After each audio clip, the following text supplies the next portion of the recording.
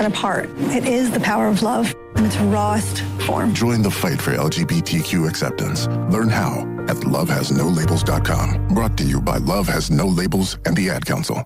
You're listening to 95.7 The Game, KGMZ FM in HD1 San Francisco on Odyssey Sports Station. Always live on the free Odyssey app, Twitch, and YouTube. Powered by First NorCal Credit Union.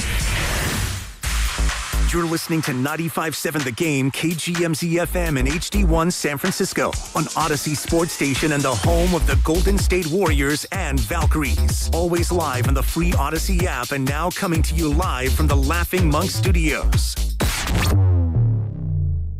Shop best of season produce at Whole Foods Market. Get Sumo citrus for $3.49 per pound with Prime through February 10th. Brighten your winter with sweet, juicy citrus, perfect for snacking or salads. While supplies last, shop in-store or online. Terms apply. Hey there, it's Bonte with a report from River Islands in Lathrop, where the good life can be your life. The home selection has never been better, with neighborhoods designed to fit a wide range of lifestyles. Whatever is on your list of must, an amazing kitchen, a home gym, a private office, or a separate suite for your in-laws, there is a place here just for you. Priced from the low 600,000s to over $1 million. The town center, located by Islanders Field Ballpark, is well underway, with the Redwood Cafe opening this summer and a community amphitheater being built for events, concerts, and community get-togethers. Sutter Health is building medical offices, and a major grocery store will be announced soon. The town center is going to be a great place to hang out and enjoy the River Islands lifestyle. This month, Clearwater by Signature Homes will be hosting a grand opening, and the Lakeview Club at Dale Webb's 55-plus community just had its debut. And construction is moving along for the 4th K-8 charter school to be ready for the fall term. Isn't it time for you to discover the islands?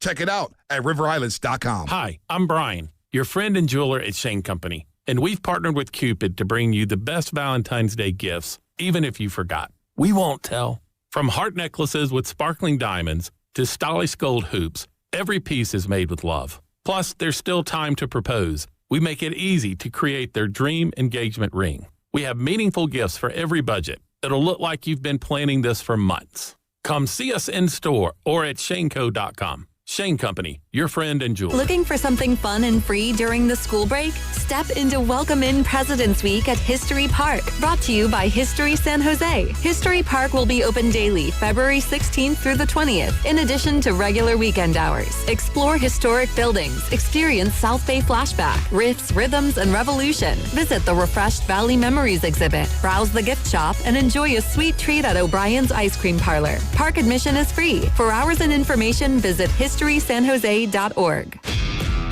This is the story of the one.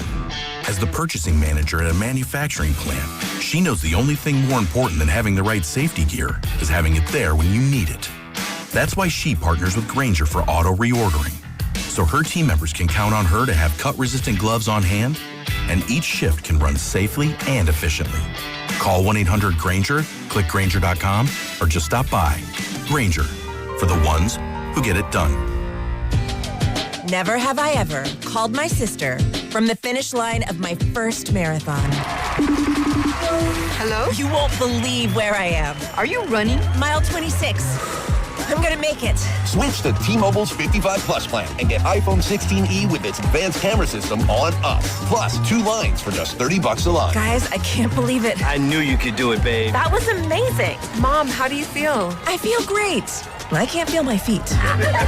Let's take a picture, and then you may carry me to the car. Share every stride, every mile, every memory on America's best network. Switch to T-Mobile's 55 Plus plan and get iPhone 16e on us and 2 lines for just $30 a line.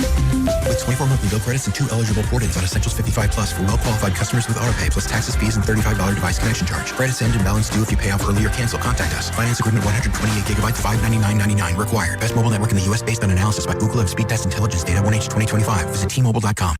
He's the best interview in the Bay Area. He looked like Steph Curry always has, so he still got it. I mean, I think the biggest thing when you're 37 is maintaining the level over the course of 82 games. And he joins Willard and Dibbs every week during the NBA season. We have a blueprint that everybody's feeling confident with. Steve Kerr is presented by Great Clips. In sports, success is about team effort, and the same is true for your hair. Great Clips. It's gonna be great.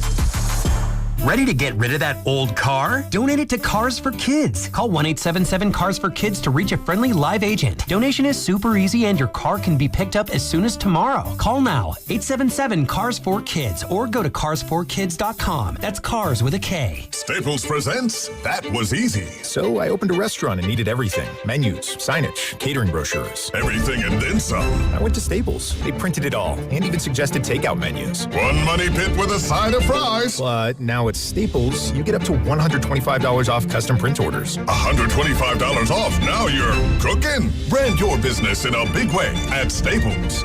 That was easy. Shop Staples in-store, online, or in the app by 4/4 to unlock. Exclusions apply. Visit staples.com/print for details. Every morning, we rise and shine. Make breakfast and brush away the night's rest. These routines help us start the day off right. Nature-Made vitamins are a simple step in that daily care regimen. Multivitamins with daily essentials, clinically studied probiotics for gut health support, magnesium to help relax the body. Nature-Made is made to care for you every day. These statements have not been evaluated by the Food and Drug Administration. These products are not intended to diagnose, treat, cure, or prevent any disease. San Francisco, morning fog, then mostly cloudy with a high of 64. Weather brought to you by Staples. Staples has hot deals and low prices on everything for your business, like up to $125 off your print order. Ends 4/18. Exclusions apply. Visit staples.com/print for details. Right.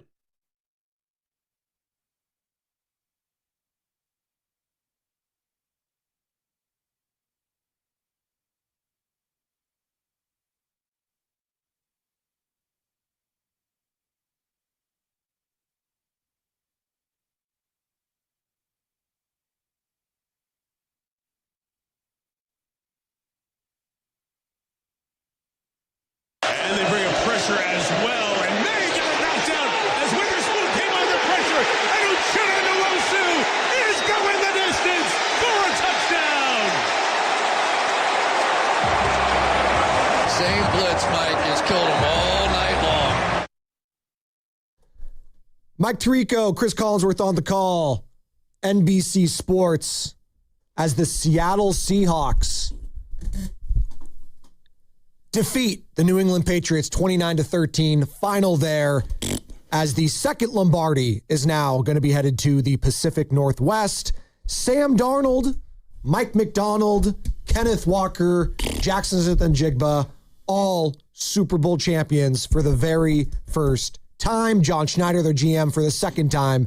And I welcome you in, ladies and gentlemen, boys and girls, those of you just getting off work and ready for work. If you're just coming off the high, if you're a Seahawks fan just waking up this morning in the Bay, congratulations to you. That was a dominant performance. And you know what, Sam? I'd say it was a boring game, because the only reason I would say that is because that's what I envisioned when I saw this matchup initially, is that I thought that defense for Seattle was going to dominate the way that they did yesterday against Drake May and against that offense. And that's what they did. And good morning, Sam Lubman, filling in for Joe Shasky. Hello there, Spadoni. Good morning to you too. Glad you're feeling better today. Yeah. I think we're starting to understand why there was so little buzz around this game going into it. It was a game that reflected the amount of buzz that was there before, which was not very much. It was a stale affair to watch for most of it. It sort of got interesting in that fourth quarter. Drake May got that first touchdown pass, and now it's 19-7. And, you're not back in it, but you're making some noise. You're making me lean forward a little bit. I was like that SpongeBob meme where he's leaning forward and, looking at his TV a little bit. But that last interception where he stepped up and just threw it right to the Seattle defender. I mean, my first thought was, oh boy, we've seen that throw a lot at Levi Stadium. With that one there, that was ball game. I mean, I thought they had that fumble at the end of the third quarter. I thought that was night-night. I even texted that to our thread there. But, this is what happens. When you have two teams that are built on really good defenses and okay offenses, you're going to have a defensive struggle. And that's what this was. And you say, all the Seahawks fans waking up, that's assuming they even went to sleep. I mean, they've probably been going hard all night long. Congratulations to Sam Darnold. I guess we have to admit it. Sam Darnold, Might actually be good. Well, he's a Super Bowl champion. That's what you can say about him. He's a Super Bowl champion. Was he amazing yesterday? No. He did enough. He was not amazing, but he didn't need to be. He wasn't bad. They didn't turn the ball over once in the postseason. The Seattle Seahawks did not turn over the ball one time. Not only that, but that was after Sam Darnold led the league in giveaways during the regular season. It's pretty incredible. I've dogged Sam Darnold a lot. When the Seahawks signed him, the first thing I said is, all right, that's 2 wins for the Niners right there. This is an argument I got in with Dan Devone a lot over the summer because he's like, why you got to hate Sam Darnold? He does pretty good. And I'm like, no, Dan, he always shows you who he is at the end of the day. I texted Dan Devone last night. I'm like, all right, I admit it. Sam Darnold's good. Is Devone a Pacific Northwest guy? Oh, yeah. Is he a big Seahawks guy? Oh, yeah. He cut his teeth up in Seattle. He was covering the Mariners for years. See, this is the thing. I thought he was like a New York guy, though. What is he? He can't claim everywhere. No. He's Hawaii, he's Bay Area. He did TV up in Seattle. He did NBC Sports or Comcast Sports, whatever it's called, up in Seattle for a time. He covered Ichiro, Felix Hernandez. So he did a lot lot in the Pacific Northwest. I don't know where his roots are. Dan's is kind of one of those guys. He's a nomad. He's kind of like he's kind of like Pitbull. He's Mr. Worldwide. Okay, thank you. But more likable. I want to hear from the people today. 888-957-9570. It's the same number to call or text. The Boxer and Gerson Work Injury Attorneys text line. And yes, if you listen to my voice, I am also getting over a little something. Shasky's out right now, a little under the weather. I am just going to say it. The Moscone Center, the Radio Row, it was incredible. It was also a super spreader event, probably. I'm just going to say that right now. And you know what? That's okay. That just means my time's coming then. Your time's coming. Carter's time's coming. I could use a couple days off. Can you just breathe on me a little bit more here? Help me out here. I do want to say a big thanks to all those involved last week on The Real, though, because that was one of the crowning achievements in my short career thus far here on the Morning Roast. But being able to experience that with you, Sam, Shasky, the boss, Carter came down. It really was a special thing for me, and I'm very honored and privileged to be able to do this with all of you guys, and just really cool, man. So I just wanted to just shine light on that, and I thought the Bay Area shined last week. I really did. I thought the weather was incredible. I thought the halftime show was badass yesterday. Some people might disagree. Bad Bunny, I'm with it. Hot takes. Someone just got offended. No, but the amount of substation memes. Okay, I think we need to take a playoff, guys. I think we needed it. We get it. The substation thing. It's funny. It had Bad Bunny charged up last night. It's jumped the shark. It was electric. Yeah, I think we could take a playoff. I was shocked at how good it was. All right, that's all I got. Thank you. A big thanks to Tide, Waymo, Ghostwood Kitchen, the Bay Area Host Committee for their partnership last week and making our Radio Row broadcast so great. And a huge thanks to everyone who listened and watched us on YouTube and Twitch. We hope you enjoyed the coverage. And we are coming to you live from the Laughing Monk Studios, Laughing Monk Righteously Brewed in San Francisco. And again, we're reacting to the Super Bowl last night, 29-13, the final. I thought Levi's showed out. I thought Levi's looked great. But again, there was so many things tying it back to the 49ers. I turn on my TV, Sam, and who do I see on the pregame coverage? Kyle Shanahan and Fred Warner talking about the game. And if you're a 49ers fan, you're like, oh my God. Honestly, there has to be like some sadistic Seahawks fan at NBC who's like, hey guys, it'd be really fun? Let's get Fred Warner and Kyle Shanahan on the pregame show to just piss off 49ers fans. But let's add this extra salt to the wound. Let's have them sit in front of the end zone that has Seahawks painted all over it in their home stadium. Like, let's make this as painful as possible for them. That's what you think they're doing? That was some evil, sadistic NBC producer somewhere last week. Again, if you're a Niner fan and you flip that on and the first thing you see on that pregame show is Fred Warner and Kyle Shanahan on their field that's painted Seahawks blue for the Super Bowl, yeah, I'm feeling a type of way about that. That was not fun to have to see. I did think Kyle Shanahan really endeared himself well on the big stage. I did not see that in his bag. Possibly. He came off very well on television. I did not see that sort of side of Kyle Shanahan before. I mean, we've saw like the You know, I know we all got mad at him during Radio Row. What was it? What do they call it? Media Night. Media Night a couple years ago in Vegas. He had a couple too many. He had a couple too many. You know, his hair was slicked back, and people are all like, "Oh, Kyle, he's not taking this too seriously," and they all got mad at him. I was like, no, but I saw a relaxed Kyle Shanahan on the broadcast yesterday for NBC. I saw a guy that was poised. I saw a guy that was ready to talk about the team that's dominated him the last couple go-arounds. And so much so, he even could poke some fun at himself. Take a listen. Kyle Shanahan, the head coach of the 49ers pregame yesterday. I don't know how much I want to say in front of Coach Mike McDonald. He might know some of my tricks. But regardless, talk about what's so hard about facing the Seahawks team. Well, yeah, first of all, I mean, I know you guys want my expert opinion, but I haven't scored a touchdown on these guys last 2 times we played them, so I don't know how good that is. But it's a grind versus these guys. I mean, when you just look at this film, I mean, this is what they stay in all day. All right? They want to have 2 safeties that are deep. It's a huge challenge. You can't stay in this defense very long and stop the run, but they do. And when you do go deep, Julian Love is always there. He's the smartest safety I've seen. When you want to move these guys like Brock is here, move the mic, move the safeties, get them out of the way so you can create a one-on-one with the corner. That's what happens. You do that, but then the pass rush gets there. It takes a long time to get that ball off to unlock this D, and that's why there's no secrets to it. I haven't scored a touchdown against these guys in the last 2 games. I'm glad he's laughing about it. You know, well, you have to. You just gotta laugh through the pain. Yeah, that's Niner fans this morning. Is that what they're doing? Yeah, there's probably a little bit of that right now. I mean, this has just not been a very fun last few weeks if you've been a Niner fan. You watch your broken and battered team stumble into Seattle and get blown off the field with, Brock Purdy. I mean, he was able to somehow scrape together 6 points against this team, against this defense with Jake Tonjes in a dream.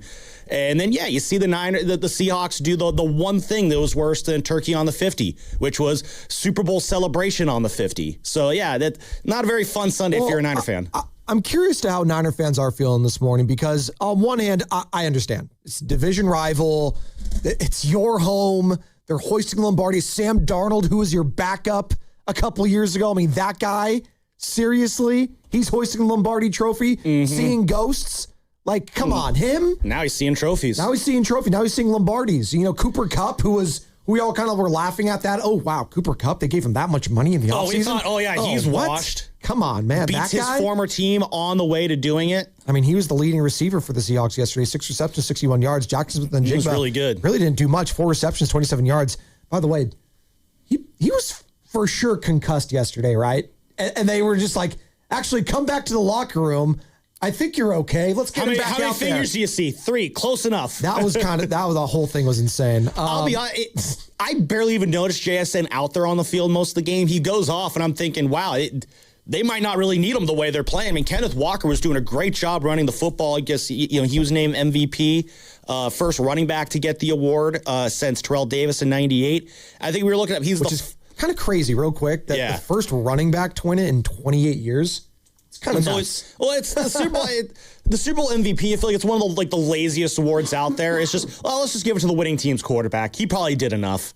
But, first time since 98. And then what was the other stat we looked up? He was the fourth offensive player to win Super Bowl MVP without scoring a touchdown. Yeah, so Deion Branch, Julian Edelman, Fred Biletnikoff, and Kenneth Walker. Yes. Solid company there. It's good. Yeah. It's great company. Well, they're all Super Bowl MVPs, Sammy. There you go, yeah. And a couple Hall of Famers in there. Edelman was always pretty good, too. But, I thought, when Walker was running the ball really well. So when JSN went out, it's just like, the way that Seattle's been playing this game, they're probably not going to miss a beat. And they didn't miss a beat because their defense is what won that game. It was an elite defense, and I'll say this, you could feel pissed off this morning. I think Niner fans should feel a little pissed off because that's how the players should feel waking up this morning. They should be a little pissed off. I heard George Kittle over the weekend.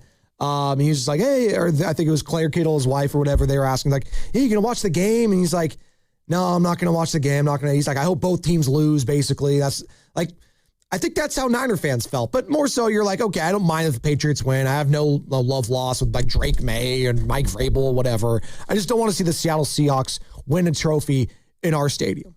And they did. Yeah. But like if it was in Miami or Atlanta or somewhere else, you're not as pissed off this morning. But this team is so egoless. I don't hate. They're hard to hate. Yeah, pick a guy on that team that you don't like. It might be Cooper Kupp, but that's mainly because what do you do with the Rams? They don't really I don't really have a strong feeling towards them one way or the other. Like, that's how I feel about them. I don't feel strongly towards Mike McDonald, towards Sam Darnold, towards Kenneth Walker, Jackson Smith-Njigba. They don't have anyone on defense. Like, it was easy to hate Richard Sherman. Yes. And the Legion of Boom. Cam Chancellor was very Cliff Averill, Cliff Averill, yes. Averill, Bobby Wagner. Like, those were easy dudes to hate. Yes, because they made it known that you want, even Russell Wilson, as dweeby as he was, my God. He just, Sam Darnold seems like a guy, I don't know if he's the most, enjoyable guy to hang out with, but I feel like I could spend 5 minutes in a room with Sam Darnold and come out of that being like, you know what? That was pleasant. I feel like 5 minutes in a room with Russell Wilson, you're just like, get me the hell away from this guy. Mr. Unlimited? Exactly, yeah. He's just a dweeb. And then there was the Pete Carroll factor in all of it. Mm-hmm. See, there's levels of hatred. Mike McDonald does not chew his gum as aggressively. No, that's where I'm at. But again, the overarching theme is it's the team. I get it. That's their second. They've been to 4 now. They've been 2. They've won 2 since you've lost 1-1. So, I mean, how do the 49ers get to where this team's at, Sam? How do they get back to this? How do they get to where the Seahawks can be? Like how? They probably have to win more football games. Well, no, but I'm trying to help this team out right now. I'm trying to help the fan base out right now. And the only way I can think about it is the draft in this offseason. The Eagles last year hit on Cooper DeJean and Quinyon Mitchell. And in one offseason, they got, Vic Fangio. They had, who's my guy, now the head coach over, Kellen Moore. They hit the coordinators, and they won the Super Bowl. You look at the Seahawks. They hit on Kubiak, right? The offensive coordinator, who's now going to be the head coach over in Vegas. They hit on the quarterback with Sam Darnold. They hit on the head coach in Mike McDonald. They hit on a lot. Eamon Warry, right? The rookie. They hit on a lot. It could happen in one offseason. So what needs to happen this offseason for the 49ers to have their Lombardi trophy this time next year? What needs to happen? 888-957-9570. I think because it can happen in one offseason. It can't. No, I think you hit on the nail of the head when you mentioned the draft there. I mean, Carter and I, we were doing the pre-Super Bowl show yesterday, and we were kind of going through the draft history of both of these teams, the Patriots and the Seahawks. And you look at the Patriots draft just this last year.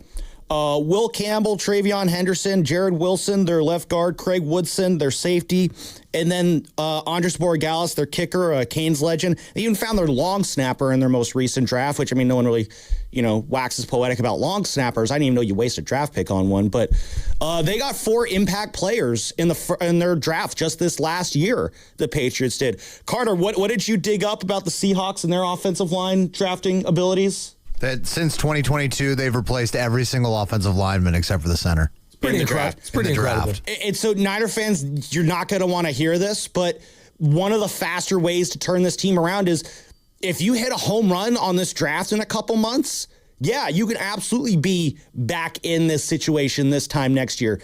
Problem is, Spinoni, is faith in the Niners' ability to capably draft players is at an all-time low right now.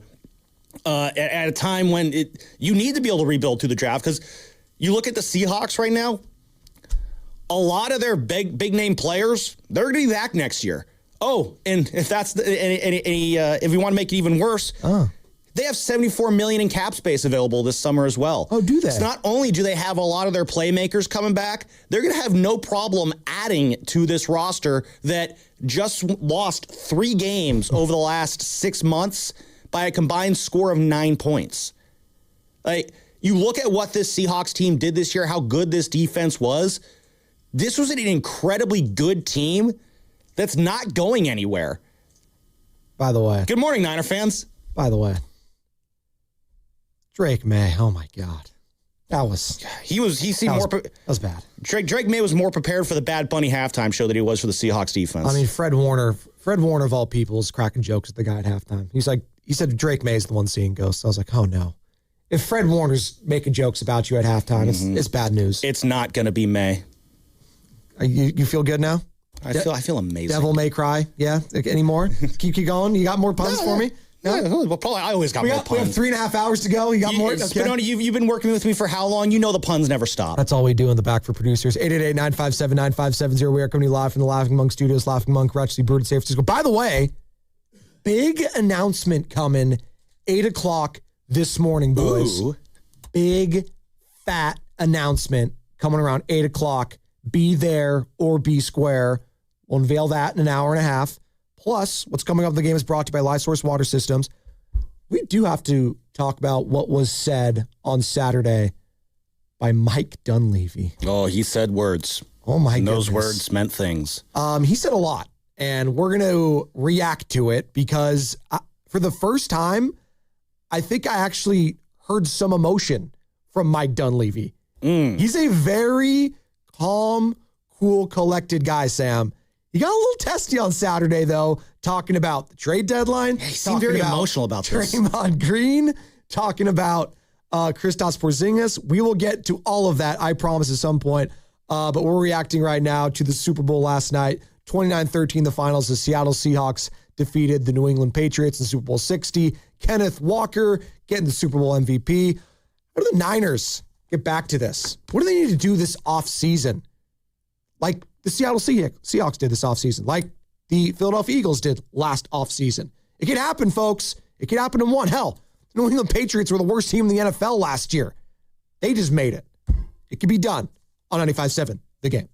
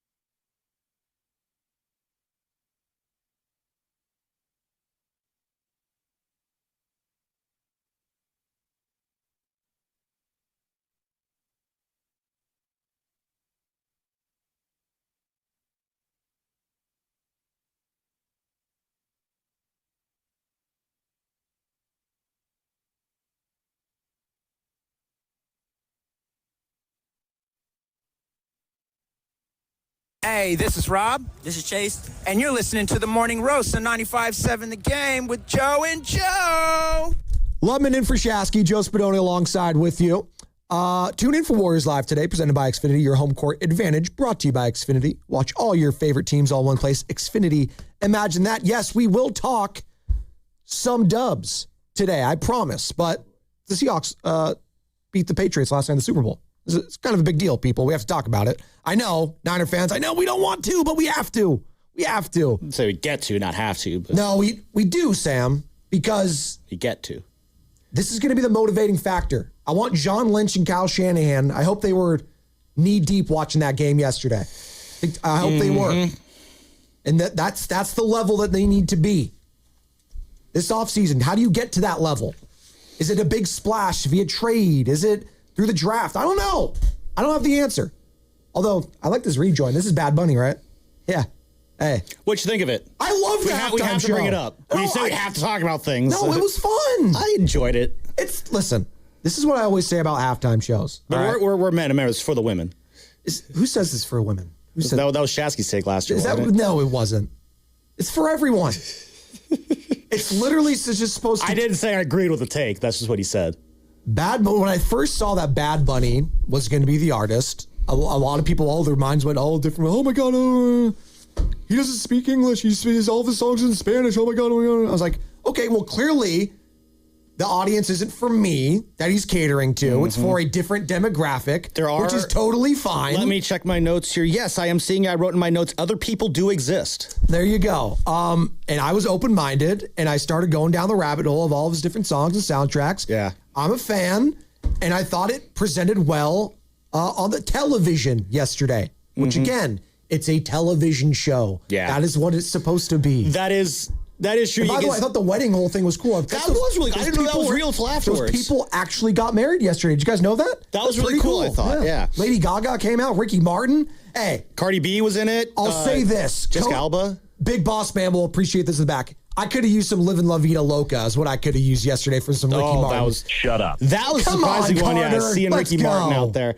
Listen, I'm not like a Bad Bunny guy. When I say I'm not a Bad Bunny guy, I don't mean like, oh, I hate Bad Bunny. I don't know that much about him. Like what I call me a living under a rock person. I can't name you a song. Yeah, you say I live under a rock, or I'm a square, or I'm not hip, or whatever.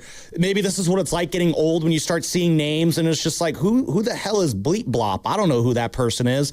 So I didn't really know that much about Bad Bunny. This was kind of like my first bit of exposure to him. I enjoyed it. Did I understand what was going on? No. Was I vibing to it? Yes, I was. And yeah, that's all I really needed to do. It was a good show. Did it translate well for the Super Bowl? I don't know. Well, you went to University of Miami, Sam, and I know Bad Bunny's very popular and MIA over there. Well, obviously, a lot of Puerto Ricans over there, so that's why. In fairness, I was there before Bad Bunny was on the scene. Right. So listen, again, it was a new thing for me, but I also think like last year, I think you saw this with Kendrick Lamar, who, you know, I'm, again, not a huge follower of Kendrick, but I know who he is. At least I was aware of him enough to feel like I was in the know when he did perform last year. But also a lot of people weren't. And so a lot of people were watching him last year. It's just like, what's going on here? Like, this is a weird show. That's kind of how I felt with this Bad Bunny thing. Like, yeah, what's going on? This is a weird show, but I'm vibing with it. So that's all right. But I think when you go with like these artists who aren't just super universally known, like Rihanna is, like Usher is, you know, from a few years ago, yeah, you're going to have a large segment of people who are just like, you know, like what Fitz said. What is going on here? What did you see yesterday from the Seahawks that stuck out the most to you that made you feel either better or worse about where the Niners are at going forward? 888-957-9570. I'll say this because you brought it up and Carter brought up the stat earlier. Offensive line is so huge right now. I kept watching that game yesterday, and it made me think about the Los Angeles Rams, actually. I was like, oh, my God. Like, McVay and Stafford were able to slice and dice this defense up where Drake May and Josh McDaniels are getting absolutely eviscerated. I was like, it made me appreciate what Puka and Kobe Parkinson and Kyron Williams and Blake Corum, what they were able to do just a couple weeks ago up in Seattle That's what I kept coming back to, because Kyle Shanahan, he poked some fun of himself in the NBC broadcast. He's like, yeah, I haven't been able to score a touchdown against this team the last 2 times we played them. Like, that's what I kept thinking about. You have to have protection, or else you're going to look like Drake May or like Brock Purdy did multiple times, Sam. So offensive line, I keep coming back to. Like, that's my biggest takeaway from that game last night is, yeah, it starts with the trenches, but specifically the offensive line for the 49ers. And how do you hit that? Well, it's either the draft or through free agency. You're going to have to. Yeah, for me, I look at the other side of the ball. That defense, it lives up to the moniker of dark side. And that is such a ferocious unit. I mean, that is a defensive unit that is indeed on par with the Legion of Boom from 10 years ago. This is the first time the Seahawks led the league in defensive scoring since that Legion of Boom defense did so for 4 years, from 2012 to 2015. Their defensive line, they don't have any big-time superstars on that defensive line that are universally known, but they're going to start to be known. DeMarcus Lawrence last night, I mentioned Will Campbell as a guy who, the Patriots drafted him in the first round last year, and he was a big reason for the success the Patriots had this year on that offensive line. And then DeMarcus Lawrence literally just gobbled him up last night, just chopped him up, cooked him on the grill, ate him, and then had some ice cream afterwards to wash it all down with. Like, is that what he did? He had his way with Will Campbell last night. That entire defensive line just abused that offensive line, not just on the pass rush there, but the Patriots could get nothing going on the ground. It just seemed like every time Henderson or Ramondre Stevenson were running up the middle, they just hit a brick wall that was that defense there. And this Seattle defense is a problem, Joe. Like, the fact that McVay can figure it out, like, good for him. Kyle Shanahan, you need to figure this out too. You need to be in the lab all summer long trying to figure out how you crack this code on this Seattle defense, because they are not going to be going anywhere for a couple of years. They got Darnold locked in for 2 more years. They got this defense locked in for a few more years. They got cap space, and they got people who know how to draft well. This Seattle team might not be going anywhere for a couple of years, and it's going to be a massive challenge for the Niners to get back to that level. Not saying it's impossible. I think the Niners can do it. It's just you got to hit on all your moves. They have a huge head start where a lot of teams struggle with right now. They have the right coach and they have the right quarterback. Talk about the Niners. The Niners. Yes. They have the right coach and the right quarterback. There's a third of the league that doesn't even know who those people are. That is true, yeah. Third of the league doesn't even have that. So you start there, okay? I think we have a running back. I think we do. Can I trust that Christian McCaffrey can just do what he just did? Probably not. So I'd like to get him some help, which goes back to the draft. Is it Jordan James maybe even after his redshirt rookie year? Is it Kenneth Walker? You want to break him off a change? Is he coming back to Seattle? Is he a free agent? He's a free agent. I would not be against that. Just keep it in your back pocket. Just keep it in the back pocket.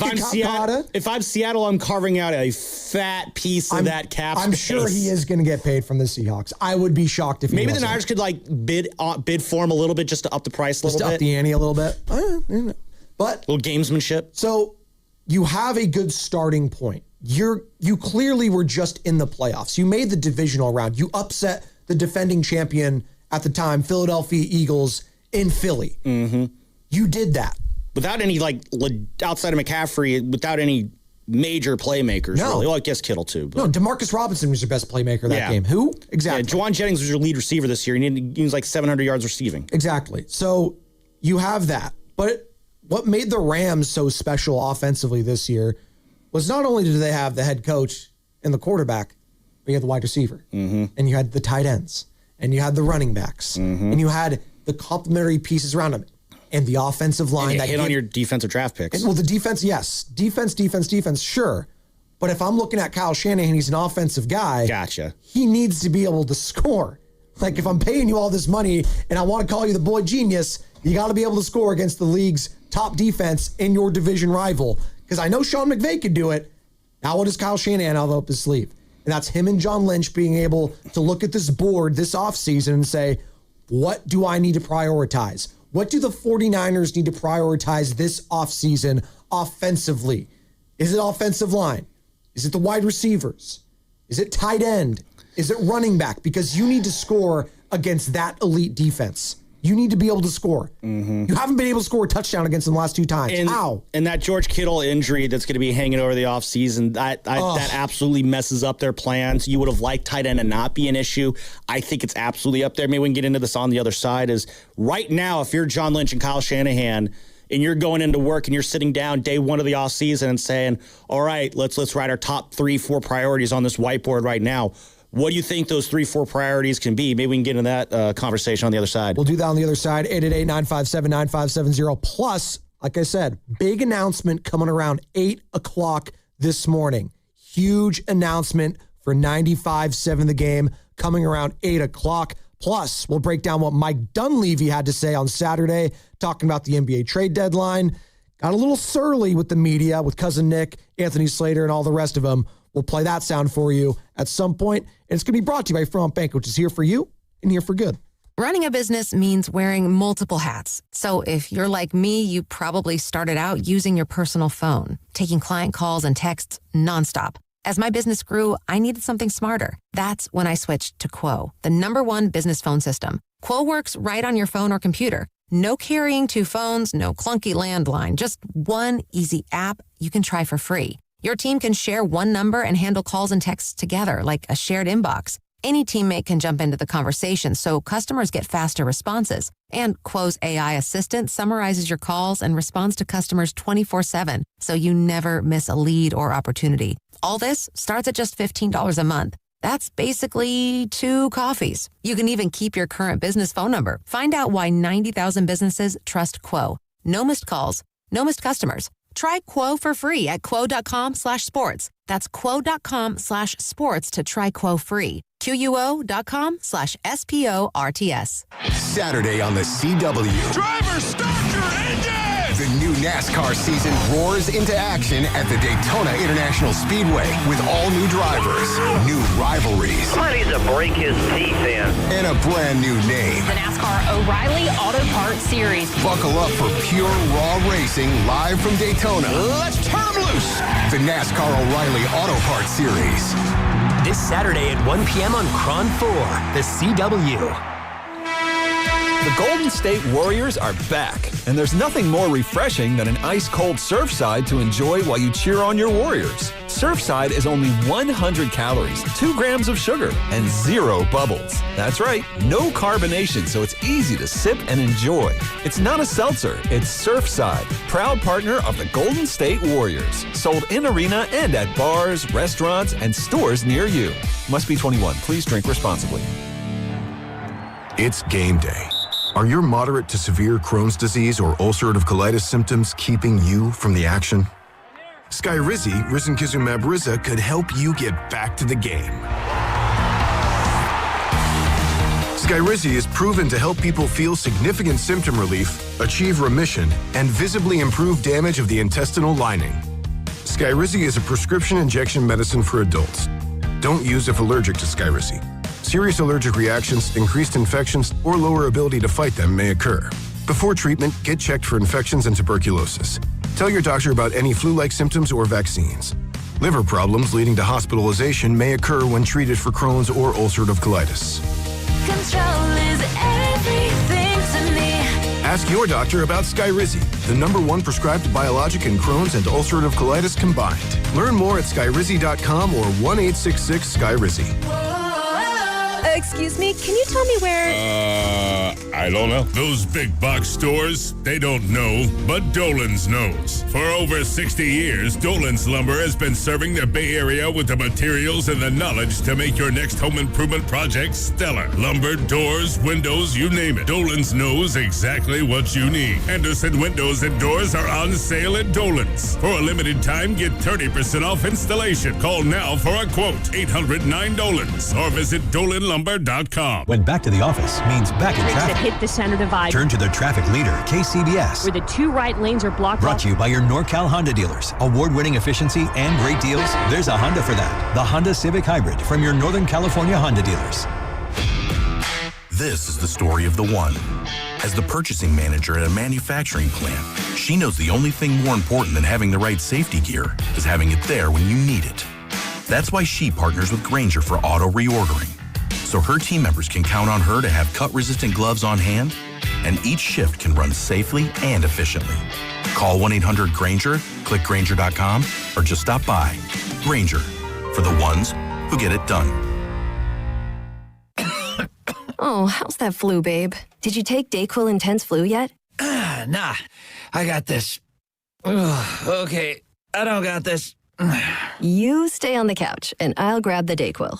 Undo your flu symptoms with DayQuil Intense Flu. DayQuil Intense Flu provides powerful relief of your flu symptoms. I'm ready for that to-do list. Wow, you do got this. DayQuil Intense Flu. The daytime coughing, aching, fever, under your flu medicine. Use as directed. Keep out of reach of children. Straight Talk Wireless presents Pickup Truck Wisdom. If you're only good to your new friends, you're not going to have any old ones. Straight Talk gets it. That's why new and existing customers get free 5G phones on Verizon's 5G network. Pretty simple, really. You keep good people by being good people. Find us at straighttalk.com and Walmart. Straight Talk Wireless. Straightforward. Always. Taxes and fees apply. Plan purchase required for free phone offers. Copyright 2026 Verizon. Hi, I'm Michael from the Warren Treaty. You know the jingle. Now discover the facts about Ozempic, a GLP-1. Only Novo Nordisk makes FDA-approved Ozempic. Learn about the real thing. Talk to your healthcare professional today. Call 1-833-OZEMPIC or visit Ozempic.com to view the medication guide and to learn more about Ozempic. Semaglutide injection 0.5 milligram, 1 milligram, and 2 milligrams.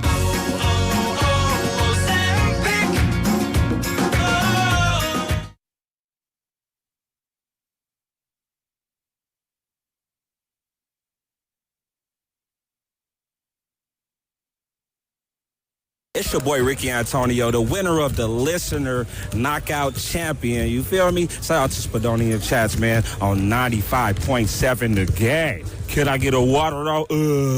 Ooh. Lubman in for Shasky. Joe Spadoni here. Morning roast. We're rocking and rolling, baby. Some say, Sam, now that football season's officially over, right? That it's on to baseball season? No, it's just like, oh, God, no, we have nothing to talk about. I mean, we got the All-Star break coming in NBA. I mean, baseball, pitchers and catchers reporting. I mean, what are we going to do? I mean, if only there was like a big-time sporting event that got the entire world involved that we could talk about. You're talking about the World Cup coming up in a couple months. Yeah. I'll talk about, this is a good rejoin here. That's Steiny. What was that you just played right there? Yeah. What was Steiny? Wait. You're going to make me... Hold on. I saw a picture over the weekend. Was Steiny and Goo and Willard, were they all at Bay Street Emeryville yesterday? Were they really watching the big game? That's awesome. That's so cool. Where was my invite? They didn't want to... I think it was an open invite for everybody. So by open invite for everybody, that does, I believe, include you. I don't think they wanted me to come. They would have invited me. Evan was there in his boot. He went over the bridge in his boot and went there. Again, I think if it's an open invite for everybody, I don't think that means you need a specific invite. Well, I'm inviting everyone to call in right now, 888-957-9570. How about that? No! We're talking about the Super Bowl yesterday, 29-13. The Seattle Seahawks, yes, folks, the Seahawks won. I know most of you probably fell asleep at halftime after it was, 9-0. Yeah. I mean, I'm sorry, guys. It was a boring Super Bowl. What do you want me to say? It was boring. It just was. It wasn't the most exciting. It was not exciting. It was more entertaining than 13-3 Super Bowl. And I could already hear my guy Bonte, who's going to join us tomorrow. He's like, you just don't appreciate good defense. No, I appreciate good games. That was not a good game. It was not. It was awful. It was a dominant performance from the Seattle Seahawks. It was. But it was a boring game. All right? Is that okay? It was not an aesthetically pleasing game to watch. At one point, Sam, it was 12-0. I was like, oh my God, is this going to be the final score of the game? 12-0. Well, I was hoping when he got to 19-0, I was like, this would be a fun final score. I don't know. You've heard of a term, a scoregami? Yes. It's a score in a game. For those who don't know, scoregami is a score in a football game that has never happened before. So there's only so many of those possibilities that are out there. I don't know if 19-0 would have been one, but I was kind of rooting for that one because, that's a pretty stupid score that would be reflective of what the Super Bowl was like. But we've never had a shutout either. No, so that was the other thing. That was what I was like, okay, maybe we'll see some history then, a shutout, but no. It was the reality is, Joe, is the way these two teams are constructed, it was never going to be a very fun game.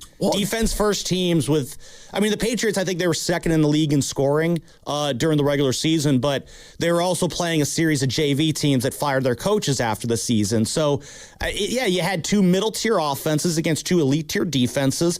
This was probably always going to be the result of how this Super Bowl was going to go. It was going to be ugly. It was going to be a slog. It was going to have to be one of those Super Bowls where you had to be an incredibly deep-seated football nerd to find something positive about what we saw on the field of play. No, for most football fans, that was just you're scrolling on your phone for most of that second half, probably. What did you see yesterday from the Seahawks Niner fans that stuck out the most to you that made you feel either better or worse about where the red and gold are at heading into next year? 888-957-9570, because you can look at it one way and say, man, they have all this young talent. I don't know how we're going to be able to compete with them. They got all these big studs on the defensive line. I'm not sure. Well, I'll say this. Sam Darnold, all he had to do this entire playoff run was just not screw it up. That's all he had to do. I was hoping and praying, whether it was the Niners, whether it was the Rams, whether it was, the New England Patriots, someone make Sam Darnold uncomfortable and have him be the reason they have to win the game. Put the game in Sam Darnold's hands. That's what you needed to have happen if you were the opposition. It never got to that point, Sam. They never had to make Sam Darnold be the reason that they had to win the game. Now, I want to take a step back here, and I want to give him his flowers, because there is something to be said about not putting the ball in harm's way. He didn't do that. There was some throws yesterday where I was like, oh my God. Some drops in there, too. There was some arm arrogance there a little bit from Sam. I was like, but he has a cannon, and he got away with it a couple times. I was like, there's some tight coverage. By the way, a guy that's going to get lost today, I thought Christian Gonzalez had a hell of a game yesterday. He was dynamic. It would have been a bigger blowout if not for some of the plays he made in coverage yesterday. First round pick in the 2023 draft. We talk about hitting on your first round draft picks. Hey, Niners, you guys should do that. Jose in Oakland says they've got a big problem with the Seattle Seahawks. Let's go to the phones here. 888-957-9570. Spadoni, Lubman filling in for Shasky on this morning roast. What's up, Jose? Hey, guys. Good morning. Look, it's pretty obvious. We have a problem for the next 5 to 10 years, and I don't solution anytime soon. The Niners are way behind when it comes to player personnel. They have young players that are really, really good. Sam Darnold, I think the guy kind of corrected all the stuff that he had before that he couldn't work on with Kyle Shanahan. So, like I said, as far as the 49ers, our offensive line, it's, as you said, offensive. It needs a lot of work. The defense, it's good, but we still have a lot of holes to be filled. We still probably have a good 3 years away before we can, just hang with the Seahawks as it is right now. And as far as the Rams, I think they're the only team that is anytime, it's any closer to getting to the Seahawks. In fact, if you have to say the Rams. Oh, you're cutting out there, Jose. No, appreciate the call. 5 to 10 years. That's a little strong for me. 5 years, maybe 10 years. That's let's take a step back. If they're around for 10 years, that would be one of the most. That would be a Patriots-esque run, like Tom Brady, Bill Belichick run. 5 to 10 years. Don't threaten me with an awful time. No, listen. This is the next question. Can they sustain this success? Because history will tell you, unless you are Patrick Mahomes and the Kansas City Chiefs or Tom Brady and Bill Belichick, you're not going to get back here. It is very difficult to have this level of sustained excellence, which is why I always appreciate Kyle Shanahan, what he's been able to do here in San Francisco, and why Niner fans should be more appreciative at times too when it comes to Kyle Shanahan, is because he has had this run, right? The 2019, he had a run. A couple of years ago, he had another run. He's been able to do it multiple iterations. Now, has he won the big one? No, he has not. He's yet to do that. He wants to be what Mike McDonald was yesterday and hoisting a Lombardi trophy. I understand that. But there is something, I do have a feather in his cap, if you will, that Mike McDonald has not yet. Do it again. Get back there again. Again, with this defense that they have, I think the only notable free agent they have on the defensive side of the ball, we were talking about Kenneth Walker on the offensive side of the ball, is Reek Woolen. They're very talented safety. I believe he is up as an unrestricted free agent. And that's another one where if I'm the 49ers, I'm giving that guy a call because I am very much a fan of poaching good players off of my rival teams, because not only does that make your team better, but it also makes their team worse.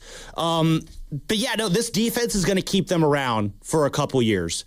They have playmakers on this offense in JSN and Rashid Shaheed. And again, assuming they bring back Kenneth Walker, which I'm assuming that they will, because that would be a generational screw up to let him walk out the door. I don't think he's one of the 3 or 4 top elite running backs in the league, but that is a damn good running back there in Kenneth Walker. They're going to be around. They are not going away for at least the next 2-3 years.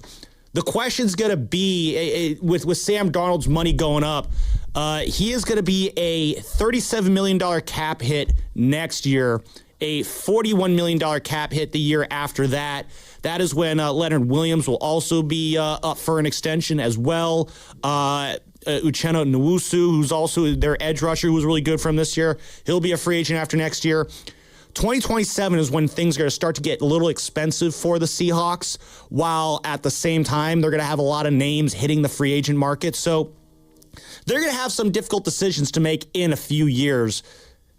Still, though, the very near-term future for them, yeah, it's going to be a challenge for the 49ers to figure out how to get over that.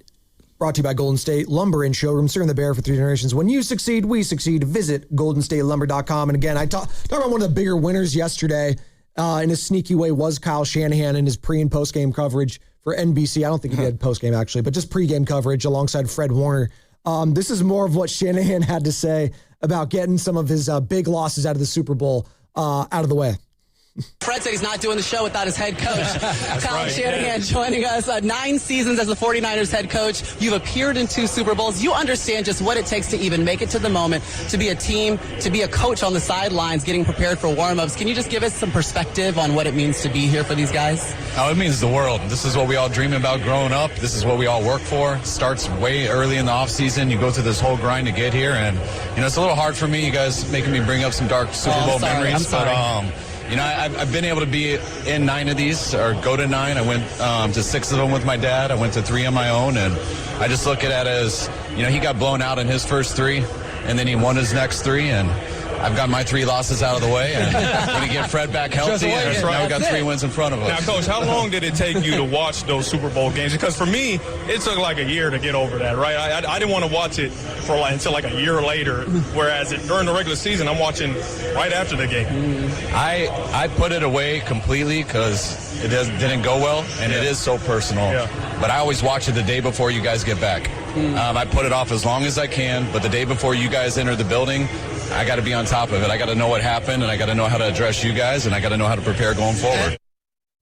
Kyle Shanahan. I'm telling you, dude. I love that mindset. He was a big winner yesterday for me. He was. He I'm glad he's finally getting wins on Super Bowl Sunday. But there is something about him, like, he became way more personable to me in a way that I haven't seen him. Shocking. Kind of is, because when he speaks to the media, usually he's a little more surly, comes off a little more smug. Like, and I'm not saying that's who he is as a person. No, but I think in fairness, I think that helped a lot nationally for how people view him. Well, I don't think Kyle Shanahan on the podium is the same thing as Kyle Shanahan off the podium. It's not. I think it's a lot easier to be loose and fun when you're on a pregame show versus, talking to all the media types who are staring at you, trying to get you to say something they can use against you for the next week. We saw this with Belichick. Bill Belichick, Nick Saban, too. They were absolute curmudgeons when you put them up on the postgame the podium post game after games, win or lose. And then what happens when we put them on TV? Bill Belichick last year during the draft, he was one of the standout analysts on, was he on McAfee's show or what show was he? Belichick was incredibly enjoyable when he was on TV. Nick Saban has been incredibly enjoyable on the college game day sets. It's these guys, these coaches, when they go up and do these post-game pressers, yeah, they're going to put on their surly face. It's part of their job almost to be surly. No, I disagree because I think Sean McVay, for the most part, is actually pretty endearing, and that's why people love Sean McVay. So again, not for every coach. Well, no, it's not. No, but I'm saying it doesn't have to be that way. Just you're using some examples. I'm going to throw some other examples at you. No, it's fair. It goes guys both that are ways. very endearing in the media. Yeah. Same with Mike Tomlin, a guy that's clearly looking to be a part of the media now, obviously longtime Pittsburgh Steelers head coach. Another guy, John Harbaugh, I think if he ever wanted to come out of coaching, if he wants to be part of the media, he can do the same thing. There are guys that, if they want to be, could be really good in the media head coaching wise. And I just thought it was interesting too. Just, maybe he's putting that little plant in the back of, Jed York's mind, like, hey, Kyle, Jed, I could always say, if you don't pay me more money, maybe I could go to NBC and work with my best friend, Chris Sims. Not saying that's happening, but, No, I would not be shocked if at some point Kyle does take a year away from the game and maybe does TV and then goes back into coaching, something like that. He gets burnt out? Yeah, I mean, have you not seen how he's aged over the last 10 years? Like a president? Like I was like 40 years old when he got hired. He's like 64 now in the last 9 years. This job has aged him horribly. He needs, to exhale a little bit every now and then. We were talking about Sam Darnold. How are we feeling about Sam Darnold right now? If I told you I'm not not really feeling a whole hell of a lot different of how I felt about him to start the season. Does that sound like a hater if I say that? The fact that we live in a world where Sam Darnold is a Super Bowl champion quarterback and so many other great quarterbacks in this league are not, that is kind of wild to say. Listen, I'm happy for him because he's had a hell of a career arc thus far. And I never thought he was ever going to live down this seeing ghosts thing. I was like, okay, that's going to be sticking with him his entire career. Hell, the guy had mono and was out for a minute. Remember that? Sam Darnold out, mononucleosis. It was literally a meme yesterday. I saw a Super Bowl champion, mononucleosis. Like, that was who he was. He was a punchline in the NFL. The guy was an accident waiting to happen. That was who Sam Darnold was. Do I think after yesterday in this playoff run, I'm automatically going to say Sam Darnold's just like this amazing quarterback? No, he was fine. He didn't do anything amazing, but he didn't make mistakes. And that was what Sam Darnold was synonymous with. That's what he was known for. His entire career was mistakes. Do we have a special guest joining us right now? I think we do. Greg Hill, morning show host at our Boston station, WEEI, does our show with our guy that we just interviewed last week, Jermaine Wiggins. Oh, yeah. How did Wiggy do? How did Wiggy do good on the show? Oh, he was amazing. Okay, yeah. He was tooting his horn about the Pats, though. Yeah. I mean, be nice to us. The entire region is upset. Greg, we've been through this too. We've been well versed the last few years in how to handle Super Bowl losses. So Yeah, no, it's disappointing. it's not something to flex about.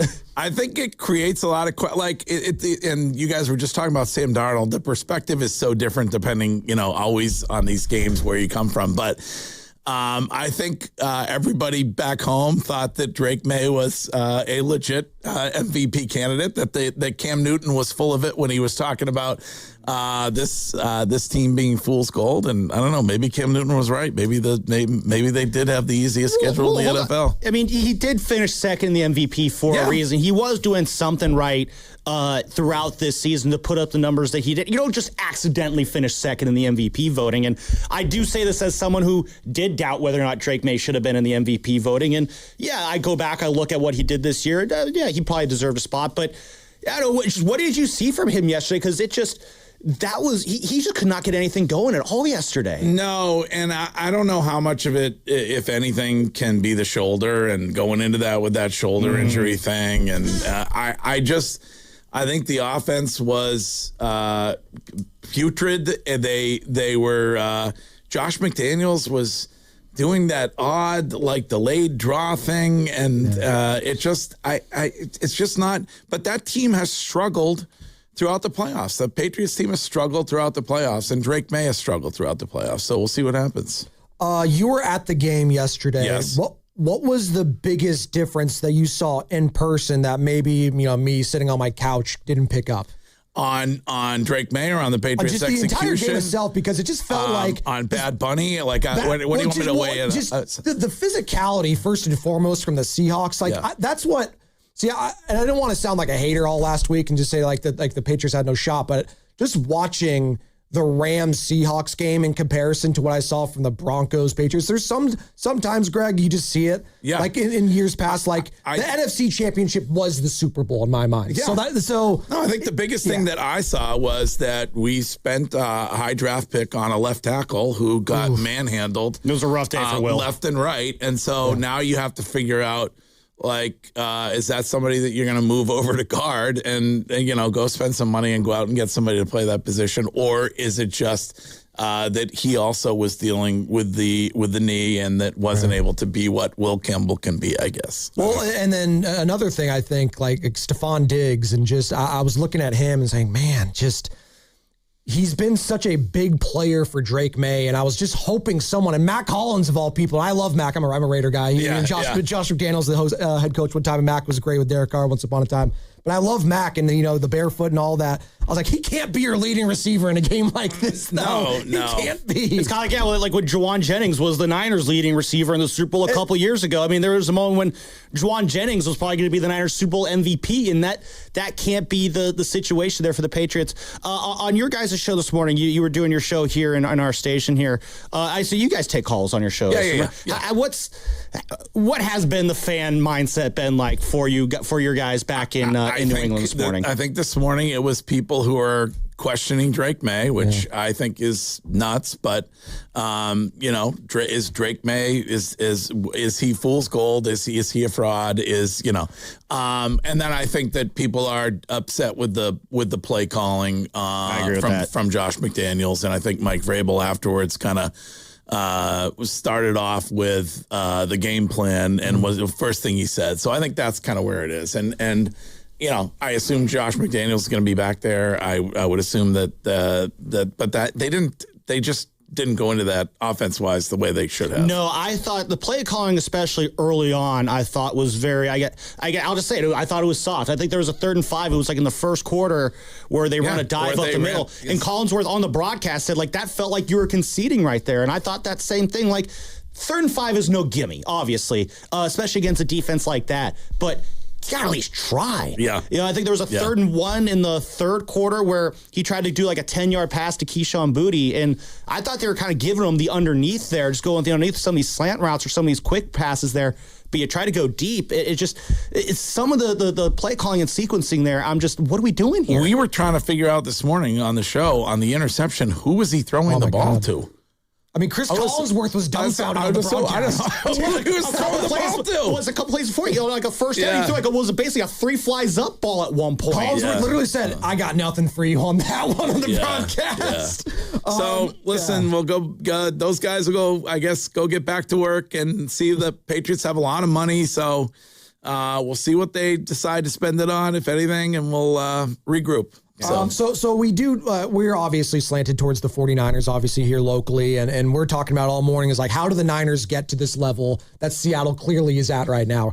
Kyle Shanahan was on the pregame coverage for NBC. Yeah. He's like, I've struggled to score a touchdown against these guys the last 2 games, and we're talking about it all. Is it offensive line? Is it defense? Just from your perspective, do you think the gap is that wide right now between the San Francisco 49ers and the Seattle Seahawks to where? No, I don't. Okay. I was, believe it or not, probably the only one. I was a big Mac Jones guy on Mac Island, and Mac Jones actually did a really, really good job for you guys. He swung a lot of people this year. Yeah. No, I don't think it's that. I don't think it's that different. The disparity is that big. I really don't. Well, no. Well, I mean, I kind of point out, you get one really good draft, which right now feels like a big ask if you ask 49er fans. Faith in our drafting ability is at a nadir right now. But Patriots, I mean, look at you guys got 4 starting players in this last draft here. It can turn around relatively quickly. And we joke out here, Patriots went through a long, grueling 3-year rebuild.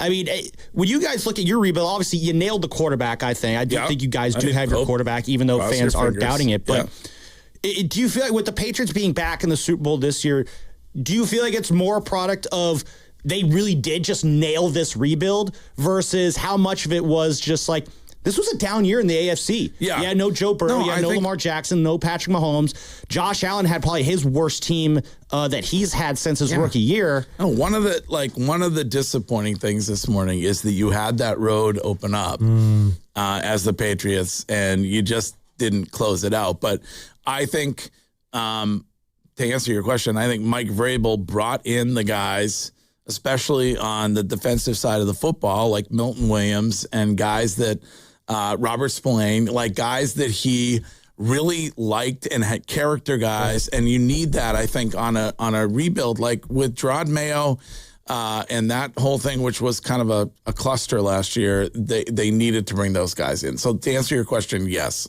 Mike Vrabel, I think, gets the credit for that. You got the quarterback, you got the coach. And again, we talked about that with the 49ers. You got Shanahan, you got Purdy. That's a start right there because a third of the league is dying to have that sort of stability right now that the Patriots currently have. Hey, Greg, thanks so much for joining us this morning. I'm sorry. I know you're hurting. You guys have a great city. They did an awesome job hosting the Super Bowl. How'd you like it out here? I loved it. I thought it was great. Wiggy and I took a trip to the Golden Gate Bridge. It's beautiful. Awesome. We didn't go on a Waymo. We didn't make it to In-N-Out Burger, but you got a great city. I don't know when you're flying back, but if you do get a chance to get in a Waymo, Waymos drive better than most people here in the city. So there you go. There he goes. Guys. That's Greg Hill, the morning show host at Boston Station WEEI. We appreciate the time, and we'll pick this up on the other side. Plus, big announcement coming around 8 o'clock this morning. Gotta be listening. Big announcement here on the Morning Roast, and it's going to be brought to you by Crystal Geyser Alpine Spring Water. What makes Crystal Geyser Alpine Spring Water different? We always bottle our Alpine Spring Water less than 1.5 miles from the spring source, and all our bottles are made with 50% recycled plastic from our own recycling plants. Crystal Geyser, bottled at the spring source. That's another amazing run by Team USA. Mom, think I'll be on Team USA one day? Well, I'll take this one. are you speaking to us? Yes, and to answer your question, anything's possible, especially with Xfinity. So, I can be the best snowboarder ever? Well, I can't guarantee that, but Xfinity can guarantee that your internet price won't change for 5 years. Okay. What if I practice every day? Then maybe you'll be snowboarding for Team USA at the next Olympic Winter Games. And Mom, you'll still be paying the same price for Wi-Fi. Ooh, really stuck the landing there. It's the Xfinity Gold Medal Celebration. Now through February 22nd, get our best price on gig Wi-Fi for 5 years guaranteed, just $50 a month. Plus, get Peacock Premium included for 2 years. That's a $10.99 value per month. Xfinity. Imagine that. Proud partner of Team USA. Restrictions apply. Requires paperless billing and auto pay with stored bank account. Taxes and fees extra. Actual speeds vary. Tune in to 95.7 The Game's GOAT Report nightly on game nights to hear the GOAT, Steph Curry's game night stats. Brought to you by Sony Pictures GOAT. Executive produced by Steph Curry. Exclusively in movie theaters February 13th. Visit Friedman's Appliance in Pleasant Hill to see the full selection of Thermador appliances. Thermador provides a range of possibilities, from refrigeration to dishwashers or cooking with steam or convection.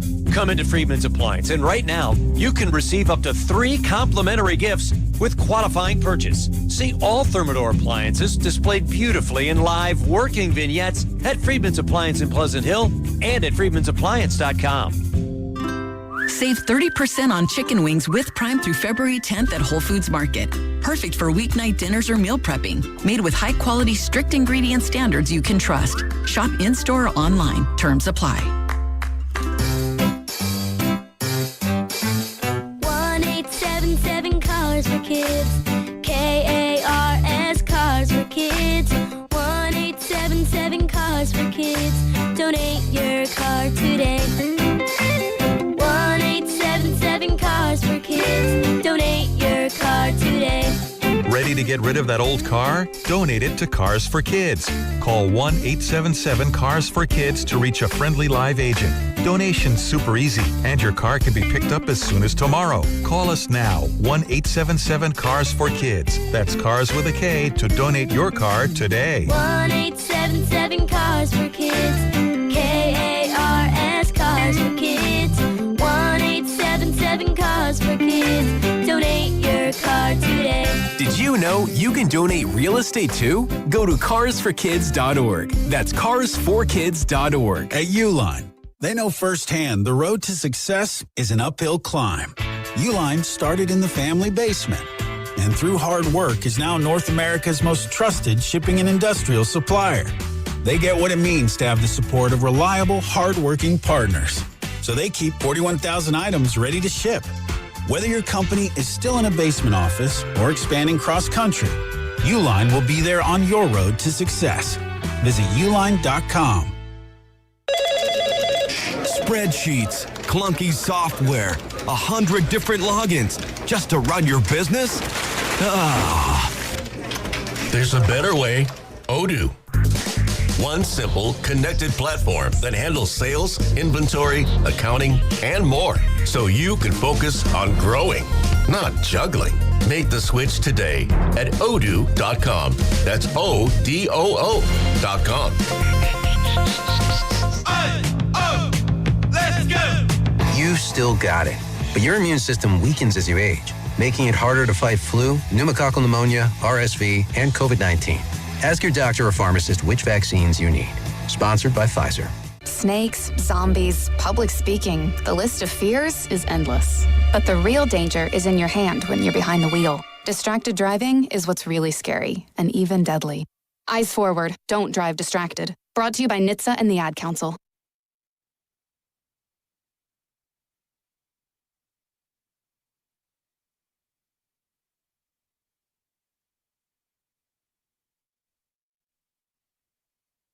Dab Nation, this is Jonathan Kuminga. You're listening to the Morning Roast with Joe Spadoni and Joe Shiesky on 95.7 The Game. Why you gotta do that? He's gone. Don't get my hopes up. Gone. Come on. I should just hit the full one. By the way, March 21st, Warriors in Atlanta. Hell yeah. March 21st. JK revenge game. Just mark it down. Mark it down, March 21st. March it down. March it down. The Ides of March. There you How about go. that? Julius Caesar, baby. Man. You watch any of the Olympics over the weekend? No. You're not an Olympics guy? No, you just hate America, that's why? I actually love America. The Olympics for the life of me I don't know. It's lost its luster. When I was a kid, I thought it was really cool. You need that Cold War tension to add the extra excitement? No, I think when it comes back to America for the Summer Olympics in Los Angeles in a couple years, that's when I'll be back in, Carter. When we got flag football a part of it, So baby. you don't like the Winter Olympics? Which is common. A lot of people don't like the Winter Olympics. In fairness, I don't grow up near snow. So it's very hard for me to care about winter sports when I don't play winter sports. You get what I'm saying? You got that. You got to have that Olympic League pass life. Like, I don't, like, I can go to Tahoe and snowboard a little bit, but, like, I'm not going to go watch Shaun White do, like, a half pipe, like, oh, dude, like you're event. missing Like, the Shaun White half pipe. well, I know era. you look like Shaun White right now, so I know you love Truly. that. Yeah, you do. Like, that's like you're the patron saints of all gingers. Basically. Shaun White. That's our guy right there. Oh, God, the things he would do on the half pipe. The 1320 McTwist. Oh, it was insane. No, I love the Winter Olympics. I even got into some of the figure skating last night with it was Johnny Weir and Tara Lipinski on the call. Oh, they're funny. They're so fun to watch. They do stuff even when it's not like figure skating. They do like the like all the outfits and stuff for the Kentucky Derby. No, they're a very fun duo, but they just get so detailed on breaking down these figure skating routines. And what's kind of fun, I'm more of a Blades of Glory kind of a guy. Oh, it's a great movie. Yeah. But like, obviously, like you need to stop with that drop, dude. Wait, well, we had the other. It's killing me. It makes me laugh every time.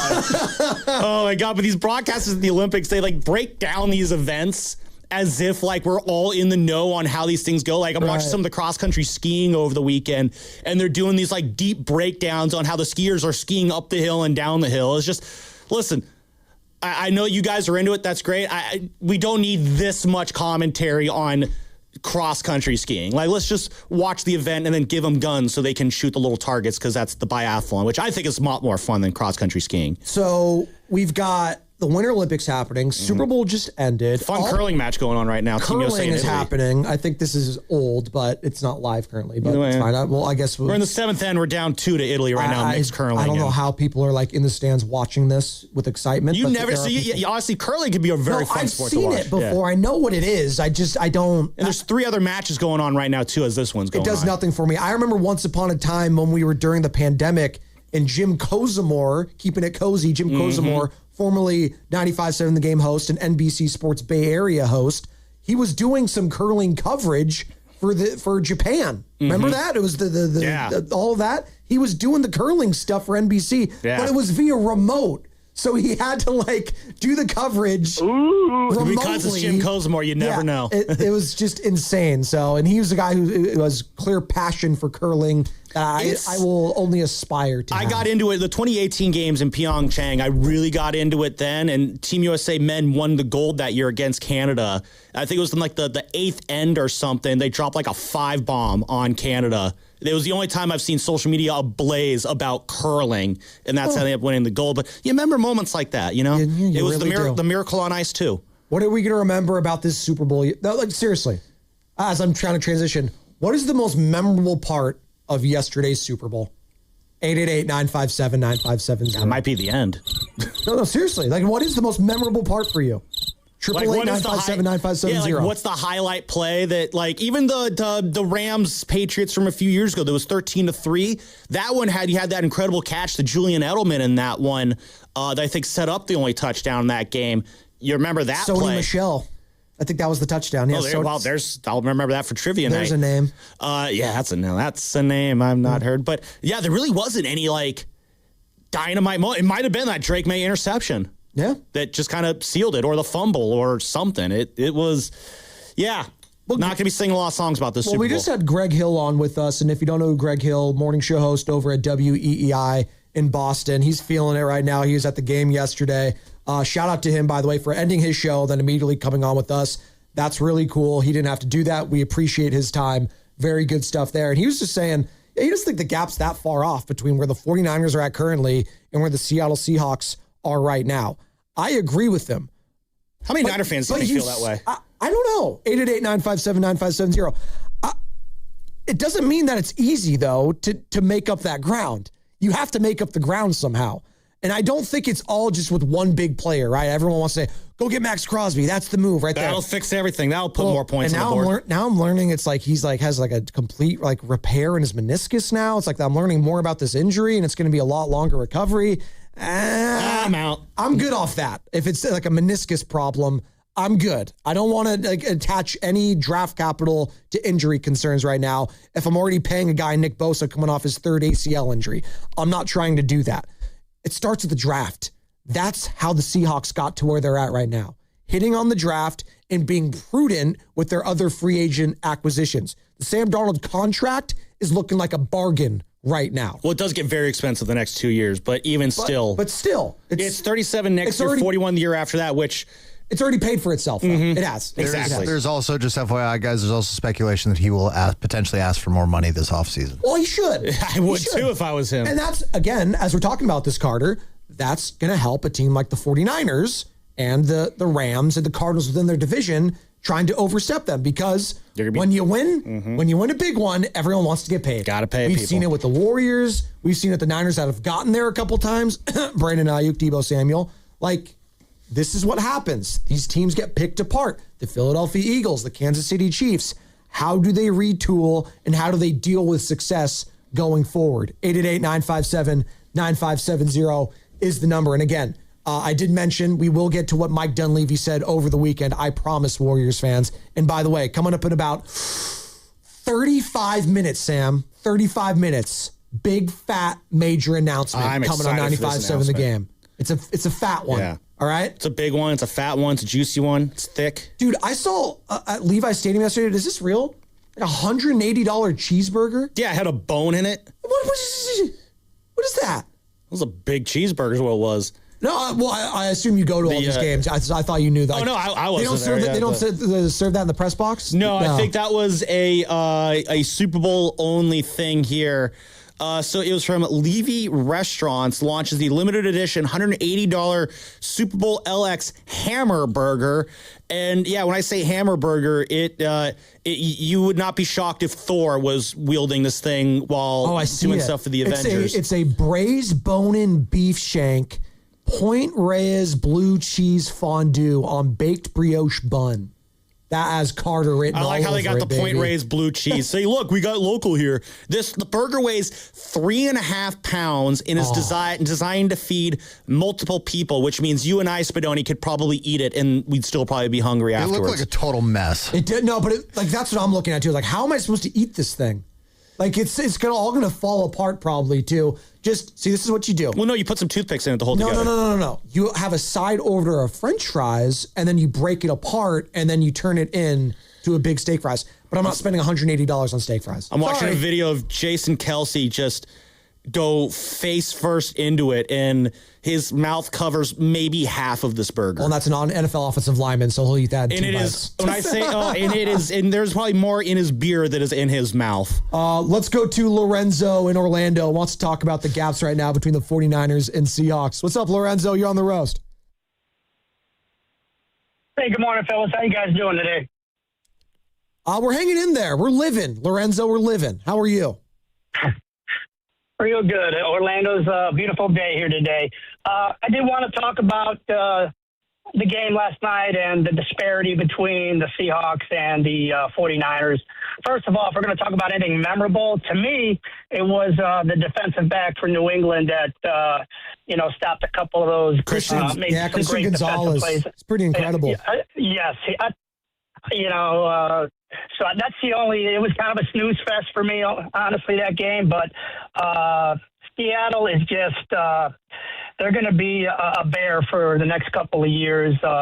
And where I see the disparity is, that Drake May yesterday looked like Brock Purdy when Brock was under heat the entire game, that last game against the Seahawks, the 41-6 game.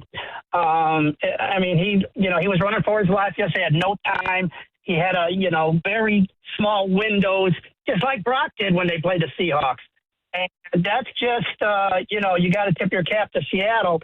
Their defensive line and secondary are just, just a bear. They're going to be tough. And where I see San Francisco, their defensive line is probably the poorest in the league. I think we had the least amount of sacks, if I'm not mistaken. So in order to catch up to the Seahawks, I believe you got to trade Mac Jones. You got to strike while the iron's hot. You got to beef up your offensive and defensive fronts. That's how you build championships, guys, is on the trenches. With draft picks, free agent pickups, but they got to be solid. You can't be missing on these guys. So there's where I see the Niners, what they need to do. Start with the trenches. We got a great quarterback. I think Brock is fabulous, but I don't care who you are back there. If you got no time to throw, it's going to be tough. So you got to, beef up the offensive line and beef up the defensive line and then work from there. But I think that's where it all begins. And again, Mac Jones, he's a very serviceable backup. He can start probably anywhere else. So, he's valuable. He's valuable right now. Get some, draft picks for him. Go through the free agency and start building up, beefing up your offensive and defensive lines. Thanks, Lorenzo. That's Lorenzo in Orlando. And that was the big story out of yesterday. And I'll throw that out to the audience right now. 888-957-9570. I mean, 49ers, this was sources, ESPN, 49ers not planning to trade quarterback Mac Jones this offseason. Yeah, I mean, Schefter was putting that out there yesterday. I was like, really? This isn't, is this all just, Schefter, tight with the Shanahans, going back to their Denver days? Is this all just a smokescreen kind of a thing to draw up more interest in Mac Jones as a trade target? Or are they really saying, you know what? No, we're good. Let's keep Mac as the backup. We have No, I struggle with this one, Sam, because it's going to go back and forth, I think, for the next few months. There's part of me that understands why you want a really good backup, because we just saw how important it is this past season. Your quarterback goes down. You don't know for how long. You need someone to be able to right the ship so the season doesn't tank, right? Mac Jones was probably the biggest bright spot of this past season. He was an incredible story. I mean, that win that he had at SoFi Stadium against Los Angeles Rams was incredible. No one gave them a shot. It was insane what he was able to do. That being said, this team needs help. And am I going to just have this guy be a backup the entire season, really not do anything if Brock Purdy stays healthy, where I could have had a second round or a third round pick and have that help this team and be an every down kind of a player?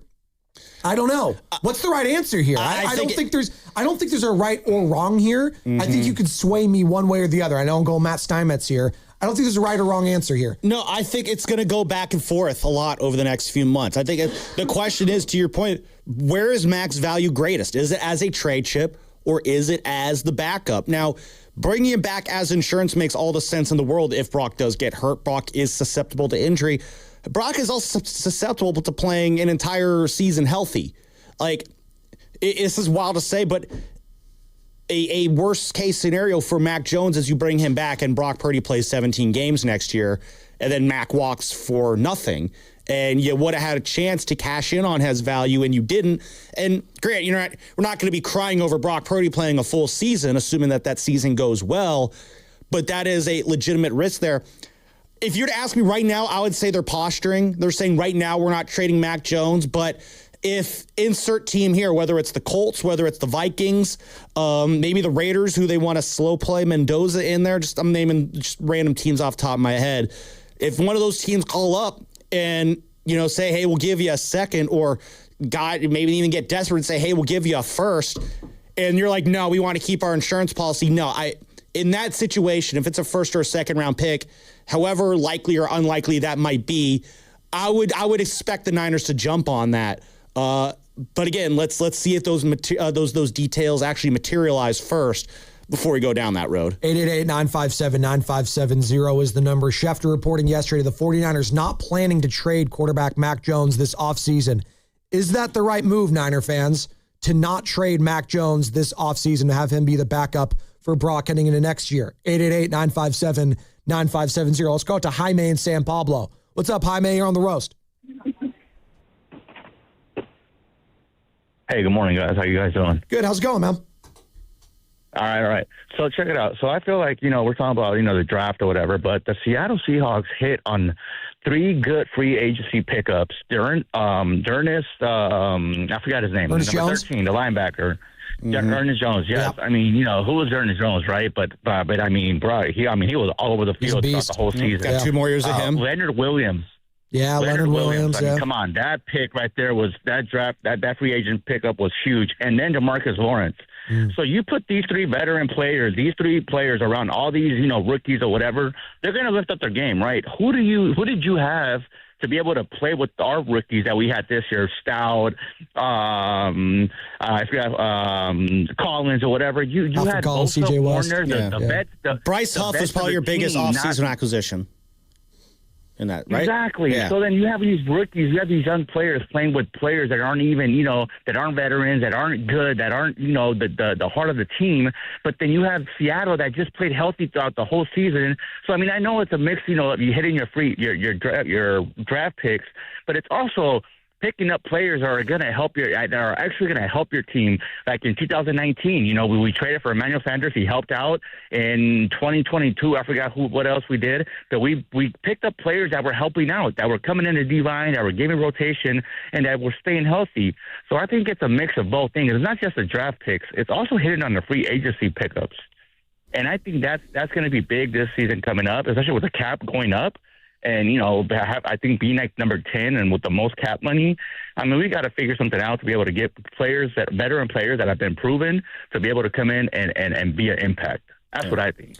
Jaime in San Pablo, I think it's well said, Jaime, because, they're going to have to hit in the free agency and in the draft. This is going to be the most important offseason in the history of Kyle Shanahan and John Lynch thus far. Yeah. It is. I'll also point out again, so the Niners have $25 million in cap space, so they do have some money to play with. Part of that is because they are getting off the Brandon Ayuk money, so that's going to give them some more money to play with. But it's also these teams are constructed very, differently. The Seahawks, a lot of their players are still on their early rookie deals, so they are able to, it's a lot easier for them to bring in free agents. And one free agent he failed to mention there, Jaime, was Sam Darnold. That was also a pretty big free agency pickup there as well. But the Niners, the reason the Niners haven't signed a lot of major free agents the last couple of years is because they've been too busy writing checks for the players that they drafted. Nick Bosa, Fred Warner, George Kittle, Diamador Lenore, Brandon Ayuk, for, all intents and purposes, it's part of that conversation as well. The Niners have been spending money, but it's on their homegrown players. The Seahawks haven't gotten to that point yet to where their homegrown talent is starting to get extensions. That's going to start happening in the next couple years. So, I mean, this whole thing of a 5-year window for Seattle, that might be a bit much to be predicting right here. It could happen, but let's see how the next 2-3 years go as their roster gets more and more expensive. The 49ers, free agency, yeah, it's a part of it. I think the Niners' path is probably going to be more, you got to have to fix it through the draft. Like I don't know if you have the financial resources right now to fix all your problems in free agency. You can fix a problem, not all of them. Another guy, and Carter mentioned this earlier, that's going to be a free agent. Rashid Shaheed, obviously, who they traded for early on this season, who was a big difference maker. How many, was it, 7 fair catches in the game yesterday? That was a record. Fair catches. That was a record. It's pretty insane. Well, hold on. That's another part of this game. And this team that's really underrated, though. 6 fair catches. Their special teams was insanely good yesterday. Like perfection. The punter, the kicker, the cat, like they were just so dialed up. On both sides, yeah. They crossed all the T's, dotted all the I's, and they've done that basically all season long. And that's an element that I actually think improved under the 49ers that I think gets lost this year. Their special teams dramatically improved. It did. Now, I know it kind of reared its ugly head after Rashid Shaheed takes the opening kickoff in the divisional round for a touchdown, your kick return coverage there. But Eddie Pinheiro was money for you. You better bring him back, by the way. If we're talking about like allocating like funds right now, you better like have some reserve for him because we saw what it's like when you can't trust your kicker, a la Jake Moody. You better be breaking off some for Eddie Money, a.k.a. Eddie Pinheiro. Who unfortunately we had to. I was really bummed about that. We had to pivot off it last week because obviously we had a big trade happening. Yeah, thanks. Thanks, Jonathan Kuminga. Sorry.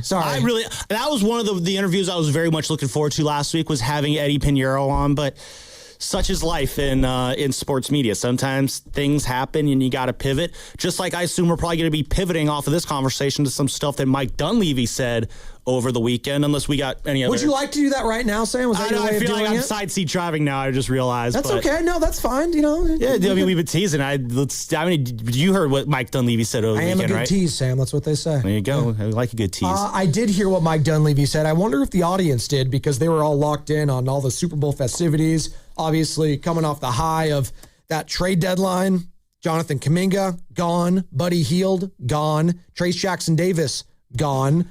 Kristaps Porzingis here in Golden State. First and foremost. So we've been told. Before I get to what Mike Dunleavy had to say about the trade deadline and all those moves I just referenced, what did you think about the trade deadline itself, Sam, from the Golden State Warriors, obviously trading Jonathan Kuminga, Buddy Hield for Kristaps Porzingis, and then moving off Trace Jackson-Davis for a second-round pick? I mean, I think this trade deadline, it's impossible not to view it through the lens of the honest rumors that we were wading through for the 2-3 weeks leading up to the trade deadline. And listen, I'm not going to sit here and say I was 100% convinced that Giannis was coming here, but I felt, I felt excited enough about it that I was willing to let myself possibly believe it could happen.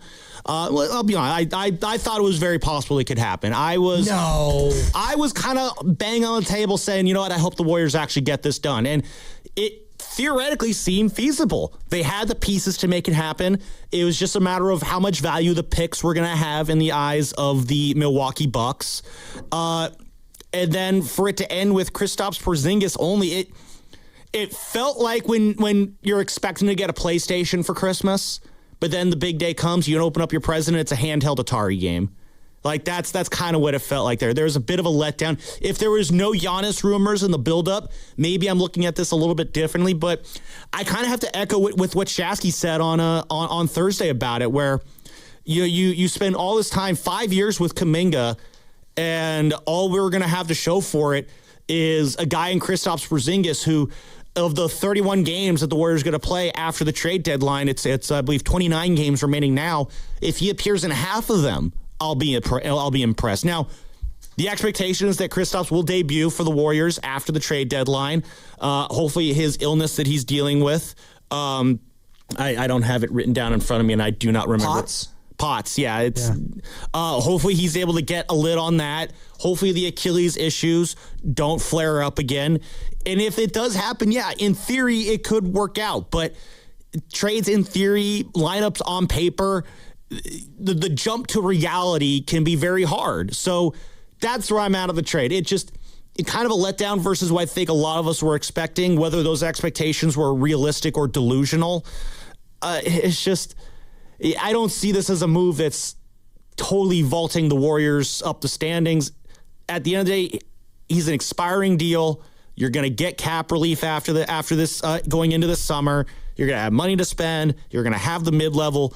At the end of the day, this all feels like a move to just clear the cap sheet going into this summer. So we referenced POTS. That's what the syndrome, the postural orthostatic tachycardia syndrome, is what Kristaps Porzingis currently has, and is a chronic, often debilitating autonomic nervous system disorder characterized by a rapid heart rate increase upon standing, causing dizziness, fainting, fatigue, and brain fog. A lot of big words there that I think I mispronounced a couple of them, but that's okay. All right. We're doing our best here. Listen, who needs to know words anyway? Broadcasting, electronic communications. All right, I'm not a doctor, man. As I'm doing my best. That's Nirav Pandya's job. Thank you. What is Doc Pandya up to these days? I know surgery. It's probably that's a good point. Doctor stuff. Mike Dunleavy, though, on the concerns over Porzingis' health. This was him Saturday at the podium prior to the Lakers game, in which the Warriors fell in Los Angeles, 105-99, the final there, as the Warriors are coming back home tonight to take on the Memphis Grizzlies. Or John Morant and what's left of the Memphis Grizzlies. But before we get into this, I'll be honest, I did not think this was Mike Dunleavy's best press conference. Well, it wasn't his best work, but it was his most juicy. I'll say that. No, for those on the outside looking to discuss it, absolutely. But if I'm Mike Dunleavy, I'm going back and looking at that press conference video, I might be thinking, you know what? I don't think that's not one I'm putting on the refrigerator. Let's take a listen. Mike Dunleavy, first and foremost, on the concerns over Kristaps Porzingis' health. We feel good about it. We looked into it pretty in depth, and we believe in our medical staff. There's no guarantees, there's no certainty, but with kind of where he's at right now, where he's been, we feel good about it. And on the other end of it, in terms of like what we're sending out, a player in a similar boat who struggled to stay on the floor. So I think from our standpoint, like, we recognize the risk medically, but it's a risk we're willing to take. Okay, risk they're willing to take. A lot of just like, hey, it could be bad, but there's no certainty in anything. Okay, all right. They feel good about him coming over here, and we'll see, right? Of course he's going to say that. He's not going to say, yeah, we have no faith in him playing. I'm not holding my breath, like, when it comes to Kristaps Porzingis. He might play. Is our burrito bet still in place? Yeah, it's still in place because I made it. 16 games? I don't back out of my bets. For me and Carter and you? No, I only made it with one person, all right?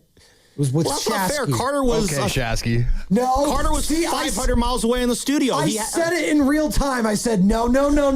You guys don't get to lash yourselves on with all of me here. Very Shasky move of you. No, stop it. I've seen why they call you Joe. Stop. Joe the Butcher Boy Spadoni over here. Oh God, you guys are killing me right now. Yeah. I'm gonna get through this segment. I promise. 15 minutes, big announcement. 15 minutes. We gotta be alive for that big announcement. We got a really big Carter, announcement. don't kill him, all right? I need to get my burrito when this pays off. Oh my God, we're gonna somehow get through this show. I promise you guys, somehow, some way. And I can't wait till Shasky comes tomorrow when we're both gonna struggle for air. Mike Dunleavy on the expectations for the rest of this season. I'm interested to see how it goes. I think this addition for us could be really good, similar to the addition to Jimmy, the way he gave us a boost. I think this is similar. Maybe not to that level. We certainly took off, but I'd say I'm not sure on our expectations just because, we got to get healthy. Steph's been out. We got to get him back, and we got to get some things right. But I'm anxious and interested. I don't really have expectations because it's kind of an unknown for us, and in some ways I think it'll be kind of fun, but I know we'll be really competitive. I know we'll fight, and we'll see where the chips fall. I love that. I don't have expectations. I think that's how the fans pretty much feel about it, right? I mean, that's where we're going to be at now. We go from win one for Steph to let's just not have expectations. Well, I listened to Mike Dunleavy say that, and it's almost as like, yep, Steph, I'm okay. You just take some time off. Well, to be honest, you know what? Take a couple weeks off. When Steph said last year that his goal is to just play meaningful basketball, that was to me the message that the Warriors have kind of acknowledged that there is no permutation of moves that they can execute and put together that gets them to the level to where they can knock off a team like the Thunder or the Nuggets in the West or the Celtics or whoever, or the Pistons or any of those elite tier teams in the East. I think they've kind of resigned to the fact that pending something out of this world as far as miracles go, the best you can hope for is kind of what happened last year, where get to the second round and then maybe something happens that from there. I'm going to play this one more time. Take a listen, Dub Nation. 888-957-9570. This is Mike Dunleavy, the general manager of the Golden State Warriors, on the expectations post-trade deadline for the rest of this season. I'm interested to see how it goes. I think this addition for us could be really good, similar to the addition to Jimmy, the way he gave us a boost. I think this is similar. Maybe not to that level. We certainly took off, but I'd say I'm not sure on their expectations just because, we got to get healthy. Steph's been out. We got to get him back, and we got to get some things right. But I'm anxious and interested. I don't really have expectations because it's kind of an unknown for us. And in some ways, I think it'll be kind of fun, but I know we'll be really competitive. I know we'll fight, and we'll see where the chips fall. I don't have expectations. Well, I think he thinks this could be good for the Warriors, but not to the level of Jimmy Butler. But I don't have expectations, but I'm anxious and excited what to see, but I don't have expectations. It's little, I'm not gonna say he's all over the place, but there's a little bit of different places. He's basically saying we're punting on the regular season, guys. Yeah, it's around. It's not. It could help us, but not as much as Jimmy. No, it's not. How does that land with the fans? Basically, if he's basically saying we're punting on this regular season, guys. How does that land with the fan base right now? 888-957-9570. Because that's basically what he said. But then, at what point, what's the goal then? It's kind of a little late to be punting on the regular season. You've won too many games to tank for a legitimate lottery spot. Yes, and Carter brought this up to me over the weekend. The Warriors could fall into the 12th spot of the lottery and have a 0.8% chance of moving up to number one. It's theoretically possible, but it's all you need nowadays. You just need a miracle. But again, if your strategy is, well, maybe we'll get a miracle. Cooper Flash. I don't think that's much of a strategy. Boozer. That's basically what it's just. Well, then what? So are we resting Steph the rest of the way? Is Steph going to want to do that? What if Steph wants to play basketball? He's got his own, career numbers that he's trying to boost up. He wants to hit more threes and keep that number getting higher. He can still play if he wants to, but it's going to be very hard to tank for a draft spot if Steph's playing. We'll just, back ends of back-to-backs, we'll give him the Al Horford treatment. How about that? And how many back-to-backs do they have left? He's an old man. We got to protect him. I feel like even right now, this team's still going to be in the play-in. And I think they could win a play-in game or two in a one-game, one-off situation when you got Steph, if he's feeling it. It's if you have Steph, you have a chance in a one-game play-in game. Did you watch that Lakers-Warriors game, by the way? Well, seeing as I had to do pre- and post-game for it. It was one of the most painful watches. That first half. Yeah. Oh, my God. Try spending an hour by yourself talking about it afterwards, which is what I had to do that night. Oh, wait, you did the game. That's right. I did pre and post. You were here at 95.7 the game, Sam. It was an ugly you did pre first and half. the post. You did both. The pre-game's easy. It's just maybe the Warriors win tonight. Post-game. It wasn't even you didn't even have Luka there. You had LeBron at least. No, and LeBron, I thought LeBron, this is where he's at right now. You can tell he's at the end because he still has it, but only in small bursts. LeBron, for the first half, was largely forgettable. And then he puts up his best third quarter scoring-wise of the season. And then in the fourth quarter, he's largely forgettable again. 12 of his 20 points were scored in that third quarter on Saturday night. And that's all he needed to do. He knows when to pick and choose his spots. It's just the Warriors, they're not going to be able to beat teams that are significantly better than them, which is all the teams in the top 6 of the West right now. They're probably a play-in team for the most part. It's just... This just became The goal is to maximize the end of Steph Curry's career, and the Warriors got a lost season now in the middle of that effort to maximize the end of his career. 888-957-9570. Mike Dunleavy says there are no expectations. He has no expectations, I should say, for the Warriors the rest of this season. What say you, Dub Nation? 888-957-9570. What should be the expectations the rest of this season, quite frankly? I think that's a fair question. I don't know. Like, I don't know what the expectations of this team should be. You got Kristaps Porzingis here. Am I supposed to expect that he's going to get healthy at some point and contribute at a high level? Is that a fair expectation? I don't think so. I would like to think that I could still continue to count on Steph playing more and more, but if I'm not playing for like a playoff spot at this point, or if a playoff spot doesn't really matter, then why should I risk putting him out there and having a Jimmy Butler situation times 2, which would be even more catastrophic because it's Stephen freaking Curry. I mean, right? if you can get Steph to sign off on sitting for the rest of or most of the rest of the year, sure, that's great. But let's get him to sign off on that before we head down that road. Let's go to Cameron and Andy. All wants to join in the conversation. By the way, coming up in 9 minutes, big fat major announcement here on 95.7 The Game. Major announcement. Yeah, Carter. You better believe it. What's up, Cameron? What's up? Yeah, this is insane.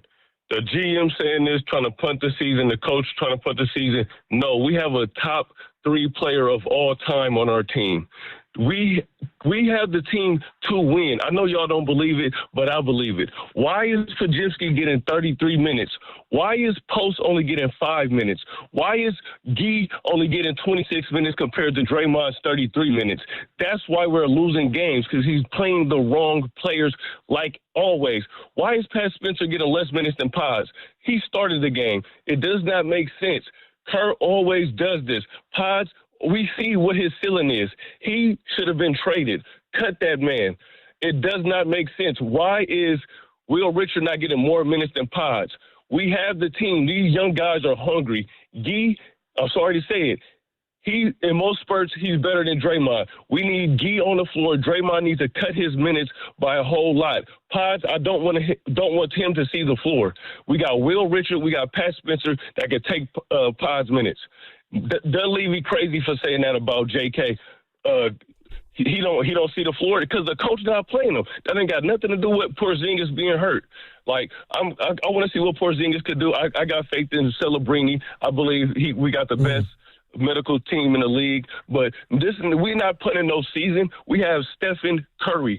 He can do anything when he's surrounded by the right players. I know it's tough. Draymond, we love you, but you got to get to the bench. You went to the bench in the finals versus the Celtics, so it's 3-4 years past that now.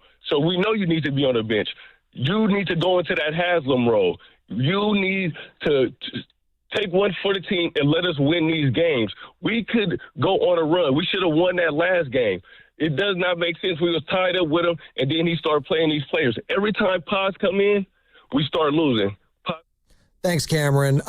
Listen, and I know Cameron's been on. He's always been on Pods. He's always been on Steve Kerr. But I want to get back to what he said about you can't punt on a season where you have Stephen Curry. I understand that sentiment, but at the same time, Stephen Curry does not automatically equal like NBA title. Just because you have him doesn't mean you're destined to go on this huge run. You need others around Stephen Curry.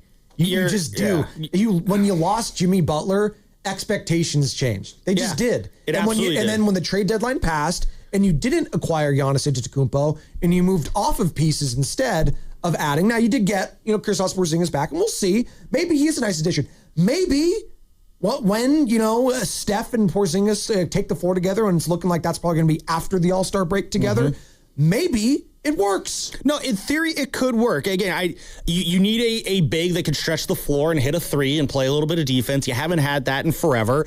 Al Horford doesn't provide that enough.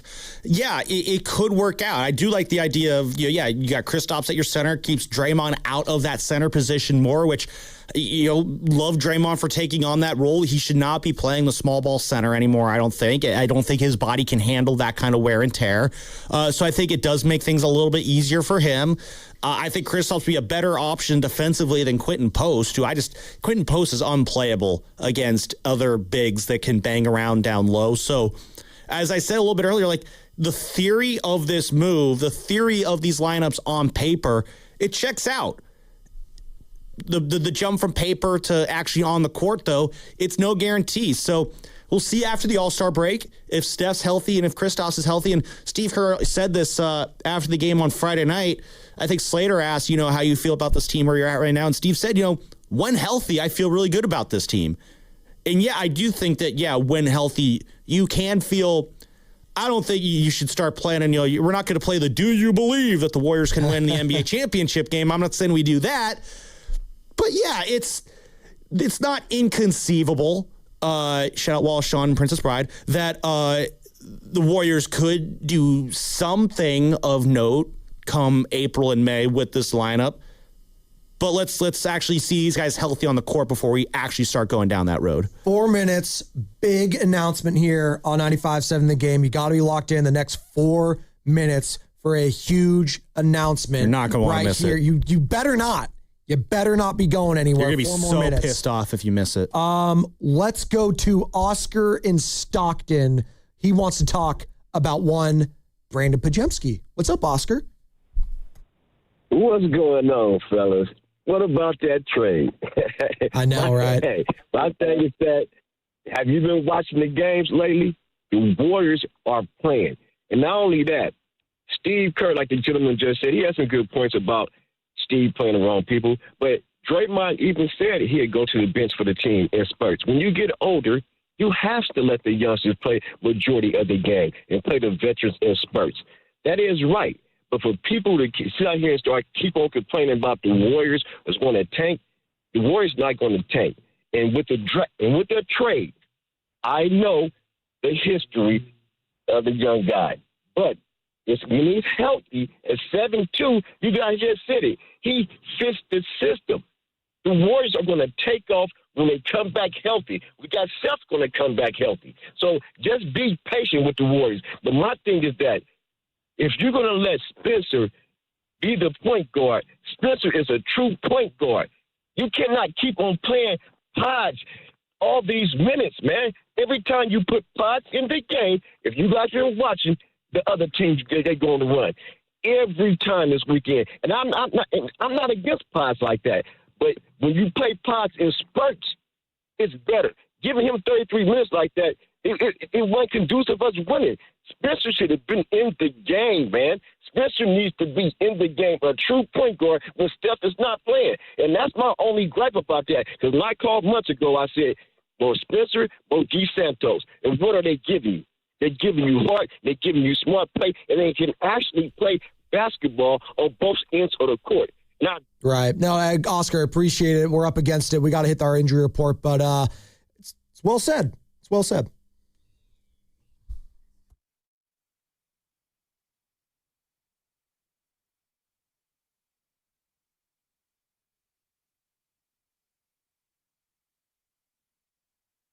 Talking about the Warriors, they're going to be without Steph Curry tonight. He has been ruled out as he continues to heal from the patellofemoral pain syndrome, also known as runner's knee. Steve Kerr on Saturday did not rule out waiting until after the All-Star break to get Curry back on the court. The injury report was brought to you by Boxer & Gerson, Northern California's premier workers' compensation law firm, helping injured workers get their lives back for over 40 years. As you are listening to 95.7 The Game, KGMZ FM and HD1 San Francisco, an Odyssey Sports Station in the home of the Golden State Warriors and Valkyries, always live in the Free Odyssey app, coming live from the Laughing Monk Studios. All right. We've been waiting. We need a drum roll, Carter. We really need to make this big time. I've been teasing this announcement. Come on. We got there we go. Okay. Now I need to get my read. All right. Here it is. We are giving you a chance to do something that money can't buy, baby. Starting today, it's your chance to register to play a game of Knockout on the Chase Center floor. That's right, baby. Knockout is back. Let's go. That's right. Your chance to shoot hoops on the floor that Steph Curry plays on. Every show will be giving out opportunities every day starting Monday, February 16th. That's next Monday, February 16th. It's an opportunity you can't get anywhere else.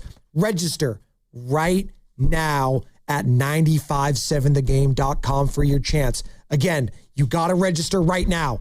957thegame.com. Let's go. I'm freaking pumped, baby. Fired up, man. We got to prevent Oh, no. Don't. We got to prevent this from happening. I'm holding up this picture because I want everyone to know we cannot let Mark Grandy go for the three-peat. All right? I'm holding it because I want to anger everybody into wanting to register so they can beat this guy. So this is going to be our third consecutive knockout tournament in a row. It's going to be at the Chase Center again, which is awesome. We were all there last year. I did make the championship round, just letting it be known. I know you guys are trying to poo-poo my shooting form. It works, all right? Hey, I didn't poop. My jump shot's worse than yours. All right. It goes in. That's all I care about. But I'll say this. What's more likely to happen? Guru is the first person knocked out for the third consecutive year, or Mark Grandy wins it for the third consecutive year? Well, if I'm Guru, I just wouldn't. 888-957-9570. If I'm Guru, I just wouldn't go first. Like, I'm going to go in the middle of the line. I think we kind of have to at this point. It's a bit that, like, we just need to he has to go first again, right? I think we got to make Grandy go first. No. Let's put him on the spot right away. He's Mr. Jump Shooting Artist. Let's hit him on the spot right away. Grandy buries himself at the end of the line every year. Does he really? 100%. It's a smart way to do it. That's what I do. I got a feeling we're going to have to tinker some things this go around. And again, we got some time here to figure it out. I don't know if you played Knockout back in elementary school. I did. Spadoni. I was very good. But when we played it, if you I was All-American. If you won in Knockout, you had to be the first person to go in the next round. Correct. Dems is the breaks if Correct. you are the winner. That is what we mean when you say suffering from success, because your success causes you to suffer because you got to go first in Knockout. That's absolutely what DJ Khaled meant when he titled the album that. Did you see the commercial yesterday with DJ Khaled? I didn't notice him in a commercial, which is crazy because he's a very hard person to miss. I think it was like the GLP ones. It was like the weight loss ones, and he was. Oh, that's right. Yeah, the Wegovy one. That's right. The best commercial I saw yesterday, it's halfway home here. Sam Lubin filling in for Joe Shasky, by the way, doing a hell of a job. Joseph Doney alongside you. It's the morning roast. Seahawks obviously won the Super Bowl, 29-13, the final there. But we've been talking about it all. Talking about that. Mike Dunleavy presser. Just wait, by the way, because we got some juicy Mike Dunleavy sound. General manager of the Golden State Warriors, talking about Draymond Green, whether or not he was actually involved in trade talks. And it is spicy, ladies and gentlemen. Size large. We will get into it. But the best commercial I saw yesterday during the Super Bowl was actually the tight end commercial, where it was talking about relax your ends. So you get a prostate exam? It was great. It was a great message, and George Kittle was a part of it. Tony Gonzalez, all these guys. Gronk. Relax your tight ends. It was very good, and it was a great message, and that was my favorite. I would have thought you would have liked one of the two Backstreet Boys commercials. I did love those. There was ones. the T-Mobile one, and then there was the one they're doing Backstreet's Back as like a karaoke. Coinbase. Yeah, and I'm singing along. It was like, this is fun, a little karaoke commercial, and then it's like, go to crypto. It's like, all right, you got me. That takes all the fun away from it. I know. I just did all the singing for no reason. I like that Dunkin' commercial with all the de-aged 90s sitcom stars. That's pretty good. You had George Costanza. Yeah. Carlton was Alfonso Ribeiro. He was de-aged back to his time in the 90s. Ben Affleck. That was a fun one. I thought the Clydesdale raising the bald eagle. That was a fun one too. And then there's always that random commercial that has nothing to do with anything, but it just makes you sad. It's just like the Lay's potato chip one, just like the farmer and the daughter. And I guess Lay's is doing pretty good if they're dropping 2 commercials out there. I haven't had a bag of Lay's in quite a while. So yeah, that was going a lot of AI commercials. I thought I counted 3 AI commercials. You a big plain Lay's potato chip guy?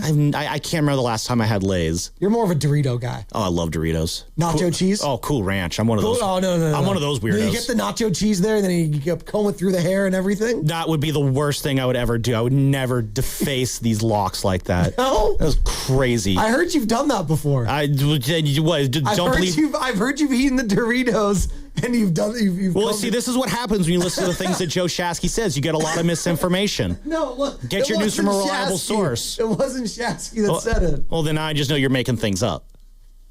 I've been known to do that once upon a time. Oh, again, I'm glad you work in the media. What about the other one I want to bring up? Then we can move on to other things. Pepsi stealing the Coke polar bears.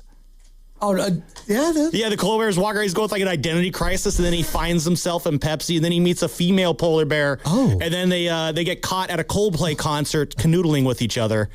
And That's pretty good. All I'm thinking is like, 1 second you're cheating on your wife at a Coldplay concert. Next thing you know, Pepsi is using 2 polar bears to make fun of you during the Super Bowl, man. Life comes at you fast. I got somewhat of a cough right now. I'm trying to work through it. And Carter and you guys keep making me laugh. And it's making my job very difficult this morning. I know, we're doing this on purpose. He's doing things in the back that you're not supposed to be doing with your hands. Carter, you need to relax. You need to relax. Okay. I think we're going to 812 here, right? I think. Yes. Right? Okay, we are. All right. Sorry. I don't know. I remember my first day on the show too. Well, sorry. Well, I'm slowly getting back into like the swing of things here. I was out remote all last week. I'm back in the regular studio. You were this out week. for the count this past weekend. No, I really was. Yeah, I wasn't talking to anyone. Although I saved Risotto's ass. That's just a conversation for another day. When it comes to social media. No, that's a conversation for right now. How did you save Risotto's ass? No, I definitely can't. It's not a conversation forever. Oh, okay. It's a conversation. Okay, you'll tell me off air then. Carter knows about it, and it's pretty incredible. All right, I know we're talking about in 6 So minutes. by the way, Knockout Show behind the show. Knockout is back. Start registering now. 957thegame.com. Your opportunity starting to join the Knockout tournament starting Monday, February 16th. Chase Center floor. Be there or be square. Can't wait for that, Sammy. I also can't wait to hear from Mike Dunleavy because a lot was made, Sam, from Draymond Green last week. You might have heard. He was very introspective. He was very candid. He was going straight up philosophizer last week. He was a very reserved Draymond Green talking about his potential last days in Golden State. He thought he could be traded, quite frankly. He was on the chopping block. He was told from Steve Kerr. At least that's what he said to us, right? He said the head coach said, hey, this is my first time being a part of trade conversations. This is, I've never, I don't know how to act before. Joe, he was telling his son, like, hey, I might get traded. How do you feel about that? Like, that's how serious it was in Draymond Green's eyes. I think all of us here at the station, all Warrior fans, probably assume that if a Giannis trade does go down, that Draymond Green would be a part of it because there's rules. You got to make contracts match. His contract, but plus Kuminga, plus others, is a match. Who's going to be that or Jimmy Butler? And we learned that whether it was Nick Friedel, who covers the team for The Athletic, or whether it was Mark Stein, Yahoo Sports, who had reports as well, they're not moving off Jimmy Butler's contract. Yeah. So if they're not moving off Jimmy Butler's contract, that only logically means speaking, it's Draymond Green and others. Mike Dunleavy, though, on Saturday, speaking to the media, walking that one back. I mean, I'd walk that back a little bit. His name was not in conversations, other than the ones where teams call me and ask about him, which they do every year. So nothing's new there. I mean, the idea that he stayed with the Warriors past the deadline was greatly exaggerated. It was never a possibility of him not being here, or remotely close, to be honest. And I've conveyed that to him. I think he knows that. But when stuff comes up in the media, I think, it feels different for the players. And I think that's the first time it happened for Draymond. So he's dealing with it in a certain way. But the reality is nothing was close and nothing was considered. And when Draymond was not being shopped or talked about in deals. So it's a little bit misleading, and, we're kind of picking up the pieces here, but I think he's in a great spot, and so are we moving forward. Okay. There's a lot right there. Quite a lot there. Let's play the back and forth he has, though, and then we're going to react, and I want the phones to start lining up here at 888-957-9570. Here's the back and forth about it not being close to trading Draymond Green. I'd assume nothing was close in your pursuit of Giannis. What would give you confidence? Why is that? Because he would have to be in the deal, or Jimmy. Okay, well, you're putting words in my mouth.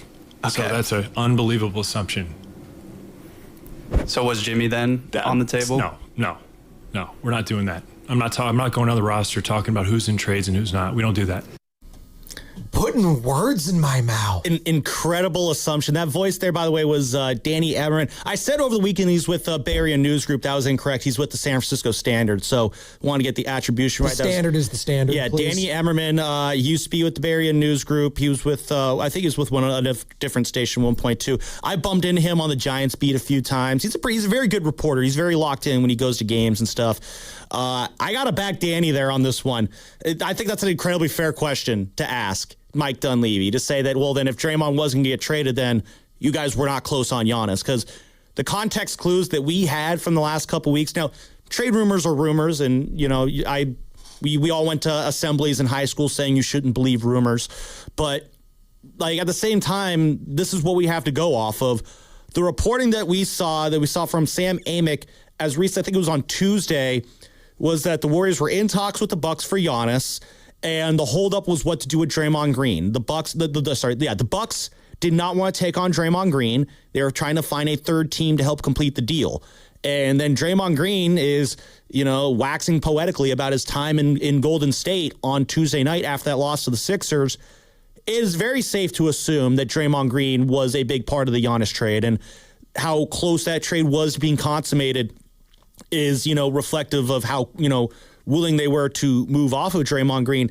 To snap back and say that, no, it was never close, then that's an incredible assumption. I'm against Mike Dunleavy on that. Something was clearly said between Draymond Green and upper management, and there is a fractured relationship now. There just is. So, and maybe this is Mike Dunleavy's way of trying to poo-poo it and put a fire out and try to say, hey, we didn't make a trade happen, and I'm trying to, you know, put the pieces back together here, and Draymond's still a part of the team, and we got to make this thing work. But that was not what you wanted to do on Saturday. A snappy and fiery Mike Dunleavy going at Danny Emmerman, of all people. Let's peel this back more on the other side. 888-957-9570. Mike Dunleavy basically saying, yeah, Draymond Green wasn't really close to being in trade talks for Giannis Antetokounmpo. Are you buying what he's selling, Dub Nation? Because I'm selling it big time on 95.7 The Game. Brought to you by Safeway. Dreaming of the perfect kitchen? Make it a reality at Friedman's Appliance in Pleasant Hill. Explore Bosch appliances in live working vignettes and see the innovation in action. During the Buy More, Save More event, you can get up to $4,000 in rebates on qualifying Bosch kitchen packages. From refrigerators with the Farm Fresh system to keep your food fresher longer, to dishwashers with precision wash technology that wipes out 99.9% of bacteria. Own the kitchen like a Bosch. Visit Friedman's Appliance in Pleasant Hill or online at friedmansappliance.com today. That's another amazing run by Team USA. Mom, think I'll be on Team USA one day? Well, I'll take this one. What? Are you speaking to us? Yes, and to answer your question, anything's possible, especially with Xfinity. So, I can be the best snowboarder ever? Well, I can't guarantee that, but Xfinity can guarantee that your internet price won't change for 5 years. Okay. What if I practice every day? Then maybe you'll be snowboarding for Team USA at the next Olympic Winter Games. And Mom, you'll still be paying the same price for Wi-Fi. Ooh, really stuck the landing there. It's the Xfinity Gold Medal Celebration. Now through February 22nd, get our best price on gig Wi-Fi for 5 years guaranteed, just $50 a month. Plus, get Peacock Premium included for 2 years. That's a $10.99 value per month. Xfinity. Imagine that. Proud partner of Team USA. Restrictions apply. Requires paperless billing and auto pay with stored bank account. Taxes and fees extra. Actual speeds vary. We've all been there. Sleepless nights, mind racing, wondering if your business's security service is really protecting what matters. At Bay Alarm, we can put your security insecurities to bed. Video security, burglar alarms, fire alarms, access control, 24/7 monitoring, and more. Our advanced technology and personalized support ensure you can rest easy, knowing we're here for you, your people, and your business. Visit bayalarm.com to talk to a local security expert. Bay Alarm, we got you. Saturday on the CW. Driver, start your engine! The new NASCAR season roars into action at the Daytona International Speedway with all new drivers, new rivalries. Somebody needs to break his teeth in. And a brand new name. The NASCAR O'Reilly Auto Parts Series. Buckle up for pure raw racing live from Daytona. Let's turn them loose. The NASCAR O'Reilly Auto Parts Series. This Saturday at 1 p.m. on Cron 4, the CW. Come on, kids. We're almost there. The map says straight ahead. One-a-day 50-plus multivitamins are made for your overall health, with nutrients to support your brain and muscle function. Because don't you want to make the most of each day? So even on the family hike, you're not just keeping the pace. Hey, Dad, wait up. You're one step ahead. One-a-day 50-plus. The one for you. This statement has not been evaluated by the Food and Drug Administration. This product is not intended to diagnose, treat, cure, or prevent any disease. Hey there, it's Bonte with the report from River Islands in Lathrop, where the good life can be your life. The home selection has never been better, with neighborhoods designed to fit a wide range of lifestyles. Whatever is on your list of must, an amazing kitchen, a home gym, a private office, or a separate suite for your in-laws, there is a place here just for you. Priced from the low 600,000s to over $1 million. The town center, located by Islanders Field Ballpark, is well underway, with the Redwood Cafe opening this summer and a community amphitheater being built for events, concerts, and community get-togethers. Sutter Health is building medical offices, and a major grocery store will be announced soon. The town center is going to be a great place to hang out and enjoy the River Islands lifestyle. This month, Clearwater by Signature Homes will be hosting a grand opening, and the Lakeview Club at Dale Webb's 55-plus community just had its debut. And construction is moving along for the 4th K-8 charter school to be ready for the fall term. Isn't it time for you to discover the islands?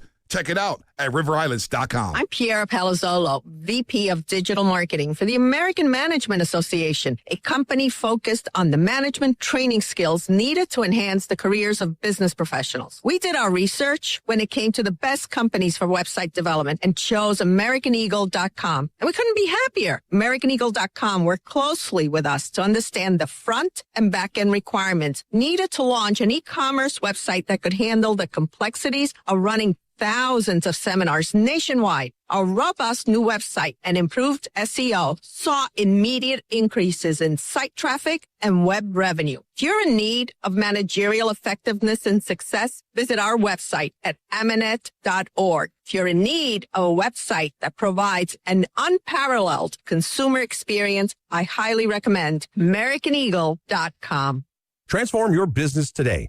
Dial 877-WebNow1 for a free digital consultation with AmericanEagle.com.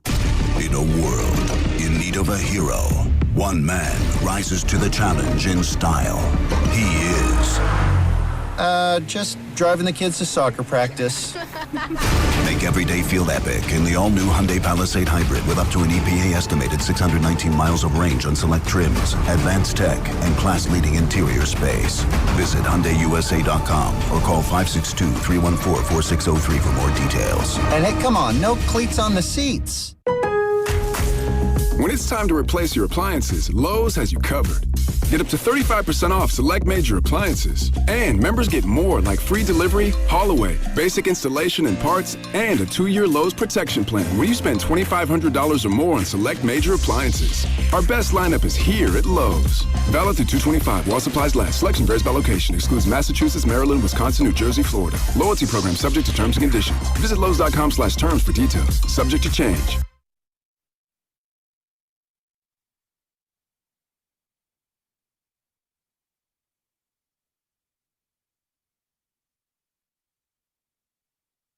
You're listening to The Morning Roast with Joe Spadoni and Joe Shasky on 95.7 The Game.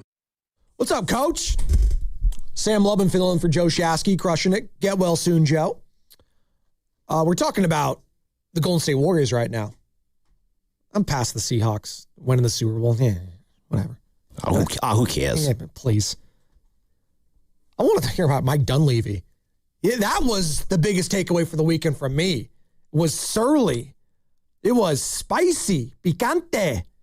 Mike Dunleavy, general manager of the Golden State Warriors, saying, Draymond Green wasn't really in trade talks. What are you talking about?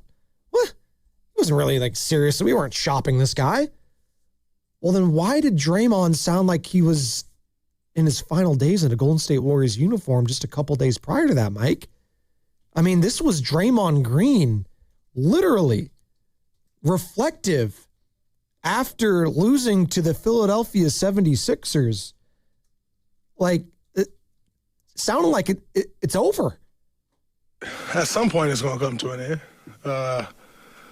Whether that's a day or two or a year or two, it's gonna come to an end at some point. You gotta be okay with that. You know, it's not something that I can hold on to forever because I can't play basketball forever. So it's gotta come to an end at some point. Okay, he sounded like it's got to come to an end at some point, you know. And then this is what he said again Tuesday night after losing to the Philadelphia 76ers on his conversations with the front office. Probably not quite the conversation y'all think it was, though, but... Anything you want to share? No. But I will tell you, it's probably not quite the conversation you think. Okay. But yeah, I talk to them pretty often, though. So, it's good. We'll see. Okay, so at some point it has to come to an end.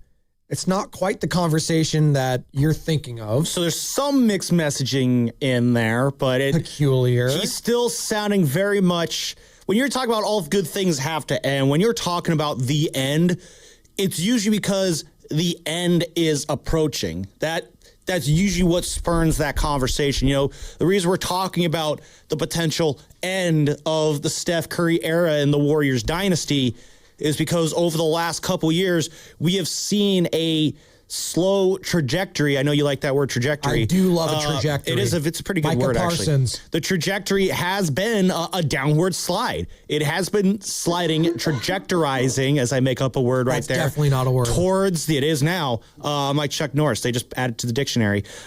It's trending in the direction of, this is over.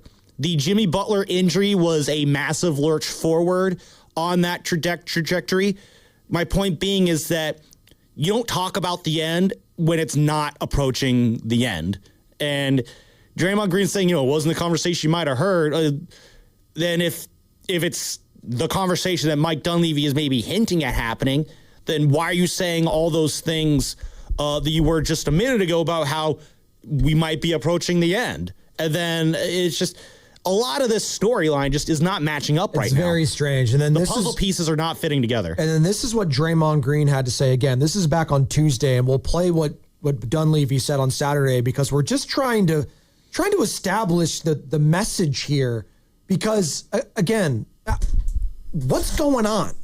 Either he was a part of trade talks for Giannis Antetokounmpo, he was a legit person that was a part of these conversations, or he wasn't. It's really shouldn't be this difficult. These to talk timelines about. are not syncing up. You talk about two timelines; these are unsynced timelines. He was definitely a part of them. I just don't know why Mike Dunleavy has to be so anti.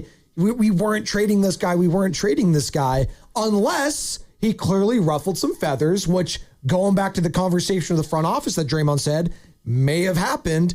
This is what Draymond had to say about talking with Steve Kerr and how when he talked to Kerr, that's when it really became real for him about these trade talks. That's when it got real for me. Yeah. It's like, maybe I should be a little more worried about this than I am. I didn't get worried about it, but I was like, okay. Yeah. It's interesting. He was like, how you doing? Like, I'm good, coach. Like, I know all these trade rumors and stuff. It's like, it's weird. It's like, yeah, it's crazy. And then he's like, how's Hazel handling it? And that's when it got real to me. I was like, I haven't spoke to her about it. It's not something we've spoke about. That's when it got real to me. So today on the way to the game, I spoke to my son about it. And I was like, what if I get traded? It's like, why would they trade you? It's like, it's just a business. I've never been traded, but it can happen to anybody. And he was like, I just don't understand why they would do that. Okay. So it became real when Steve Kerr brought it. So this was a real thing for Draymond Green. Going back to Saturday now, a couple days after those comments, Mike Dunleavy. I'd walk that back a little bit. His name was not in conversations other than the ones where teams call me and ask about him, which they do every year. So nothing's new there. The idea that he stayed with the Warriors past the deadline was greatly exaggerated. It was never a possibility of him not being here, remotely close, to be honest. And I've conveyed that to him. I think he knows that. But when stuff comes up in the media, I think it feels different for the players. And I think that's the first time it happened for Draymond. So he's dealing with it in a certain way. But the reality is nothing was close and nothing was considered. And when Draymond was not being shopped or talked about in deals. So it's a little bit misleading. And, we're kind of picking up the pieces here. But I think he's in a great spot. And so are we moving forward. I'd assume nothing was close in your pursuit of Giannis. What would give you confidence? Why is that? Because he would have to be in the deal, or Jimmy. Okay, well, you're putting words in my mouth. Okay. So that's an unbelievable assumption. So was Jimmy then on the table? No, we're not doing that. I'm not going on the roster talking about who's in trades and who's not. We don't do that. Unbelievable assumption? It's really not. We all have the trade machine, Mike. It's literally one or the other if you're going to trade for Giannis Antetokounmpo. That's literally the only ways you can acquire that guy. In theory, you could package Kuminga and Moody and Horford and Buddy and and Pods and a third of your entire roster to make it happen. But no, that's also not how things work. So yeah, if you're not trading Jimmy, the only way you are getting Giannis, which, again, a week ago, Mark Stein is reporting that the Warriors are willing to trade Draymond Green, Pods, and Kuminga to the Bucks for Giannis. Sam Amick reporting on last Tuesday that, they're having conversations. It's just a matter of what to do with Draymond Green. There's another rumor out here that I'm looking at in that Draymond would be happy if he could have gotten rerouted to the Lakers as part of that trade. I believe Brian Windhorst brought that up. I mean, Stein, Amick, Windhorst, these are guys who have been around doing this for a long time. They're tapped in. I trust what they have to say in these situations. All this sounds like, it sounds like Draymond was close to being traded if it was not going to be Jimmy Butler, unless they were, not being honest about not wanting to move off of Jimmy Butler, which I don't think that would be the case. I think that would be incredibly stupid to be dishonest in that situation. So, yeah, it just comes back to none of these timelines are adding up. And then that does come down to then, well, if Draymond was never moving, then you never were really going to make that move for Giannis, which, again, if the goal is to create a meaningful situation for Stephen Curry, that is how you do that. But then apparently you weren't trying to do that. It just adds to this huge cloud of just what the heck is going on with these guys. I feel like he could have just done himself some good and just said, hey, we're always having conversations with all the teams about certain players. Keep it generic. You always keep it generic with like these what John Lynch does. Correct. You always say, hey, we're always going to have conversations. We're never going to be above checking in on certain players, or whether it comes to our players, we're always going to have conversations and keeping our phone lines open. That's what we're going to do. And our phone lines are open right now, 888-957-9570. Dub Nation, how we feeling about the disconnect right now between Mike Dunleavy, Draymond Green, and whether or not his name should have been part of these trade talks, whether they were. They were. Let's just keep it a buck. Mark Stein is credible. Our guy Nick Friedel, credible. Sam Amick, credible. Brian Windhorst. Draymond's great name was a part of this conversation. Draymond himself said it. So, and I understand what Mike Dunleavy's trying to do. He's trying not to alienate one of his players on his team, one of the legends on the team. He doesn't want to do that. But clearly he already feels alienated. Like go back to Tuesday night. This is Draymond Green on his conversations with the front office. Just take a listen. Probably not quite the conversation y'all think it was, though, but... Anything you want to share? No. But I will tell you, it's probably not quite the conversation you think. Okay. But yeah, I talk to them pretty often, though. So, it's good. We'll see. Not the conversation you think. I mean, what conversation does he think that we thought that he thinks that we thought that we were at? You see how this can start to spin around. Is that White Goodman? Is that dodgeball? Exactly. That's my second White Goodman reference in the last hour. I like that movie, Dodgeball. I don't know. I don't know what. Maybe he was told then that, hey, these things are cooling off. The Bucks don't want you, and we're probably not going to be able to get that trade. And because that, if you're asking me what my big takeaway from this trade deadline is, based on everything that we saw reported that was talked about that went down or did not go down, if indeed the Warriors, again, had no intention of trading Jimmy Butler, which I believe, then Draymond Green was the big trade chip along with Jonathan Kuminga that the Warriors could have moved, especially if they wanted to get Giannis. the Bucks didn't want Giannis, and it sounds like no other team, the Bucks didn't want Draymond. They did want Giannis. They decided to keep him. The Bucks did not want Draymond, and it sounds like no other team wanted Draymond, which tells me that there are 31 teams in the NBA right now that are looking at Draymond Green, a future Hall of Famer and a very smart defender, and we're like, yeah, we don't want to deal with that. Part of it could be because of the Draymond Greenness of Draymond Green, but another part of it, the basketball part of it, is he does have a player option for, I believe, $26 million for next year that he is absolutely going to be exercising, because if he hits the free agent market, he's not getting anywhere near that money. And if you're going to bring on a guy like a Draymond Green, you want it on an expiring deal. And that it could be any player without a history of antics. If you have that $26 million hit next year, a lot of teams aren't going to want to touch that. And then you can add in all the extracurriculars there. So I'll say my big takeaway from this deadline is that Draymond Green is just an asset that nobody wants right now. And speaking of Draymond Green, this is him via the Draymond Green Show, shout out Odyssey, on his talks with Dunleavy and Kerr before the deadline. When you're not winning, everything becomes a possibility. And so for 13 and a half years, I have not dealt with that. Then I have my conversation with Steve. All right, man, this is real, huh? Like, all right. Then I have a conversation with Mike. He texts me. He said, call me. It's not urgent. Not urgent.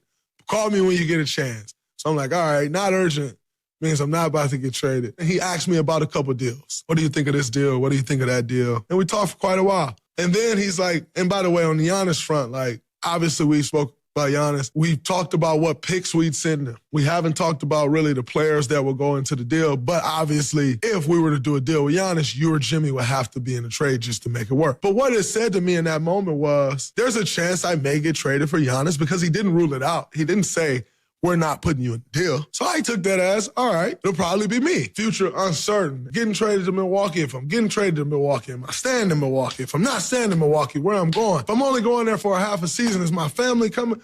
What the hell is going on?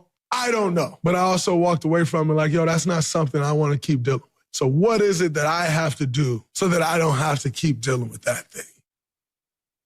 Well, what's that supposed to mean? What do I need to do to not keep dealing with it? Dealing with what?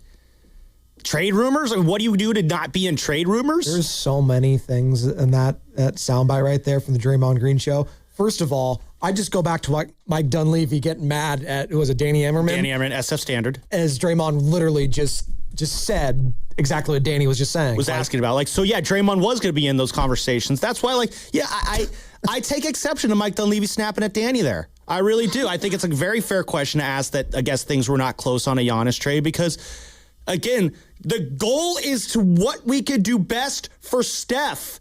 That is the goal here. Like, when Jimmy goes down, yes, is it a lot to pivot to Giannis there and to make this team better? Yes, that is a big ask.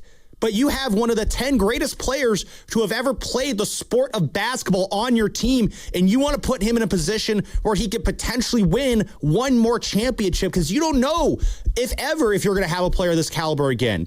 And then it makes sense to do it around a Giannis trade, because Giannis can be that guy who bridges the post-Steph years to whatever comes after that. So, yeah, it makes all the sense that the Warriors would be in on this trade. It makes all the sense the Warriors would be aggressive on this trade. And what you essentially did is to placate Draymond's ego. You're essentially saying that, no, we were not actually as all in as you may have thought we were. And that's like, well, then what are we all in on?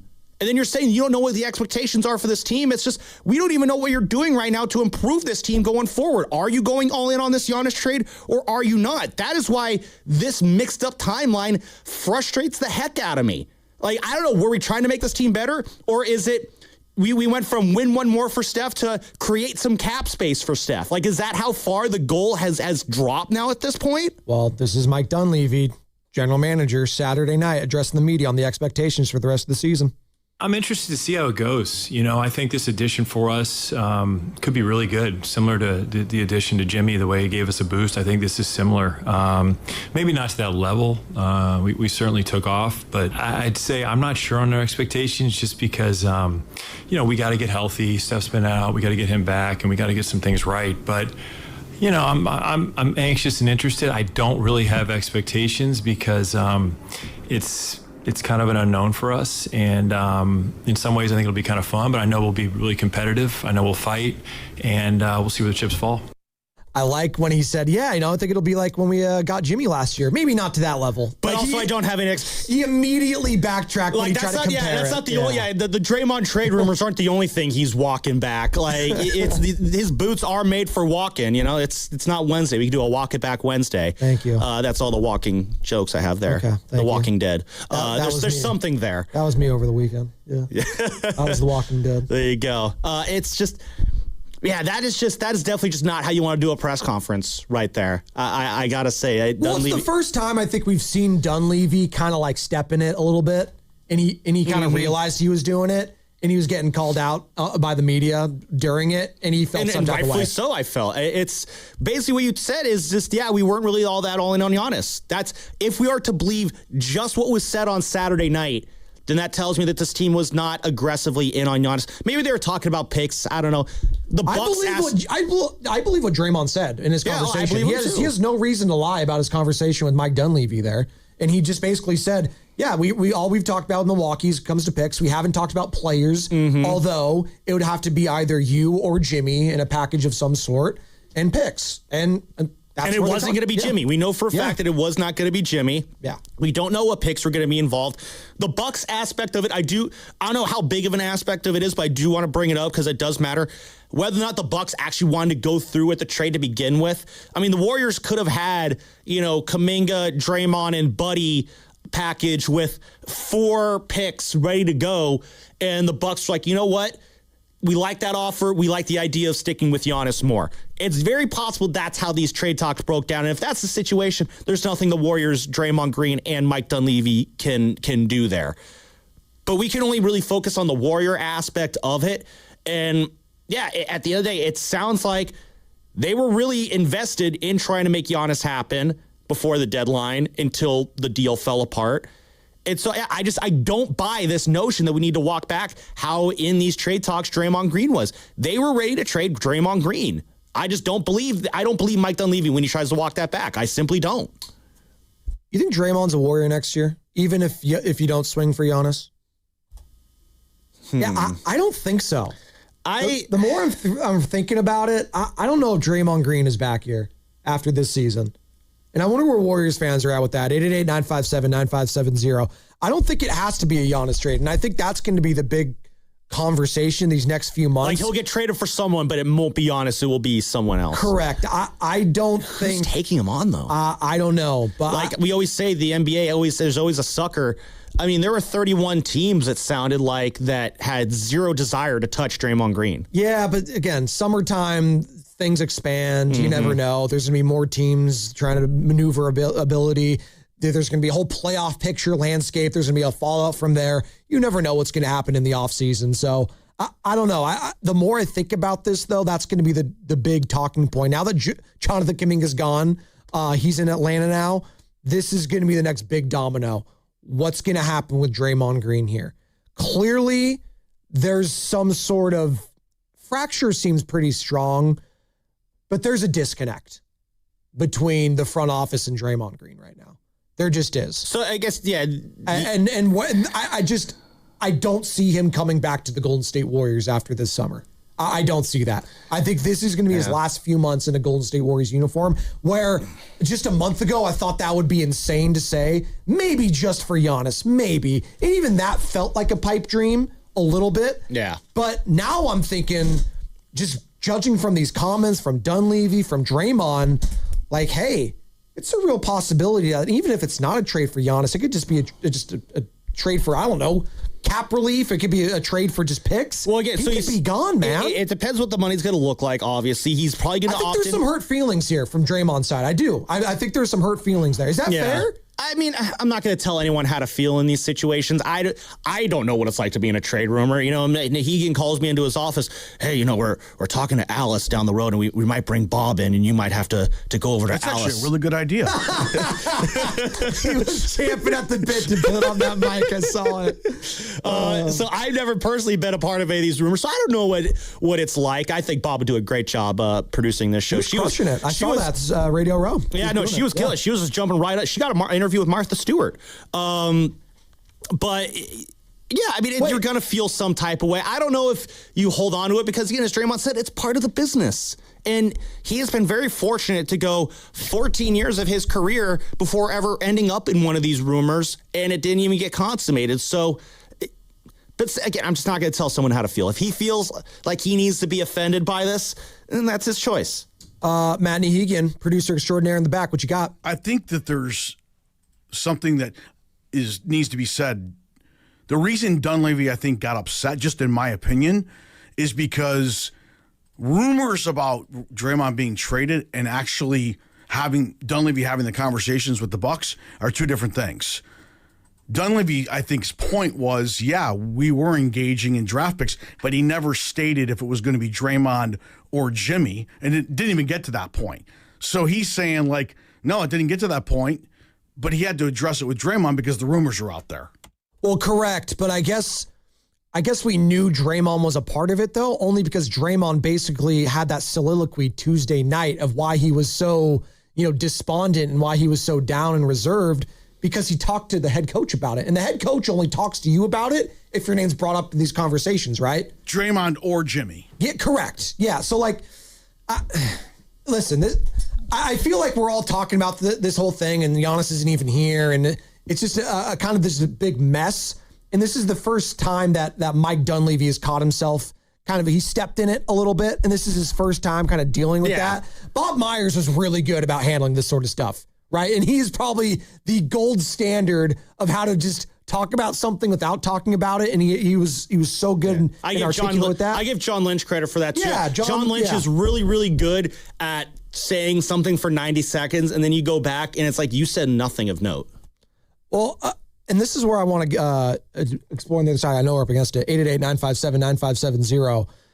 Is this salvageable, this relationship between Draymond Green and the front office? Because I do think there is a disconnect here, and I don't think it's going to end well in Golden State. And that sounds strong. I think it's, super contentious. And I'm not saying it is right now. I'm not saying these guys are going to blows or anything like that. I just think there's some hurt feelings right now. And if my money was on it, I don't think Draymond Green is back in a Golden State Warriors uniform next season, where just a couple months ago, I thought that would have been insane. 888-957-9570 is the number. Joe Spadoni alongside Sam Lubman. By the way, we announced something huge 42 minutes ago. And if you missed that, don't worry. I'm going to announce it again coming back, and it's going to be brought to you by Safeway.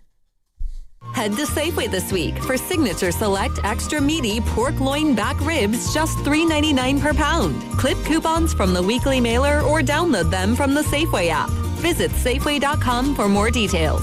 See you in the aisles. Advanced solutions from Comcast Business help turn today's enterprises into engines of modern business. It's how retailers become logistics mastering, supply chain transforming, seamlessly restocking, frictionless paying favorite shopping destinations. Thank you for shopping. And how nationwide restaurants become customer focusing, touchscreen ordering, second window, please, rapidly customizing, quick serving eateries. It's how we turn financial firms into market tracking, client servicing, cyber securing economic engines. Loan approved. Congratulations. And how hospitals become the patient scanning, data managing, welcome to the worlding, life-changing healthcare facilities that we all depend on.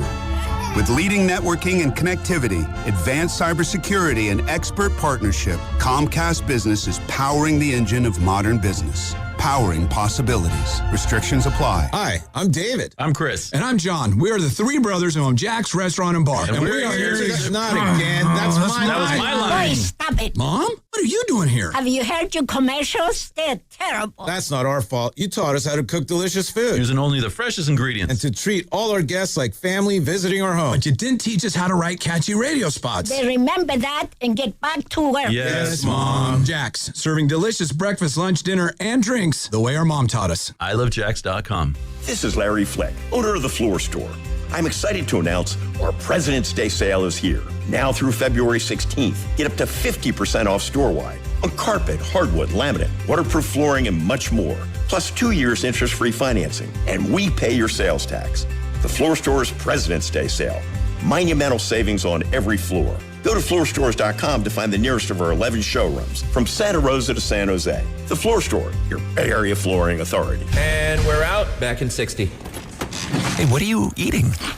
Chimichurri filet mignon. It's a Factor meal. Oh, nice. Wait, they let you eat like that in the pros? Oh, they insist on it. A pro's work starts on the plate. Oh, man, that does look good. Let me have a taste? Get your own. All right. Where do I find this? Is it factormeals.com? Yep, and they've got a deal going on. Oh, love a deal. I am so in. Smart move. Pro move. All right. Factor. Eat like a pro. Hey, can you blow up some balloons for Jack's party? I can't. I'm so congested. You need Sinex Saline from Vicks. Sinex Saline nasal spray? Yeah, just Sinex. Breathe. Sinex Saline instantly clears everyday congestion associated with colds and year-round allergies with a gentle, ultra-fine mist that's no mess and easy to control. Daddy, we need more balloons. On it. Enjoy life's important moments without congestion. Try Sinex Saline from Vicks. Just Sinex. Breathe.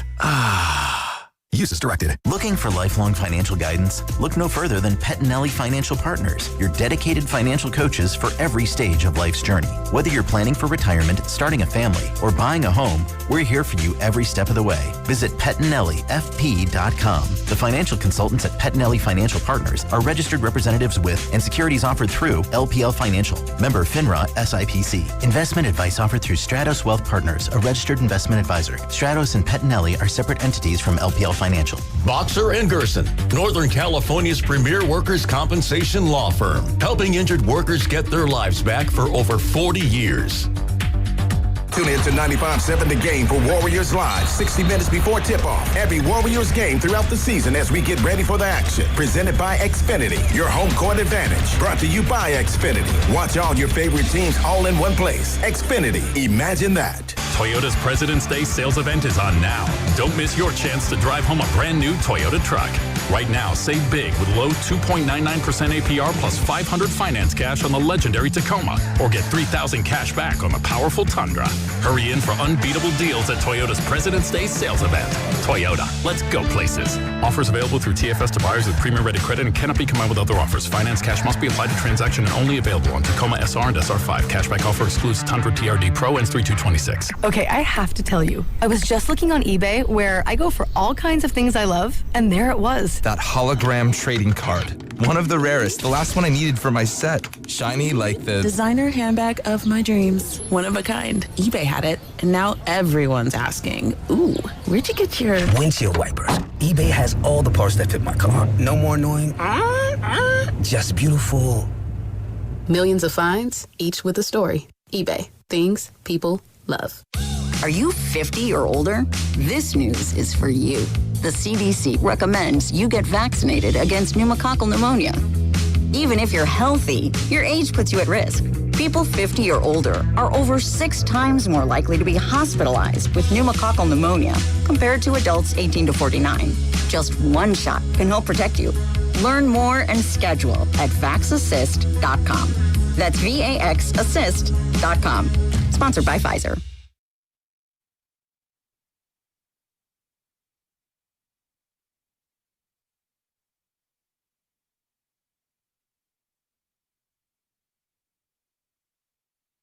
Dub Nation, this is Stephen Curry, and you never know when I'll be on the River Islands guest line. You're listening to The Morning Roast with Joe Spadoni and Joe Shasky on 95.7 The Game.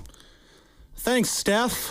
You pronounced my name wrong, though. It's actually pronounced Sam Lubman, not Joe Shasky.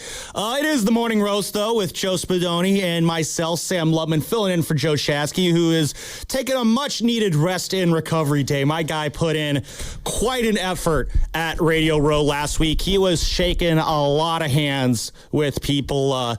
Most of those handshakes were with Nick Costos. We could not separate those two at all last week. It's just... You better, you bet? Oh, we'd walk in and Costos just beeline right over to Shasky. They are new best buddies after that. They're like what Jimmy Butler and Buddy Hield were on the Warriors when Buddy was here. Absolutely. Thank you. Great rejoin, Sam Lubman. Doing a hell of a job filling in for Joe Shasky.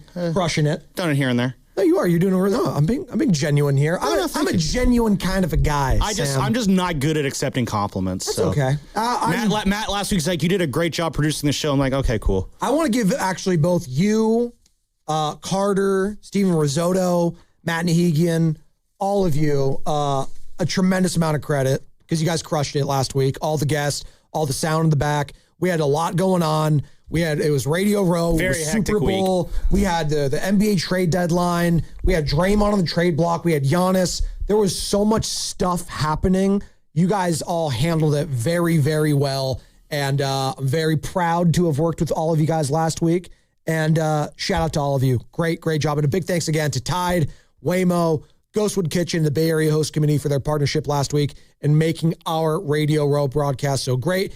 And a huge thanks to everyone who listened and watched us on YouTube and Twitch as well. We hope you enjoyed our coverage. And by the way, I hope you enjoy this because we're giving you a chance to do something that money just can't buy, people. Starting today, it's your chance to register to play a game of Knockout on the Chase Center floor, baby. That's right. Your chance to shoot hoops on the floor that Steph Curry plays on every show. Going to be giving out opportunities every day starting Monday, February 16th. It's an opportunity you can't get anywhere else. Register right now at 957thegame.com for your chance. That's 957thegame.com. And by the way, we'll let you know how you can win a chance every day next week. Sometime this week, we'll let you know how that is, okay? Yeah, Verducci from the EDH, El Dorado Hills, he already registered. Good. So 957thegame.com. It's very easy. Yeah, saw him celebrating in the YouTube chat. And I don't have to because I'm a host here, so I don't have to. You're going to be there. Yeah, I listed Gray Rabbit. That's not his name, but that's what I'm going to say. It's calling it the Grandy Invitational on YouTube. See, this is why someone else needs to win. Exactly. Because this is the problem. Mm-hmm. We're getting this guy, Mark Grandy. He already Register for Grandy's event, says Veggie. Physically, he already has a big head, and we're making it bigger because you're doing this stuff like this. YouTube chat, all right? The Grandy Invitational, please. The Grandy event. See, Grandy was the guy watching yesterday because he's a Oregon Duck alum. Mm-hmm. He's like, wow, Christian Gonzalez. Look at that play. He's a Duck. Yeah. He's really quacking me up. Yeah, gotta let that hang out there for a minute. All right. Well, you know what's even worse is not only did Grandy not only has Grandy won the two official events, but he also won the unofficial knockout match we had after the first one. After everybody left, we had a 95.7 only one. He ended up winning that one too. So he's won the official events and he's won the unofficial events, as R. Freeman 0720 calls it, the Grandy Classic. We cannot let this thing be named the Mark Grandy Knockout Memorial Invitational Tournament. I guess Memorial be if he wasn't here. Hey, Mark, if you're listening, can you log me into your text line? Because it's been down the entire show. So I'm just kidding. He can win knockout tournaments, but he can't keep the text line up. Can you please? You're not kidding. Can you fix the text line for the love of God? You got knocked out of the text line? I did, and I need his login because he's the only one with like a login, I think, for the text line. I guess he's just ducking you on that. I guess so. You need to relax with the puns, dude. Never going to relax on that. It's never too much. Oh. Where's the pun in that? All right. Where do we want to go here? Because we have the Super Bowl was yesterday. The Seahawks absolutely dismantled the New England Patriots. It really was one of the most just meh Super Bowls I've watched. And I say that giving credit to what the Seahawks were able to do. They made it meh because their defense dominated Drake May and co. It was a dominating performance from the Seattle Seahawks. Sam Darnold wasn't special, but he didn't need to be. He made the plays he needed to make. They won the game. Kenneth Walker, the burst was real. 27 carries, 135 yards. Very good running back. He was great. It was awesome. Then we had Mike Dunleavy in the sound prior to yesterday on Saturday after the NBA trade deadline. Jonathan Kuminga, Buddy Hield, gone. They're in Atlanta. Kristaps Porzingis here. Kristaps Porzingis. We had Greg Hill on earlier from the Greg Hill Morning Show. Over at WEI in Boston. We lent him one of our studios here. And, he was at the game yesterday, obviously, talking Patriots. Pretty down, understandably. Very nice guy, though. And we had a quick question off air about Kristaps Porzingis. We're like, hey, your thoughts on Kristaps? And he's like, hey, he was a hell of a player for us. He was. When he was healthy. Yep. But then he said, but yeah, he's got this sickness that's kind of serious. And they're like, the POTS thing. He's like, yeah, the POTS thing. The postural orthostatic tachycardia syndrome. which causes rapid heart increase upon standing, dizziness, fainting, fatigue, and brain fog. This is something he's been dealing with. That being said, if that gets cleared and everything is hopefully okay there, and which isn't impossible,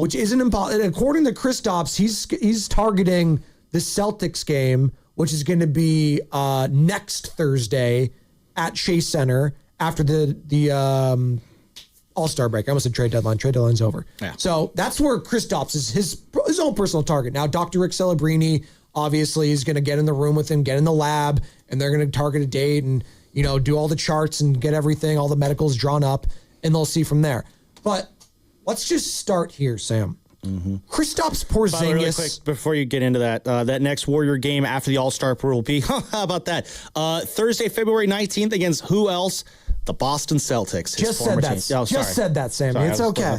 You were locked in. It's okay. Yeah, there we go. Yes. So against the Boston Celtics. That's embarrassing. No, you're good. It's okay. We call that the Shasky special. There you go. So I am slippery. No, you're good. So Kristaps Porzingis, the player, right? If he stays healthy, which everyone's freaking out because we just can't comprehend or fathom that this guy can stay healthy. Yeah. I understand it. But they're getting a good player if he stays healthy. He's not some scrubini. I get it.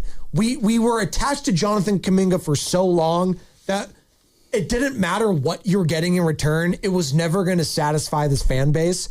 And getting a guy like Kristaps, who's been synonymous with street clothes his entire career and being kind of labeled a bust, it is not going to satisfy the Dub Nation. I understand that. But you could have gotten so much worse. You could have gotten nothing. Could have been stuck with Jonathan Kuminga still. Exactly. I'm optimistic. Maybe it'll work. Him and Steph on the floor together. Maybe it will. He can shoot the ball. He can defend the rim. Right? He has been labeled a unicorn. He could do unicorn type of things. I mean, he's got some athleticism. He's 7 feet tall. Isn't this what Warriors fans have kind of wanted for so long? Again, on paper, yes, he can do all the things that you want him to do. Like, if he does get on the court healthy, again, he's appeared in 17 games this year. He started 2 of them, but he's played, I think 5 games since the start of December. He hasn't played more than 22 minutes in any of those games. I'm trying to pull up his game log here as my computer takes a poo on me here. If he gets out there, something good could happen. I need to see it first. I need to see him on the court and actually performing well before I start getting into this mindset that he's going to be changing this season a lot. Like things happened with Jimmy last year, probably not to the level that Jimmy changed things last year because Jimmy Butler is a much better player than Kristaps Porzingis. Jimmy's gonna be in the Hall of Fame someday, and I think Kristaps is in the Hall of Phil Jackson draft picks that people didn't like. The Hall of Can't Stay Healthy fame. Exactly, yes. That one as well. So I think that's a lot of how I think we look at Kristaps Porzingis is, he was a top 5 pick that was supposed to be the savior for the Knicks, and he ended up being nothing anywhere close to that. Well, and again, the body breaks down, and all of a sudden you look and he's 30 years old, going on 31. I mean, this is a guy, though, that's listed at 7'2". He's 240. He's got size. He's got athleticism. He can shoot the ball. He's always been able to shoot the ball. So, that is something I'm not going to scoff at. You can shoot the ball, and when you're 7'2", you can get your shot off over anyone. You can. So, I'm not scoffing at that. And when you compare that with Stephen Curry, this team just desperately needs to score. I don't know if anyone watched that game on Saturday night. I know. I did. I know Steph was out. They need someone to shoot the damn ball. It can't just be Moses Moody. Oh my God, Guy Santos is the only reason I was watching that game. God love him. He's playing well, by the way, Guy. It was a tough watch. Well, it was a rough first half for him. He is slowly becoming one of the more dependable players on the Warriors. But when Guy Santos and Moses Moody are your most dependable players right now, that's not a great situation to be in. 888-957-9570. David Fizdale, former head coach in the NBA, joined Willard and Dibbs last week. And this is what he had to say about Kristaps Porzingis. I mean, he's ultra talented. It's no surprise when he's on the floor, he is, one of the most dangerous big men in the league because he's a two-way player. He takes pride at guard. He takes pride at protecting the rim. He plays the game the right way on the offensive end. You can't switch against him. Elite nail post-up guy, obviously could stretch the floor deep. Big-time basketball IQ and work ethic. Obviously the big thing now that people are always going to talk about are the injuries. He's gone through a few of those, obviously, but I think the deal was a smart deal. You get a talented player in your midst, and, I don't think after this contract he's going to cost as much because of the injury history, but he's a guy that you can get in your fold, and if you can get him to healthy with your training staff, you might have a late steal on a veteran. A steal, huh? Interesting. So he presents that kind of interestingly there. He does bring up a good point. He's making $30 million this year. He won't be getting that next year. Yeah, if he comes back and he's healthy enough if it's not for the 16 games required for you to win the burrito bet, if it's less than that and I get my burrito, if he plays well enough in like those 13 games or whatever that he appears in, or, I saw his number is 7 and I joke that's not his number. That's just the number of games he has left that he'll be healthy for. But if in the small sample size that he's out there, it looks good enough to where it's like, yeah, we can fit this guy in there. Yeah, maybe you bring him back for a discounted rate of, I don't know what a guy like that goes for in the modern NBA, 10, 15 million. So you save a little bit of money there as well. But again, the big reason you brought in Kristaps, I thought, was you are getting that cap space relief. You are getting, I think they're going to have a little over $30 million now in cap space available, or somewhere like $27 million in cap space available to spend this coming summer. Are you really going to chop half of that or cut that in half to keep Kristaps on the team just because he's sort of healthy the rest of the way? We'll see. Yeah, it's, again, possibly, as Kyle Shanahan would say. I'm not really believing that right now. I got to see it to believe it. That's where I'm at right now. You're listening to 95.7 The Game, KGNZ FM and HD1 San Francisco and Odyssey Sports Station in the home of the Golden State Warriors and Valkyries. Always live in the free Odyssey app, coming live from Laugh Among Studios. Joe Spadoni alongside Sam Lubman, who's filling in for Joe Shasky. 1 hour to go here on the Morning Roast. We're talking about Kristaps Porzingis being a Golden State Warrior. A lot's been made about the trade deadline, about Giannis, about the comments from Mike Dunleavy, Draymond Green. We had the Super Bowl last week. I feel like we've kind of just put Kristaps on the back burner as a Golden State Warrior. He spoke for the first time, on Saturday. We'll get to some of his sound at some point and what he had to say. He's a big fan of Steph. Who wouldn't be? That's good. I'm sure that's a good way to endear yourself.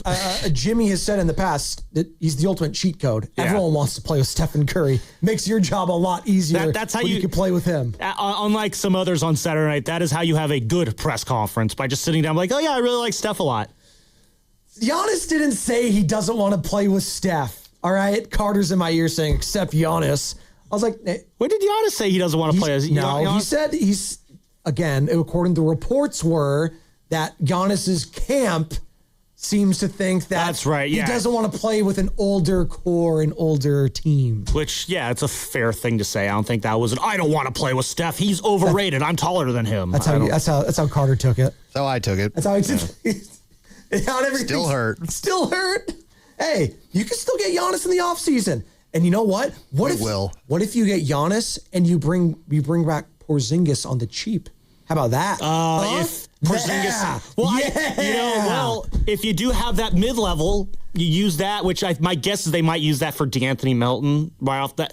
Right now, I would predict that they use the mid-level on DeAnthony Melton. Yeah, because Melton's probably going to opt out of his player option. And the mid-level is going to be about 14 to 15 mil next year, which, I'd take that if I was DeAnthony Melton. And the mid-level does not count against your salary cap. So, maybe they do him on a mid-level, Kristaps on a cheat deal, and then work out the trade for Giannis. Listen, a great way to make people forget about your press conference on Saturday night, Mike Dunleavy, would be to do what we just said right there. Mike Dunleavy's just like, I gotta write that down. I assume nothing was close in your pursuit of Giannis. What would give you confidence? Why is that? Because he would have to be in the deal, or Jimmy. Okay, well, you're putting words in my mouth. Okay. So that's an unbelievable assumption. So was Jimmy then on the table? No, we're not doing that. I'm not going on the roster talking about who's in trades and who's not. We don't do that. It's an unbelievable assumption. I don't think he was going to go down the whole roster because again, there's only two guys who are going to three guys because Kuminga too, who are going to headline that trade. So I just one more. I want to listen to it one more time because I just keep coming back to this quote. Like, was it that outrageous what he said? I'd assume nothing was close in your pursuit of Giannis. What would give you confidence? Why is that? Because he would have to be in the deal, or Jimmy. Okay, well, you're putting words in my mouth. Okay. So that's an unbelievable assumption. So was Jimmy then on the table? No. We're not doing that. I'm not going on the roster talking about who's in trades and who's not. We don't do that. I think it's a very fair question. All he said was, "I'd assume." He didn't put any words in his mouth. I'd assume that things were not successful on a Giannis trade because, again, the trade was called off. You're saying that Draymond was never involved in the trade talks. We all know that Jimmy Butler wasn't involved in the trade talks. So if it wasn't going to be Jimmy and it wasn't going to be Draymond, like, what are we supposed to think here, Mike? Obviously, then you were not very close on a Giannis trade. According to Draymond, picks were discussed, players were not, but players were clearly discussed enough for Draymond to feel like it was real. It was clearly real enough that he was willing to bring it up with his son. It was clearly real enough that he had to figure out how he's going to bring it up with his wife. It was clearly real enough that he's going to figure out what's his family going to do when he goes out there. He's going to stay out there. It was real enough that there was a report out there from Brian Windhorst that Draymond would not be against getting rerouted to the Lakers, which that's kind of what I thought was going to happen. So there's clearly enough smoke out there that there was fire somewhere burning. To say that there really was no fire, that although that smoke you saw was just a fugazi or whatever you want to call it, woozy, it's a wazi, it's not an assumption. You're reading what's being put out there. You're looking at the tea leaves and it's saying one thing, and then you're just saying that, no, what you're seeing, what you're hearing is not what's going on. I'm a little bummed he didn't give the follow-up of, just simply well, were you guys not involved in any conversations around Giannis then at all? Right, because that's what it made it sound like. And this is what Mike Dunleavy had to say Saturday on how close they got to dealing some of those first-round picks. I mean, I feel like I answer this every trade cycle. We're willing to do whatever it takes to improve this team, whether it's young players, first-round picks. We always have been. We always will be, as long as we're into this win-now window, which, was pointed out to me today. Over the last calendar year, we have the fourth best record in the NBA, since Jimmy got traded to when he got hurt. So despite the idea that we're not in the mix, we're fading, all this stuff, the reality is, up until Jimmy got hurt, we were pretty good, and I think we were trending in the right direction.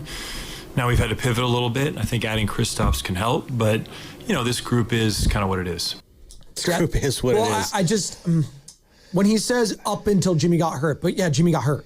Yeah. That's the thing, though. I think not that he's dismissing it, but that's where a lot of the big portion of the fan base is saying everything changed with the Jimmy Butler injury. Mm-hmm. He's out for a year now. I don't know if he's going to be able to play at all next season. I hope so. And to what degree, I don't know. But that's when you really needed to have a massive swing. And for a lot of the fan base, they were putting their hopes and dreams on this trade deadline being the time to swing and go get Giannis. And then, by the way, you guys see Giannis's tweet? He did the Wolf of Wall Street as you were just doing the Wolf of Wall Street quote. I'm not bleeping leaving. He's like, I was like, what is that? I'm not leaving. I'm staying. You got that drop in there somewhere. You were the one asking to leave, dude. You can't have this whole thing with the fan base in Milwaukee. He went back and forth. Did you read the Eric Nem? Very weird. Eric Nem, who covers the Bucks for The Athletic, wrote an interesting piece last week where he talked to Giannis about just kind of reflecting on all these rumors and stuff like that. And reading the quotes that Giannis had in there, yes, did he say, I don't think he specifically said trade me, but he did say that he's willing to, I think that the official words were he's open to looking for a new destination or something like that, or he was ready to play somewhere else. But I'm reading some of the quotes in that Nem story, and it sounded like Giannis really was hell-bent on not leaving Milwaukee. He was very reluctant to be in a situation where, he's basically coming to a crossroads here. Does he want to stay in a town that he calls home, or does he want to pursue greater success in his overall basketball career? And I'm reading this, I'm thinking, I don't think he actually does want out. I think he said that he might need to look in other places, but he seems very resigned to wanting to try and keep it working in Milwaukee. So By the way, did you guys see where he was last night? Giannis? He was at the Super Bowl. Was he with Steph? No. Well, there you go. Was he with Draymond? He's by himself. That's what happens. No Mike Dunleavy either. Didn't see him there. No pods. Well, Mike Dunleavy was going to go, but he had to walk back his attendance there. Don't put words in his mouth, Sam. Sorry, I don't mean to do that incredible assumption right there. Well, please don't do that. I'd assume nothing was close in your pursuit of Giannis. What would give you confidence? Why is that? Because he would have to be in the deal. Why is that? Why is that? Why is that? Well, because you literally just said you didn't get close, and only to be close, it'd be Draymond or Jimmy being a part of that. I have no issue with the question being asked there. So it's just... And you're a guy that... No, and I think that matters because you ask a lot of these questions. Obviously, yeah. Orange and Black Weekend Rap Baby coming up here. Yeah, exactly. Got to start doing giant stuff soon. Yeah. I probably got a pitchers and catchers report tomorrow, actually. So Risotto and I are going to have to do a pod at some point. There is. There we you still go. haven't even talked about the Lisa Reyes signing in on Make the pod sure it's yet, not AI. Yep. Exactly. Yeah, don't want that to happen. Always check your captions there, folks. Anyway. You okay over there? Yeah. You okay? You good? You just, I don't know, we always check your captions. Stop it. Stop, guys. Hey, I have to do it too. Whenever I post videos, got to check my captions, make sure they're accurate. All right. So we got one more segment. Kevin and Fremont, I see you. He doesn't think the trade's that bad. Kristaps Porzingis, Warriors fans, let's wrap our arms around these guys. Come on. What should the expectations, like realistic expectations for the rest of this season is now what? Kuminga's gone. Buddy Hield is gone. No Giannis here.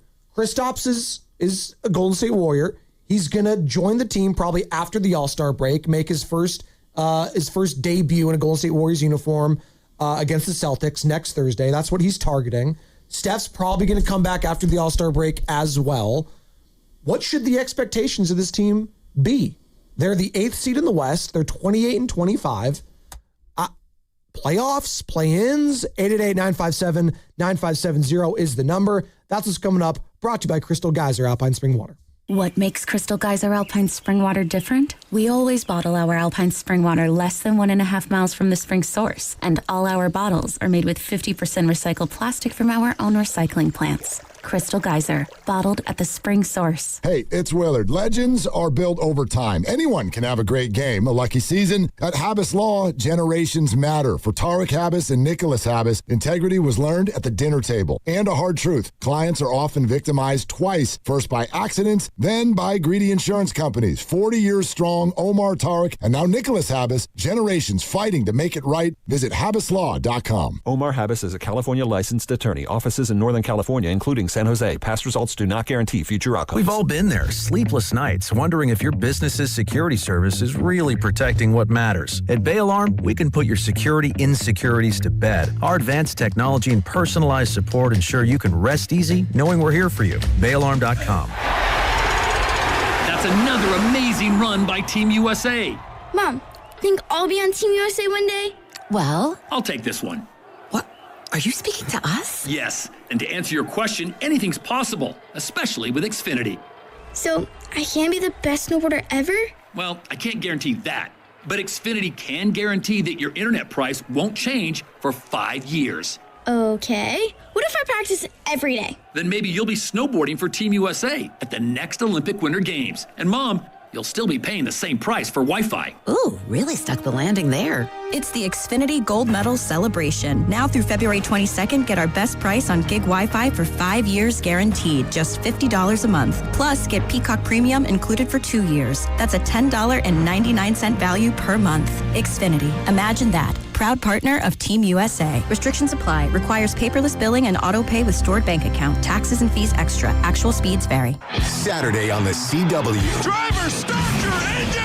The new NASCAR season roars into action at the Daytona International Speedway with all new drivers, new rivalries. Somebody needs to break his teeth in. And a brand new name. The NASCAR O'Reilly Auto Parts Series. Buckle up for pure raw racing live from Daytona.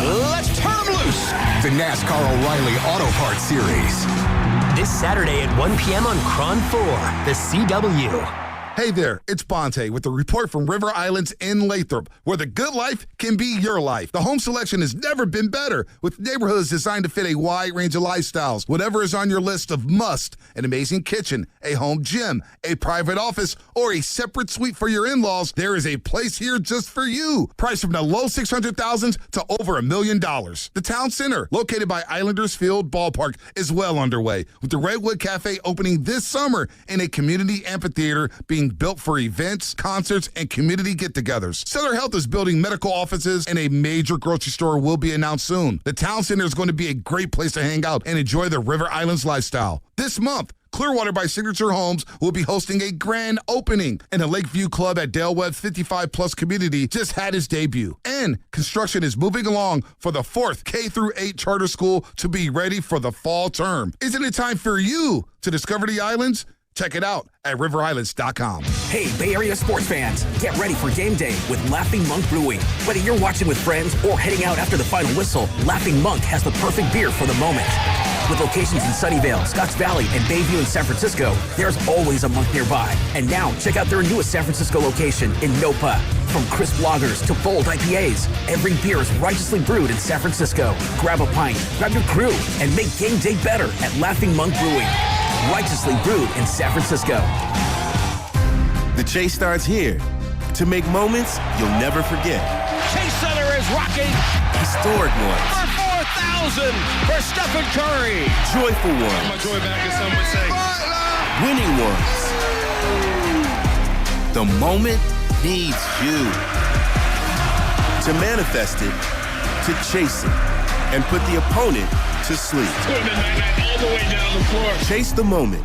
Buy tickets at Warriors.com. Finding great candidates to hire can be like, well, trying to find a needle in a haystack, but not with ZipRecruiter. Its powerful technology actively finds and invites qualified candidates to apply to your job. So while other companies might deliver a lot of hay, ZipRecruiter finds you the needle in the haystack. See why 4 out of 5 employers who post a job on ZipRecruiter get a quality candidate within the first day. Try ZipRecruiter for free at ZipRecruiter.com/free. That's ZipRecruiter.com/free. ZipRecruiter. It's impossible to have a bad day when you started with Chick-fil-A. Hi, I'm Miles. And this is Grant. And the little thing we love about the Chick-fil-A chicken biscuit is how the fluffy, crispy goodness wakes us up in the morning. The chicken is crispy, the biscuit is soft, it's iconic. Throw some jelly on it, you can throw some honey on it. It helps me kick off the day. The hash browns are great. And I really like the shape of them too. Little circles of crispy goodness. Yeah, those early morning chicken biscuits are just great, man. Mornings are a little bit brighter with the Chick-fil-A chicken biscuit and Simply Orange Juice. Available on the Chick-fil-A app. Real guests paid for their testimonials. It's your captain speaking. To the passenger with the Mirror Fast soft shoes, smart move. No way am I letting travel constipation ruin this trip. Can't blame you. Mirror Fast works fast, but without the harsh side effects. Since I'm such a smart traveler, can I move to first class? No. Close the curtain, girl. From the makers of Miralax, new Mirafast soft chews work naturally with your body in as little as 30 minutes to give you a comfortable go on the go. Find Mirafast today at your local retailer. Use as directed for occasional constipation. Contains magnesium hydroxide.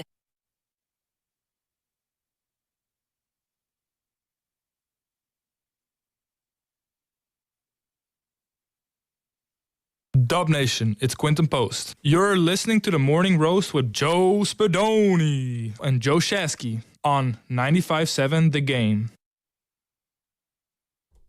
What's up, QP? QP Mayo? I'm more of a best foods guy myself, but Quinton Post played 5 minutes on Saturday night. Didn't really do much. Couldn't really do much. I mean, that, again, I don't know what was in the water at a Crypto.com arena, but my God. It was 21-20 after the first quarter, and I felt like we were watching like the 2002 Lakers versus the 2002 Warriors. It's always a fun game. But at least those teams had like players in their primes that were like good. God, LeBron's old. That was another takeaway from that game too. He's old. 41. I mean, again, you just pick and choose the spots.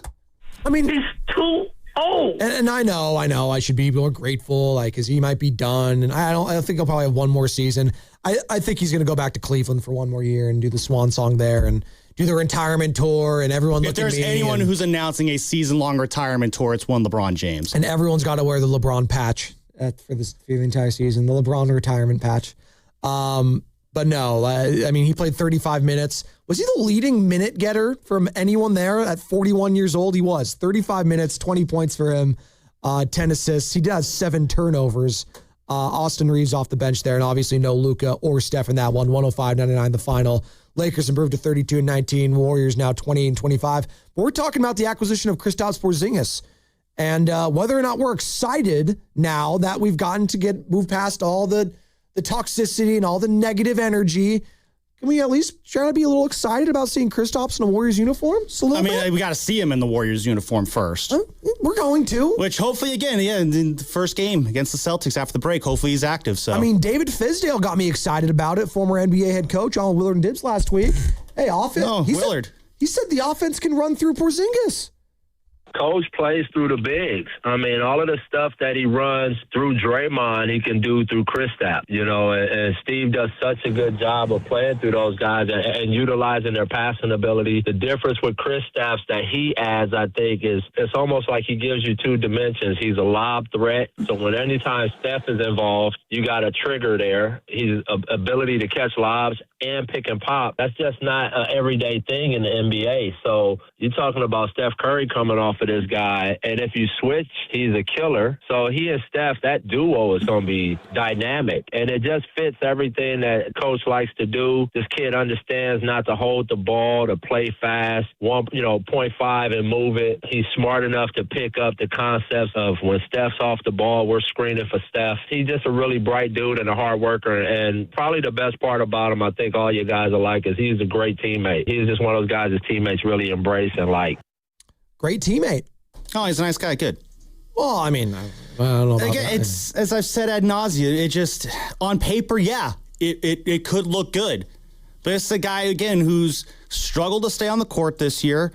I don't know what the Achilles tendonitis situation is like. I mean, we saw it with Christian McCaffrey. That stuff that just doesn't go away. Yeah. And that could pop at any second, as we saw with George Kittle, or if you want to stick in the same sport, with Kevin Durant, who was dealing with it too once upon a time. Then we saw when that Achilles popped on him. So it's fraught with risk adding Kristaps Porzingis onto this team and expecting him to be a difference maker down the stretch. Well, I'll say this in regards to, these European kids that start playing basically a grown man sports when they're in high school and sometimes in middle school. So he's been playing like professional basketball since, he's 12, 13 years old. Mm-hmm. There is something to be said about the fundamentals of the game and knowing where to be on the court, passing the ball, all of that. That is ingrained in some of these players coming from overseas. Kristaps has that. So IQ-wise, very smart player. Mm-hmm. So these guys, the Lukas, which is what Steve Kerr wants. The Porzingis. Yeah,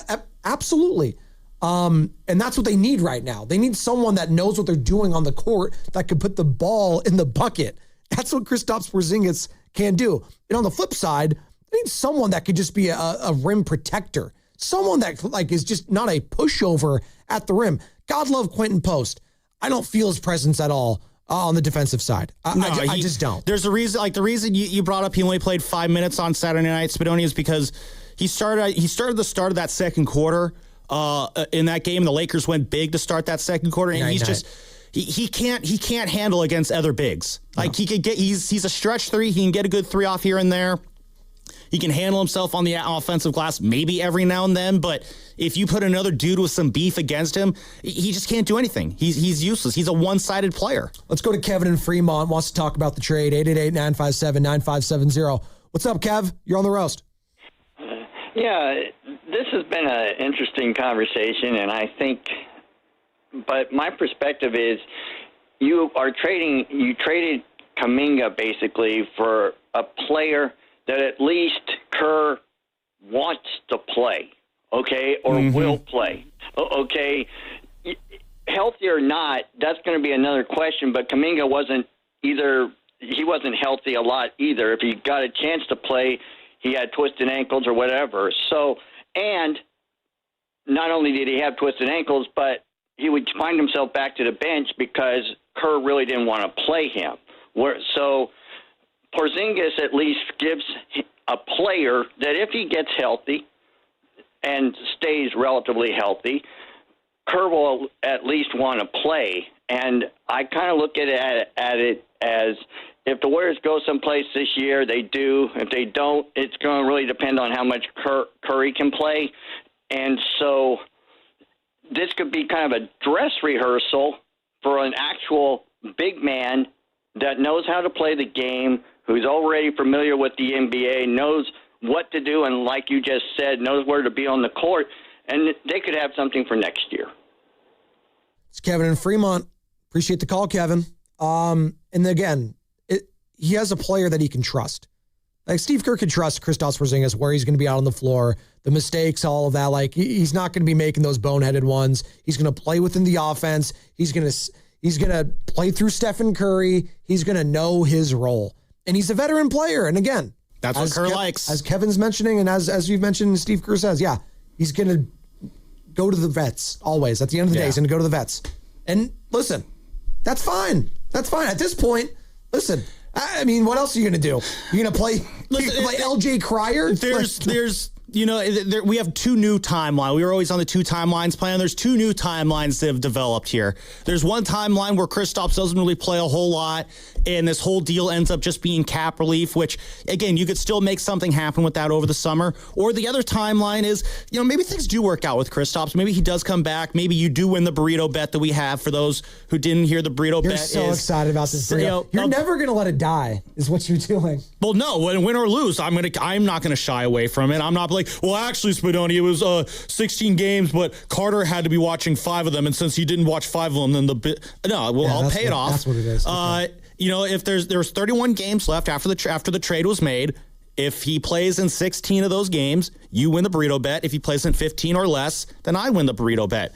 If it turns out that you win and he's a part of the rotation, a productive part of the rotation, then yeah, there is a timeline where the Warriors go into the summer, bring him back, maybe for less money. I don't know what that looks like. It's not impossible, I guess, is what I'm saying, for this to work out. But at the same time, I don't think anyone's, lying awake at night being like thinking all these, fun, giddy thoughts about what Kristaps is going to look like. There's no visions of sugar plums dancing in their head. I really hope Gambino's comes up with $180 meat hawk, like a hammer burrito. What would be an $180 burrito from Gambino's? What would it be? Probably the best steak of your life. Okay, Wagyu? Yeah, eggs from an actual golden goose. Okay. Yeah, flaked with gold around the tortilla. Ostrich eggs? Yeah, okay, there you go. Maybe like some onions that were like chopped by like Guy Fieri or something, so I know they're chopped right. I don't know. Guy Fieri? And then a big, bone shank right in the middle of it so you could wield it around and swing it like your Thor. The bone marrow? Yeah. You big into the bone marrow, Carter? Never been a big bone marrow guy. You love the bone marrow stuff. I love it. You get the little thing, you scoop it out too. He just sucks it right out of the bone. Yeah, you just get the ice luge into your mouth. That's what it's all about. Best. Love the marrow. Love luge. Hey, Kristaps Porzingis, you excited to play with Draymond Green? Honestly, Draymond's always been one of the toughest guys for me to play against. So I know who he is and how annoying he is for other guys, So to have him on my side now, it's going to be pretty cool. And yeah, I think his experience, his knowledge, his edge on the court, it's something that's going to be a good mix, I look forward to sharing the court with him. And yeah, one of the few guys that Draymond has not fought in the past, so that helps. Well, I'd say, I guess he can't now, but, that's not a given. So, but no, I'm glad he's excited to play here. And I just want him on the court. I really do. I want to save I don't know if, I'm sorry, this is a cop-out, Spadoni. Like, I know we're supposed to be talking about this, blah, blah, blah, sports talk and all that fun stuff.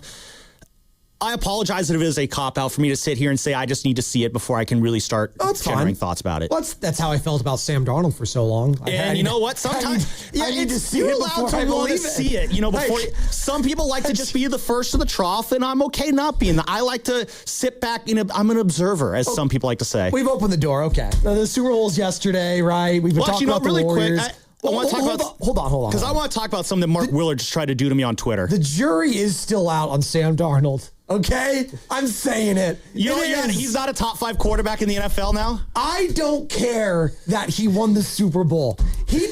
No one pushed him at all. All right? All he had to do was not make a mistake. That's easy. I could have done that. All right? Sorry. I should have laughed out loud like that. I'm kidding, but there's part of me that's kidding. But the jury is kind of still out on can he win from behind? All right, he didn't need to do that this entire playoffs. Jerry Jones thinks that 500 quarterbacks could have won with this Seahawks team. Dak Prescott could have won. Yeah, he could have. I don't want to go down that road. I think you could say that about a lot of Super Bowl winning teams, that a lot of quarterbacks could have won with that team. I'm obviously kidding for people that want to try to clip me right now. But there is part of me that said... Let me cross that out there. There is part of me that said, when I was watching all these games, man, I really wanted to see, 2-minute drive. If his team was down, Sam Darnold putting the team on his back. Yeah. I kind of wanted to see that, but... He didn't need to do that. Yeah, exactly. I'll say this with Sam Darnold, and it's kind of how we view him now. He's not Scam Darnold anymore. He's no longer the seeing ghost quarterbacks. He's no longer a quarterback bust. Am I putting him in the elite 4 of quarterbacks with Allen, Burrow, Mahomes, and Lamar? No, I'm not doing that. I don't think I'm putting him in the same tier as guys like Matt Stafford or Jalen Hurts. I might be higher on Hurts than most people also. I'd say he's officially in that same tier that guys like Brock, Trevor Lawrence, Jared Goff, guys of that ilk are in right now. He's in the Brad Johnson, Trent Dilfer ilk right now for me. He is. Yeah. No, he is. Let's see what he does. Has he proved it? Has he proved himself, or does he need to kind of keep it going again next year? He was a passenger. He wasn't the bus driver. That's fine. I would say I don't think you can say that he is not a big game quarterback anymore. What's a big game quarterback? Well, he's not a quarterback. Let me rephrase that. He's not big game manager. I want to rephrase that. Actually, I don't like how I said that. I would say he's not a quarterback who you can just look at and say he's going to barf on himself in the big game. He didn't do that. No, and honestly, he stepped up in that NFC title game. He was terrific in that game. He did the job that you needed him to do, which that was a knock that we had on him prior to the season, is that he will not come through when you need him to. Eventually, he will show you who he is. He did that last year for the Vikings. He didn't do that this year. So as of right now, Sam Darnold is no longer that guy you can count on to yak on himself all over in a big game. You teased something. I guess Mark Willard, our guy from Willard and Dibs in the afternoon, was going at you on Twitter. Yeah, so last night I tweeted out that this has been a rough decade for Bay Area sports fans. And I knew people weren't going to totally agree with this, because I don't know if you noticed, people don't always agree with each other on Twitter. So you're saying within the last 10 years? No, I'm saying this decade of the 2020s. Okay, so did you make that abundantly clear in your tweet? Oh, I thought when I said this decade. Yeah, no, because when you just say decade, people think the last 10 years. So okay, when I think decade, they were probably thinking 2016. Well, that would make sense, because Willard's all 3 of those Warriors titles were off. 2 Super Bowl appearances. Giants win 107 in the shadow of 3 titles just outside the decade. We suck. Well, no, my decades they start at, the start of the decade through the end. So I'm thinking 2020 through 20. It's like the 2020s. So the 2020s till now. Yes. So you still have that Giants 107 win year. So we're halfway through this decade, and my point is, it's been kind of rough if you're a Bay Area sports fan this decade that is the 2020s. So maybe Mark just got things mixed up there. I don't know. But so he came at me about that. But the reason I say that is this. Here's the list of all the things that have happened for Bay Area sports fans in the decade of the 2020s, the new roaring 20s. First off, we start off 2020, a month in. Oh, hey, Niners lose the Super Bowl to the Chiefs in Miami. That happened in 2020. It was the 2019 season. It was the 2020 calendar year. Then we move on to baseball season, and the Giants, they had a chance to make the playoffs on the last day of the year. What happens? We get called strike 3. Giants don't make the playoffs, and then what happens? We get to watch the Dodgers go on and win the World Series. That kind of sucked, too, if you were a Bay Area sports fan. And that's the thing. When I say this decade has sucked for Bay Area sports fans, I'm not just meaning with our teams, because there are other teams out in the sports world who their results influence the emotions of us as fans. Right. Just ask 49er fans this morning right now. Sorry, Carter. I know you don't want me to talk about how sad we are today. There's 49er Frankie. Then what happened after that? So the 49ers then watched the QB that they should have gone after, and Tom Brady go win a Super Bowl with the Tampa Bay Bucks, while then the 49ers were sitting around saying, let's hold out with Jimmy Garoppolo. I think we can make that work. 2021, you do get that record-setting 107 wins that we all talk about so fondly, literally 0% of the time.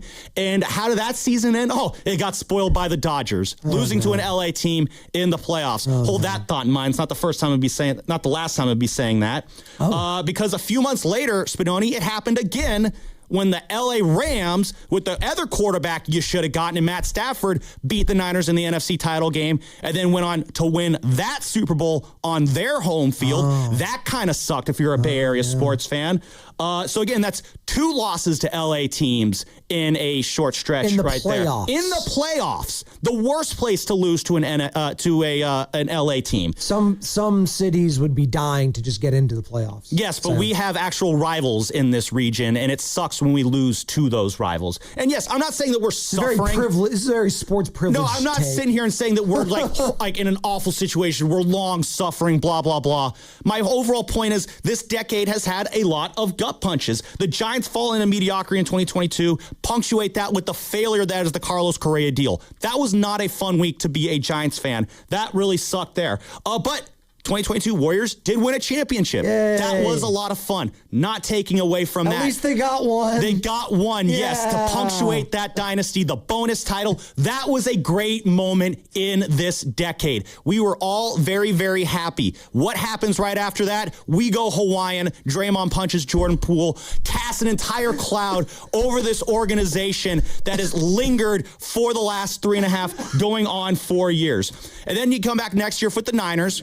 They get back into the playoffs, and they got Brock Purdy now at quarterback. We go through 2 quarterbacks, end up at Brock Purdy. We're feeling really good about this run. Oh, Eagles, Hassan Reddick, Brock's elbow explodes. Another kick in the nuts. Yeah. Now we're going into the offseason. We're sad again. Steiny's loving it because everyone around him is miserable. So, he's in his bag that morning after the show.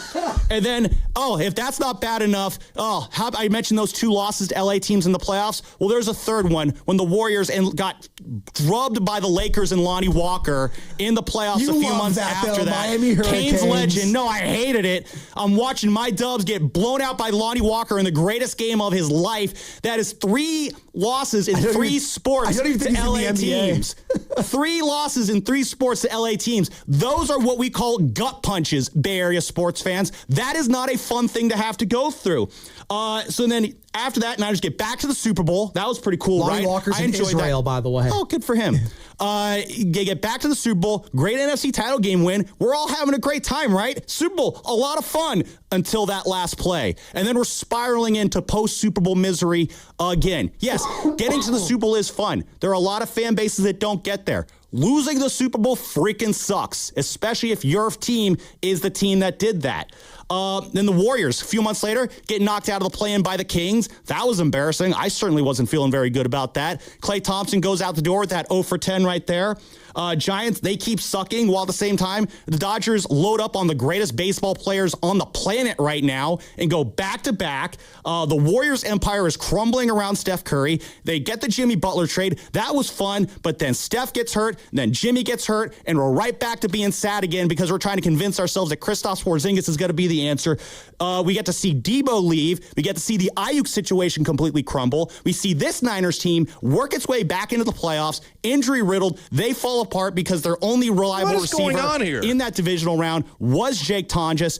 All this happening in the backdrop of some of the worst hockey we've seen as Sharks fans. Oh, and by the way, the A's, they also move out of Oakland. So, yeah. Stop it. Even with that Warriors championship, am I saying that we're a suffering fan base? No. Am I saying we've had the worst run this decade of all the fan bases? No. All I'm saying is if you're a Bay Area sports fan, you've had your fair share of kicks in the nuts this decade. So there you go, Mark. That is what I meant by that tweet. Enjoy the content later on your show. I'd rather be the White Sox. Yeah, you could be the White Sox. Could be the White Sox. Again, it's so hard to I'm not dismissing the fact that, yes, we have had it overall better. We had the golden age of Bay Area sports from 2009 to 2019 when KD's Achilles popped. We had a golden run. Since then, though, even with that championship, it's been tough. It's been a lot of tough times. Just saying. I forgot the cherry on top of everything. Watching the football team you hate the most win the Super Bowl that you cannot win on your home field. Even with the championship, it's been really hard for us. Like, come on, dude. It's been some rough times. There's a lot of sad times there. In 2022. Oh my God! There's cities that would die to have one title. Yeah, you know, and Minnesota's on line one. Am I dismissing that as a fact? No, I am not. You can acknowledge that your time has been better than other regions, but also at the same time, it's still been pretty rough. All right, that's all I'm saying. There's been a lot of rough. There's been good, but there's been a lot of rough. I don't think there's anything wrong with saying that. You ever seen Monty Python's Spam-A-Lot? Don't think I have seen that one. Always look on the bright side of life. Well, all right? Yeah, always look on the... That's Steve Kerr. He always likes to look on the bright side. The sun is shining. It's a beautiful day in the Bay Area. I thought the Bay Area showed out and was incredible last week as we were hosting the Super Bowl. Greg Hill from WEI, our sister station in Boston, was doing a show from here this morning. He said all great things about Bay Area off air and on their airwaves. Pat McAfee show was raving about the Bay Area. I thought that was the biggest winner was San Francisco Bay Area this last week. And obviously coming off last year with the All-Star break being at Chase Center and the All-Star game, I should say, you know, I think we had Frank Isola on. He was saying, how much he loved San Francisco and how it was great walking around, even though it was a little wet and stormy. That's back-to-back years now. We've had two major events, and we're going to have the World Cup here in a couple months. It'll probably get rave reviews, too. Bay Area showing out, baby. Let's go. Pat ourselves on the back. See, it's not all bad. Let's go. Well, no, it's just, it is funny when people are trying to, they're over, he's like, wow, I never imagined. Wow, the Golden Gate Bridge is so pretty. Yeah. It's Northern California, people. It's nice here. Picturesque.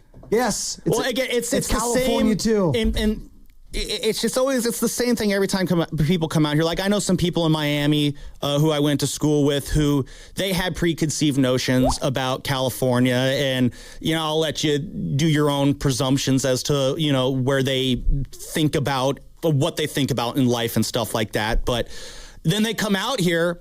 And it's always like, wow, I did not realize it was like this. It's beautiful out here. It's nothing like what I heard. It's like that every time. And so, yeah, I'm very happy that people are starting to realize that this region, this city, this area isn't the scary, you know, bugaboo that certain outlets will have you believe that it is. So, no, I'm proud that the Bay Area got its due. You know, we need positive things because it's been a rough decade for us, other than that one time. Other than that title in 2022. Other than that one little bonus title. It's been so difficult to really just, you know, persevere. I mean, can you imagine how bad this decade would be if we didn't have that title to keep us warm at night? I mean, we still have had one of the greatest runs in the history of the sport. And again, I'm talking about specifically this decade. Again, I know we're not the morning nuance, but... You still have gotten to 2 Super Bowls with the freaking 49ers. You've gotten to 2. Yeah, and I think you Niner fans, I think you probably say, would have liked to have won at least one of them. Carter, I'm going to have you speak for all Niner fans here. Would it have been nice if the Niners had won at least one of those 2 Super Bowls? How many teams haven't even gotten to a Super Bowl? Yeah, that would have been nice, Sam. Yeah. Hot take. Would have been nice to have won a Super Bowl. Carter, you were on over the weekend. You were on yesterday, right? I was. With who? With my friend Sam Lovin. Oh, you guys are on You're together? talking about how miserable we've been this decade. I saw your Instagram story. That's why. Sorry, I was still. Dude, it's all good. Man, I was recovering yesterday. Yeah, you probably saw like 3 hours after we got off the air. What a good teammate! I saw your Instagram story like 5 hours later. Oh, Carter was on. Yeah. You love that Steiny drop. I actually am kind of turning into Steiny low-key this morning. I'm just going hey, let's go. I think Steiny would agree that we've had a rough decade because no one's been happier this decade than him. Hey, he said Steph was in the Warriors were done at least 5 or 6 times in the last decade. It is hope wishful thinking. Well, he was the guy that had to take one for the team for the station. I'll always have Steiny's back on this. He was the only one that picked the Mavericks in the Western Conference Finals against them a couple of years ago.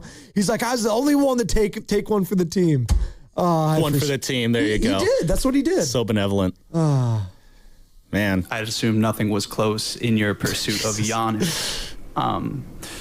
What would give you confidence? Why is that? Because he would have to be in the deal, or Jimmy. Okay, well, you're putting words in my mouth. Okay. So that's an unbelievable assumption. So was Jimmy then on the table? No, we're not doing that. I'm not going on the roster talking about who's in trades and who's not. We don't do that. Oh my God. The more I keep playing it, and I just keep playing it because there's just little like wrinkles in the, like every time I learn something new about it. And it's the reporter being, okay. Like when he said, okay. Okay, yeah. All right.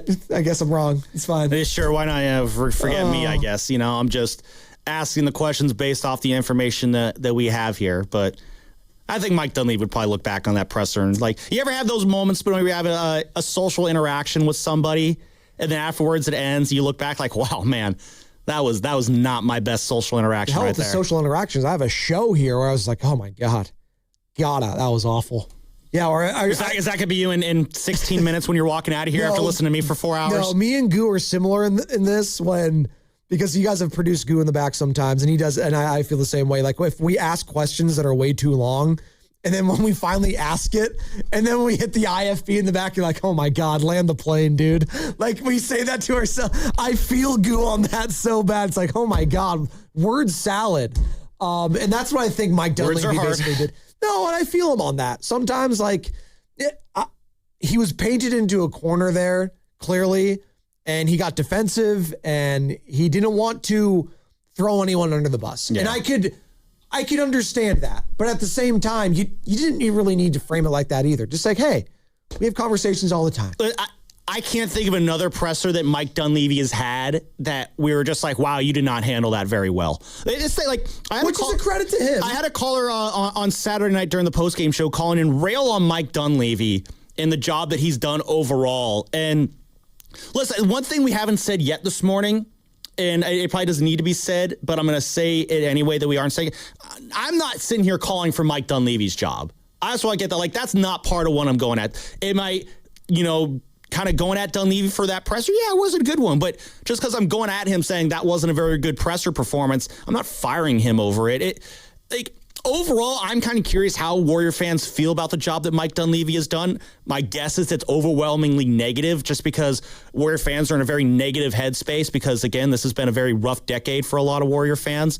But I don't think Dunleavy's done anything egregiously awful while running this team. There's been two moments, I think this trade and I think the Jordan Poole trade, the way that went down, getting Chris Paul and not much else, having to send the pick out there. But I think there were extraneous circumstances there that kind of forced Dunleavy into making a deal that there was no way you were going to get fair value for. So I thought that deal was going to be made no matter if it was Dunleavy or someone else. I feel like that was mandated from above. And Dunleavy had to, unfortunately, take the bite out of the turd sandwich. Yeah. The analogy I came up with yesterday with Carter is like, back when I was, a pledge in a fraternity, the pledges had to go clean up after the parties. You were in a frat? I was.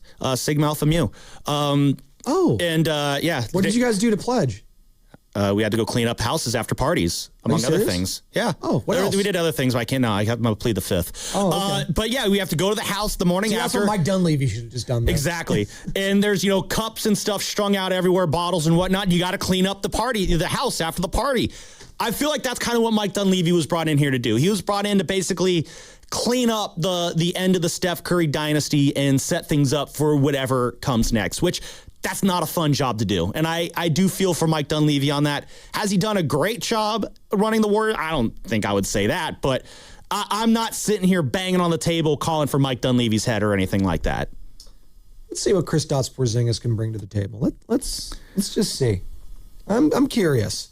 I hope it works out. What if this team does well? What if they start winning? It would really turn things around this decade. What if they start winning? What if they all of a sudden they go on a little run? Ooh. With Kristaps and Stephen Curry. Be pretty cool. Draymond Green. I'm sure there were people doubting whether it could happen with Jimmy Butler last year. And Brandon Pajemski. It's podsable. People are still so down on pods. It's honestly, now that Kuminga's gone, it's all just going to be the times 1,000%. Pods is the new lightning rod, which I think is so absurd. By the way, it's ridiculous the amount of air we spend on these airwaves. I should say when it came to Kuminga, when it came to Pajemski, when it came to all of that, I think it's kind of laughable. I actually think Pods for the most part this season has been playing pretty well, all things considered. Is he this an amazing player? That's the other thing in this. What do you mean he's playing well? Yeah. Given what he's asked to do, he's not supposed to be the best player on the team, people. He's supposed to be the 7th, 8th man. Like, He's not supposed to be the best player. And that's kind of, you saw that on Saturday night. But when all these players are out, sorry, Sam, I'll let you continue. But when all these players are out, he's kind of thrust into that, and it's kind of an impossible task, almost like when Kuminga was asked to do that. He's been asked to do so many different things at times. It's like damned if you do, damned if you don't. I got your back, Pods. Yeah, it's you said it to best. He should be a bench player. A lot of these guys should be bench players. D'Anthony Melton should be a bench player. Guy Santos should be a bench player. Pat Spencer, love the guy. He should be a bench player. Those are guys who, if they're coming off your bench, then that means you have guys in your starting lineup who are better than them, more productive than them, and carrying this team. Those guys are ancillary pieces. It's like Pods and Pat Spencer and Guy Santos. That's the equivalent of like what Christian Koss was for the Giants last year. A guy who gets forced in the starting lineup because of injuries, and then we expect starter production from a guy who's a bench guy. Where's Blake Sable at these days? I have no idea. Where's my guy? No USC idea. Legend.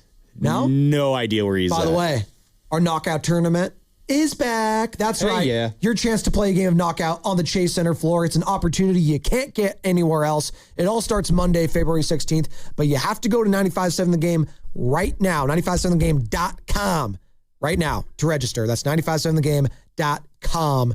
Do it now, and you have a chance to shoot hoops on the floor that Stephen Curry plays on. Actually, get this, that Kristaps Porzingis is going to play on. How about that one? Register at 957thegame.com and then listen starting Monday, February 16th for your chance to win a spot. Who's going to be on the court first, us for knockout or Kristaps? That's a good question. Maybe I'll answer it in final thoughts.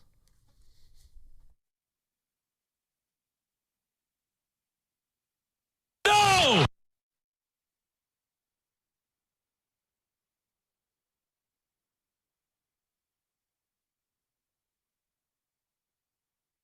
Oh, the Eagle. Let's go. I love it. By the way, I played that Dave Fleming drop. Very nice man. I was so happy to meet him finally in person. You hadn't met Dave in person yet? Not in person. I have not met David B. Fleming. We talked on the phone like thousands of times, I felt like. So we knew each other, but just haven't met in person yet. So it was great. And Mr. Mayor, Daniel Lurie. Yeah, I finally got to meet him in person too. I had that moment with T.O. last week. Talked with him on the phone, and I was like, yo, T.O. Did he come on? No, he did not come on the show. Oh, but you saw him. Okay. I saw him. He was walking away. I'm like, T.O., we talked on the phone. Come on the show. And his handler was like, no. Oh. And that was a lot of my life last week. It was, hey, can you come on the show? And then some guy who's much shorter than the person I'm talking to being like, no, we're too busy. We got a place to go. Oh, but you tried. I tried. No, that's okay. That's I tried. Right. Did it work at all for anyone? Yeah, Robert Gallery got him over there. Boss Man got Bo Jackson to come over. That's pretty sweet. Yeah, it worked. That is one I'm jealous of that I wasn't there on Friday. Yep. As I was curled up in a ball in the fetal position on the bathroom floor. But Bo Jackson, God, he's so sick. Bo knows that you wanted to be there. And Emmett Smith too. I mean, that was with Steiny and Guru. That was Steiny and Guru. That was Guru's pinch me moment. I think no one was happier in that moment than it was not a rough decade for Guru in that moment. No. It was pretty good. It was pretty good, yeah. Shout out to Goo. Yeah. Final thoughts. My final thought What's your final thought, Sammy? I got a little too grossly into the team figure skating last night for the Olympics. Why'd you say grossly? Yeah, I just got a little bit more into it than I ever thought I would. You just made it gross right there. I just got a little bit more into it. But Team USA men's figure skating team beating Japan. The kid who's going for Japan at the end, he gets onto the ice, and Johnny Weir-Tara Lipinski on the call, and they're just like, if the kid's name was Shun Sato, I botched his name. I apologize. Shohei Ohtani? And he's like, if Sato nails this routine here, Japan will take gold.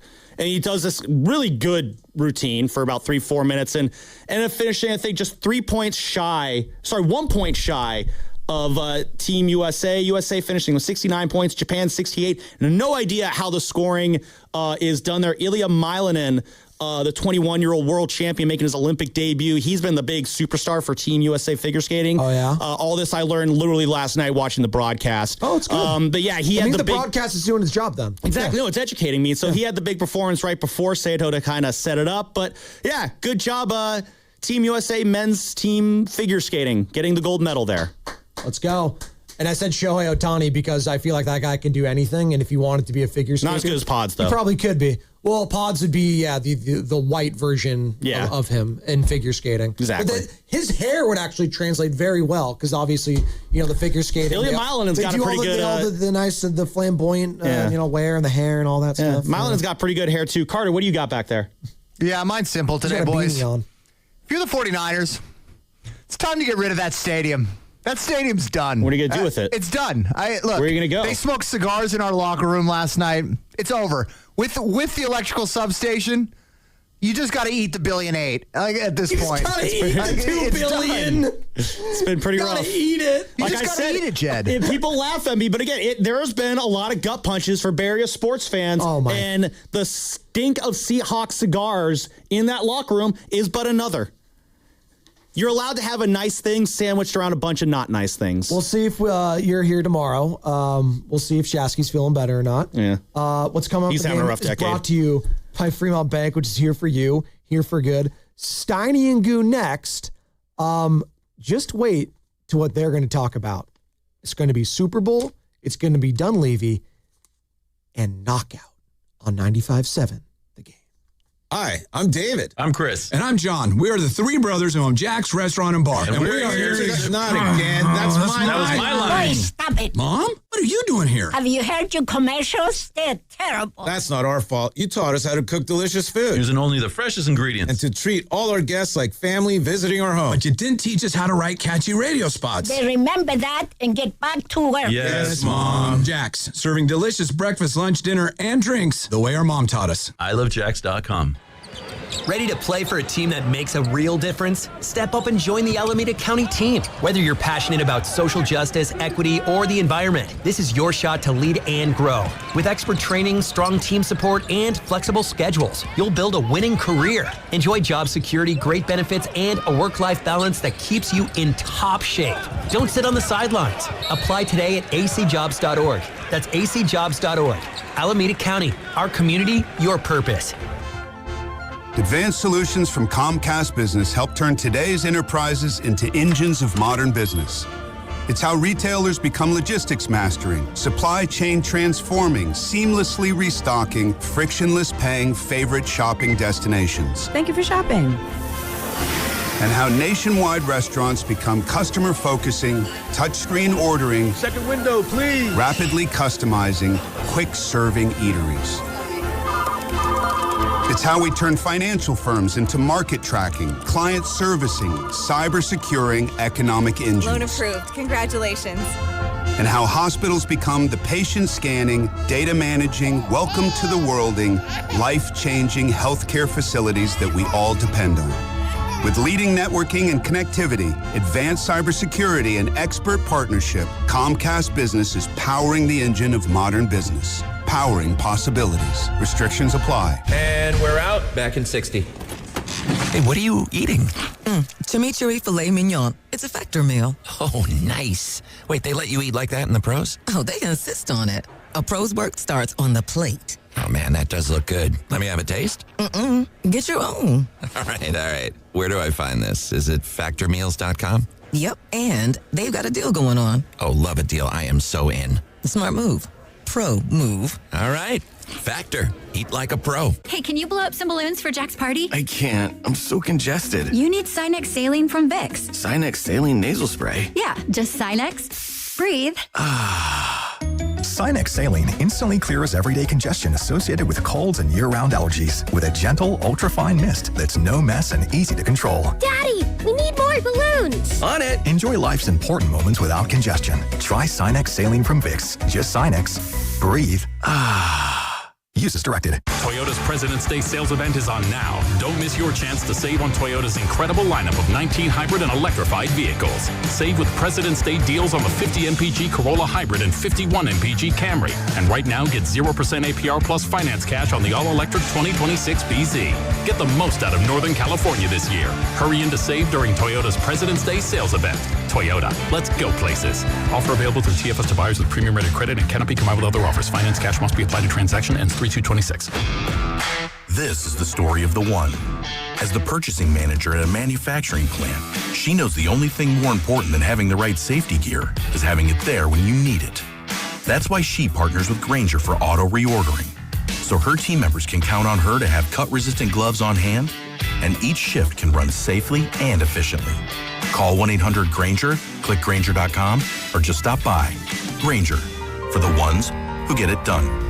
Ready to get rid of that old car? Donate it to Cars for Kids. Call 1-877-CARS-FOR-KIDS to reach a friendly live agent. Donation is super easy and your car can be picked up as soon as tomorrow. Call now, 877-CARS-FOR-KIDS, or go to carsforkids.com. That's cars with a K. Tune in to 95.7 The Game for Warriors Live, 60 minutes before tip-off. Every Warriors game throughout the season as we get ready for the action. Presented by Xfinity, your home court advantage. Brought to you by Xfinity. Watch all your favorite teams all in one place. Xfinity, imagine that. What's good, y'all? It's Von Miller, Super Bowl MVP, Sackmaster, and now your host of Free Range. This is where NFL meets real talk. Every week, I'm bringing you inside the game, from locker room stories to league-wide headlines. You want football IQ, locker room insight, and real conversations with the people shaping the league? Welcome to Free Range with Von Miller, where nothing is off limits and every down counts. New episodes every Wednesday. Listen and follow Free Range with me, Von Miller, wherever you get your podcast. This is the story of the one. As an HVAC technician, he and his digital multimeter are in high demand. So when a noisy office HVAC turns out to be a failing blower motor, he doesn't break a sweat. With Grainger's easy-to-use website and product information, he selects the product he needs to keep everything humming right along. Call 1-800-GRAINGER, click Grainger.com, or just stop by.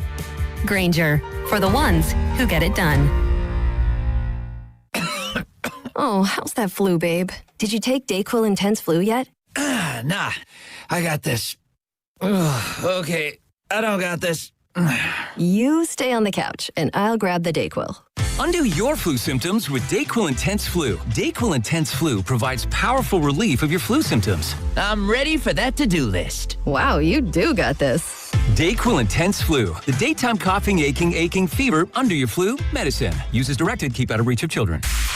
You're listening to 95.7 The Game, KGMZ-FM and HD1 San Francisco on Odyssey Sports Station and the home of the Golden State Warriors and Valkyries. Always live on the free Odyssey app and now coming to you live from the Laughing Monk Studios.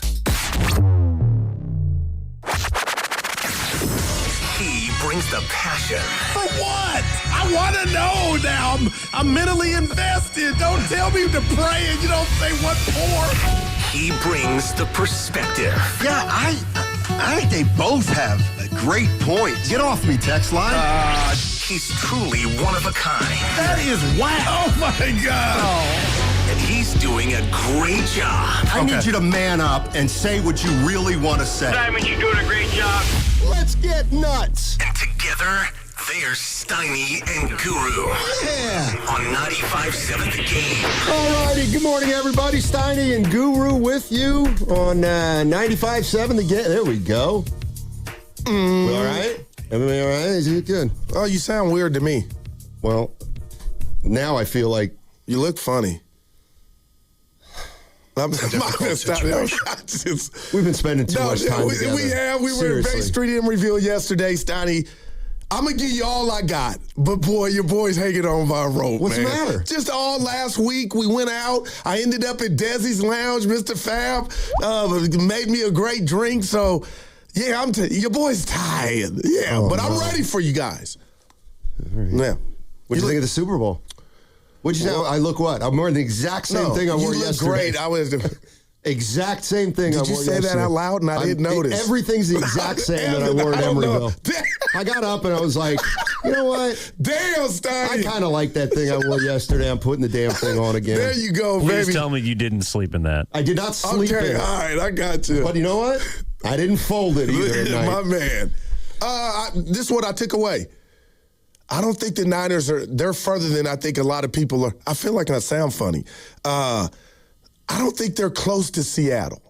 And that's a concern. And I think the two games against Seattle, obviously, okay, Goo, we know where you're going. But that's my biggest takeaway is how close are the Niners to that team, that championship now team, Seattle. Both lines of scrimmage, lines of scrimmage you need help in, offensive line, defensive line. You need a receiver. You have a big to-do list. So through the prism of the 49ers, I don't think yesterday was a good day. Shout out Ice Cube. I mean, we knew the Seattle Seahawks were really good. They handled the Niners twice in the last 3 weeks. And, you know, one thing is there are no games now for 8 months. So the 49ers have 8 months to get better. either through the draft or through free agency or getting guys healthy. So, like, if you judge them where the teams are right now, yeah, I think there's a gap, but we still have an entire offseason. Right. And we also know that, Seattle has now won a Super Bowl. So how do they come back next year? Yeah, they look loaded, no doubt about it. But, things can change a lot in the NFL in a year. And just ask the Patriots, right? Yeah, exactly. Kenneth Walker's pretty good, man. Yeah, MVP. I mean, he's pretty good. You know what I do realize, though? We missed I didn't really see a lot of the commercials. And that was... I was just thinking about that. I was hearing Loveman and Spadoni this morning talking about the commercials, and, we did an appearance, so we didn't really have the commercials in front of us. So, were there any good ones? Not that I can recall. I'll go back tonight and run through it. But I will say this, Kyle Shanahan, I said, Steiny, will he be at the game? It's in his own backyard. Not only was he at the game, he was on the mic looking dapper. And then McCaffrey made some cameos, too. You want to hear from Shaddy? Let's do it. Shanahan was on pregame. He's the coach of the Niners. I don't know how much I want to say in front of Coach Mike McDonald. He might know some of my tricks. But regardless, talk about what's so hard about facing the Seahawks D. Well, yeah, first of all, I mean, I know you guys want my expert opinion, but I haven't scored a touchdown on these guys last 2 times we played them, so I don't know how good that is. But it's a grind versus these guys. I mean, when you just look at this film, I mean, this is what they stay in all day. All right? They want to have 2 safeties that are deep. It's a huge challenge. You can't stay in this defense very long and stop the run, but they do. And when you do go deep, Julian Love is always there. He's the smartest safety I've seen. When you want to move these guys like Brock is here, move the mic, move the safeties, get them out of the way so you can create a one-on-one with the corner. That's what happens. You do that, but then the pass rush gets there. It takes a long time to get that ball off to unlock this D, and that's why there's no secrets to it.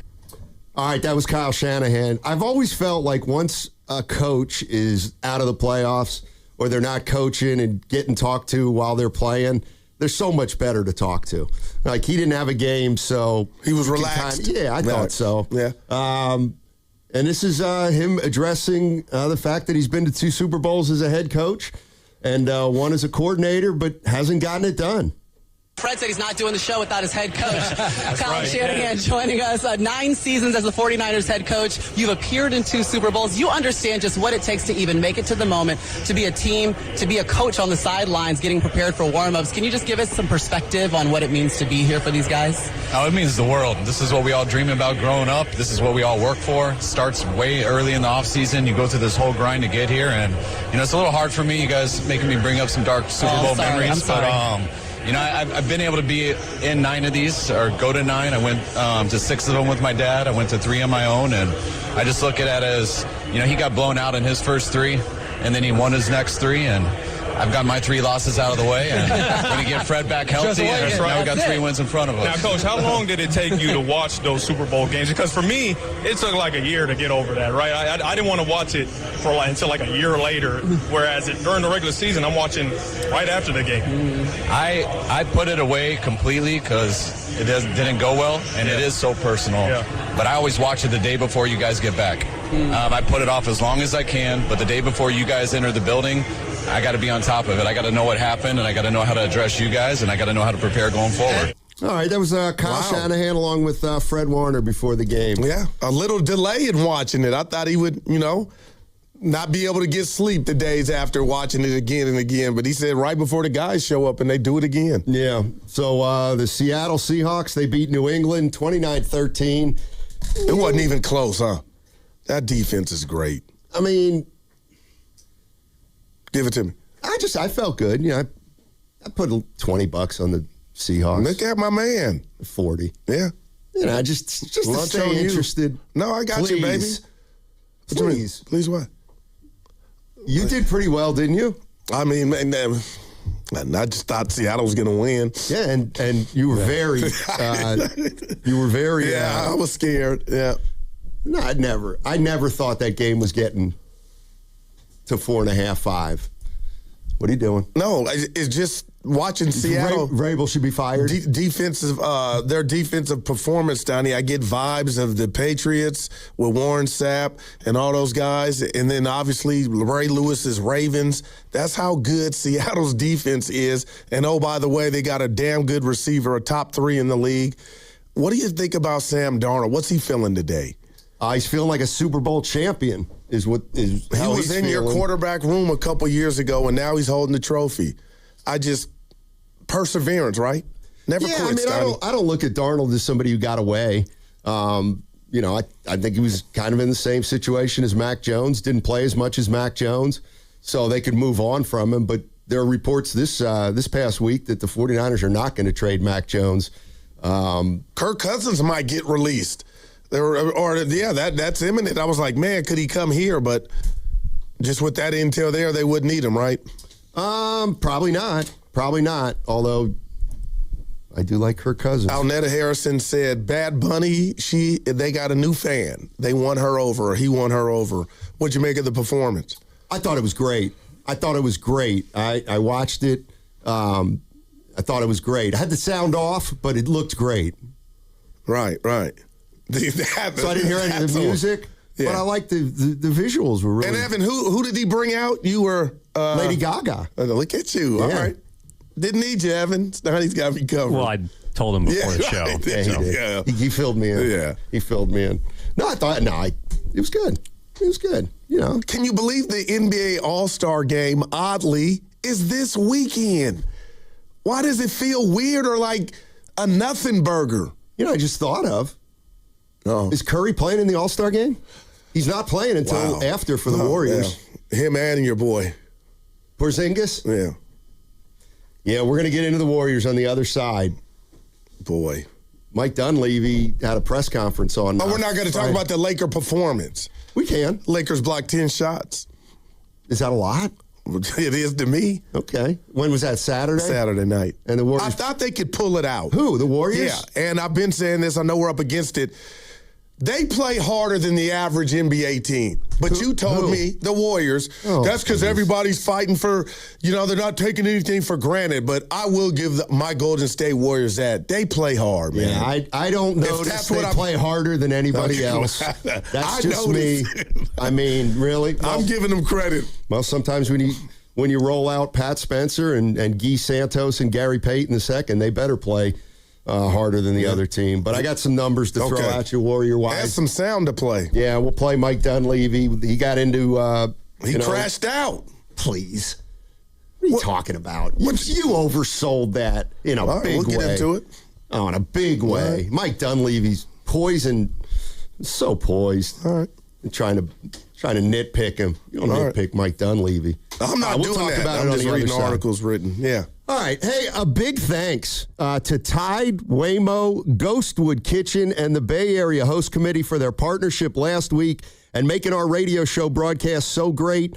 And a huge thanks to everyone who listened and watched us on YouTube and Twitch as well. We hope you enjoyed our coverage. This segment is sponsored by Surfside. The Golden State Warriors are back, and you can cheer on your Warriors with an ice-cold Surfside, only 100 calories, 2 grams of sugar, and 0 bubbles, so it's easy to sip and enjoy. It's not a seltzer, it's Surfside, proud partner of the Golden State Warriors. Must be 21. Please drink responsibly.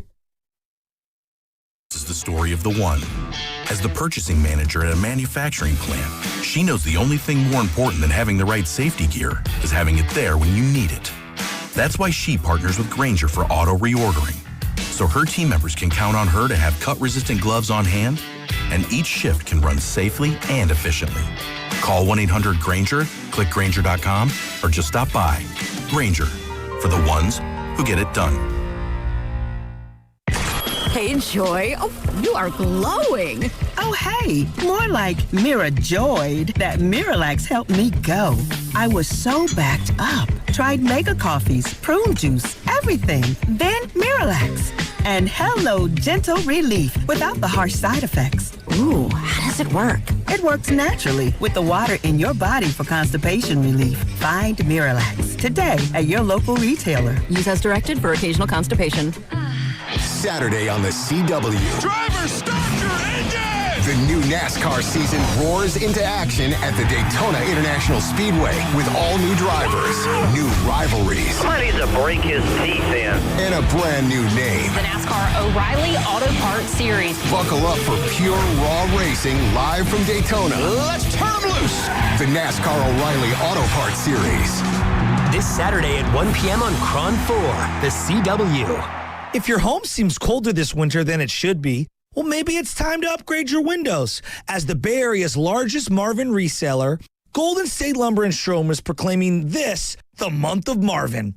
And as an Energy Star partner, Marvin offers durable, energy-efficient products that can lower your energy bill. Visit GoldenStateLumber.com, scroll down to Windows and Doors, and visit the showroom near you. Since 1954, Golden State, when you succeed, we succeed. You're next to order. Please pull forward. You know, Josh, when you said you were springing for lunch, I didn't think you meant drive-through fast food. Ah, come on, man. Money's been tight lately, and these high gas prices are killing me. You pay full price at the pump? Get your head out of the sand and start using Upside. What's Upside? Come on, dude. Upside is the free app that pays you cash back for every gallon of gas you buy. I use it every time I fill up my tank. Does that really add up? I've already banked around $200. That's serious cash. Hi, can I take your order? Yeah, I'm ordering the free Upside app to start earning cash back on every gallon of gas I buy. Download the free Upside app now to earn cash back every time you buy gas. Use promo code ORDER to get an extra 25 cents per gallon on your first tank. You can cash out anytime right to your bank, to PayPal, or a gift card for Amazon and other brands. Just download the free Upside app and use promo code ORDER for a 25 cents per gallon bonus on your first tank. That's code ORDER for a 25 cents per gallon bonus.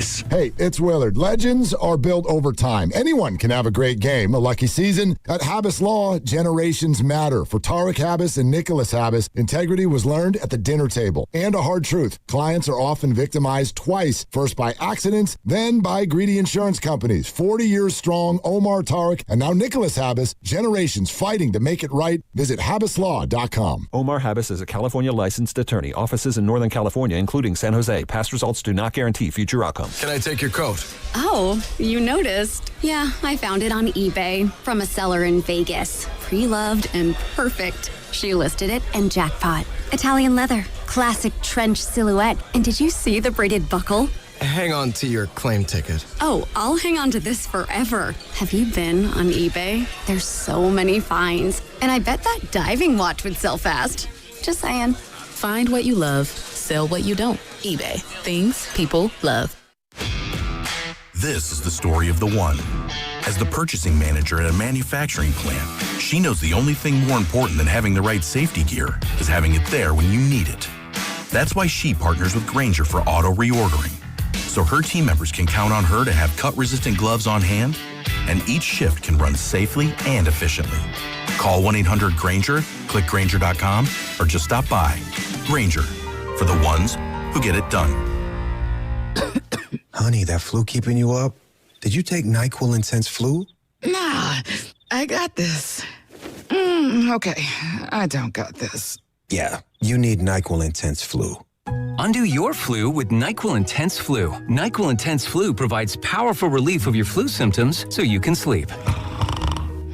You do got this. NyQuil Intense Flu. The nighttime sniffling, aching fever. Best sleep with the flu medicine. Use as directed. Keep out of reach of children. Another app for inventory, one for CRM. Oh, don't forget accounting. Wait, which login was that?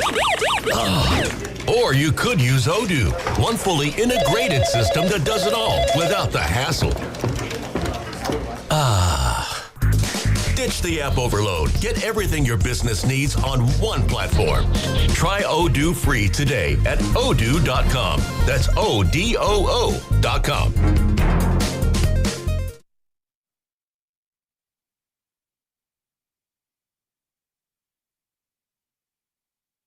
I do the barbecue shrimp, give me a filet butterfly, you know what I mean, baked potato.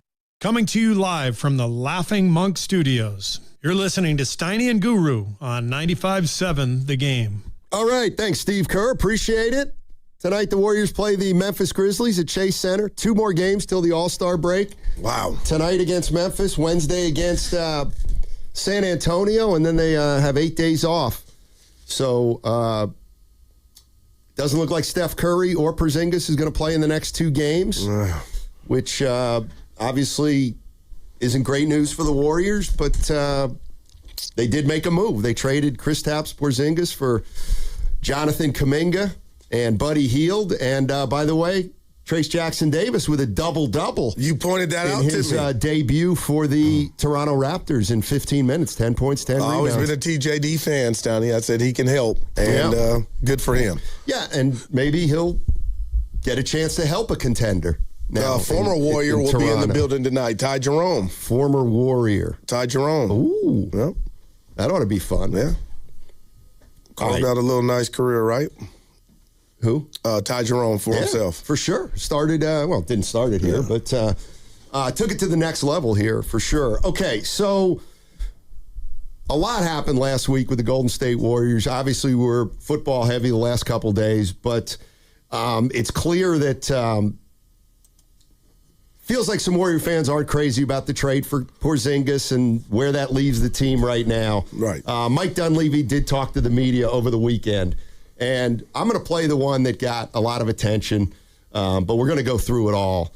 And I'm just going to play this, and Goo, you tell me what you think about it, if it's important, what it really means, et cetera, because this, I guess, is something that, Warrior fans are pointing out, and I don't think they're crazy about what Dunleavy said here. Take a listen. I'd assume nothing was close in your pursuit of Giannis. What would give you confidence? Why is that? Because he would have to be in the deal, or Jimmy. Okay, well, you're putting words in my mouth. Okay. So that's an unbelievable assumption. So was Jimmy then on the table? No, we're not doing that. I'm not going on the roster talking about who's in trades and who's not. We don't do that. All right, so first things first. The trade for Porzingis as opposed to the one that didn't get done with Giannis. That it was supposedly including Draymond Green because, go ahead, because you didn't play that part. Go ahead. He's being testy, but I think he's mad and frustrated himself. I respect Mike D, but damn, this is how you lose people. I mean, you went at the guy and you put words in his mouth just from my vantage point. The dude asked you the reporter asked you a question, and then you went off basically like we're dum-dums and we can't read and hear, and your own player now you're saying wasn't included or going to be included in the deal, and he's doing a damn podcast talking about how you guys approached him, whomever in the organization, and told him the possibility about him being moved. So you don't get the big fish, and I understand it. We're all frustrated, but I've never seen Mike Dunleavy act like that. And again, it's his prerogative. I understand it, but I thought he was in the wrong. That was unbecoming of him. You're agitated, you're irritated, you're watching your team when that performance Saturday. You don't know when your guys are playing, and mainly your star, but I felt like he took that out on the reporter. And the Draymond Green part, to me, I was like, well, hold up, Mike. This is not how you win people over. I was shocked at the energy he had. Yeah, I think I get it. Okay, but talk to me. And I think the biggest issue that occurred over the last week was that the media, for whatever reason, completely mischaracterized the Warriors' chances of getting Giannis. So you put it on the media. Yes. So everything that I told you, it was my fault. I kept reading. You said that's where you go, Gouda. That's who you get mad at. I mean, I think Mike's frustrated because for the week before the deadline, there were a lot of guys saying that the Warriors are the front runners and, the Warriors have the most tangible offer. Everybody. But it's clear, I don't think anything was ever close. I mean, Giannis not wanting to come here may have been what made it fall. You know what I mean? That was the big part of it to me when it was all said and done. And by all accounts, he didn't want to leave, and he didn't leave. Well, what if? But don't act like you didn't try to get him. No, I think they tried to get him, but I don't think it got serious. And I think that's where the media was wrong. I think what happened, and I could be wrong, but I think what happened is Mike Dunleavy called the Bucks and said, look, we have interest in Giannis. Yeah. And we have 4 unprotected firsts that we're willing to start with. And I think the Bucks said, okay. And Mike said, that's what we'll start with. And obviously we got players on our roster. And if you're interested, that's going to be the foundation of our deal. These unprotected firsts. And then I'm not sure the Bucks ever got back to him. I mean, maybe the Bucks said, "Oh, thanks, appreciate that. We're going to think about it." And then they never really got past that. And of course, if they were going to get past it, it was going to have to include Butler and Green if the Bucks took it to the next level. So I'm starting to think the Bucks never mentioned players. Okay. So what happened to Dre? Real quick here, Steiny, I feel like I'm doing a half-assed job in regard to everything that was talked about from Mike D. What about the Draymond Green? Why was that? That we did a show dedicated on that. The Warriors are making Draymond Green available. So is that not real? Did I misread? So Mike was almost going against that, like almost telling the report, "You idiot for thinking that Draymond was." And then there was that came out last week. Am I wrong? Well, that Draymond, the Warriors were going to make him available. That was on the bottom scroll on every. And I think that was wrong. I think, I'm not saying they weren't going to be willing to make him available, but I don't think Dunleavy ever got to the point with Milwaukee where they said, you want Jimmy or Draymond, and obviously you're going to have to take Kuminga. I don't think it got that far. I think the Bucks knew they had 4 firsts and that they were going to have to try to come up with some players who would make the money work. But I'm not sure it got past that point. And then I think what happened was, because the reports about Draymond being available got out. And him talking about it, which he can on his podcast. Right. I mean, but Draymond is the guy that takes Steve Kerr saying, "Hey, what's going on? How's your wife and stuff?" And Draymond takes that and runs with it and starts saying that, he is being shopped. Mike Dunleavy said, no, he's not being shopped. He was asked about, like he always is, but we didn't do anything because we weren't really interested in trading him. And so he wanted to walk back how available Draymond Green apparently was or wasn't in this move.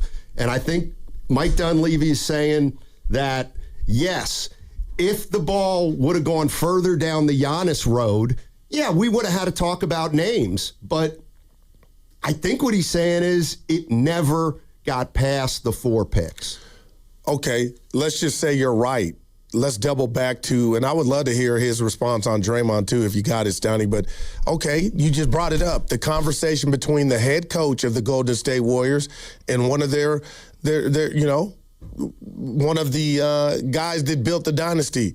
So they must have been talking and thinking something else was about to pop off then, right? Because if my head coach and one of my best players are having to talk about him possibly relocating, I don't think you can walk that back, Stoney. That was out there to the point to where those two were having a discussion about it. So something had to be going on to where Dre thought he might be moved. So Right, everybody was writing that he might be moved. And I think the Warriors have taken exception to that, whether you believe them or not. And I don't, I mean, to me, it's kind of ambiguous. I don't think it's a huge, I guess that's my question is, so whether he was involved or not, or how close does it matter? I mean, yeah, they were going to have to move Butler or Draymond if it ever got to that point with Giannis. But again, this is where I'm sorry. The whole week last week, we're talking about these moves. No, and Draymond being a part of it. Right, but it wasn't. Come on now. We're talking about one of the top players in the NBA, a top 3 to 5 player, and we're talking about one guy being a key to a deal who's 36 and declining, or maybe another guy who's 37 and hurt. Like, it never made sense to me. It just never made sense to me that the Warriors were going to be able to pull this off because of some of the other names I heard that they were interested in of young players who are way more accelerated than Golden State's young players. Steiny, I hear you, and I think, and I'm not saying you're wrong at all, but I think we're talking about 2 different things.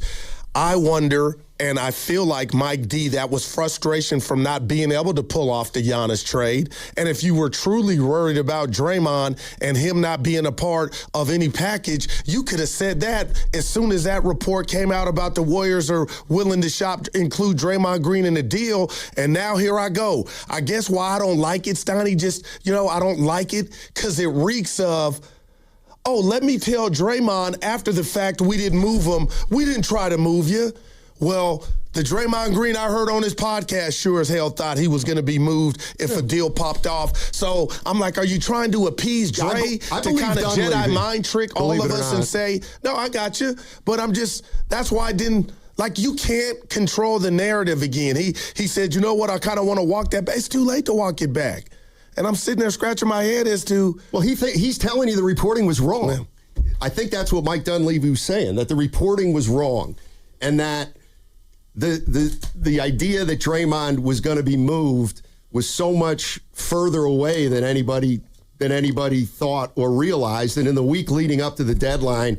it's not really Mike Dunleavy's style or any coach or any GM style in the days leading up to the trade deadline to say, well, this is true and this isn't true. And I think he was just waiting until it all got finished up at the deadline, and then he was going to tell you that they weren't really close to Giannis.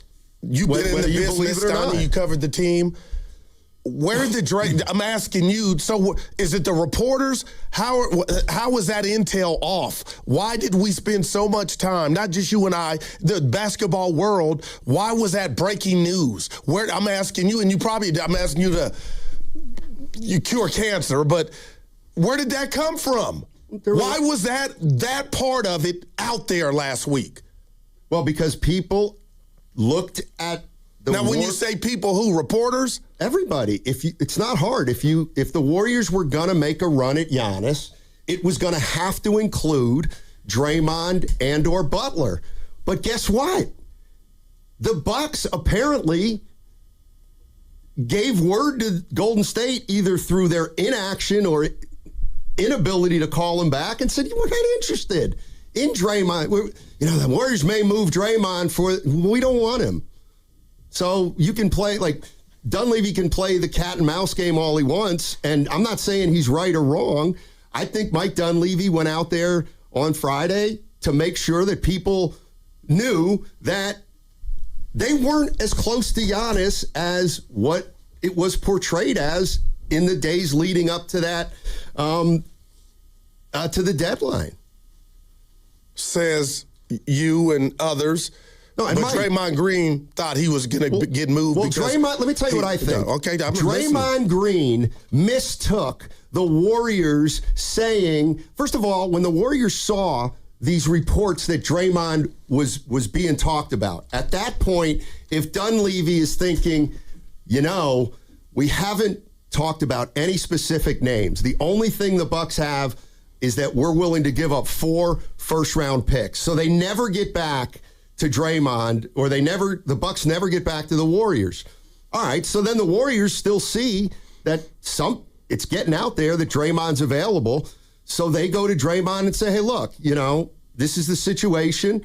We've talked to the Bucks, but no players have been involved, but just want to check in because you've been here 13 and a half years and let you know that your name's coming up, but we don't think we're very close, and unless it's something that's incredible, we're probably not going to do it. And then Draymond takes that and says, it's been a tough week for me. I thought I might get moved, this, that, and the other. Right. But I think Dunleavy, the message he wanted to send to everybody was, we weren't close on this deal with Giannis. So, yeah, all in all, I just felt like there was frustration there that Mike and the Warriors, obviously, to me, how I see it, wanted to get Giannis. They wanted to get something bigger than Porzingis. They didn't get it done.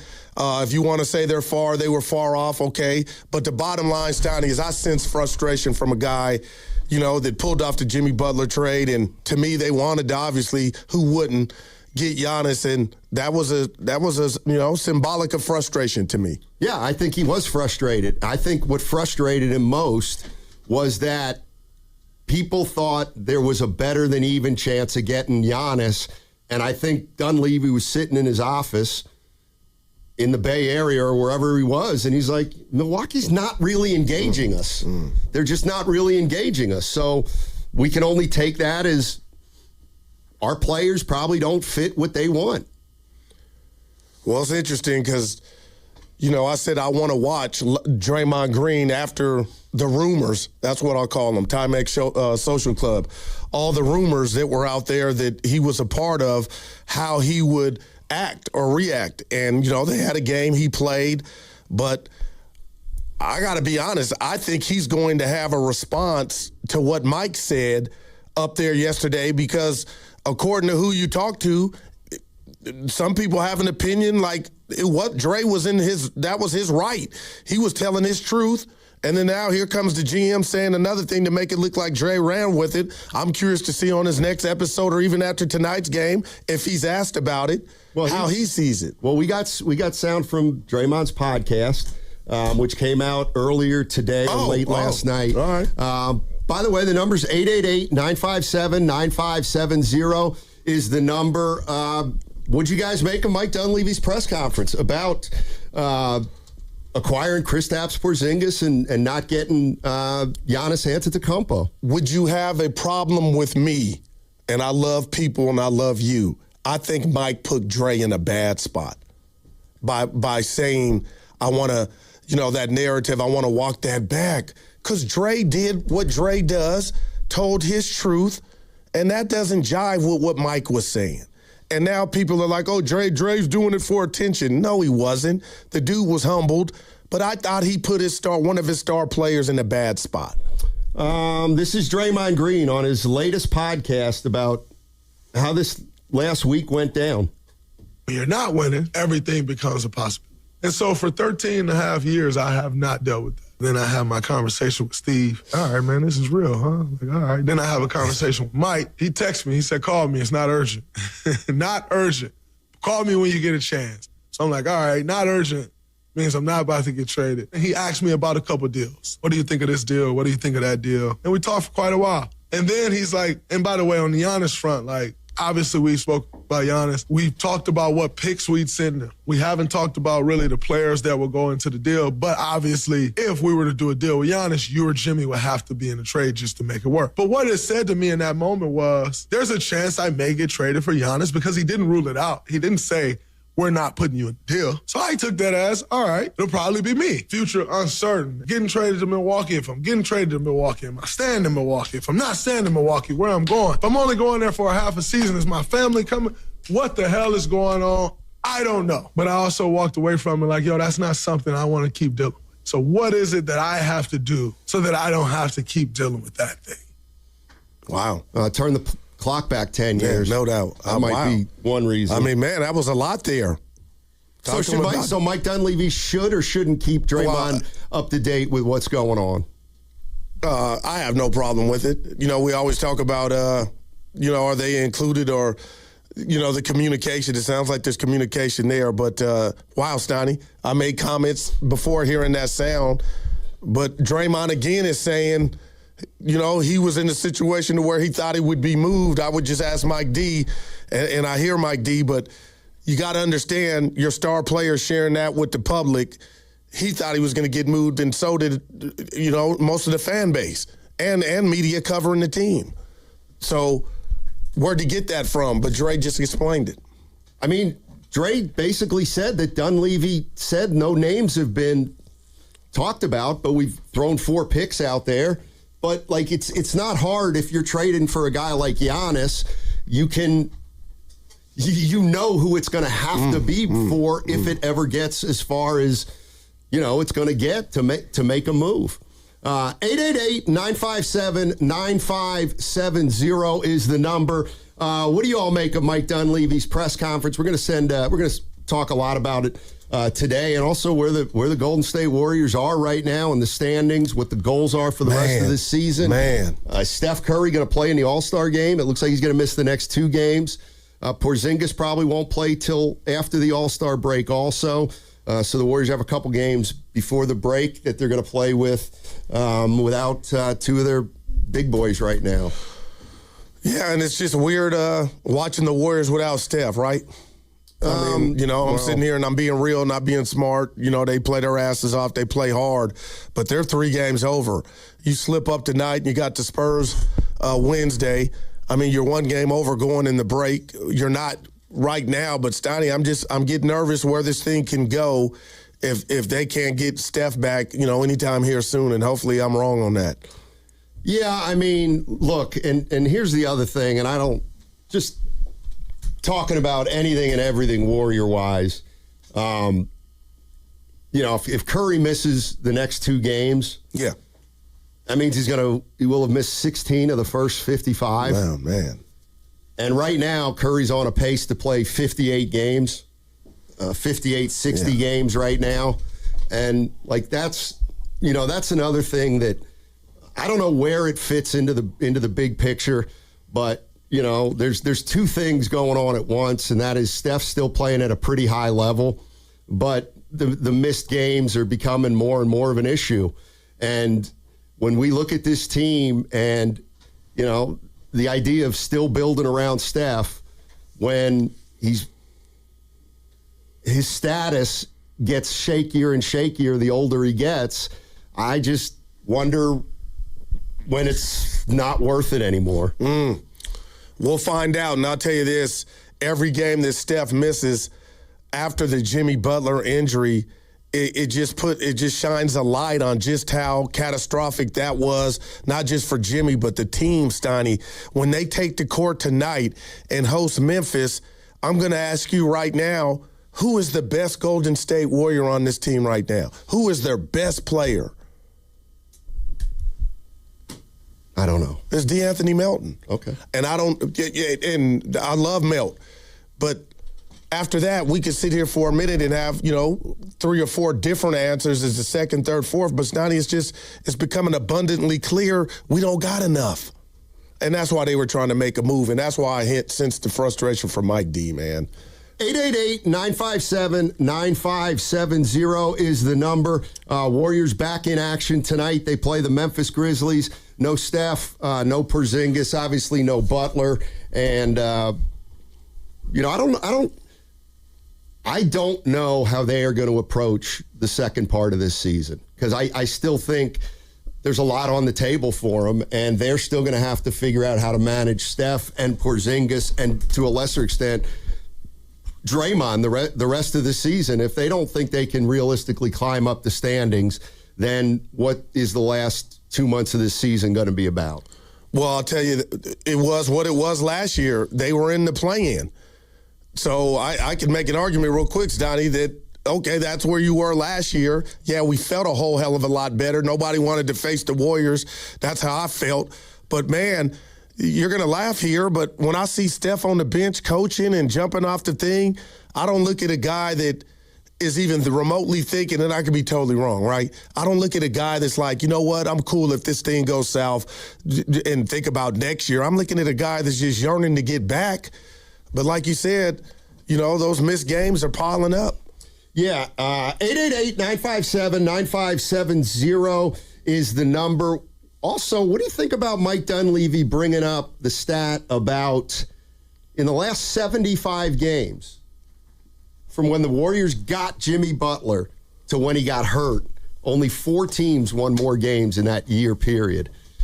So he's saying things weren't bad, and the Butler injury was really the killer. All right, 888-957-9570 is the number. We're giving you an opportunity to do something money can't buy. Starting today, it's your chance to register to play a game of Knockout on the Chase Center floor. Yes, that's right. Your chance to shoot hoops on the floor that Steph Curry plays on. Every show is going to be giving out opportunities every day starting Monday, February 16th. It's an opportunity you can't get anywhere else. You can register right now at 957 The Game for your chance. That's 957thegame.com. And that segment was also brought to you by Safeway. Head to Safeway this week for Signature Select Extra Meaty Pork Loin Back Ribs, just $3.99 per pound. Clip coupons from the weekly mailer or download them from the Safeway app. Visit Safeway.com for more details. See you in the aisles. Hey, covering Bay Area sports for as long as I have, I've seen athletes go through it all, the highs, the lows, and the pain that comes with getting knocked down. But when it's not just a game and when you're the one injured or when tragedy strikes someone you love, that's where Beam Law comes in. Beam Law is the Bay Area's go-to personal injury law firm. Whether it's a car accident, a serious injury, or a wrongful death, they are there to shoulder the legal burden so you can focus on rebuilding, recovery, and taking care of your family. Beam Law is local, and they win. Millions have been recovered for clients across the region, and it's why SF Weekly voted them Best of the Bay 4 times. So if you've been hurt or lost someone because of someone else's negligence, call Beam Law at 415-523-5555.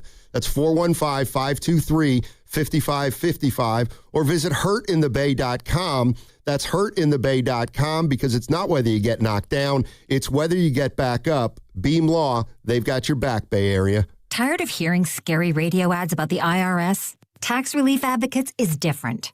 TRA is here to tell you that if you owe money to the IRS, whether it's $5,000 or $500,000, we have a solution. TRA can eliminate or reduce what you owe to the IRS with zero risk to you. We have over 1,000 5-star reviews on Google and an A+ with a BBB. End your tax nightmare today by visiting TRA.com or call 800-275-2027. That's 800-275-2027. Wesley Financial Group is not a law firm, and Chuck McDowell definitely not an attorney. This is Chuck. If someone talked you into buying something really silly and you want to get out of that silly little thing, my advice, get the facts. Call me and I'll send you our timeshare exit kit absolutely free. Inside, you'll learn how timeshare works and all your options for cancellation. Call Wesley now for your free exit information kit. 800-926-5959. That's 800-926-5959.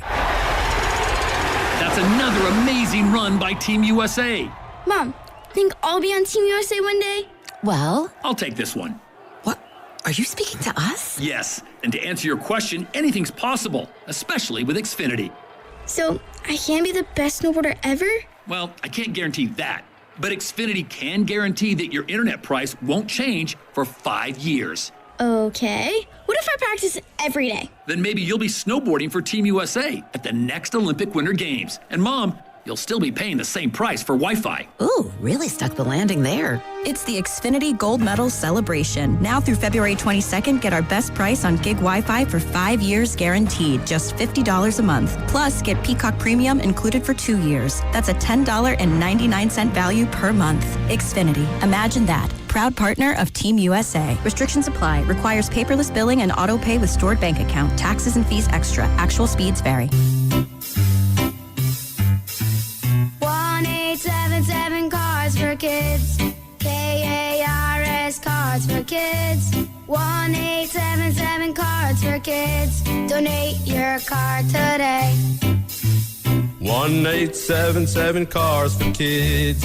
KARS Cars for Kids. 1-877 Cars for Kids. Donate your car today. Ready to get rid of that old car? Donate it to Cars for Kids. Call 1-877 Cars for Kids to reach a friendly live agent. Donation's super easy, and your car can be picked up as soon as tomorrow. Call us now, 1-877 Cars for Kids. That's Cars with a K to donate your car today. 1-877 Cars for Kids. Donate your car today. Did you know you can donate real estate too? Go to carsforkids.org. That's carsforkids.org. Are you looking for a podcast about pro football that doesn't put you to sleep with an avalanche of analytics or insult your fandom with brainless hot takes? Well, hi. I'm Dan Hansis. And I'm Mark Sessler. Oh, hi, Mark. And we're the hosts of Heed the Call, the NFL podcast you've been waiting your whole life for. Heed the Call covers every game, every storyline, everything that matters, and we do it all with a touch of mirth. Football is fun. Why shouldn't your football podcast be the same? Follow and listen to Heed the Call NFL podcast wherever you get your podcasts. Think switching to T-Mobile's a whole complicated thing? Nah, it's easy. You can do it almost anywhere in just 15 minutes. Even poolside like Drewski, you can switch to T-Mobile and unlock savings that are built to last. With T-Mobile's better value plan, you can save over $1,000 a year versus Verizon and AT&T. Save on streaming, satellite, and more benefits that they leave out. Now I get all the VIP perks. Start saving from day one, and for a limited time, get T-Mobile's better value plan. I know you love deals. Plus, switch right now, and we'll even pay off your old phone up to $800. What do you think of all that, Drewski? Stay chillin', just switch it. It's better over here. Check the math at T-Mobile.com/better value. Savings versus comparable plans at AT&T and Verizon, plus the cost of optional benefits. Plan features and taxes and fees vary. With 3+ lines of better value plan. 3+ new lines and 2 eligible ports, or 3+ lines and 5+ years on T-Mobile postpaid plan required. Qualifying credit required. Check out in 15 minutes or less per line. Get up to $800 per line via virtual prepaid card. Typically takes 15 days after rebate submission. Qualifying unlocked device credit service port in 90+ days with device and eligible carrier, and timely redemption required. No cash access and card expires in 6 months. Card issued by Sunrise Banks N.A. member FDIC.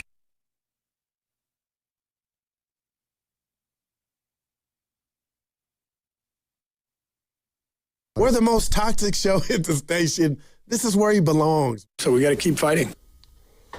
Dub Nation, this is Will Richard, coming to you live from the Laughing Monk Studios. You're listening to Steiny and Guru on 95.7 The Game.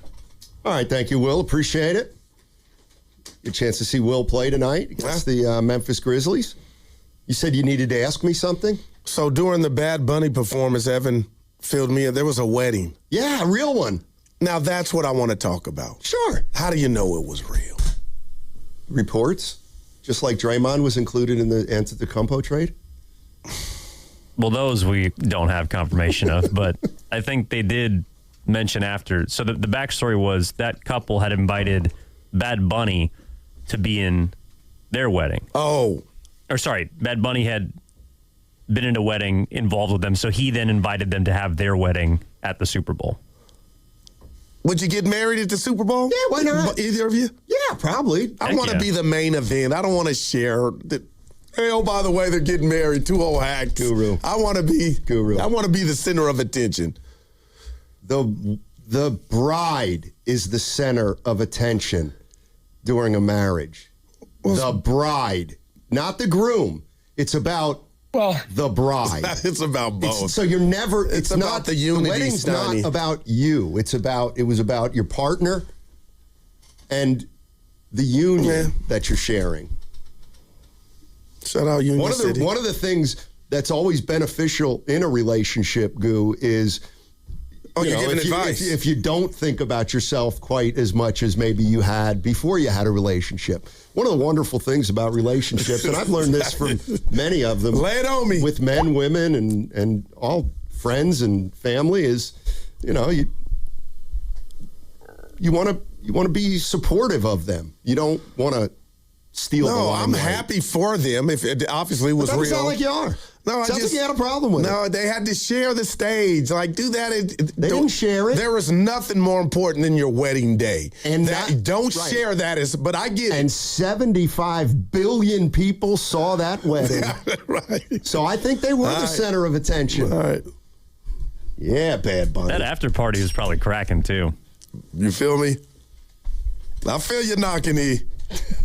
Can't do it. Oh, boy.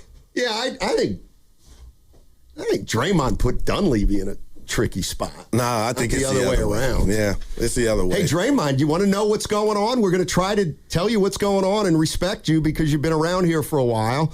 Now, just don't go telling everybody what we've said. That's what he does, and though. misconstruing. Nah, look at you. Please. Everyone has a personal agenda. That is great. Yeah. Nah, Dre was just telling the truth, man. Yeah, as Draymond sees it, which often doesn't jibe with what other people see.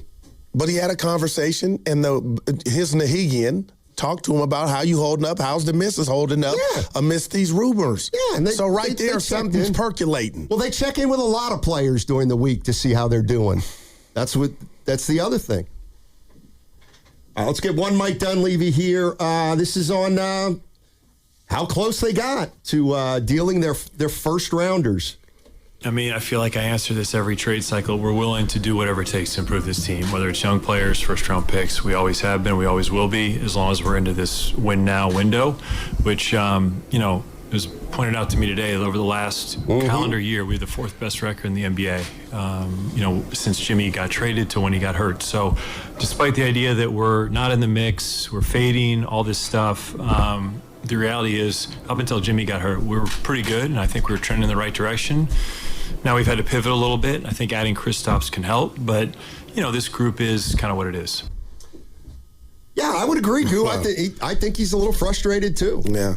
And I just do. Yeah. And, it's not about Porzingis, Steiny. It's about what he represents. And right now, this team needs a bunch of Thundercats, an infusion of athleticism, an infusion of length. And we go get a guy. You trade for a guy. And I know you didn't sell the farm. It's just proven to the NBA he can't stay healthy. And I saw, him at the podium, Kristaps, and I'm rooting for him, Steiny. He was saying all the right things. But the scary thing to me about where he's at in his career is his mind wants to do one thing and his body, may not.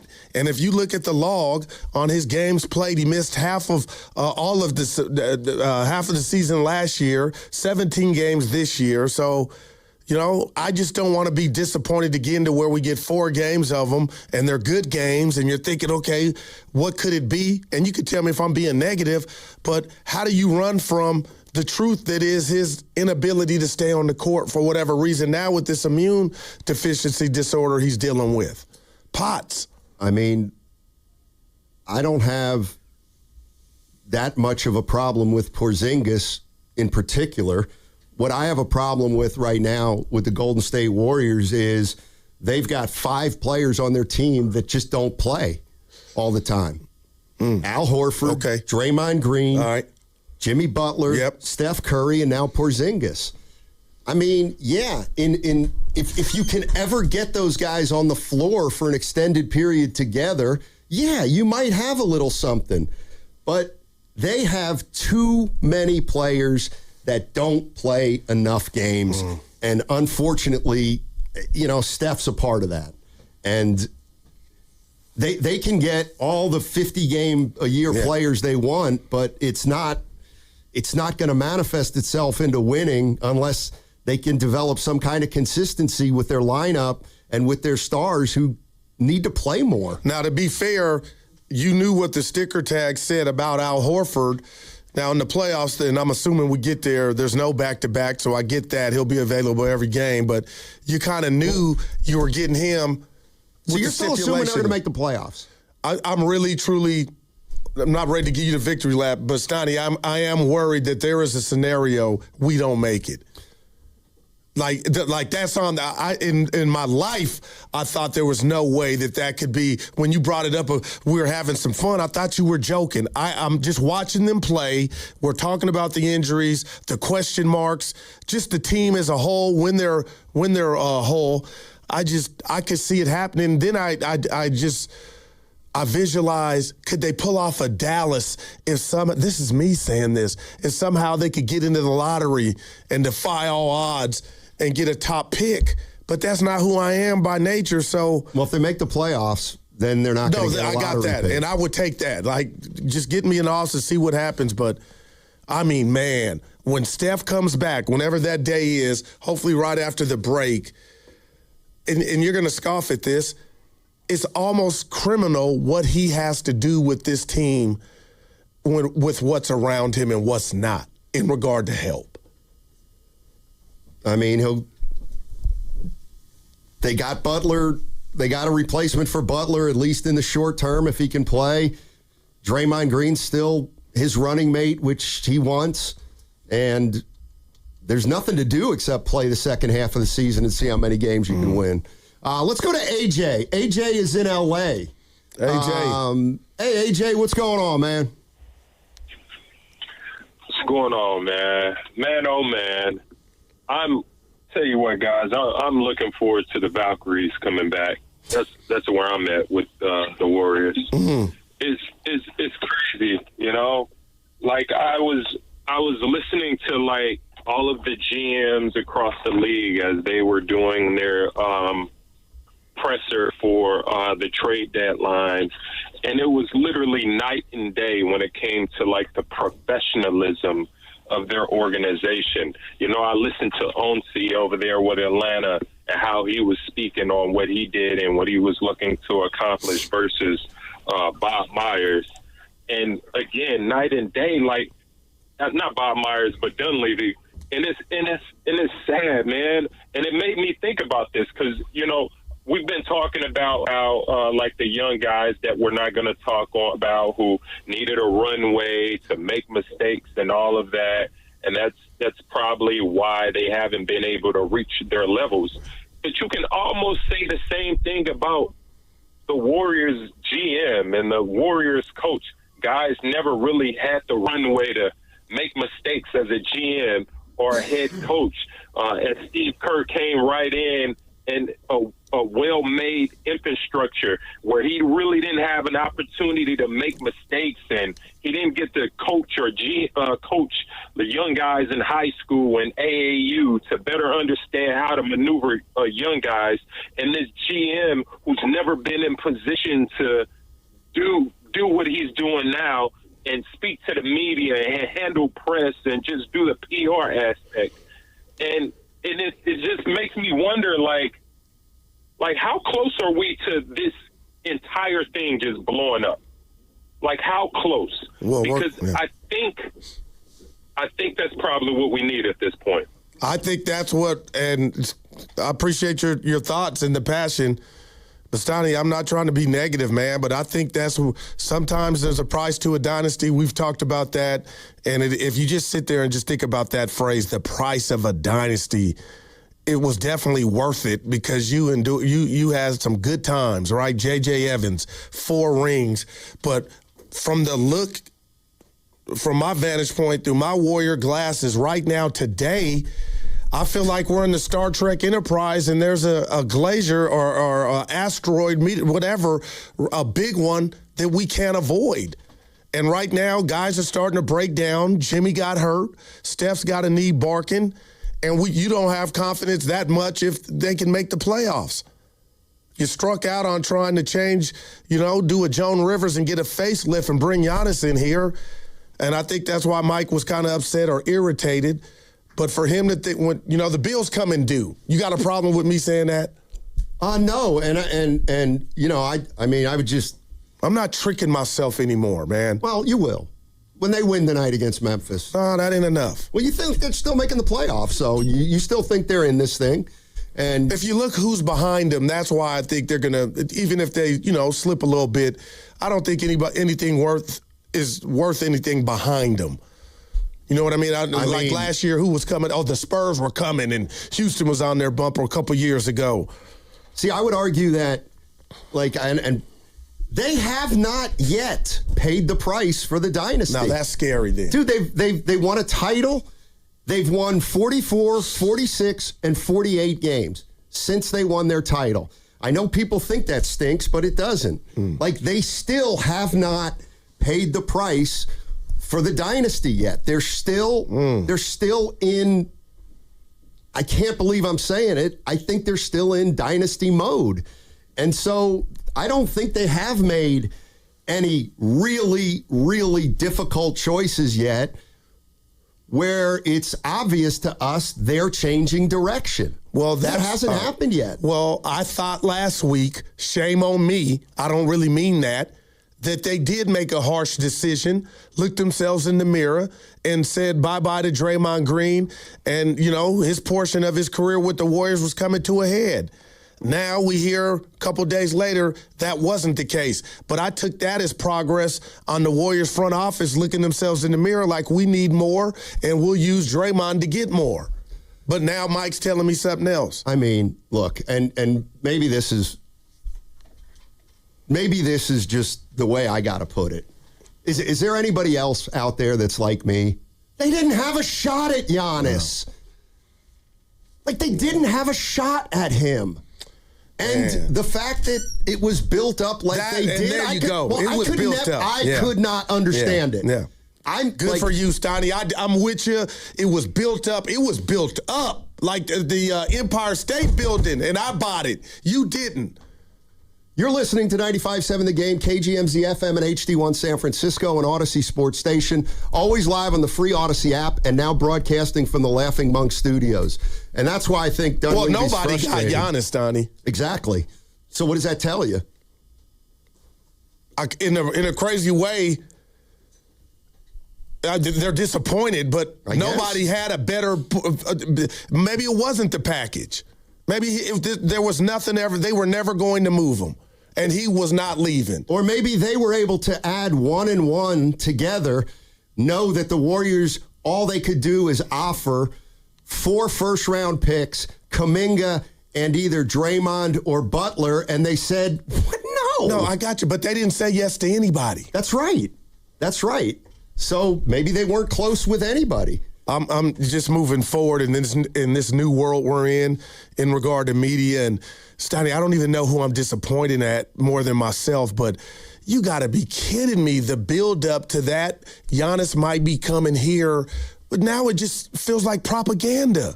And I gobbled it all up like a turkey on Thanksgiving. The other thing is, call me a sucker. Milwaukee, I'm not going to do that. No, it's not. I need you just for me. Milwaukee also probably went to Giannis and said, the Warriors are talking, the Warriors have a lot of picks, so they're interested. What do you think about going to Golden State? And he probably was like, not into it. Okay, bye. Then we don't even have to get back to the Warriors at that point. Let's go to Matt in Oakland. Hey, Matt, how you doing? I'm good, guys. How you doing? Trying to figure it out, Matt. Hey, I'm with you. I'm with you. I'm going to qualify what I'm saying by first saying, up until now, for the last few years, I've actually been one of the people really supportive of what the front office has tried to do. Even going to Wiseman. And I think there's a lot of logic of trying to keep, a foundation together, and you draft differently, you trade differently when you're trying to hold something together than when you're trying to build something. And when they went all in on Giannis, I was totally for it. High risk, high reward, but it was really the only window to potentially put them in the upper echelon. And if that didn't happen, which it didn't, then my view is, if a conversation needs to happen with Steph, you have it with Steph, and you say, look, we've been setting up this trade for years. We're trying to do everything we can to get you that ring. It didn't happen. And now it's time to accept that we are not that team anymore, and we need to now rebuild. And so my view is, like I said, I have not been critical of the front office up until now, but I would be very disappointed if they continue to make, going forward, incremental decisions of getting rid of young assets or draft picks for veterans so they can put themselves instead of an 8 seed to a 6 seed. Like, that is not the way that it's time to recognize when the Giannis deal came to a close and didn't happen, that the dynasty was over. And I'm okay with that. Appreciate the call, Matt. Yeah, it feels like it was their last Hail Mary, and it fell incomplete. Yeah. And they'll probably try to regroup at during the offseason, but I don't know if they'll be in on him or not on Giannis. I don't know. I don't know what would drastically change in the summertime. Mm-hmm. The other thing with Draymond Green is, and I know, who cares if Draymond Green, they went to Draymond Green and said, look, your name's being brought up, just letting you know, unless something big comes up, you're probably not going anywhere, but if something crazy happens, we'll do it. Get over it, Draymond. Seriously. But I got to defend him here. What do you mean get over? He was just telling his truth, and it looks like, a couple days after. You're just a regular player. You can get traded. Seriously. Well, according to Mike, he wasn't close. Okay, so then don't be mad. Because nobody wants you. But you think he's mad? I don't care. And I know that's the part that bothers you. No. I don't care if Draymond's mad or not. He's a player in the NBA.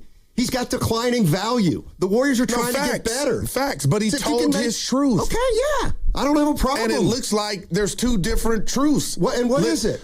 One where he was told he was going to be, there's a good possibility he could be moved to the point to where they called him. No way. And the coach even talked to him, asked how the wife's even taking care of the scenarios. And then Mike, days later, after they failed to get him, tells the masses, I want to walk back what got so big last week. Well, why didn't you do that sooner? Because you can't walk it back, Mike. Of course you can't. Now, that's how you lose the room, man. I'm just telling you. Maybe he's frustrated because. But who was frustrated? Draymond? No, he don't sound frustrated. He didn't? No. He just said he sounded frustrated. No. Mike D sounds frustrated. Right. Yeah. Right, because he knows they weren't even close. But somehow it got out there that things were close. And now Dunleavy's sensitive because everybody looks at him and says, well, I thought you were going to get Giannis, and he has to go out there and say, we never had a shot at him. Yeah. What do you think, they're going to trade Giannis for Kuminga and Draymond? Of course we would trade Draymond if they would have agreed to that, but they were never going to agree to it because it wasn't a good deal. So I get the semantics, but I mean, where do you go from here, man? You got to play. That's all you can do. There's no trade deadline. And I know the answer, but I'm going to just ask you because we can get some answers from the fans. So there's nothing attractive to you about this team getting into the playoff series via the play-in. You would rather them lose and get a pick in the lottery than have that. Let's just say they're one and done in that series if they got there. Yeah, I'd rather them be in the lottery than get beat 4-0 in the first round of the Oklahoma City Thunder. Man. But they're not. But if you can get into the playoffs with Steph Curry, then you want to get into the playoffs with Steph Curry. Like they're still in that mode, giving him a crack at it. Let's go to Trio in San Francisco. Hey, Trio, how you doing, man? Y'all doing good. Cool. Y'all didn't notice Giannis wasn't going nowhere. He partnered with Kakashi or whatever that website is for the gambling betting. Bet on anything. He wasn't going nowhere. That was all a play. But come on, y'all killing me, especially like the last caller or the caller before. We is not done. We have Stephen Curry, a top 3 player ever in this league. We could have won that Laker game. Do you know why we lost? Pods played 33 minutes. Gee only played 26. Will Richard played like 10. Pat Spencer is better than Pods. It's this coach and his decisions. We have a team that could go win a championship if Steph Curry is healthy. Right now, you think? All we have to do is not play Pods and seriously cut Draymond minutes. Did the guys that see Draymond get a tech when we had the momentum? No. We can't have that no more. We cannot have that no more. We have to let Draymond go. Yes, we love you. You did your thing. But, no, if you're not coming back on the vet minimum next year, you got to go. We're going to have to trade you somewhere. We have the team to win right now. Why is Post only playing 5 minutes? Why is he not starting? He was doing good. You keep messing with these guys' minutes, throwing them off. Look at Moody when he gets consistent minutes. Moody didn't stand last night. That's all these guys need. Stop playing the wrong players. Why? Put Pods on the bench. Send him to the G League. Let Spence take Pods all minutes. Richard take Pods minutes. We have the team to catch up in the rankings. If we don't, we could go beat OKC. We got Curry, the greatest ever. Sit Draymond on the bench. Let him play the Haslam role. We can do this. I got faith. Kerr, we got hope this summer Kerr is gone. Then we can still win. All right. Trio, thanks. Wow, Trio, I need some of that. That boy. Yeah, he went, but come on. But they can't. But go ahead. What happened to Post? Let's just talk about, it's kind of the thing with Horford's JK. Playing well. I'm going to shut up. My dad used to tell me, son, we'll be fine. You have to make yourself so valuable that the coach must play you. But you understand. And Post hasn't done there's that. There's 48 minutes in the game. Okay, even if you don't start, you don't have to disappear. But that's how Kurt does in his rotation. Yet one day you're the man, the next you're riding. Yeah. I don't, we're talking about Will Richard. We're talking about Pat Spencer, Moody. We're talking about Pods. the Warriors. Yeah. And why can't we just, we're not talking about a championship team anymore. And the more we talk about them as a championship team, the more people are going to be really mad and disappointed. They got to start clawing their way up right now, and I don't think there's a quick fix that's going to put them at the top with the move. I just don't. All right, you good? Yeah, I'm just Trio got me thinking. I ain't where he's at though. He still thinks we got action, but man, Curry needs some help, and now he got to get healthy. All right, 888-957-9570 is the number. I see the callers on the other side. We'll definitely get to you. Hey, we're giving you a chance to do something money can't buy. Starting today, it's your chance to register to play a game of Knockout on the Chase Center floor. Yes, sir, that's right where Steph Curry hits his threes and sometimes watches when he's not healthy. But he's going to be back after the All-Star break. Every show is going to be giving out opportunities. You going to be in this one? No, come on now. All right, giving out opportunities. It starts on Monday, February 16th. We've had a lot of fun with Knockout in the past at Chase Center. We want all our listeners involved. So you can go to 957thegame.com for your chance to register. That's 957thegame.com for your chance to register for Knockout at Chase Center. This is the story of the one. As an HVAC technician, he and his digital multimeter are in high demand. So when a noisy office HVAC turns out to be a failing blower motor, he doesn't break a sweat.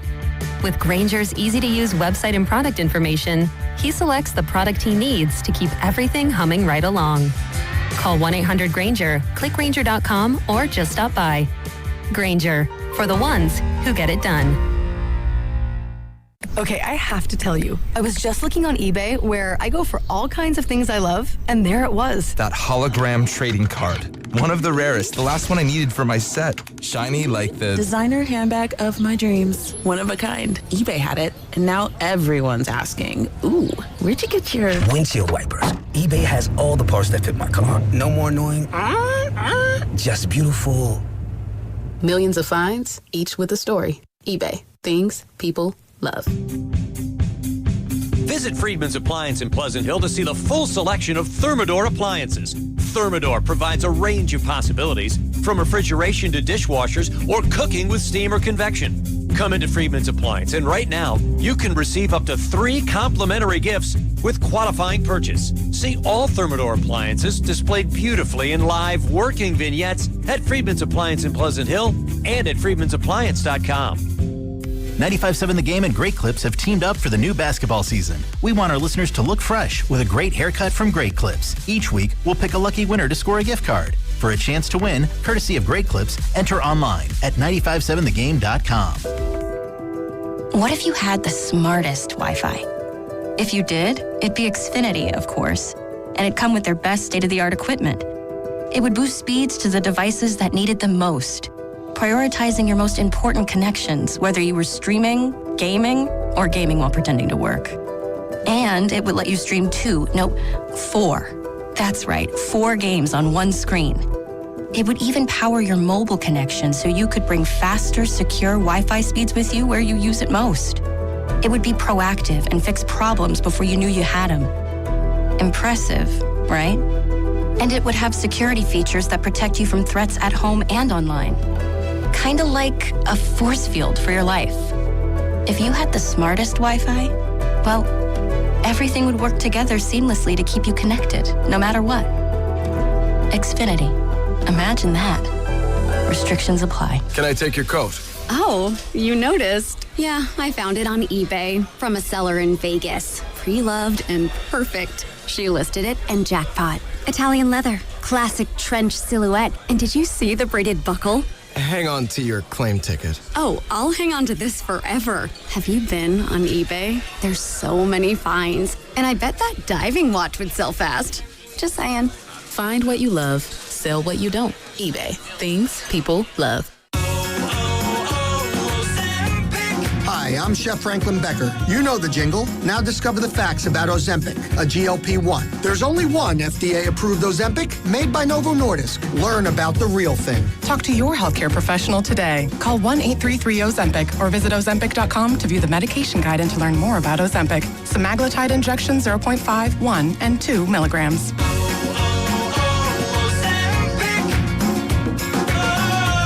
We've all been there. Sleepless nights, mind racing, wondering if your business's security service is really protecting what matters.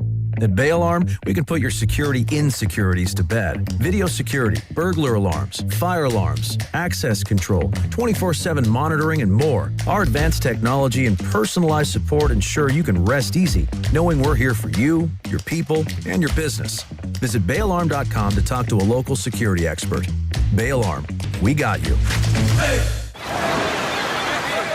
Hear that? That's the sound of your life. Perfectly imperfect. Beating in rhythm to the world you've created. But every time you drive after drinking, the music gets drowned out. Your life sounds pretty great. Don't let a buzz ruin it. Buzz driving is drunk driving. Don't drive buzzed. A message from NHTSA and the Ad Council. DQ presents the Spicy Menu. For a limited time, try the new Flamethrower Chicken Strip Basket for $6.99 with spicy bold strips that heat you up. Served with a side of famous DQ soft serve as a dip to cool you down.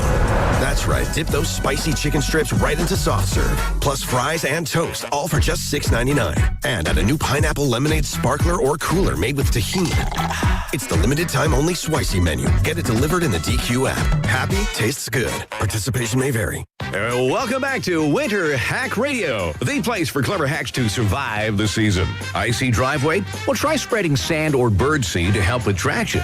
Snowy puppy paws? Well, grab a whisk, brush it off, done. Catch COVID-19? Well, just get... Actually, there's no hack for COVID-19. But if you test positive, prescription medications for COVID exist. Ask your doctor if they're right for you. Visit PfizerForAll.com to learn more. Sponsored by Pfizer.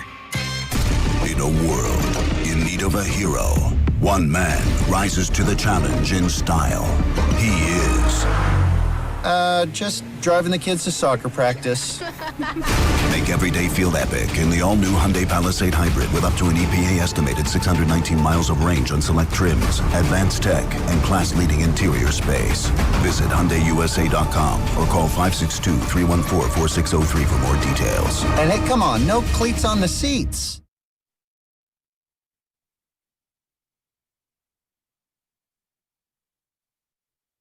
Bang! Mine again! It's the Guru Steiny Guru Steiny show. Let's go!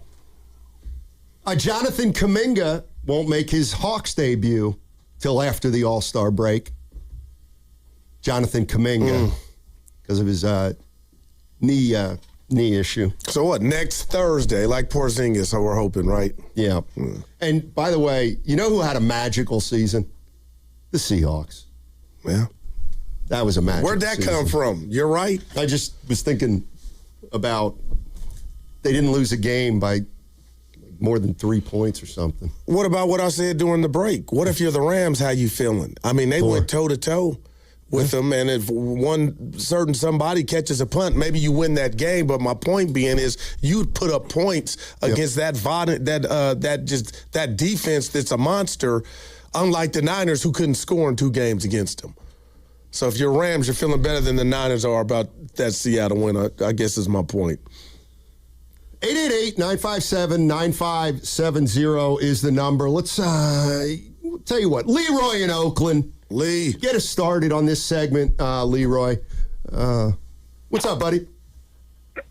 What's up, Steiny? What's up, Goo? You got happy Monday.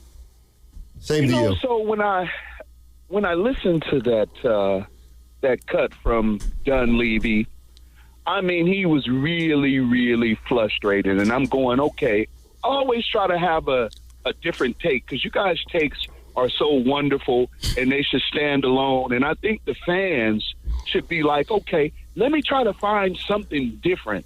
And what I heard, I think, was Dunleavy being very frustrated because I actually think a lot of GMs tried to take advantage of Dunleavy when he was trying to make this trade with Giannis.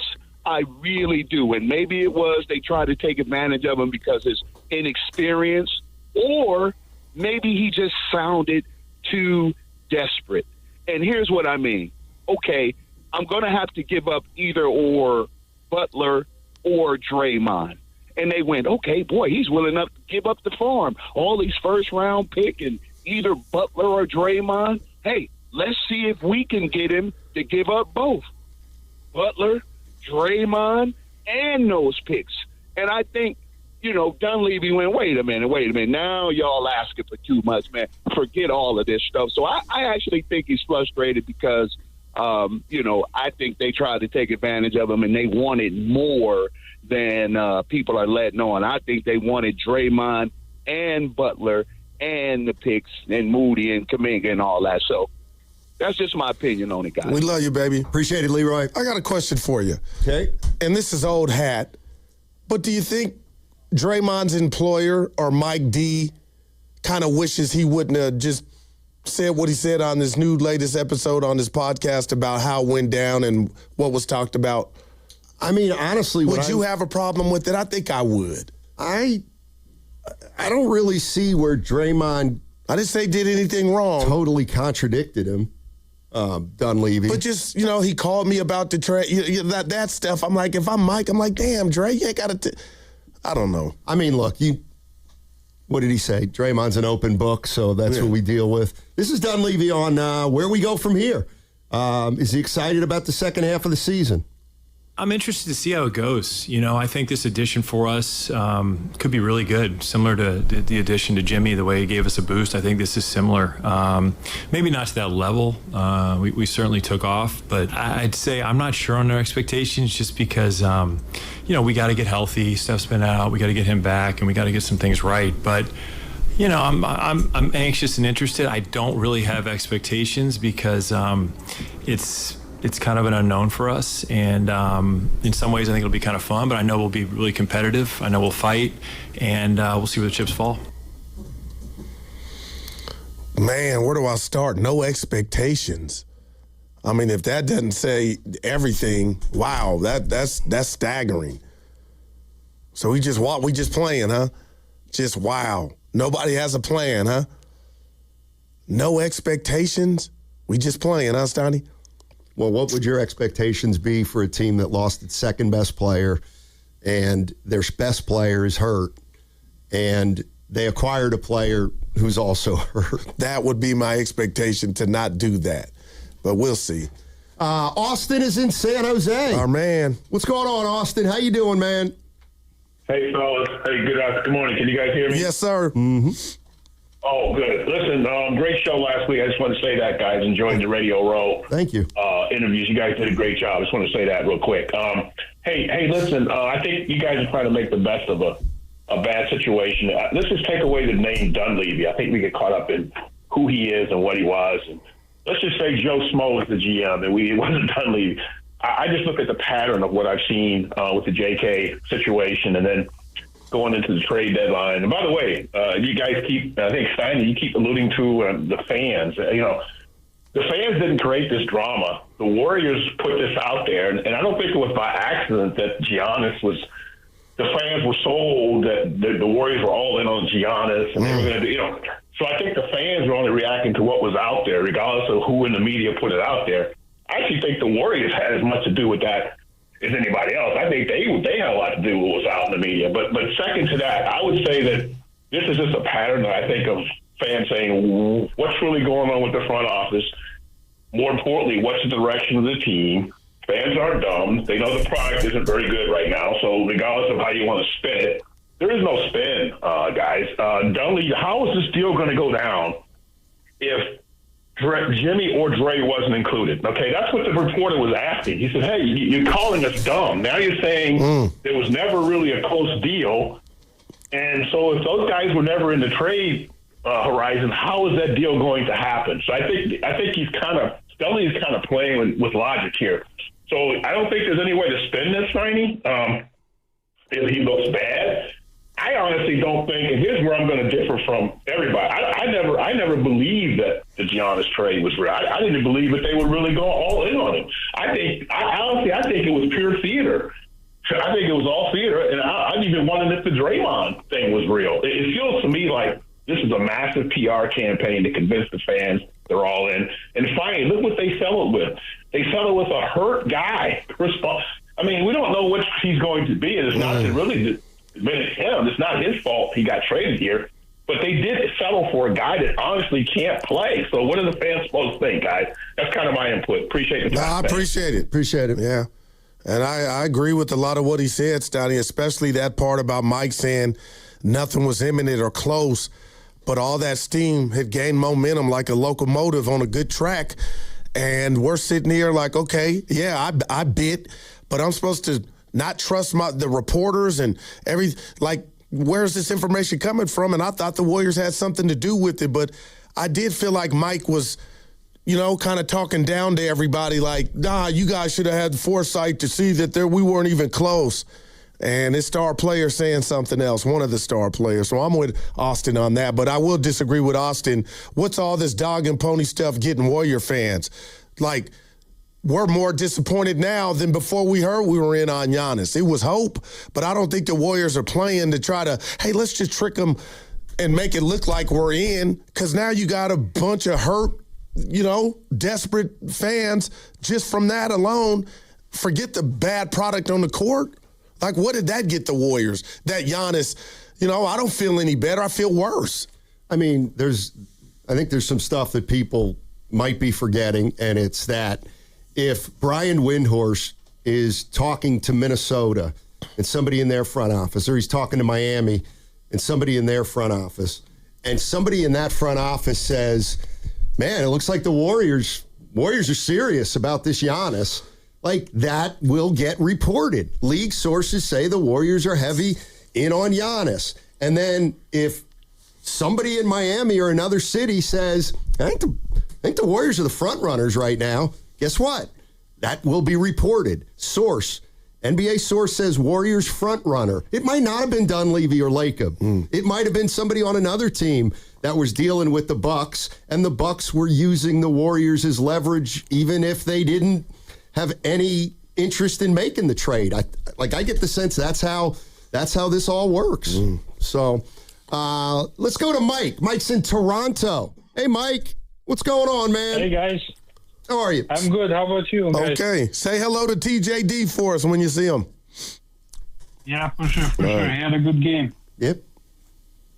Yeah, so what I wanted to say is the Mike Dunleavy comments were really unnecessary, and it implies that someone is lying. Like, if he didn't want to answer the question, because we had Kerr and Draymond confirm it, and everybody was he could have just moved on to the next question and not answer it. Now it makes him feel, it makes him look really bad. That's number one. Number two, like, this team just got older and more injury prone, and when we say that we're about winning, like, to win when you have an old team, you need to be healthy in the postseason, and you need to rely on young players to get you there. And then Steph, Draymond, all the experience come true and win you those playoff series. But right now, the last couple of years, either we don't make the playoffs or we are a playing team. And when you're playing team, and before that it was the 8th seed, you're not really a true contender. Like, it never really happens. So we're a little bit delusional, and we don't have like a real strategy. Like, if you don't want like young players because of the lack of the experience and the system fit and whatnot, we could have pivoted like to players like that are not that young but are not that old, players that are healthy, like the Jaren Jackson Jr., especially since I think that Giannis was never in play. We could have never gotten Giannis.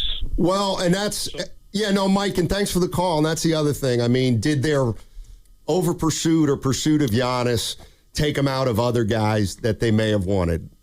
In other words, if they were working it on Giannis and thought they had a small chance, do they not go in for other players that they may have been interested in because it was all for Giannis? And like, remember, but that would be inexcusable, and especially now with Mike saying they weren't even close. So you better have your hands in a few buckets. Well, I mean, I just, the thing that I thought automatically after seeing some quotes was that I remember Willard came in and I'm like, they're not doing anything unless it's for Giannis. That's kind of what I felt like, or at least with those future firsts.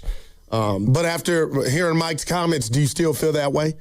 About what? That they were just all in on Giannis because Mike's telling you they weren't. Nothing was close. Well, I think two things can be true. I really do. I think the Warriors, if the Warriors thought they had a 10% chance to get Giannis, well, why not just take your shot at 10% if that's the guy you want, rather than, well, let's go after Jaren Jackson Jr. and he won't cost as much. I don't know. Yeah, and you know what's funny is just listening to that call, I'm just going back to Mike D's podium game, and words are powerful, right? People don't forget them. You can take them back, but 9 out of 10 times, people never forget. I didn't like Mike D when he made the comment. It was a slick comment about there needs to be a demand in regard to Kuminga. I thought that was a low blow. And I felt like he came to that presser yesterday with that on his chest, ready to get off, and the reporter did nothing wrong, and he came down his road. I don't know, Sonny, I didn't appreciate that. It's fine. Yeah. I mean, like in the grand scheme of things, I don't think it was a huge deal. What he said at the press conference, I do think he's frustrated. And, people will say that, I'm an apologist, but, I mean, I just take into consideration where the Warriors are, where how they've positioned themselves since 2022, what they say their strategy is, and I think that there's trouble on the horizon. And there kind of has been trouble on the horizon.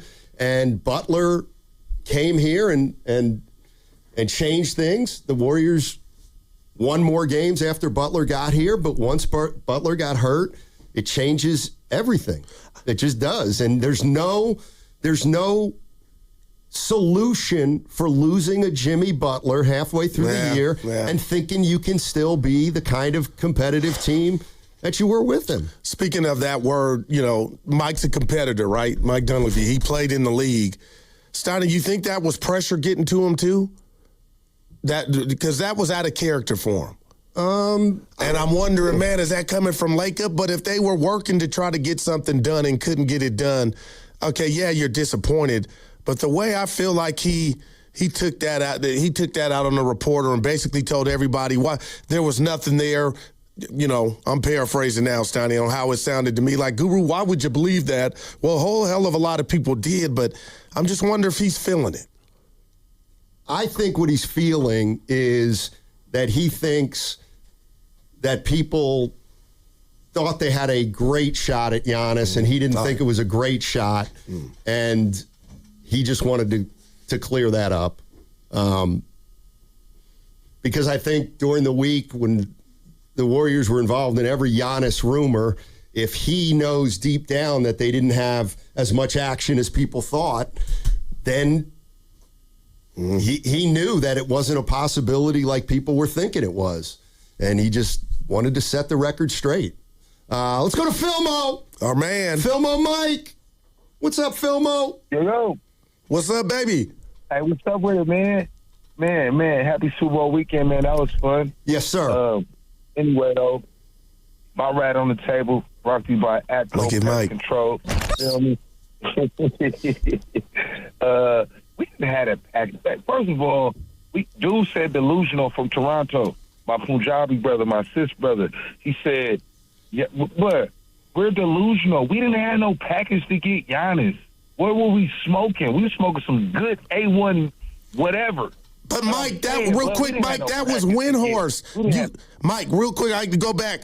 But that was the media. They were saying that we were in the lead. So it wasn't just us as fans, everybody disreputable, they were saying it. But what's wrong with Mike Dunleavy keeping it real? We from the Bay. We keep it real. Keep it on the real. He's just keeping it real. We didn't have no package. 3 times. Like that. Yeah. You feel me? What's wrong with him saying, "Hey, man, I don't have no expectations"? There's nothing wrong with that. Let's see what it do. We're going to see. He basically said we're going to see the young players play out. We're going to see how this season go. You feel me? But you know what? Kerr, he does make a lot of funny decisions. I'm not going to say bad. They're funny. I don't know if he's experimenting, but the team does play hard for him. So if a coach, they still try. They still give whatever. So I just want to say big shout out to the whole Bay Area, the people, the staff, everybody put it on. Y'all was putting on last week. Y'all had it lit. I befriended, I don't know if y'all seen this dude. He went viral. He was stuck in traffic in the city. He was like, "How the heck do y'all get out of here from Boston?" And I befriended him. And he a solid dude. He was talking about Boston is the comparison, and Bay Area is the comparison to Boston in forms of sports cities. So, camaraderie, big shout out to all the tourists out here, man. Y'all keep rocking 95.7 The Gang. Matt Nahigian, Lucas, the vice president of Hate. I love y'all. Hey, Mike, before you go, let me just give you this bit of advice. Man, you have never woken up, opened your eyes, and said, I have no expectations for today. That's not how you do it, brother. And I'm not saying you do, but you cannot let a guy that's in control of this empire say into a microphone, well, I have no expectations. You better go get some. You better go get some. You don't ever waste a day or a minute in this life, because you never know when it's over, for to sit here and say, I have no expectations. Winners don't think that way. I mean, you no gotta expectations. Keep it real, you got to keep it real. You can't say I'm finna get $1 million. You don't know how to get the money. You know how to get there. They trying to win a championship. For this next coming 2-3 weeks, we have no expectations. It's nothing wrong with that. We're in 10th place. What are we talking about? We're not finna do nothing this year. I hear you. Stoney, help me out now. I don't think I can. If my kids, hey, Daddy, I ain't got what you do today. I ain't got no expectation. Well, you better go find some. I don't know. What are your expectations when you don't to improve this damn team? Okay, is Curry going to play? That's the expectation. Okay, is Curry going to play? Is Porzingis going to play? You're more than Curry. He's one guy on your team. Move on. Well, I'm going to go down the list. You put this product together. Is Horford sit here and tell play? us no expectations. How can you say that to a fan base? You better find some expectations. No expectation. What? Somebody wake up. The hell we doing around here? No expectations? My boss would call me in the office and kick my ass if I said that. Oh, yeah, no expectations. I mean, in truth. Steph's out, no expectations. Of course there aren't with Steph out. Get your guys better. Okay, yeah. Pat Spencer's going to lead them past San Antonio. No expectations. Nope. Must be nice. You know, must be nice, baby. You know, I am nowhere. That's right. I'm thinking about it more. No expectation. Yeah, and you know, I've heard just the opposite, Guru. That one of the healthiest things you can do is wake up with no expectations, because then you won't be disappointed. So you let the day come to you as it will, and you do the best you can. And Memphis is in here tonight, and it's a team you might be able to get one against. But no expectations, because we're missing. I get it. What are the expectations? I don't know if Curry's playing. I don't know if Porzingis is playing. I don't know how much Draymond's playing. What's Al Horford's situation? Yeah, let's get better. It's going to be hard with Pat Spencer and Guy Santos. That's all I'm saying. What are you saying about those dudes? They're probably not going to win you a lot of games. Sanchez has to play.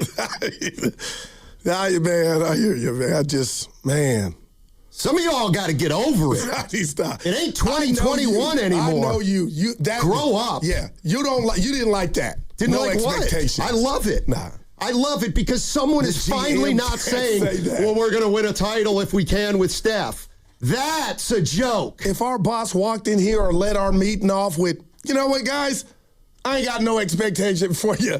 What are we doing? Doesn't mean you can't try. No.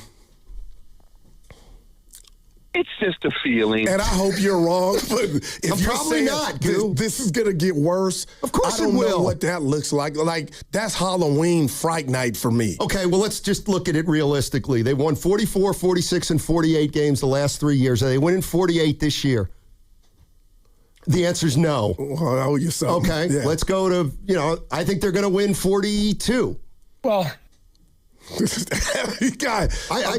hear you, man. The best case scenario would be play about 500 basketball from here on in. Okay, so how you get better next year? That's not my job. Well, and the guy's job, he's saying there are no expectations. So I don't know. Yeah, I don't know either.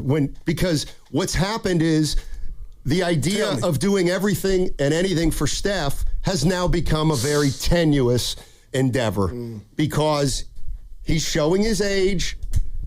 He's going to be 38 years old in a month. We've got to start reducing our expectations for Curry and what he can do at this point in his career. No! Well, I mean, he's still good. Okay. Evan on fire early. All right. 888. Now, I see a lot of calls. We're going to get to you all on the other side for sure. Oh, boy, Warriors don't have expectations. And who doesn't like it? What's coming up on the game is brought to you by Fremont Bank. Here for you, here for good. That segment was also brought to you by Alameda County.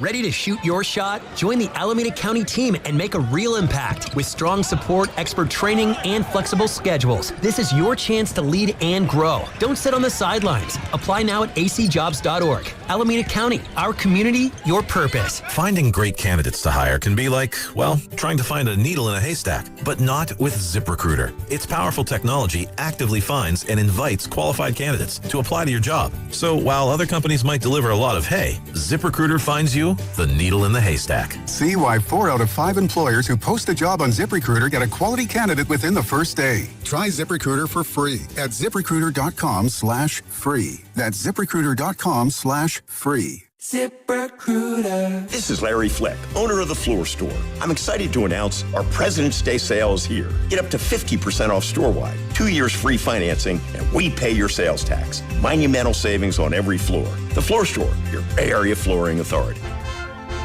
Advanced solutions from Comcast Business help turn today's enterprises into engines of modern business.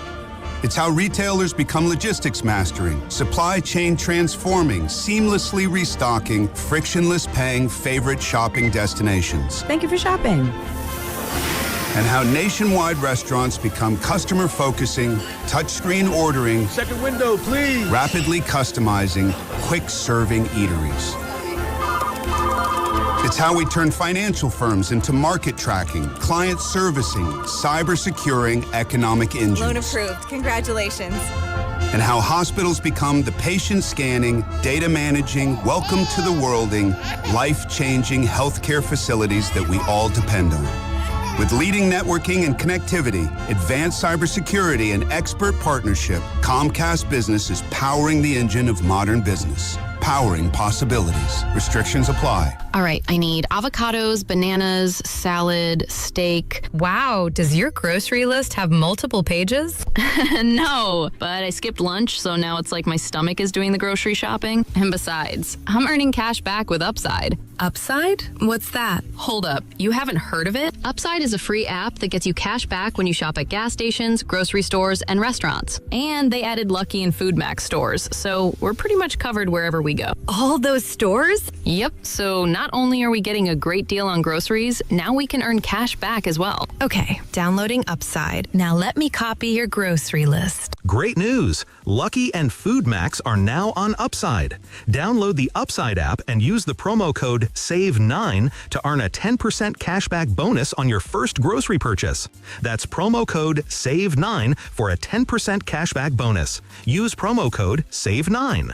Offers vary by user and location at participating merchants. Go to upside.com for terms and conditions. Injured at work? Don't wait. Every moment counts. You may be entitled to medical care and financial compensation, but time matters. The attorneys at Boxer & Gerson are here to protect your rights and fight for the treatment and support you need. Boxer & Gerson have helped thousands of people across Northern California who were hurt on the job. Don't wait. Don't guess. Get answers. Call Boxer & Gerson today at 510-835-8870 or visit boxerlaw.com for a free consultation.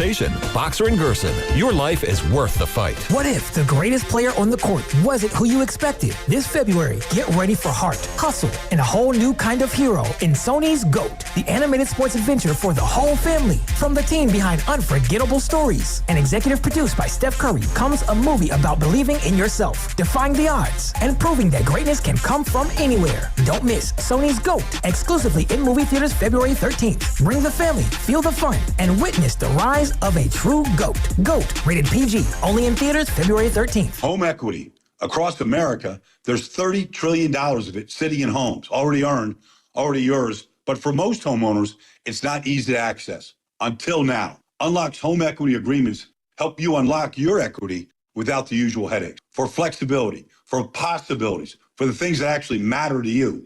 So ask yourself one simple question. How much can you unlock?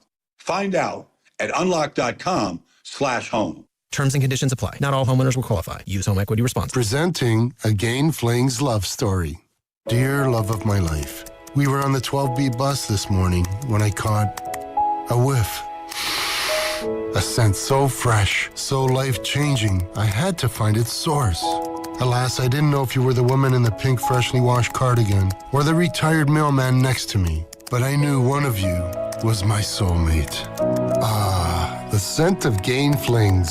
Try Game Flings with OxyBoost and Febreze. I built this business the old-fashioned way. Hard work and a whole lot of spreadsheets.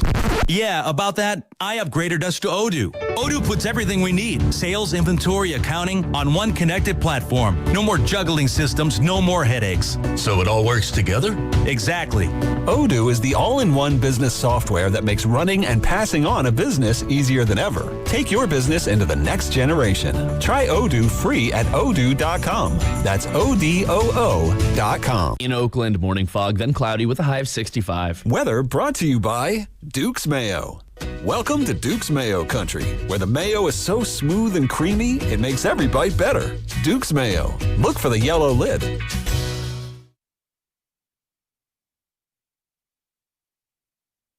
Bring the temperature down low. I'll go deep into my bag. Now, back to Steiny and Guru on 95.7 The Game. What you laughing at? That drop was funny. I'll go deep into my bag. You used to hate that saying. I hate the saying, but I love the way he said it. My man, he wasn't happy. I'm not either, man. Let's listen to Mike Dunleavy. We are at a, you know what? That's a 4. There's nothing like a reset. And I think that's what we're doing. No expectations. I'm interested to see how it goes. You know, I think this addition for us could be really good, similar to the addition to Jimmy, the way he gave us a boost. I think this is similar. Maybe not to that level. We certainly took off, but I'd say I'm not sure on our expectations just because, you know, we got to get healthy. Steph's been out. We got to get him back, and we got to get some things right. But you know, I'm anxious and interested. I don't really have expectations because it's kind of an unknown for us, and in some ways I think it'll be kind of fun, but I know we'll be really competitive. I know we'll fight, and we'll see where the chips fall. I like it. Wow.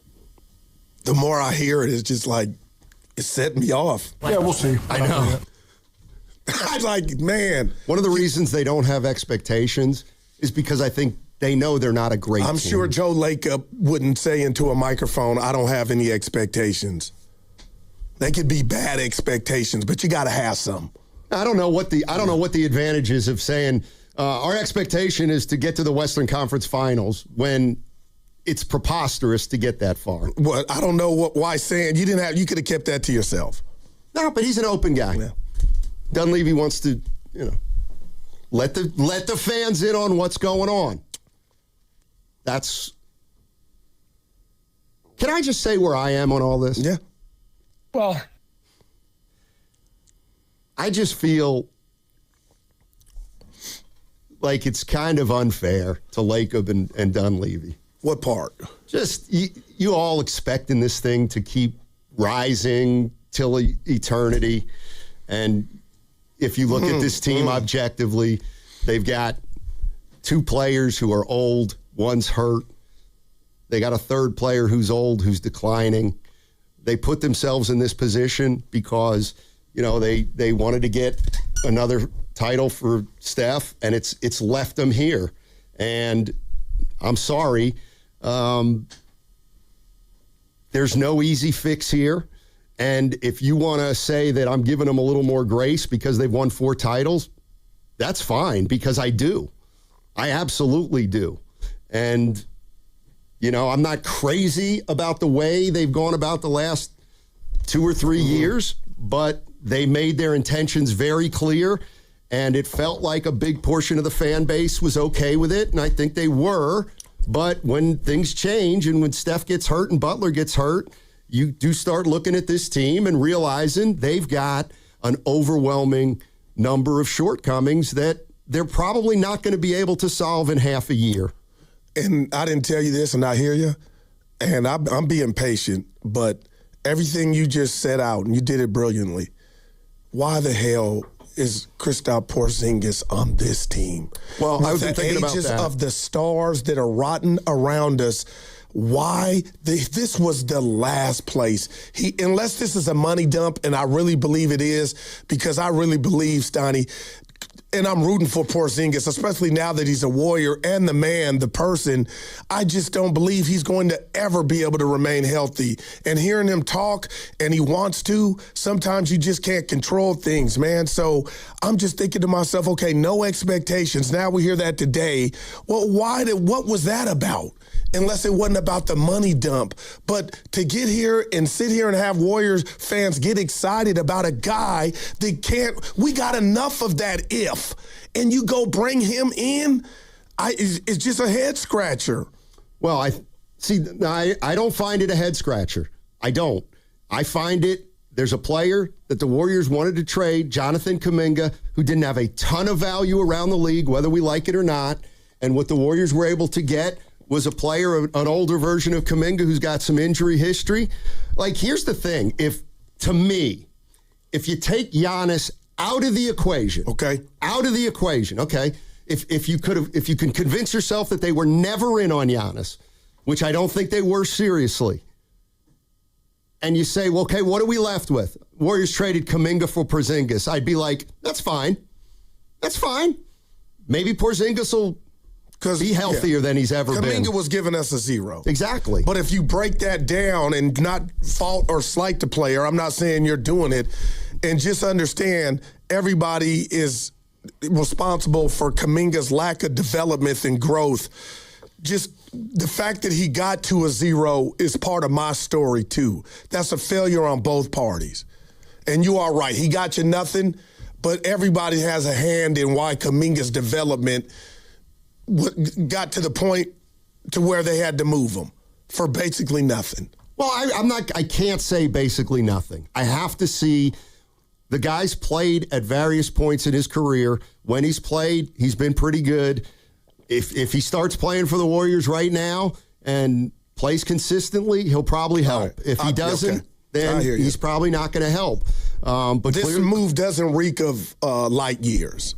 It reeks of desperate. And now we're just praying and lighting candles. Well, they are desperate. Bible. Yeah, they are desperate. Wow. And you know what? One of the reasons they're desperate is because for whatever reason, they still want to talk titles, okay? They still want to talk titles. So they want to talk titles. Then you have to be desperate because you're essentially 3 games over 500. There's 8 teams in the West better than you. But for some reason, you still talk titles. And okay, but I think more and more fans are realizing that's not realistic anymore. Let's go to Andrew in Reading. What's up, Andrew? How you doing? What's going on, guys? I'm good. Hey. How about y'all? Hey. Hey, first off, Goo, you're mentioning the Lambs and their punt returner. Okay, you got Niners fans here with PTSD from he who must not be named, fumbling 2 punts. I heard that. And forget about that. The bigger crime was Harbaugh benching Smith after that for Cap, okay? Repeated. Smith would have beaten Breeze, Eli, and Brady in that playoffs, and who knows what else. But anyway, I'm calling because I feel like we're focusing on the wrong thing here. We got rid of Kuminga for an NBA champion. And I don't think he was a 0. I think he was a negative. I mean, the amount of times I saw people frustrated with the ball movement, the defense and clutch moments, Lakers on Christmas. I mean, this was a bigger heist than Luka Doncic. And other than that, it's like, yeah, losing Clay really hurts us, but we got Seth. I love that. I agree with the guy about Pat Spencer being a dog. He needs way more minutes. We got Gary Payton, the best center in the league as a guard. And look at who we're playing against. The league ain't what it used to be. We had to go through Westbrook, Harden, Durant, Ibaka back in the day. Now we got to go through Chet Holmgren. I mean, come on. This team is very similar to 22. It's going to be tough without Jimmy, but I'm optimistic after that. Oh, boy. All right. So that was a bit. So they got action. Yeah, he's laughing at his own material. Thanks, Andrew. He had you. Yeah, I knew that was, yeah. Well, if you have no expectations, how can you be desperate? Yeah, Dunleavy doesn't have expectations. The fans can certainly have them. Let's win tonight, man. They got a shot. Right. They can win tonight. Hey, can I ask you a serious question? Forget Steph. I'm being real. Evan, what the hell is going on with Steph Curry? When will I see him on the basketball court again? He's got sciatica. AKA, I don't know. I mean, didn't Horford miss quite a bit of time with it? Oh, yeah, he missed some. Yeah, absolutely. He looked spry when he tossed Luke Kennard. I'll tell you what, that may he be. blocked a shot That's one of the underrated moves of the offseason. What? Horford. You know, it's funny. We talk about Seth Curry. No, like I want to see him play. I see him on the bench. I'm like, Sure. What if the Warriors get Lonzo? There you go.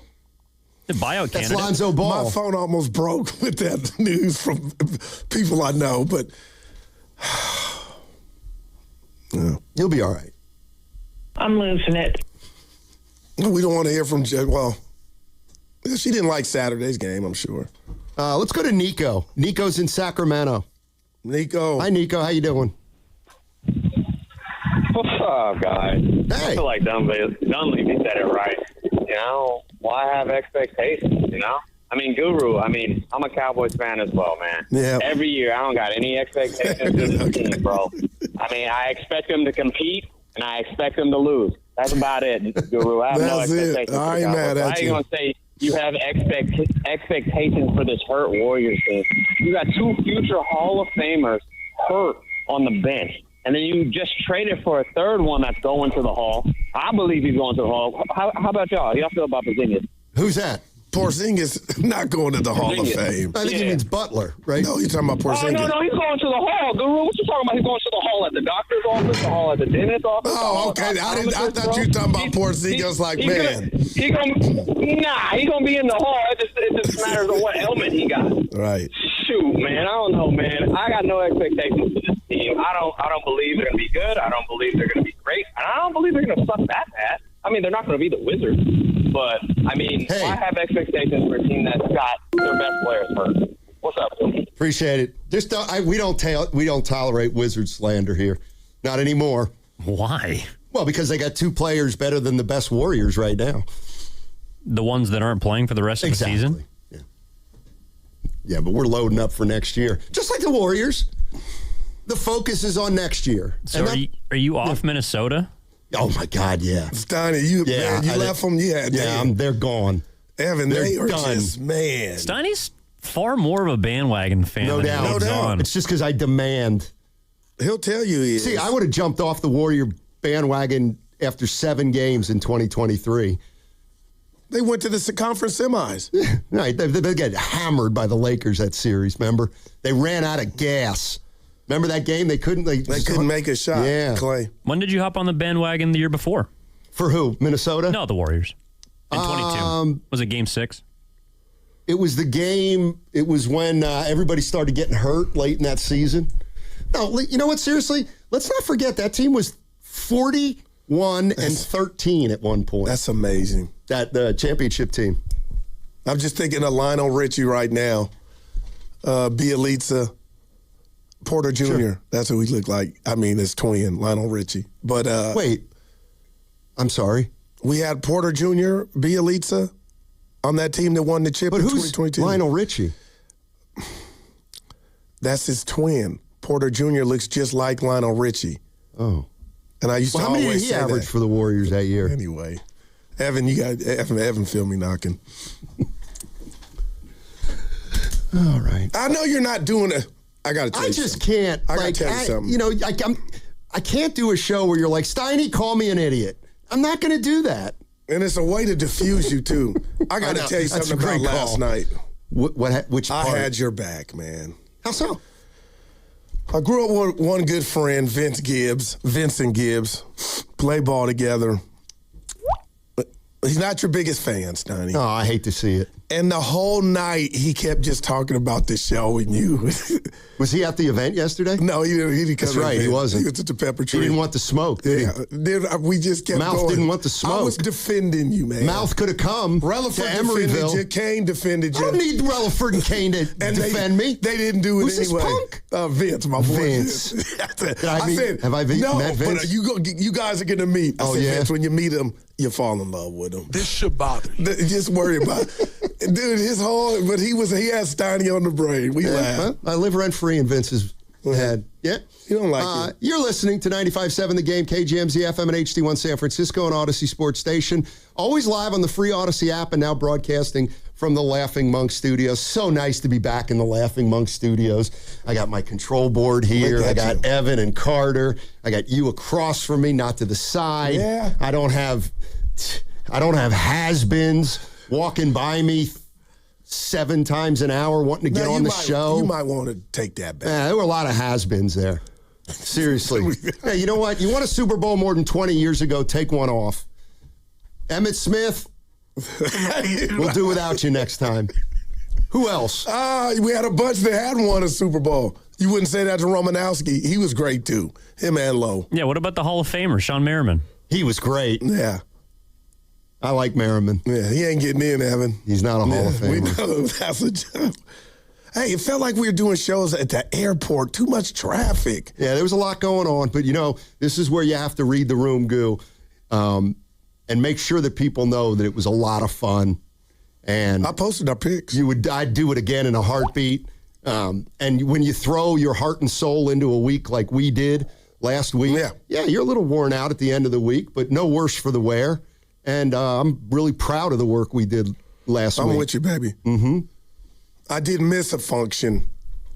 Which one? The company work party. The boss texted me like, where was I? I was like, I forgot. So you RSVP'd yes and didn't go. Right when the email came out, Eager Beaver, that's me. See, you and I was different. Tired, man. We were ripping and running. And I went out Friday with y'all. He wasn't mad, but I sensed he was mad. Disappointed. See, it's funny. He had no expectations, maybe. so it's all funny. good. It's so funny. You say yes and then don't go. And but I wanted to go. And you know what I did?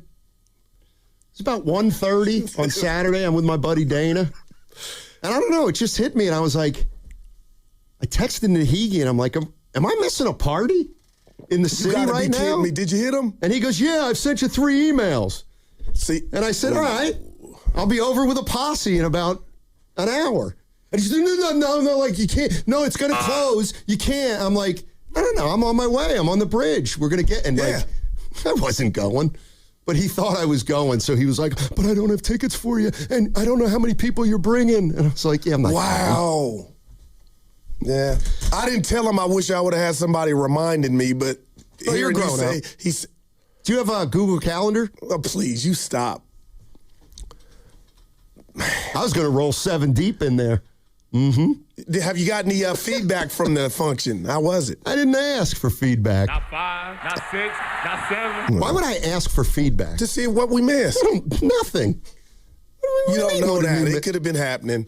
I'll tell you exactly what it was. Sarah Close was your there eyes. From Sarah and Vinny. Close your eyes and envision a bad party with management. Yes, there you go. Now it's like you were there. Stupid. It's like you were there. Oh man. Yeah, anyway, let's go to. God, I want to go to Grant, but he's not.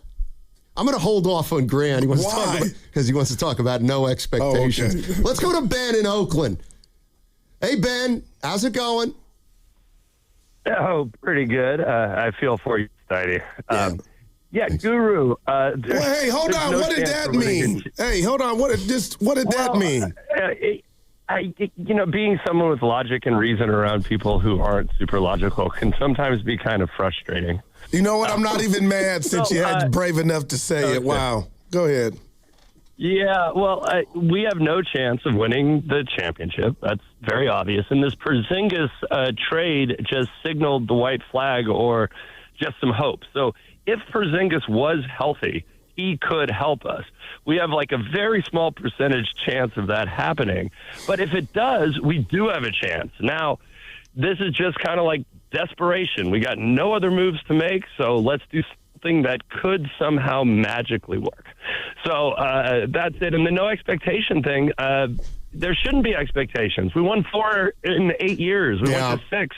You don't just get to keep winning. No. It's not the Celtics with no salary cap when there's 8 teams. So I just don't really see any other path that the Warriors could take.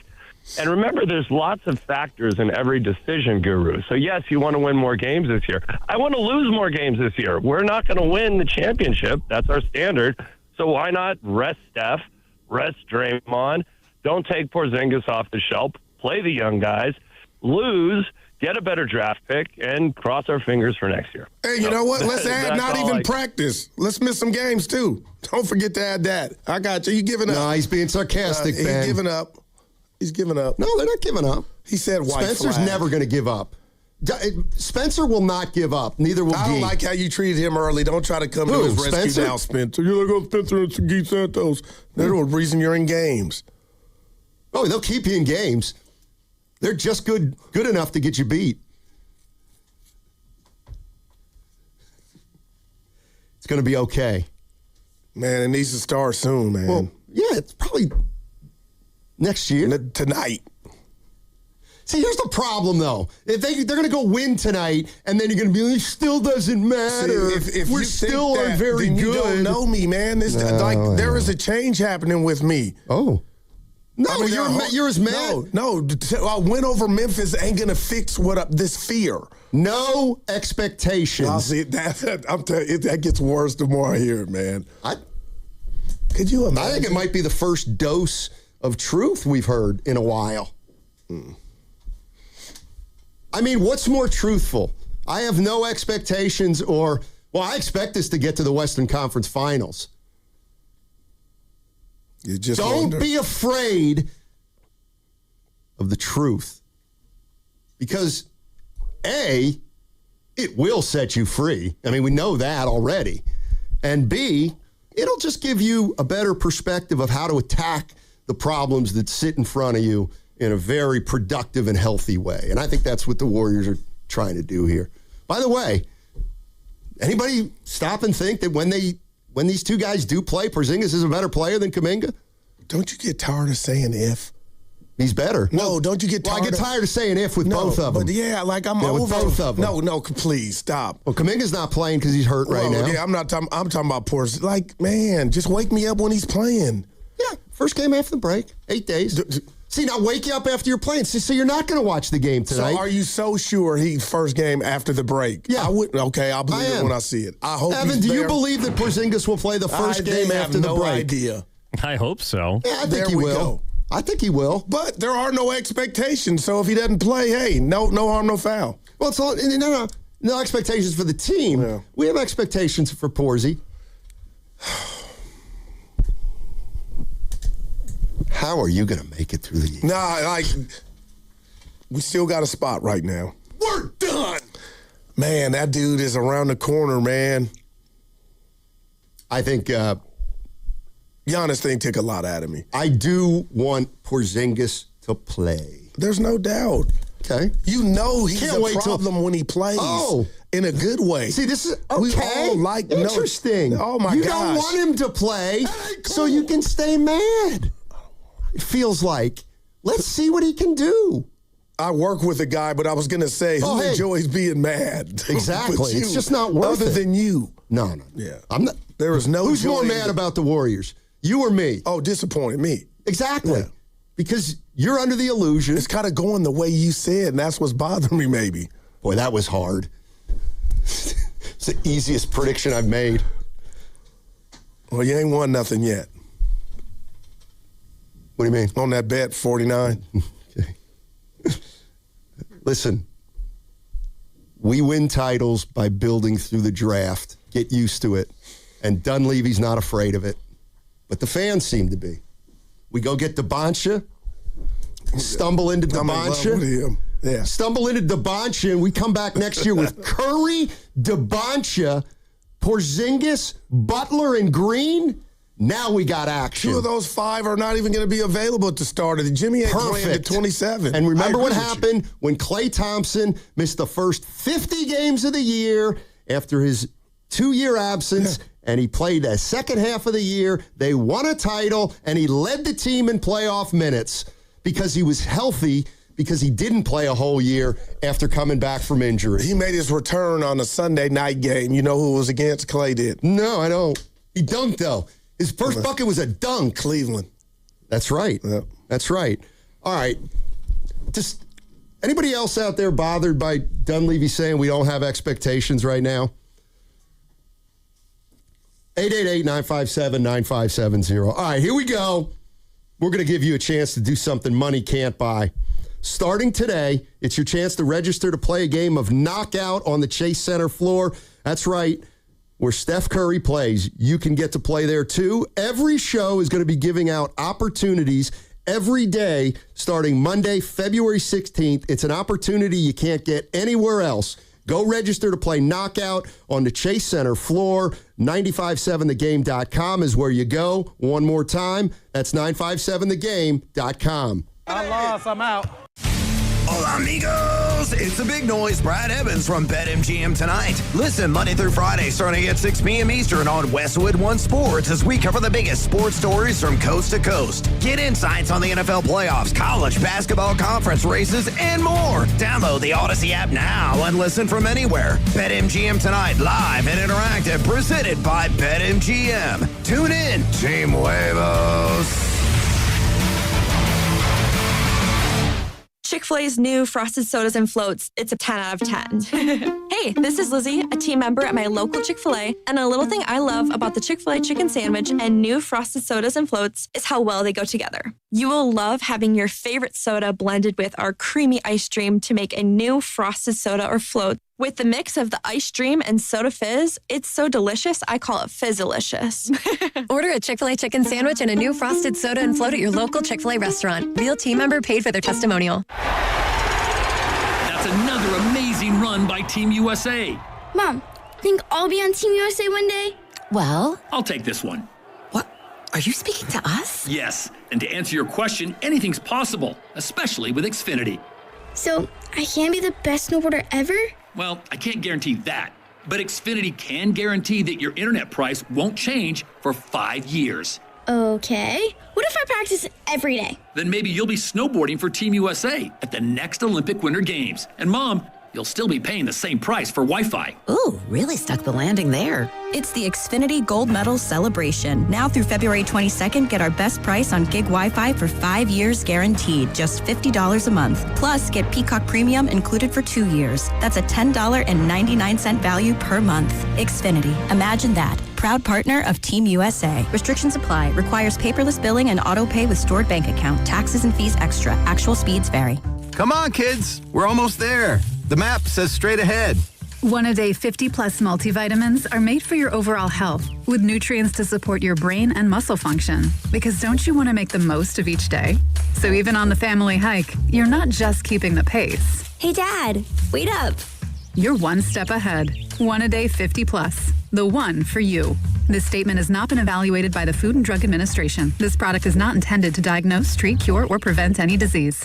A lot of Bay Area banking customers are faced with a choice. Which financial institution best fits what they're looking for? It might make sense to consider a bank's history. Take Fremont Bank. For 60 years, we've provided stability and consistency with an emphasis on relationships. We've grown one customer at a time, not through mergers or acquisitions, because that's how you can do business when you're independently owned and community focused. Fremont Bank. Here for you, here for good. Hey there, it's Bonte with a report from River Islands in Lathrop, where the good life can be your life. The home selection has never been better, with neighborhoods designed to fit a wide range of lifestyles. Whatever is on your list of must, an amazing kitchen, a home gym, a private office, or a separate suite for your in-laws, there is a place here just for you. Priced from the low $600,000s to over $1 million. The Town Center, located by Islanders Field Ballpark, is well underway, with the Redwood Cafe opening this summer and a community amphitheater being built for events, concerts, and community get-togethers. Sutter Health is building medical offices, and a major grocery store will be announced soon. The Town Center is going to be a great place to hang out and enjoy the River Islands lifestyle. This month,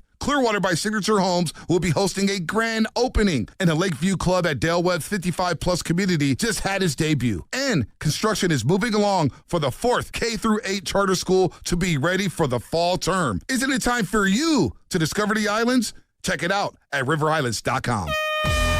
Tune in to 95.7 The Game for exclusive and exciting live play-by-play Warriors action brought to you by Toyota. Class-leading MPG and more hybrid models than any other brand. Toyota, let's go places. Indeed presents hires you can't afford to get wrong, like an estate planner. Per the contents of the will, all assets go to, what does that say? Ragu tataya yaminayat. Yeah, I don't know. I was in a weird place when I wrote this. This is a job for sponsored jobs. This is what happens when you don't sponsor your job on Indeed. Next time, get matched with quality candidates with Indeed sponsored jobs.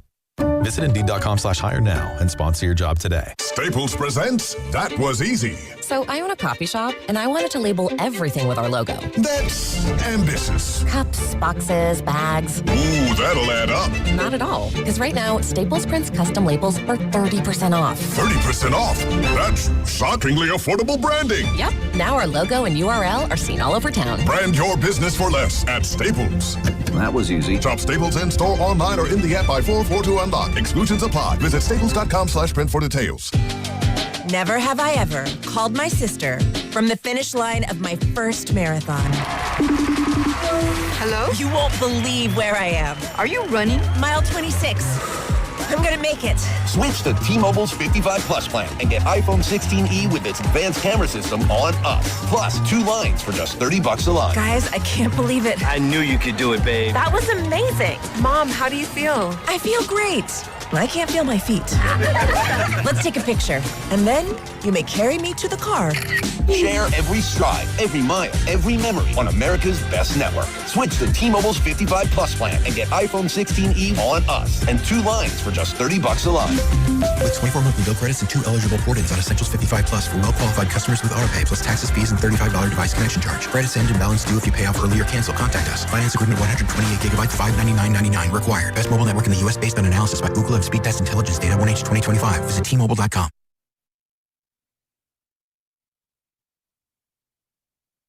Oh, my baby, my darling. Am I going to embarrass you now with all your fans out there? Now, back to Steiny.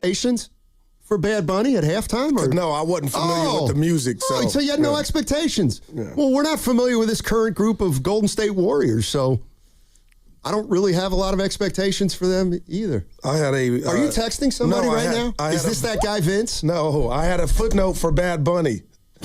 Bad Bunny saw a significant spike in Spotify streams with a 470% increase in the U.S.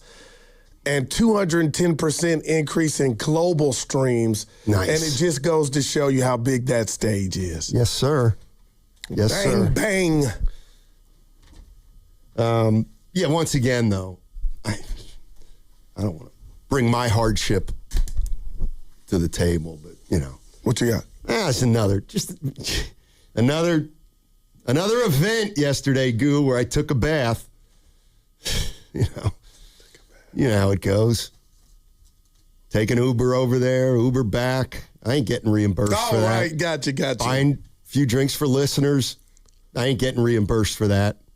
Have you brought that to management's attention? It just pisses me off. I don't know why he just can't give us a company And we credit got to card. shout out the Willards. Willard and Mark Willard and lovely Christy Willard showed up. Oh, yeah. To support the team. And Willard bought me one. Yeah, he bought us one. And then I bought him one. Where was I at? You were mingling. You went AWOL for about 11 minutes at about 3:45. You did. Where'd you go? Yeah, to get honest. A beverage. And then the lady got in front of me. I want 20,000 tequila shots. I'm like, the game's about to start. I got bad luck. Can I say something just about the Warriors? I brought up a certain individual. Kuminga? No. He's not on the team anymore. And I'm starting to get just hear me out. Dunleavy? Curry's my dude, Steph. Yeah. But Steiny, we don't have a team that can give scholarships. And I'm watching Seth, and I'm just wondering, what if we had a body that was able to play that could help us win. And that's why I'm asking, why is nobody asking when Steph's going to play? Sidak and those, he hadn't played, but it feels like 1 game, 1.5 games. We're not good enough for that anymore. You can only activate. I was all juiced when he came. Okay, but man, that could be somebody else in the jersey that's able to contribute. Or it could be a guy who's just on taking a roster spot. It's like okay. Giannis's brother. Yeah, Thomas Curry. What a name. It's fine. Yeah. I mean, if Giannis can get his brother on the team, so can Steph, and he did. I just want Steph to play. Which one? Seth. He's got sciatica. He's old too, you know. Let's go to Frank in Atlanta. Our man Frank. Tell it like it is, Frank. Tell it like it is. Hey, guys. Okay. Steiny, you were right. Philmo Mike was right. Guru, I need you to lean back in your chair. All right, Fat Joe. Cross your legs in the face. Cross your legs in the face of danger, because Unc gonna tell you something. All right, you I'm ain't ready. gonna want to hear. Okay. Okay. Now, this gonna take a second, but the first one's gonna lead into the second one. Giannis Antetokounmpo was never on the trading block. He wasn't going to get traded. Any journalist who reported that was blowing smoke up your posterior. You was hoodwinked, bamboozled, and led astray. Everybody in the NBA knew that Giannis Antetokounmpo would not be traded until October 1st of 2026, on the day he becomes eligible to sign his $275 million Supermax extension. It was never going to happen. Nobody's going to trade $55 million worth of player and 4 draft picks for a guy who can walk away from you in a year and a half. That's why Dunleavy said it was never a thing. It won't be a thing for anybody until October, when Giannis picks what team he wants to go to and they have an amicable divorce. Let go of Giannis. Move on from that. Okay? Option number 2. The second thing, the Kuminga thing. They had to trade Kuminga for an expiring contract because the big three, Steph, Jimmy, and Dre, who nobody wants except for Steph, next year their contracts ring up to $147.1 million. The second apron will be somewhere between $223 and $225 million. That leaves the Warriors with $75 million to play 11 players. That means the average salary player on the Warriors next year will be a $7 million player. Real quick, Frank, what are your expectations for the Warriors the rest of the way this year? Nothing. We might get into the 10th seed. We'll lose that game, and it'll be over. Steph will be at the golf course. Thanks, Frank. Frank is the man. Appreciate the call. Guru, you have been hoodwinked. He is the greatest, man. The posterior Dude, killed he's got me. some Bill Cosby in him too, man. Frank in Atlanta gets it. Well, he said I was duped. You want to hear from Porzingis? Yeah. You better find some expectations. I can't. Well, go ahead. This is Porzingis on not playing for the Warriors, but playing with Draymond. Honestly, Draymond's always been one of the toughest guys for me to play against.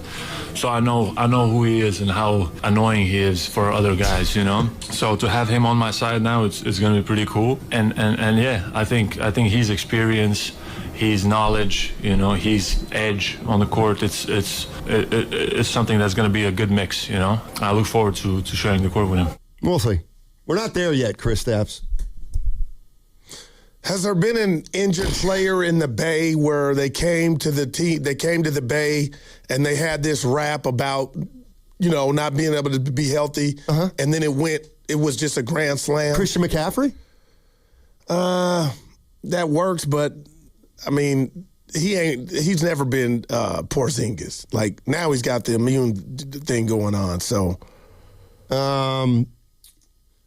I'll think of somebody. But I think McCaffrey, you could make a case that you might. But I meant more just like Steiny, if he doesn't play, I wouldn't be surprised, and I hope I'm wrong. Like, you can want to play all day, every day. But I get your worry, but when Steve Kerr says he's going to play right after the All-Star break, you don't believe him? Well, dude, I was just sitting next to you at Moscone Center West, and you were like, oh, you might play tonight. You might play tonight. And then that was picking up steam. You might play tonight. That was picking up steam. You might play Saturday. That was picking up steam. No. Like, I'm not doing that. Okay. I'll be there. He was never playing Saturday. Raymond Ritter said he's not getting in until the middle of the game, so he can't play Saturday. And take another couple days off to be safe. 888-957-9570 is the number. Yeah, Bogut. Warriors got Bogut. He was hurt. I'll give you that. And then he was pretty healthy. It's a good one from 415. Yeah. Sean Livingston stayed pretty healthy for the Warriors after he had some injury concerns. Man. Let's go to Grant. Grant's in San Francisco. Hey, Grant. Oh, my goodness. No expectations? Yes, sir. No expectations? Not really. Man. What are you, sometimes a ghetto Charles Dickens? It's supposed to be great expectations, not no expectations. If you're fighting with your spouse and you say, hey, baby, how can we work this out? And she says, I have no expectations. You're getting a divorce. You are getting a divorce. So don't come at me with no expectations. Who said that? He's got to go. Oh. Now, listen, the Warriors can definitely make noise in the playoffs. Yes, with this roster. Look at what the standings are right now. Okay, you got Portland in the 10th spot. We can knock them out in a play-in easily. And then when you go up the roster, everyone in the play-in, we can knock out. No problem. Clippers, knockout. Phoenix, knockout. And then when you get into the people currently in the playoffs, we're only 4 games out of the number 4 spot. Just 4 games. And we have beaten those teams ahead of us, and we can beat them in a series with this current healthy roster. Now, that last game with the Lakers, you saw a chink in the armor with LeBron James. We almost beat him with scrubs. Now, not to say Al Horford is a scrub. He is a consistent, mature leader on the floor. Much more than Draymond Green, but I'm not going to get into the whole cult of Draymond Green coming at me with this nonsense. But he's good, and we need reliability, and we can rely on him. And when Porzingis comes in and when Curry gets in, we will be a force to be reckoned with. That's all I got. There you go, Goo. Uncle Looney saying the caller getting Goo excited. Man, okay, I'm here to see it. But I have no expectations. No expectations? Well, I don't know if you don't or now you're just saying that. No, I'm being like Stoney. That you can't say that aloud, man, in that position. You can say that, somewhere else, but I don't believe a guy in the front office where his team is hemorrhaging or going the other way that you could say that. You better find some expectations. And I do believe they were. The Giannis thing was a little closer than. Yeah, it wasn't. Mike Dunleavy said it wasn't close. He walked it back. You calling him a liar? No, I'm not. Hey, Draymond. Man. Draymond, you blew this up. You blew it up. You really believe that? Yes, by telling the whole world about his conversations with the organization and how they just said, look, it's probably not going to happen, but just giving you a heads up. Oh, my God. How could we do that to Draymond? What should they have done? Not said a word to him and then traded him out of the blue? Come on now. Man. People saying they have no expectations for me in the knockout tournament coming up. Well, you have a track record. Yeah, but it's a bad one. I'm winning that one. But that's why you don't have this a track record. This is my year. You were the first one eliminated last year. I was the first one to shot. How many people were in the knockout last year? Is it like 25, right? Think about that for a minute. I'm going to do it this year. There were 25 players in the tourney, and you were It was 25th. more than that. Oh, really? So you're even worse. No, I went first. Ricky Henderson. That's my point. How many? 40? Yeah. I mean, anyway, you cut it. I'm winning this year. First, no, you're not. Yeah. I bet you want to bet? You know what? It's done. Right there, baby. Our new bet. First bet of 2026. I'm winning it. Grandy's somewhere laughing right now. Well, he's not going to. He's a better player than you. He's a better player than you. He's a better shooter than you. He's in better shape than you, and he hustles more than you. No, there's two of those things that are untrue. You know, we saw. Here's the bottom line. I'm not going first this year. I'm not going first. You don't do dirty work. You can't. You didn't go to the offensive glass. You're like Kuminga. Last year, you take a shot, and then you act as though you don't have to follow your shot. I heard Evan. He had to go get the ball. But this year, my year, we got to bet. Dinner. Here's your expectation, Goo. Things are going to get better after the All-Star break. Steve Kerr. All right. The break will be coming at a good time. Yep. We've got 2 games left. We got to lock in and go get that Memphis game on Monday. But we'll be able to regroup after the break, hopefully get Steph and Kristaps playing right after the break. And, we're in a pretty good spot if we can, get healthy and start to generate a little better offensive rhythm. I mean, Steve Kerr says we're in a pretty good spot, and everybody is just miserable right now. Flat out miserable. I mean, why does he think they're in a good spot unless you think he's lying too? No, because he has visions of Porzingis, playing, Curry healthy, and you go from there. And you did talk about the great addition that is Al Horford. Remember, I was mad because he wasn't playing, but I love what I see from him. So I guess that's all we got left. But, the one constant this year, a theme with the Warriors, as soon as the season started, oh, boy, we were on the road. When we get back home, we're going to practice. And watch out, world. Got home and practice. We're going to get to sleep in our bed. Slept in your bed. Watch out, world. It's always was something. I never said watch out, world. 8 straight that's an home exaggeration. Games. I'm not saying you're saying it. This was just the talk. No, it wasn't. We got all these home games. And here we are again. Now we're looking forward to, and I get it, the All-Star game. You know what's happening while I'm saying all that? Tell me. Clock's ticking, and you're going to run out of games. Like, we're at the end, man. No, we're not. The break. No, we're not. We're not at the end. Come on, man. Steph's still under contract for a year and a half. That's different. Jimmy Butler's still under contract for a year and a half. Draymond Green is under contract for a year and a half. It's not coming to an end. Like, that's what the message I got was. This is not coming to an end. Well, you made your bed. You got to lie in it. Exactly. Because they're afraid to move off it still. So the Draymond, if it's real, they were willing to move them. Sure. That signals to me progress in regard to, okay, it might not have popped off then, but you don't think in the summer that that's still on the table? If they get a deal now, it gave me a glimpse into their mental psyche, like we're willing to move Evan, Goo, or Stoney for the betterment of the team, and that's how it should be unless your name is Steph. Yeah, I would even move Steph for the betterment of the team, but that's just the way I would run an organization. But I don't, I get it. Steph's got some big-time emotional ties to the fan base and the ownership and management and the coach. But their 3 key guys are still under contract. And I think the other thing is maybe what we found out is nobody runs Draymond. And I can't and I'm not being a hater. No. I understand why. And I'm with you. I'm not trying to, I know you're not hating. But Steiny, I'm watching more college basketball than I ever have. And that could be a lie, but there's reasons. I'm watching it, and I'm seeing all this young, exuberant talent in the draft, and I would never put this on the Warriors, but there are nights where I'm like, okay, what if we didn't get to 10th and pulled off a Dallas? That would change everything. It would be a seismic, But that's but I'm dreaming again, chance. Yeah, all right. And it would have to happen 2 years in a row. Well, Giannis was a 9 million chance, and somehow I went to bed thinking it might happen. I'd go to bed thinking the Giannis trade probably won't happen, and I would go to bed thinking you're probably not getting the number 1 pick. Because that would defy all the odds. Number 3? Probably not. 4? No, you won too many games already. But you don't know that if they somehow don't make it and get in. All you need Somebody show Goo the odds that Dallas, when you finish right. And what'd they finish? I don't know. I think they finished 10th. What was their original spot in the lottery? They got hammered. Kings beat them in the play-in.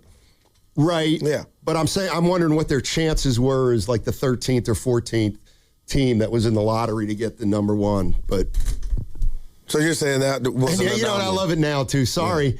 And this is where Goo. Guess what? You don't get for 3 years. You're not allowed for 3 years to say, but draft picks aren't promised. And a draft pick, we don't know what kind of player they're going to get, and there's no guarantees. Well, when you but got now you can say, let's get in that draft pronto. Braden Smith, all these cats. Too late. Like, man, it's too late. There's some studs in this draft. Yeah, there are. There's some big boys in this draft. There's big boys. Boozer. Evan will help me. DeBancha. Peterson from Canton. Yeah. Oh, my God. I'm like, God, dog. This is the draft. Obviously, nobody wants a part of it, but boy, they got some players, man. Yes, they do. Yes, they do. And what's our young talent looking like? Oh. No, I asked you, let's be real. Let's put it on the table. I'll tell you how they're looking. Not good. Because you didn't draft well. But you're getting the most. I'm being serious, and I'm having fun watching this dude. Who? I'm not telling you he's Karl Malone. Who? Guy Santos. Like, I have no... Okay, that's fine. But when I say that name, you're like on a contender. You don't even want to hear... I'm not trying to sell you Guy Santos. I'm enjoying watching him play. Well, then why are you so mad that they're not going anywhere? Because I don't know if that's true. Okay, they're not going anywhere with Santos. Playing 30 minutes a night. Like, why is that such a crazy idea? He's a nice player. He's a 12th man. But I like him. And he helps, and he's got a great attitude. Well, if you really have him, and this ain't even about Guy, but if you have him slotted as a 12th man, right, and now he's starting on your team, you got problems. Thank you, Goo. There you go. Now, there you go. Now fix him. They tried. They actually did. They got a player in here who, at his best, is probably better than all but two guys on the team. Now they got to get him on the floor. I sent the boss. He didn't respond. This ought to be good. Like always. But I got to go back to Mike D. What did he accomplish by saying what he said at the podium? I think he caused mass confusion. I think he lost some people. And then I think he brings in, and I'm not saying he was doing it on purpose, Draymond Green about his credibility, about his take on everything that went down. I asked you, a guy that covered the Warriors forever, what did Mike D accomplish at that presser by spilling the beans that he didn't have to? What did he accomplish? Yes. I think he made a situation that wasn't a big deal. Now there's the San Francisco Gates calling him a liar. Oh boy. Well, that, like, no, I'm just saying that's like, to me, the Dunleavy stuff was close to a nothing burger. It just was. It just was. No, I believe you, but I just couldn't wait for you to hear. But he's basically telling the fans that we didn't have a deal for Giannis. It never got close. We didn't talk to him that much. They were made aware that we have draft picks that we'd be willing to talk about with Giannis. Wow, man. They said, "Oh, that's nice. Let us take a look at this and we'll think about it." And clearly, it didn't go that far after it. And then let's not forget. But everybody closes their ears to the stuff they don't want to hear. So it's okay. Oh, we could get Giannis. We got a shot at Giannis. We're there. Yeah. Okay. Let's go. What about the report 4 days before? They didn't want to come to the Warriors. He said he had expressed doubt about playing with this team, just to that with them point, being that old. It was a race, and that was leading the race. And then somehow Windhorst and everybody, even local, just off their intel, had it like this could pop off. Yeah, well, they were wrong. I believe the media was way wrong on this. That's wow. Man. I mean, it's hard to say they weren't wrong unless Dunleavy's lying and it was close. It was like peanut butter jelly. Giannis Warriors, social media. You said media, I'm on social too much. Well, Giannis Warriors, Giannis Warriors. And I'm thinking to myself, well, damn, this thing might jump off. But it was just like Stanton, Harper. Well, this was even more of a long shot because those guys were free agents. The Bucks actually had to like a player or two coming back in a Giannis trade.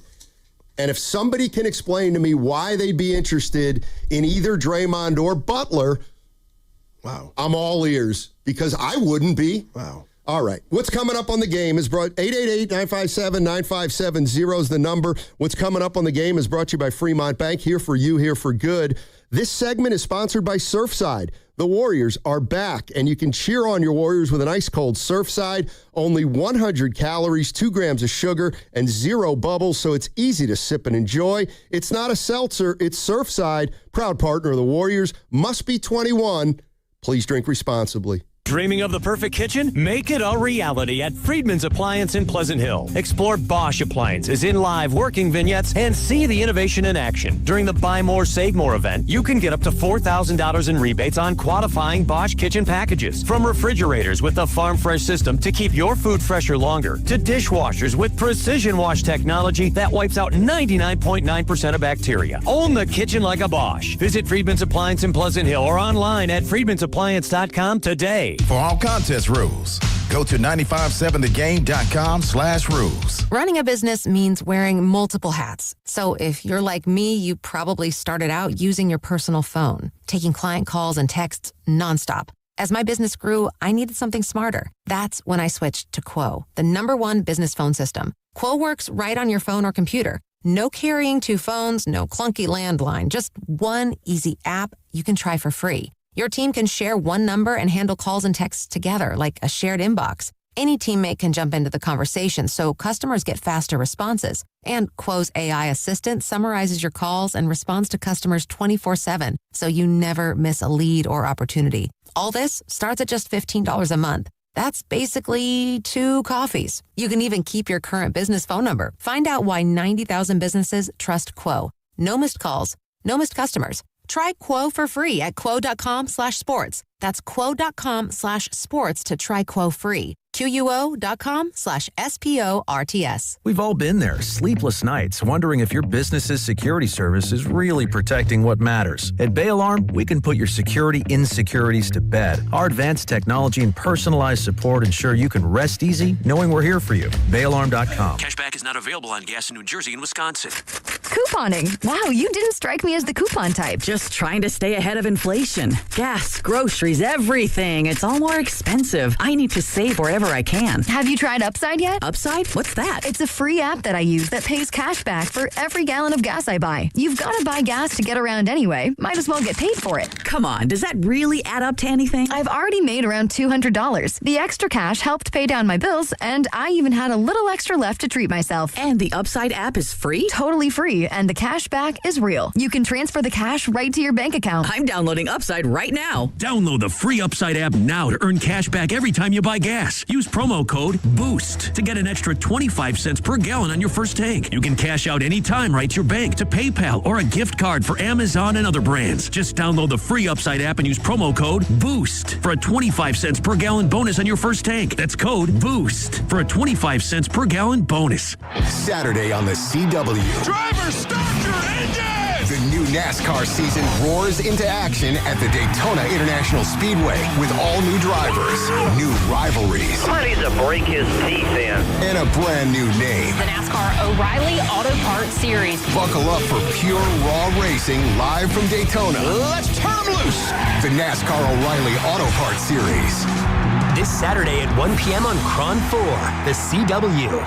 Want to interact with the hosts but can't call? Text the Boxer and Gerson Work Injury Attorneys text line at 888-957-9570. Boxer and Gerson, Northern California's premier workers' compensation law firm, helping injured workers get their lives back for over 40 years. What's your financial future look like? At Pettinelli Financial Partners, we help you shape it. Whether you're planning for retirement, buying a home, or saving for something special, our professionals are here to provide clear guidance and smart strategies. Visit PettinelliFP.com today and take the first step toward a more secure financial future. The financial consultants at Pettinelli Financial Partners are registered representatives with and securities offered through LPL Financial, member FINRA SIPC. Investment advice offered through Stratos Wealth Partners, a registered investment advisor. Stratos and Pettinelli are separate entities from LPL Financial. When back to the office means back in traffic. Crash blocking the 2 right lanes. Turn to the traffic leader, KCBS. Roadway that's causing quite a bit of a slowdown. Brought to you by your NorCal Honda dealers. Fit your crew and save on fuel? There's a Honda for that. The Honda CR-V Hybrid from your Northern California Honda dealers. From carriage house to glass aluminum doors, R&S Doors has a full line of commercial and residential garage doors and gates to suit anyone's taste and budget. Visit rsdoors.com. R&S Doors. Look for the red truck. Chick-fil-A's new frosted sodas and floats. It's a 10 out of 10.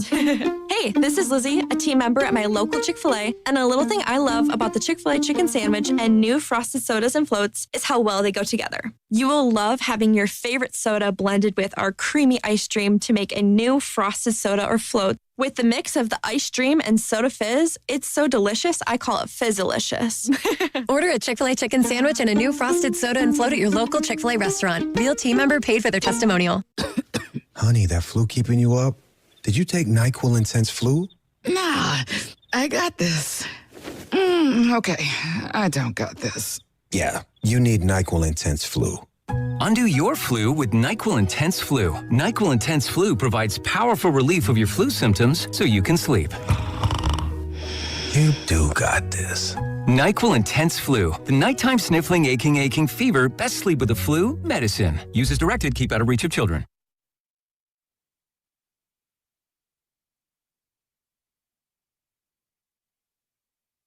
Tell Stephen A. I said hello, damn it. I will not. I'm not going to do that. Now, back to Steiny and Guru on 95.7 The Game. All right, it's Steiny and Guru with you. How you doing, Gup? I'm doing great. You know what? I'm glad you threw it to me quick. That's a quick.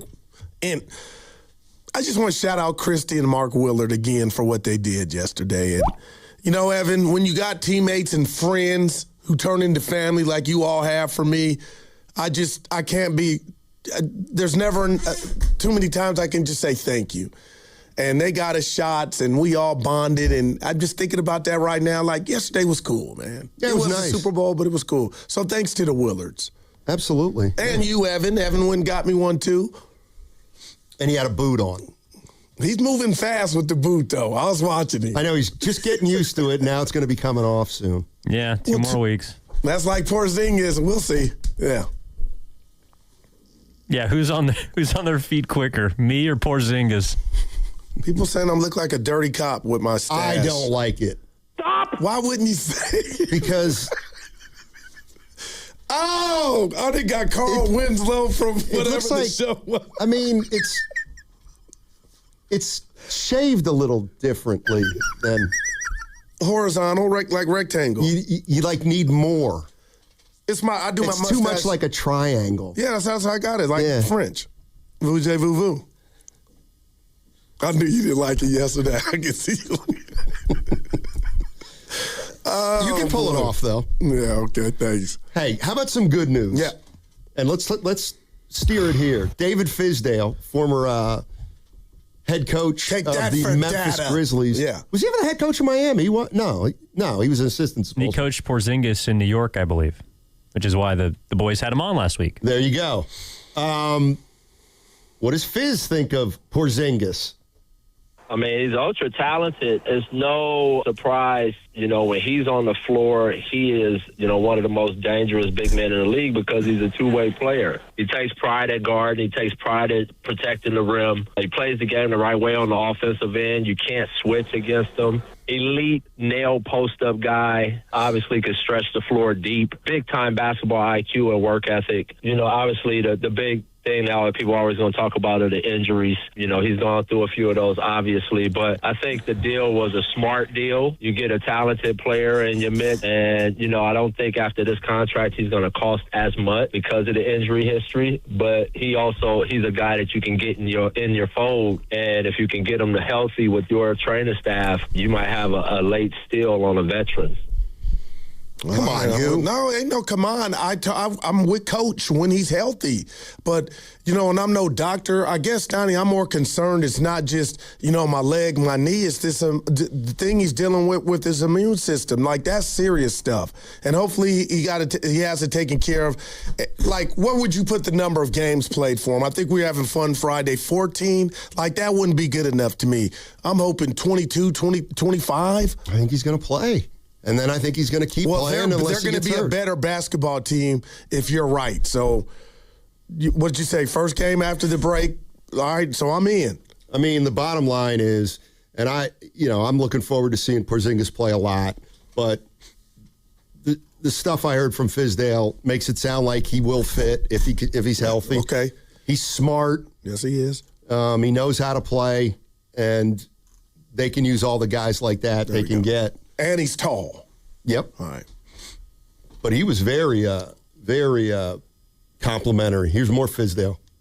Coach plays through the bigs. I mean, all of the stuff that he runs through Draymond, he can do through Kristaps, and Steve does such a good job of playing through those guys and utilizing their passing ability. The difference with Kristaps that he adds, I think, is it's almost like he gives you two dimensions. He's a lob threat, so when anytime Steph is involved, you got a trigger there. His ability to catch lobs and pick and pop, that's just not an everyday thing in the NBA. So you're talking about Steph Curry coming off of this guy, and if you switch, he's a killer. So he and Steph, that duo is going to be dynamic, and it just fits everything that Coach likes to do. This kid understands not to hold the ball, to play fast, 0.5 and move it. He's smart enough to pick up the concepts of when Steph's off the ball, we're screening for Steph. He's just a really bright dude and a hard worker, and probably the best part about him, I think all you guys are like, is he's a great teammate. He's just one of those guys his teammates really embrace and like. All right, I'm in. It's just about win. I mean, when he plays, he's a better player. And I just pictured him at the top of the key like Dre. He could drain that thing. Like, man, dude is different. So, all right, I'm excited. But we got a couple games before then. He makes his debut. Are we one over? If we don't cash in these next two games? Because now that thing is dwindling down. He's down to 3 games over. Yeah, I'm like, again, I'm not saying that the results don't matter, because they will and they do. But, yeah, I mean, I think there's a chance that you might like what you see with Porzingis. And, like, here's the thing. Do I think the Warriors have action? Like, not really. I don't. But there's a sliver there that maybe next January you would have a healthy Porzingis, a healthy Butler, and a healthy Steph. And what are the odds of that happening? I'm not crazy about the odds of that happening, but you have no other choice. If the mentality of the Warriors is we got to do something, we got to try something, we got to do something, we got to try something. Okay, this is what they're trying. They're trading a 23-year-old who'd never fit in to a 30-year-old who's been injury prone, but when he's healthy is a pretty good player, and they'll hope that Kuminga never really develops in Atlanta and that Porzingis will be on the Warriors for the next 3 or 4 years and they have some success. I mean, that's what they were left with. Yeah, I mean, how many years are you going to give it? I'm just asking the Kuminga scoreboard, especially if Kerr is long gone. You know what I mean? Like, does it really? Let's say he blossoms and he's an 18-8 guy. Okay. It sounds like you like. What would you do with that intel? Come back because it's really not going to mean anything. The damage has been done. It was a number 7 pick that didn't pan out under your watch. Right. But you said when I hear you talk, you normally don't do this. You're like, yeah, we got to see what he pans out to be. Kuminga. Yeah. Like if that would mean something. I'm not convinced he's going to Atlanta or any other team and going to be this player that everybody thought he should have been here. Like, one of two things is going to happen to Kuminga. He's going to start to blossom, or he's going to run into the same issues wherever he is that he did here. And I have no idea how it's going to. My feeling is it'll probably be a little bit of a combination of the two, where I think he's going to show flashes like he did here, but he's going to have to become a more consistent player. And he's going to have a coach. He's got to have a coach who might be more patient with him. But I don't know where Atlanta is right now in terms of where they, what their expectations are in terms of making the playoffs or, going higher than that. So, and the other thing is, if he averages 20 and 8, yeah, and but he's not on a very good team, I'm not going to say, well, see, he can't win. It's just like I do expect him to score points but I don't expect the team that he scores points for to be a great team. I just don't. Let's go to, yeah. No, it sounds like there's, I'm not saying you're being unfair, but 2 scoreboards for him now. One is individual play, and then 2 is is he doing that for a good team? Like, is the team successful? Right. What's wrong with that? I mean, I can give you 20 names, and you can give me 30 of guys that, they're not on winning teams, but they're not the problem. No, I know. But nobody doubts that Kuminga can score 20 a game. Right. So that ain't But I surprising. doubt that he can score 20 a game on a really good team. That's all. Mm-hmm. Let's go to Coach in Vallejo. Our man. Hey, Coach. Hey, guys. How you doing? Hey, hanging in. Hey, I'm the biggest Kuminga fan, but so I would have to disagree with Steiny that Atlanta actually has a very good young core team. I know, and they're going to make some noise the second half of the season. But my take here is this, and I don't know if you guys thought about this, but the Warriors outside of Steph Curry is not a very exciting team to watch. Yeah. They're very dull. They're very dry. I mean, part of going to the arena and paying those enormous prices, you want some excitement. Yeah. You want to see some shot blocking, some slam dunking, some fantastic plays. And now they reflect their general manager, dull. Dunleavy is a very dull guy. He was a very dull player. He's a dull GM. His father was a dull coach. I mean, so he's molding the team after himself. Curry's a very dull guy. So if nothing else, I don't have any expectations for this team now or in the future. But the excitement part, I'm a little depressed about that because if nothing else, Kuminga was exciting. Okay, man, Kuminga, the potential of what he could do and some of the slam dunks that he would do, even if they weren't winning. So not only are we not going to win, we're not going to win and lose dully, very dull. So I think that's a part of it, too, that fans are looking at, that where's the excitement? Steph next year, he's going to be another year older. We can't expect any more from Steph. So who's going to bring the excitement to this team now? I like Moses Moody, but he's not an exciting player, No, these are great points, man.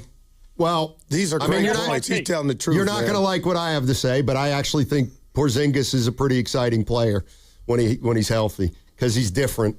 He's unlike a lot of players in the league. He's 7'2". He can do a little bit of everything. He's a good passer. But isn't that bad? I think it's better. I think he's more exciting than Kuminga. Or anybody on the team is the point, though. Well, not Curry. Yeah. Well, no, outside of that, outside of what I didn't find Kuminga overwhelmingly exciting. Oh, I did. Oh, come on. I mean, I did. Yeah. I mean, but what are we really talking about?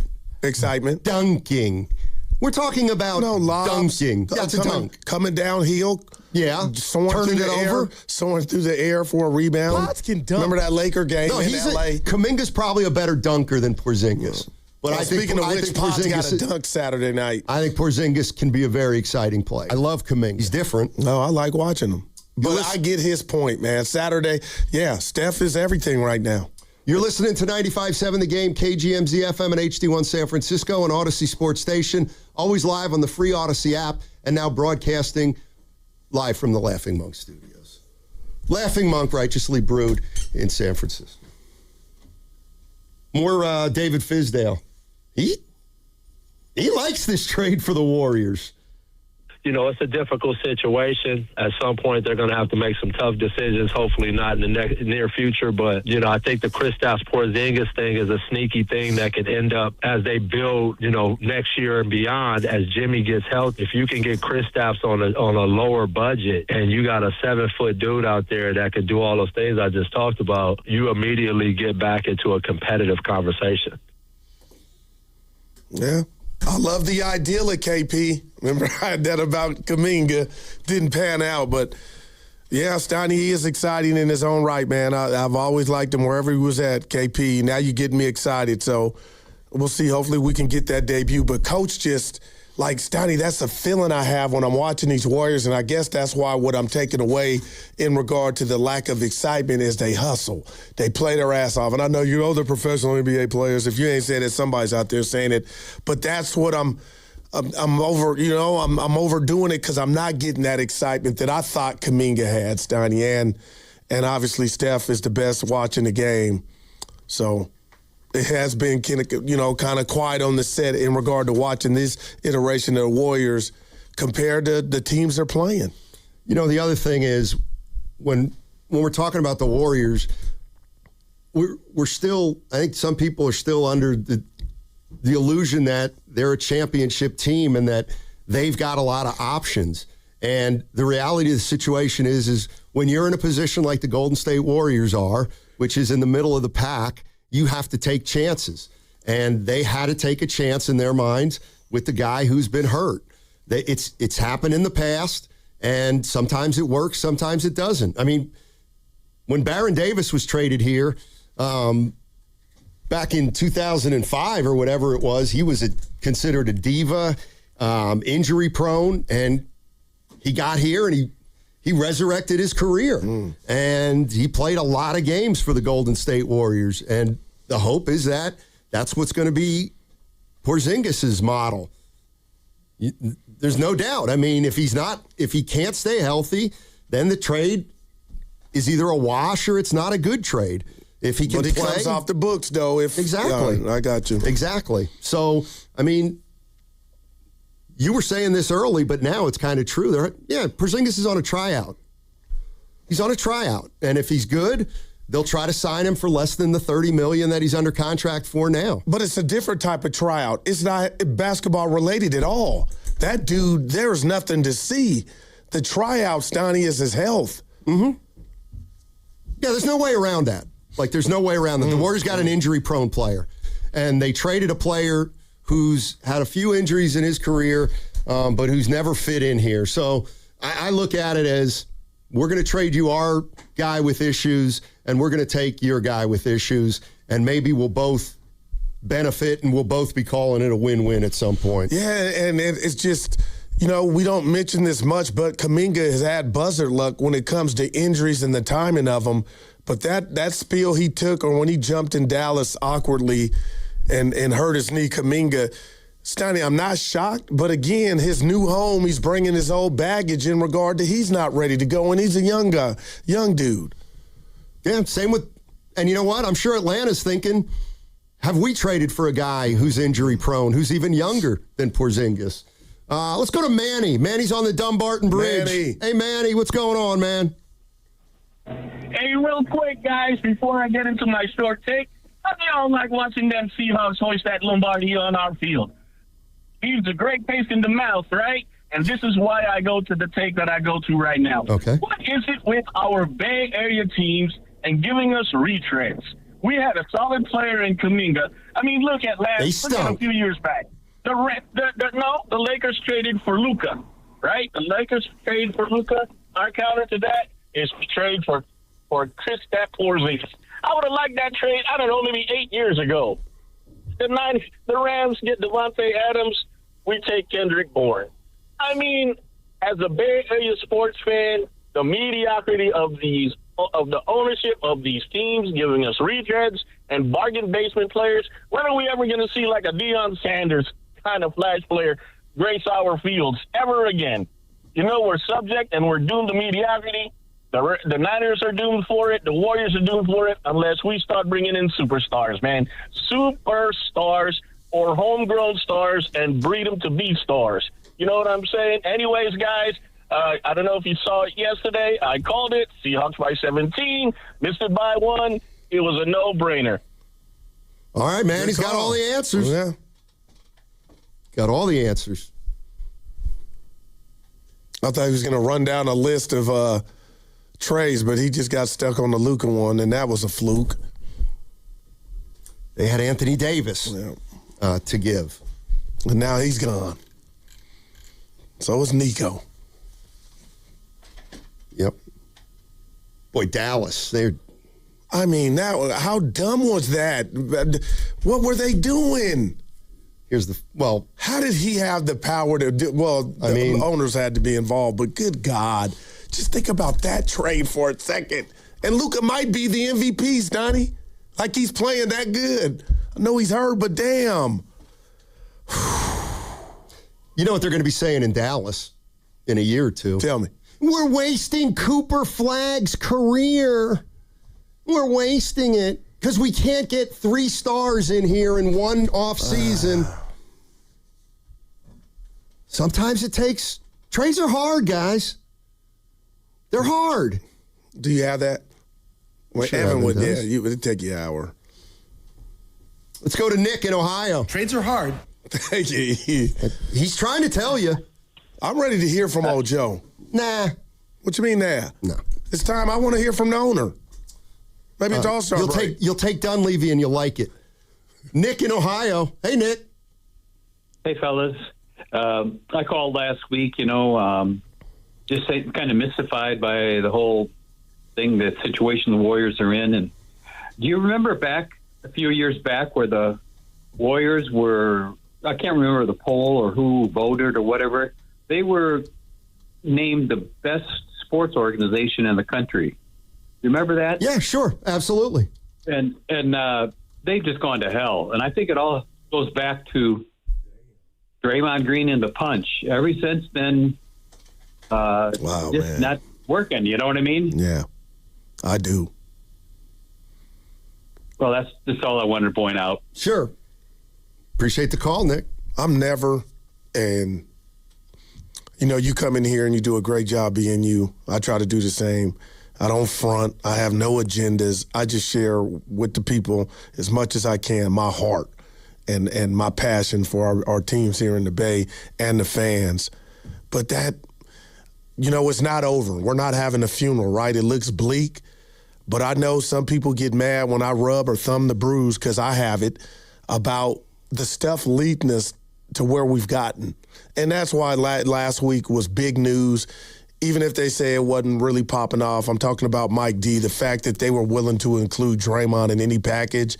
And I know today, I'm not complimenting myself, I know today you may think it's nothing, but the fact that press got out last week about Draymond, Stoney, I'm sorry, I look at it as progress. Like maybe this summer something pops off for a different player that they're willing to revisit if they need to include Dre in it. And I'm not saying he's the end-all, be-all, but that was progress to me, that this organization finally was like, there is life without 23, possibly. And you can sit there and I'm waiting for you to say something, but you can be like, yeah, it's nothing, Burger. I mean, I'm sure this isn't the first year Draymond's name's been brought up, and Dunleavy acknowledged as much, that he gets calls about teams wanting Draymond Green. Here's the thing, and like I do want your, like, this is where I do sometimes think about Warrior fans, like, what do you want? And here's what I mean. And go ahead and laugh at it, poo-poo it, make fun. But what about the fact that from the day they got Butler until the day he got hurt, the Warriors went 48-27 in those 75 games. That's over a 50-win pace. So they were playing better with Butler. Facts. Okay, he got hurt. That's just the way it goes. You don't get to play at a 50-win pace if you lose Jimmy Butler. And I get the sense when Mike Dunleavy says something like, there's only 3 teams. We have the 4th most wins in the last calendar year. I got to believe all of Warrior fans are saying, miss me with that. But why? Like, they've been playing well since they got Butler, and now they suffered a season-ending injury to Butler, and they got to pick up the pieces. And it might not be any more complicated than that. Well, it's kind of redundant, right? I mean, Steph's injury last year in the playoffs wasn't Jimmy's injury, but it derailed any chance they had to compete. So last year it was Steph at the most inopportune time. This year it was Jimmy. Right. And you're like, I'm turning into you. Like, not did you expect it, but you kind of like, I don't know now, Steiny, like I'm expecting bad or injuries. And I hate that, moving forward. But last year, Steph, we were rolling. The world had took notice, and I'm thinking, man, watch out. And then, again, something you can't control. The hammy goes out for Steph, and then now Jimmy's done, and we don't know when he's coming back. But my point is, now you can't, they don't have the resources to cover up the Jimmy injury. And very few teams have the resources to cover up an injury in the middle of a season from their second best player. Now, will you be able to do something, because you're going to need to in the offseason to offset Jimmy not being at the start of the season, or just to improve your team in general? They'll try. Yeah. They'll try, but they don't have a lot of assets. All right. Hey, tune in for Warriors Live today, presented by Xfinity, your home court advantage. Brought to you by Xfinity. Watch all your favorite teams all in one place. Xfinity, imagine that. And we're giving you a chance to do something that money can't buy, and it starts today with your chance to register to play a game of Knockout on the Chase Center floor. That's right, the same court Steph Curry plays on. Every show will be giving out opportunities every day starting Monday, February 16th. It's an opportunity you cannot get anywhere else. Knockout at Chase Center. Go to 957thegame.com for your chance to register. That's 957thegame.com. And I've been around here for a while, and I've seen athletes go through it all. The highs, the lows, and the pain that comes with getting knocked down. But when it's not just a game, and when you're the one injured, or when tragedy strikes someone you love, that's when Beam Law comes in. Beam Law is the Bay Area's go-to personal injury law firm. Whether it's a car accident, a serious injury, or a wrongful death, they are there to shoulder the legal burden so you can focus on rebuilding, recovery, and taking care of your family. Beam Law is local, and they win, with millions recovered for clients across the region, and it's why SF Weekly voted them Best of the Bay 4 times. So if you've been hurt or lost someone because of someone else's negligence, call Beam Law at 415-523-5555. That's 415-523-5555, or visit hurtinthebay.com. That's hurtinthebay.com, because it's not whether you get knocked down, it's whether you get back up. Beam Law, they've got your back, Bay Area. And we're out. Back in 60. Hey, what are you eating? Chimichurri filet mignon. It's a Factor meal. Oh, nice. Wait, they let you eat like that in the pros? Oh, they insist on it. A pro's work starts on the plate. Oh, man, that does look good. Let me have a taste? Get your own. All right. Where do I find this? Is it factormeals.com? Yep, and they've got a deal going on. Oh, love a deal. I am so in. Smart move. Pro move. All right. Factor. Eat like a pro. Welcome back to Winter Hack Radio, the place for clever hacks to survive the season. Icy driveway? Well, try spreading sand or birdseed to help with traction. Snowy puppy paws? Well, grab a whisk, brush it off, done. Catch COVID-19? Well, just get... Actually, there's no hack for COVID-19. But if you test positive, prescription medications for COVID exist. Ask your doctor if they're right for you. Visit PfizerForAll.com to learn more. Sponsored by Pfizer. Toyota's President's Day sales event is on now. Don't miss your chance to drive home a brand new Toyota truck. Right now, save big with low 2.99% APR plus $500 finance cash on the legendary Tacoma, or get $3,000 cash back on the powerful Tundra. Hurry in for unbeatable deals at Toyota's President's Day sales event. Toyota, let's go places. Offers available through TFS to buyers with premium rated credit and cannot be combined with other offers. Finance cash must be applied to transaction and only available on Tacoma SR and SR5. Cashback offer excludes Tundra TRD Pro and 3226. Your home is your sanctuary. Keep it that way with the beauty and performance of Milgard windows and doors. From the elegant Tuscany series to the modern slim profile Trinsic series, Milgard offers energy-efficient solutions and lifetime warranty options. At Ashby Lumber, our experts are here to help you find the perfect Milgard fit for your project, whether you're a DIYer or a professional contractor. Visit our dedicated door and window showrooms in Berkeley or Concord to see the Milgard difference in person. Start your project today at ashbylumber.com. Ashby Lumber, your trusted building partner since 1968. Neuropathy is a debilitating condition that is sometimes misdiagnosed. Symptoms can include pain, numbness, and tingling in your hands, legs, and feet. Neuropathy is a progressive condition that only worsens unless you get effective treatment. SF Bay Wellness is a leader in neuropathy reversal and uses FDA-cleared, non-invasive electric cell therapy to restore nerve function with no injections, no drugs, and no surgery. The treatments have a 95% success rate. If distance is a factor, ask about our virtual consultation option. Call SF Bay Wellness at 844-94-NERVE for the $99 neuropathy evaluation and receive a personal treatment plan that is tailored to your needs. Don't wait another day. Call 844-94-NERVE. That's 844-94-NERVE. Why keep suffering with the painful symptoms of neuropathy? You deserve to live a pain-free life. Start getting the treatment you need for your neuropathy symptoms. Call today. Your home's equity. Its value you've already earned. That's already yours. But for too many homeowners, it's locked away.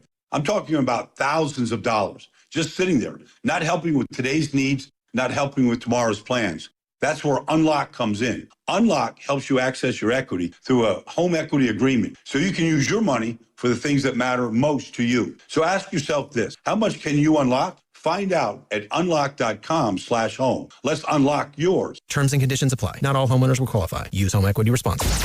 All-star coverage across Odyssey Sports is powered by Factor. Factor meals make it easy to feed your performance. Factor. Eat like a pro. Hear that? That's the sound of your life. Perfectly imperfect. Beating in rhythm to the world you've created. But every time you drive after drinking, the music gets drowned out. Your life sounds pretty great. Don't let a buzz ruin it. Buzz driving is drunk driving. Don't drive buzzed. A message from NHTSA and the Ad Council. Shopping with your parents can be embarrassing. Why would they sell jeans with holes in them? I'm going to speak to the manager. Mom! That hoodie is giving. You should get it. YOLO. Thanks to the Chase mobile app, your kid can shop independently while you keep an eye on their spending. So you can go from... We can be twinsies. To... How was shopping? Saw you stayed on budget. Thanks, Mom. Freedom for kids, control for parents. That's family banking from Chase. Account subject to approval. Chase mobile app is available for select mobile devices. Message and data rates may apply. JP Morgan Chase Bank N.A. Member FDIC. You've got a big day, so you use Unstoppable Scent Boosters to give your laundry non-stop freshness. So no matter how long the day goes, you can't stop this power, this walk, this pose, this strut, this look, this talk. Your clothes will be so fresh you can confidently strut into that end of the day meeting like a bosses. Let's talk business in my office. Add new Unstoppable beads to your wash for 24-hour non-stop freshness so you can smell unstoppable.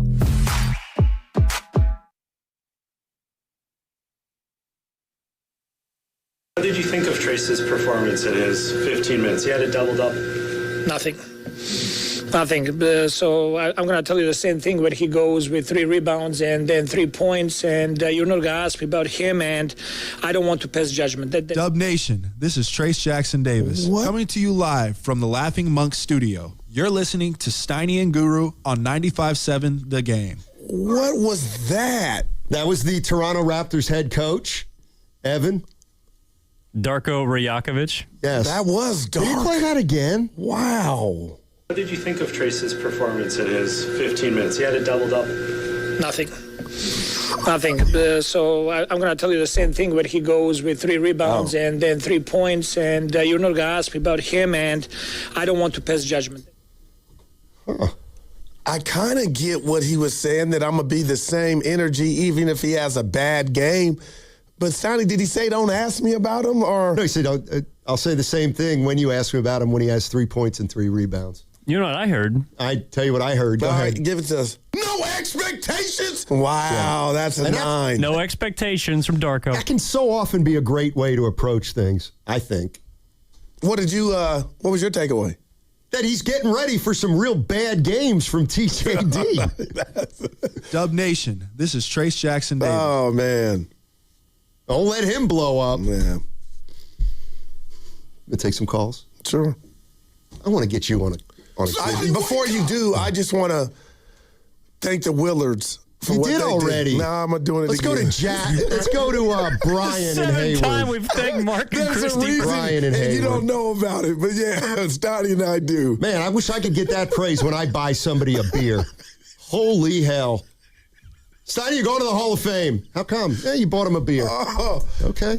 Evan's not in on it. I'll fill him in. Steiny, you're going to heaven. Posterior.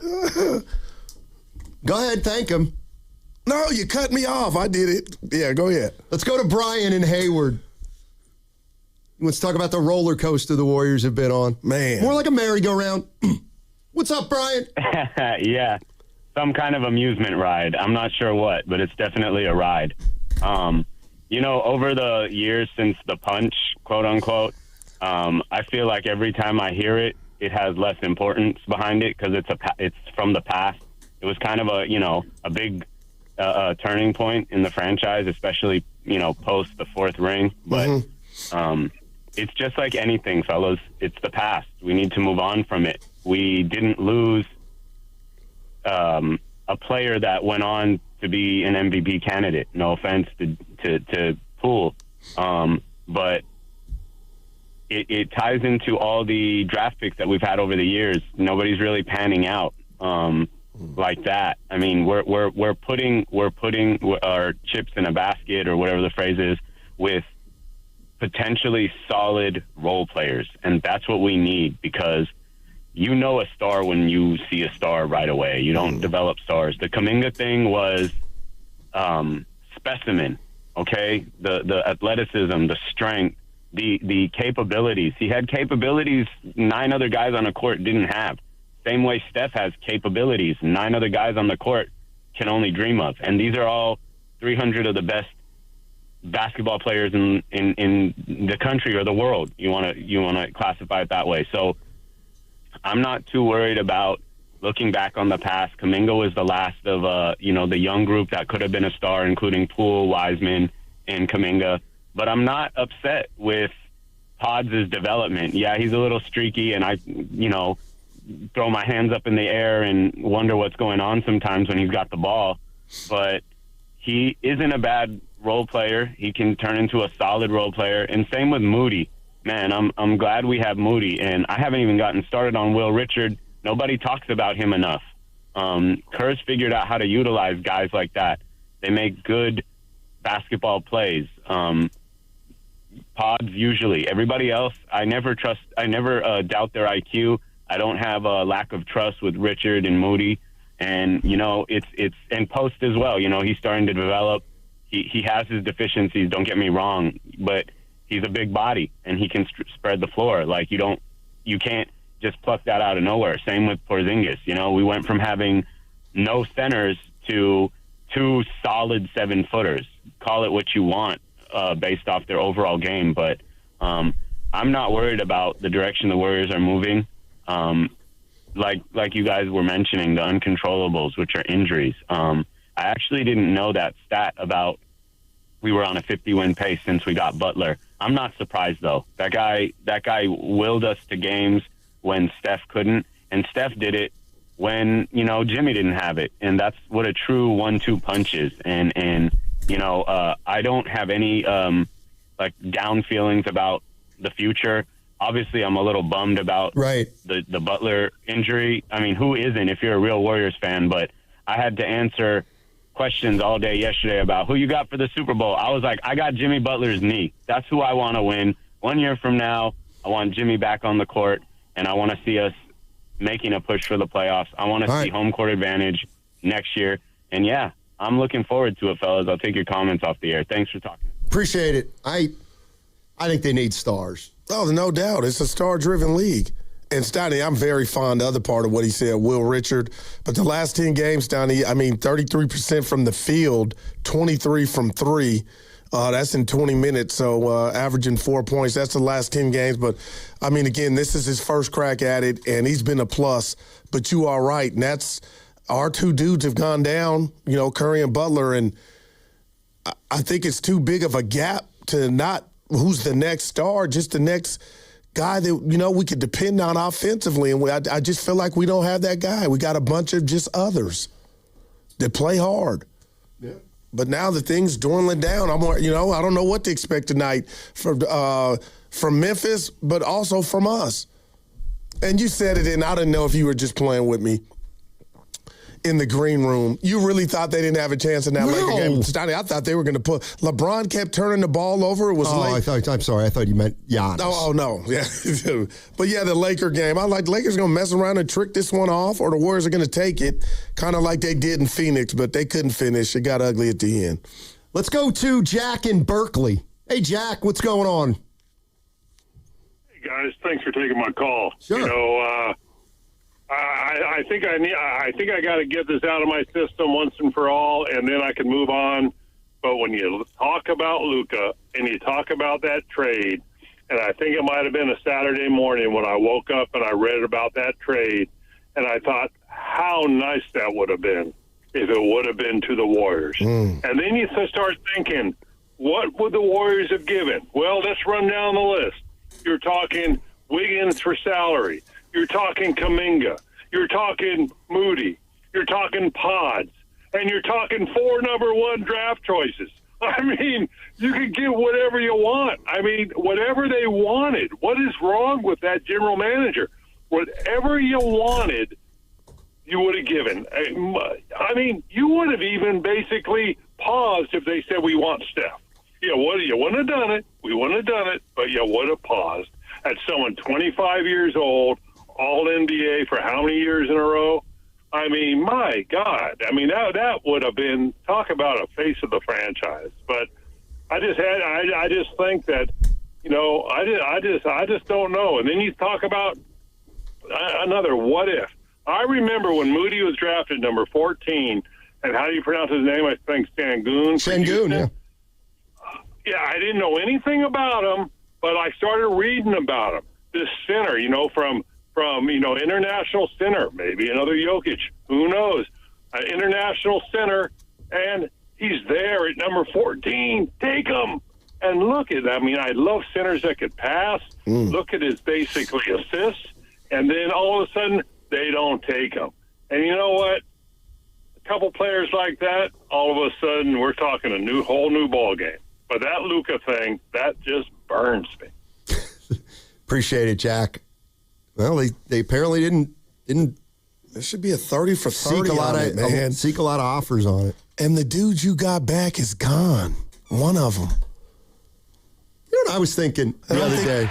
Man. About Trace Jackson Davis. Maybe you can explain this to me. I don't, there's probably a reason. Always liked him. So, yeah, I know. Everybody loved him, and he was really good, and he was a great pick. And why'd they trade him for a second rounder then? I mean, seriously.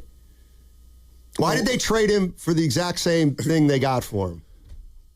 Because that's what he was. Right. He was an average second-round player who they gave a guaranteed contract to immediately. And 3 years later, let's trade him for a second-round pick.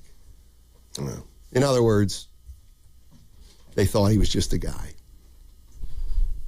Like, ideally, you draft a guy in the second round and then you get like a protected first. Yeah, like when you draft a guy 7th or 14th. Yeah, they didn't even get any picks for him. Or 2nd. Uh-oh. Where's Priest? Jocko and Pacifica, Steiny and Dunleavy are talking out of one side of their mouth. Oh boy. Let them on. Hey, Jocko, what's going on? It's actually both sides of your mouth. Oh. And Guru, you must be a little under the weather for letting Steiny get away with this, but when you were excited about the 23-8 run at the end of last year, what did Steiny say? Who did they play against? Yeah. Yep. And then when they were an 8th seed this year, you were like, this is who they are. So which one is it, Steiny? You're talking out both sides of your mouth. Well, this team was 48-27 with Jimmy Butler. Yeah, and what are they this year? 500. So, well, they were 25-19 with Butler. Real quick before you go, the reason it didn't get me is kind of Disneyland when you compare 2 seasons. I don't like doing that. I guess I was cooking the books. Yeah, no doubt. I was just upset. No, Dunleavy was cooking the books, not me. I get it. Go ahead. I'm sorry, Jocko. Go ahead. Well, and then Dunleavy, he was saying that, Draymond wasn't in the trade package. Wow, man. And then when the reporter went with it and said, okay, so you weren't in on Giannis, that's when Dunleavy got all prickly and said, well, why are you saying that? And so he was trying to say that they were in on Giannis. He said, don't say that. And then he tried to backpedal when they said, was Jimmy in on it? So anyway, he was talking out both sides of his mouth, and he's a liar because he said teams call every year for Draymond, and we all know that's not true. Thanks, Jocko. Appreciate it. Yeah, 23-8 with Butler. Now, that was in one season. Right. We felt that. I don't like the combinations of doing stuff. They got off to a 25-19 start before he got hurt this year. Which no doubt. Which was frightening. They still needed help when he was upright, partner. I mean, 25-19 is a 46-win team. I lose the bet. Now they won't even. It looked like they won't even get there. What are you talking about? You said they can still make a run. No, I'm watching, and the math is there. But do I feel tonight? Like Stoney, stop, man. Relax. You're gonna win your Lakers bet, and we're gonna split, and that's like a win for you. No, and then we got the knockout bet. I can't wait, dude. So wait, I have the field. Yeah. Okay. Straight up. Well, you know what? Now we got too late. We got to put some on parameters on it. Top 5. I finished in the last 5. Oh, I'm still hooping. I'm one of the dudes. Keep telling yourself that. I'm just worried you're going to get hurt one day. I got some new sneakers this weekend. Uh-oh. They're slippery on the sides. No. Yeah. I got some basketball shoes. Oh. Yeah. Ooh. We'll be fine. How much? You one of those guys that pays $200, but you have a $20 game? It was wow. That's pretty good. Just answer me. I'm going to give you one. It was $160. Wow. Yep. Nikes? High tops. Air Jordan? Jordans are too heavy. Oh, Steph 34s, 12s? Whatever they're called? Or did you get James Harden 19s or whatever they are? Dude, I saw him help the Cavs beat the Kings. Him and Mitchell are going to... No, I'm serious. Him and Mitchell are going to be something. Harden's a good player. Nobody ever said he couldn't play. Kings have lost 12 in a row. That thing is bad. Now that's bad. So stop thinking the Warriors are at rock bottom. Where did Vivek honestly go wrong? Well, I'd have to go back to when he bought the team in Sacramento. But he fired Michael Malone is where it started. What did you say about Christie's tattoo? Christie's tattoo. Oh, no. Sorry, I think I meant Doug Christie. My bad. What did you mean? No, where did he go wrong? Doug Christie. Yeah. No, Vivek.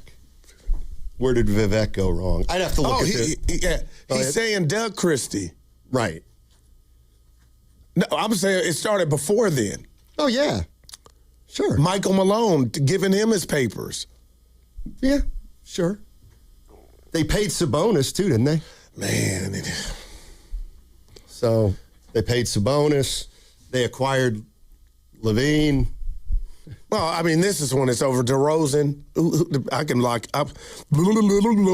I can watch him play ball all day, every day. DeMar DeRozan, offensive basketball. Dude knows how to get to his spot. Just, he reminds me of, you're going to laugh. Probably. A poor man's Alex English. Like, yeah, that's who he's smooth, man. Oh, yeah. Just say he can score. I won't. I know you and Willard and Dibbs don't like scores. But we just like all-around players. Scores, but dude can put the ball in the hole. Well, let's see how he's putting it in the hole this year. All right, no doubt. He would do it better than anybody we got right now, not named Steph. That's for damn sure. I was like, I don't want no DeRozan. So we missed out on DeRozan. No, I'm just saying I like watching him. What's he got this year? Let me guess. 18. Yeah, 18.9. Damn, that's really? all that matters. We don't have to look at any other numbers. Field goal percentage. I'm going to say about 46. 50. Damn, Bar, you out here. 35 from 3. 86 from the line. How old is he, Steiny? He's 53. He's too old. He's 36. He fit right in. But he can score, man. He's 36 years old. I'm not one of these haters, man. Let's lose our fascination with fossils. Can we? That's why I'm kind of there. Let me tell you what. I'm watching college. Let me tell you what's kind of gotten me a little upset, but I really can't address it because the guy is injury prone. But this is the first guy in his prime that the Warriors have gotten in like 6 years, Porzingis. You act as though he's 30. That makes him one of the youngest players on this team. He's 30. His prime, Steiny. Yeah, go get DeRozan. He's 36. Hey, man, this is more than prime. We'll see. Oh, don't let him get healthy here in the Bay. Oh, man. With Celebrini? I'd get a jersey. No, you wouldn't. I'm not letting you. Who are you? I'm not. Who are you? Because I know how you talked about him. I know how you talked about Porzingis right away. And I didn't like it. All there was is what everybody said.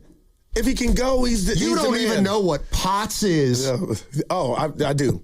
What is it? What does it stand for? POTS? Yeah, what does that stand for? Give me a second. I did look it up, man. I don't remember. I looked it up once, too, and those were 4 big words. I couldn't remember them. Steiny, but it's serious, man. Or what happened? Oh, boy. That's close enough to POTUS. I got to see if this guy's right before I bring it to the table. You know, let's see. Evan. Oh. Can I get this off? Can I read a text? All right, go ahead. 707, Boxer and Gerson, work injury attorneys text line. Oh, he's not right. Evan brought up POTUS. He says Porzingis has better numbers than DeRozan. He's played 17 games. Yep, he squeezed a lot into those games. I don't think he's averaging more than 18, though. He's not. 17. Evan, you brought up POTUS. More efficient. President of the United States. Go ahead. So, oh, God. On behalf of Michelle, the girls, Evan, I'd just like to let you know, if you could let Steph Curry and everybody in Dub Nation know we're waiting for him to come back, we would appreciate it. So on behalf of Michelle, the girls, I am the 44th president, Barack Hussein Obama. Dude, it gets better every time, E. Tell me that. Dude, I think about stand-up a lot. Hey, you went to see Dave Chappelle. I did. How was it, E? It was magnificent. Do you know what that word means?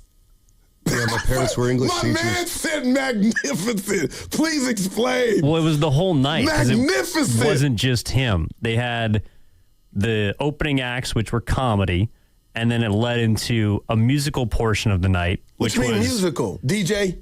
Kind of. Well, DJ Sway was there to MC the whole thing, but he kind of told a story of Bay Area music with different artists that came out and performed and stuff, and how Dave had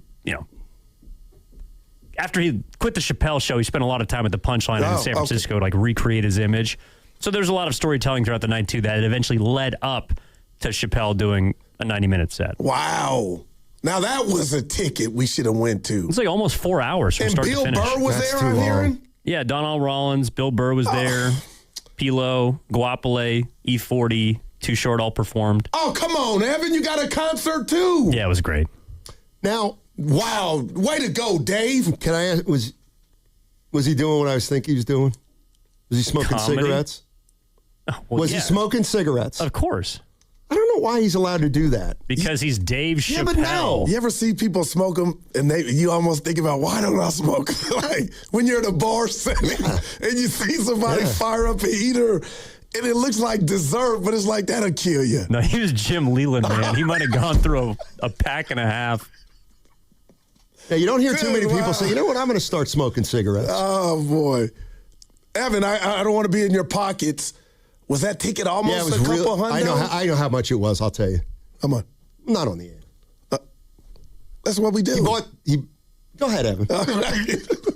Well, we bought a few extras, in case someone else wanted to come or invite friends and stuff, and then those people couldn't make it, so we sold it. Gotcha. And made enough to pay for the original tickets. Commerce. That's nice. Yeah. Okay, Evan and Goo. Alan Day Sr., $4.99 Super Chat. Mike Dunleavy told us no one wanted J.K. We later found out the Kings, Suns, Lakers, and Bulls wanted him. Then he landed on the Hawks for a dead body. Liars.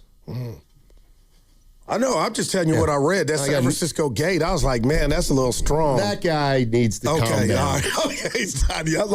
He needs to settle down. Settle down. I'm like, damn, can you print a headline? But man. Let's do this. DeRozan, Royce O'Neal, Hachimura. Who's the bad player the Bulls would have given up? Or Porzingis? Yeah. Porzingis might be the best player. But you're going to give me the 2-letter word. What's that? If. Yeah. Well, that's... The other three don't have ifs. The name of the game the last 3 years for the Warriors has been if. So if you're going to keep playing the if game, then what we're doing is fine. If. If Steph stays healthy, he can't. If Butler stays, he can't. If Draymond plays it, he can't. If Porzingis stays healthy, we'll see. You know, I'm always coming down Dre's road for something off the court, but he's been relatively healthy, and you got to give him that.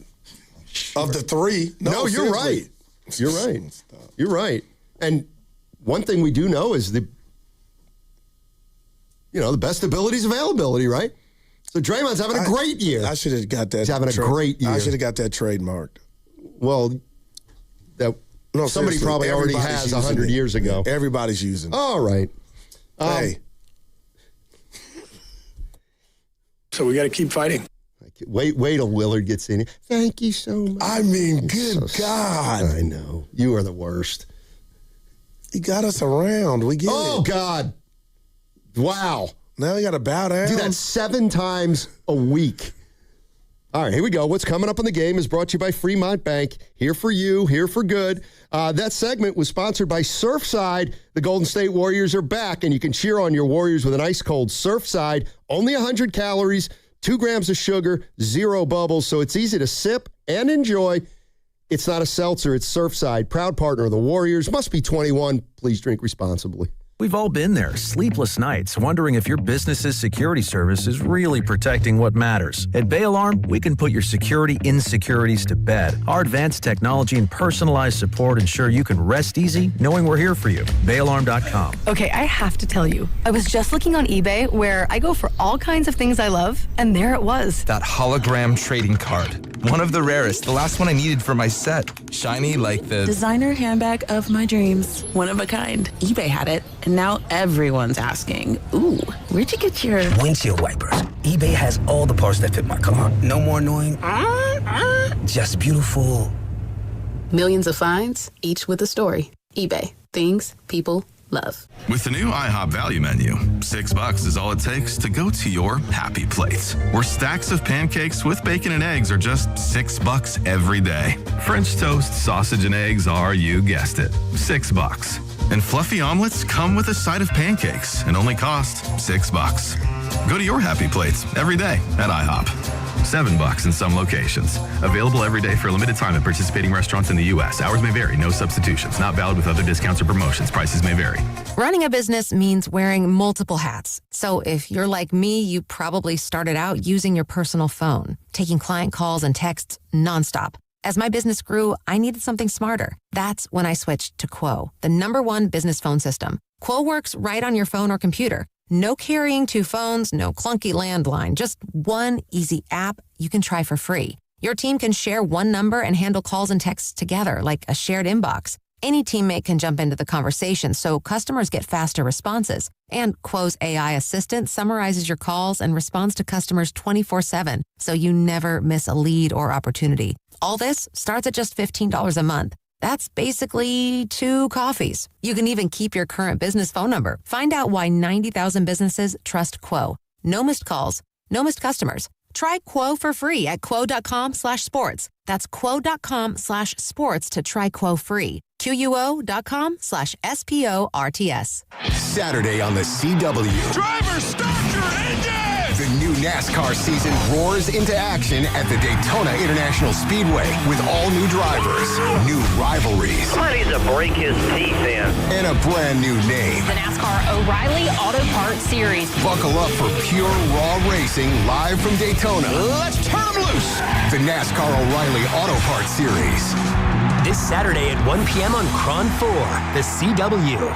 Hey there, it's Bonte with a report from River Islands in Lathrop, where the good life can be your life. The home selection has never been better, with neighborhoods designed to fit a wide range of lifestyles. Whatever is on your list of must, an amazing kitchen, a home gym, a private office, or a separate suite for your in-laws, there is a place here just for you. Priced from the low 600,000s to over $1 million. The town center, located by Islanders Field Ballpark, is well underway, with the Redwood Cafe opening this summer and a community amphitheater being built for events, concerts, and community get-togethers. Sutter Health is building medical offices, and a major grocery store will be announced soon. The town center is going to be a great place to hang out and enjoy the River Islands lifestyle. This month, Clearwater by Signature Homes will be hosting a grand opening, and the Lakeview Club at Dale Webb's 55-plus community just had its debut. And construction is moving along for the 4th K-8 charter school to be ready for the fall term. Isn't it time for you to discover the islands? Check it out at riverislands.com. Save 20% on wild-caught lobster tails with Prime through February 10th at Whole Foods Market. Perfect for romantic meals for two. Made with high-quality, strict ingredient standards you can trust. Shop in-store or online. Terms apply. I checked Allstate first and saved hundreds on my car insurance. Really smart. Unfortunately, I didn't check if I took the gas hose out of my car's tank. Ooh, not smart. And I drove off while still attached to pump number 3. Yeah, checking first is smart. So check Allstate first for a quote that could save you hundreds.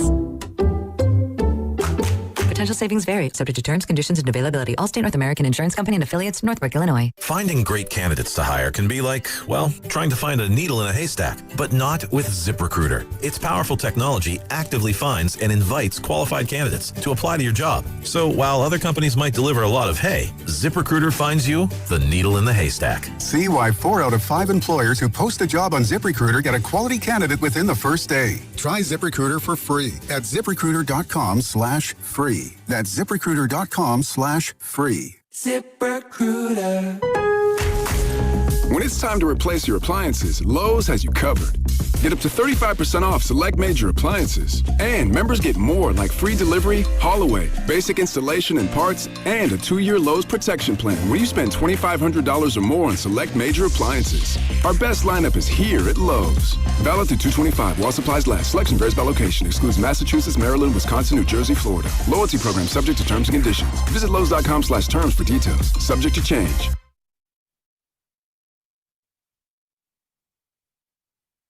No expectation. What? Somebody wake up! The hell we doing around here? Now, back to Steiny and Guru on 95.7 The Game. All righty, time for the crossover brought to you by Bay Alarm. Rest easy. We've got you covered. BayAlarm.com. Let's welcome in Willard and Dibbs.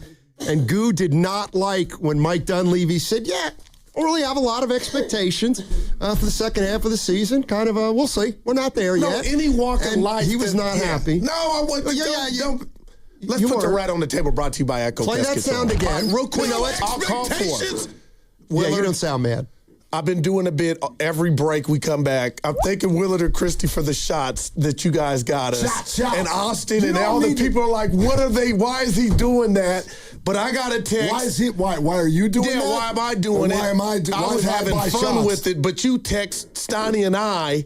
But that was at him because he was saying he took a bath. I'm slow this morning. Y'all need to know, if you ever get a text from me, it's never actually mad.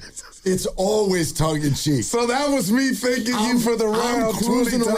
I'm cruising around in life, listening to a radio show that's hosted by my friends. That's what I'm doing. If I text you, that's because something caught my attention. The second I got in the car today, some of it's that too. Like, I don't hear the whole show.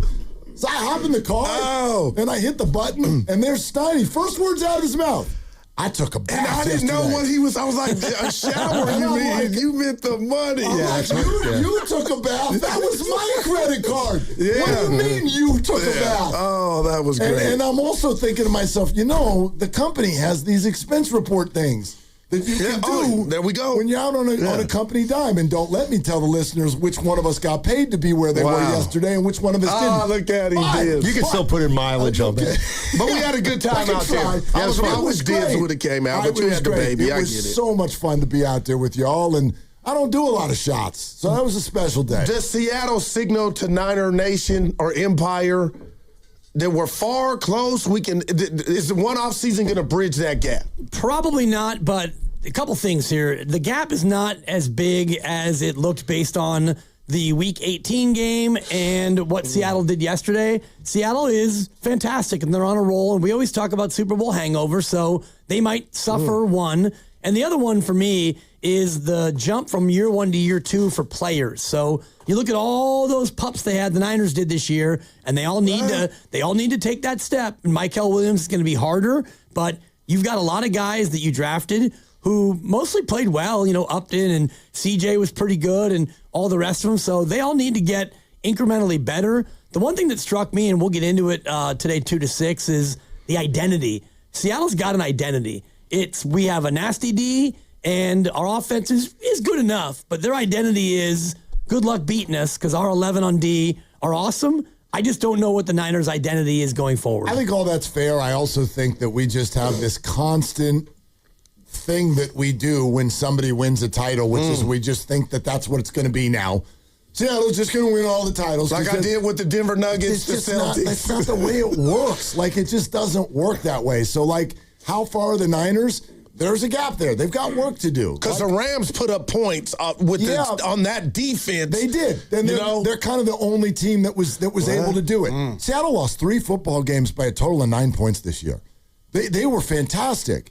Another way to look at it, I saw someone write this. Someone did a replay of that crazy 2-point bounce off the helmet Zach Charbonnet thing. I'll never forget it. And they go, do they win the Super Bowl if that doesn't happen? They're not at home for the playoffs. Wow. They don't have a bye. So that's the margin we're talking about. Yep. And outside of dynasties, I believe sports is way more circumstantial than we want to give it credit for, because it kind of ruins the romance of it all. Right. But like sports, the margins are so thin. Right. I would bet everything I have Seattle doesn't win the title next year. Everything. Like, it just doesn't go that way. Unless we've decided that Sam Darnold and the Seahawks are now Brady and the Patriots. Like, we're just going to do this every other year. I don't see that. Yeah, the way I look at the Niners is like, right now, there is probably a big gap because the last Niner team we saw didn't have some of their players on it. So I'm going to assume Fred Warner's going to be healthy next year. Okay, so they're going to be better at linebacker than they were for the second half of the year. What are they going to get out of Bosa? They have about 4 or 5 of those guys that if they can get back, they're automatically going to go up the pecking order. But then they got an offseason of drafting and free agency, and it could change before they have the opener next year. But if you get Max Crosby, that's what I think the Niners need now to add to Bosa. That's when you're kind of back. Sure. You know what I mean? Michael Williams come back. But that's what the type of move you need, I believe. There's just millions of circumstances that go into all of it. None of these teams will come back exactly the same. Why do teams go worst to first? Yeah. The Niners, just... NFL, I think it's scheduled now. They were looking at... Did you see the thing with the Patriot wins and their teams that fired their coaches? We went through it. We went through it on Friday. I missed it. We went through the schedule. I read the team. We've done it a couple times. The first time I read the team, and he just said, fired. Fired. Mutual parting of ways. Fired. I'm not taking anything away, but wow. No, but that's the circumstance. Dibs, you'd be good at this because, I don't know how far look-ahead lines go. Look. Go look at who the Patriots' road opponents. There are 9 of them next year. I swear to God, in this moment, they just went to the Super Bowl. I think they'll be underdogs in 6 of them. Oh, next year. The circumstances of these seasons are unbelievable. The Washington Commanders, an SC championship, and now you look. Right. Yeah, I got you. So, good for the Seahawks. To me, it's a chicken or the egg thing. It's so that game against the Rams where they got, is when you have a season like that, that's one of the reasons you win the Super Bowl. And you can't count on that, though. Doesn't mean that's the only reason you won the Super Bowl, but you can't recreate good luck from one year to another. I was thinking about this. If you buy that the Seahawks don't win the Super Bowl without that game, and they don't win that game without that play, did the Seahawks just win the Super Bowl because it turns out Zach Charbonnet is kind of a nice guy? The only reason he went and picked that ball up was because he's the official's kind of an old guy. Let me get the ball for you. You know how many dudes don't pick that ball? I'm a pro athlete. You're an old dude. I ain't get the ball for you. Yeah. And he gets the ball for him, and the Seahawks won the Super Bowl. He gets the ball, and I'm going to go in the end zone and give it to you, as opposed to just flipping it to you. That still bothers me that they allowed it to go in. That's just, it's the rule. And when you look at it, and, the whistle does not kill play in that instance. There's a few of those wrinkles, and it's hard to know each and every rule, but that's one that we all learned now from the backside after it happened. It's That's a rule. Okay. That's one I'll remember. I chopped it up with Will yesterday at Bay Street in Reveal, so I know a little bit where he's going, but I want to throw this to you if I can real quick. Your thoughts on Mike D's presser? I thought he was pressing and took out his frustration or whatever was going on and then put a light on Draymond to where it didn't need to be shut. Like, that could have all been avoided. Now you got, Draymond, he did too much. And I was like, that was unbecoming to me of Mike. I've heard people call it embarrassing. I wouldn't go quite that far, but it was awkward at the very least. And the fact that he got so just agitated by an honest, it was a good question. If Draymond and Jimmy aren't in the deal, then what are we talking about with Giannis at all? And then I'm not going to talk about, I'm going to sit here and tell you who was in and who wasn't in. And I don't know, the whole thing has been not bungled, but it's just been kind of awkward. And Mark always talks about under promise and over deliver. Now, the Warriors didn't promise anything, but they've been after Giannis for years. And this seemed like the best time to get him.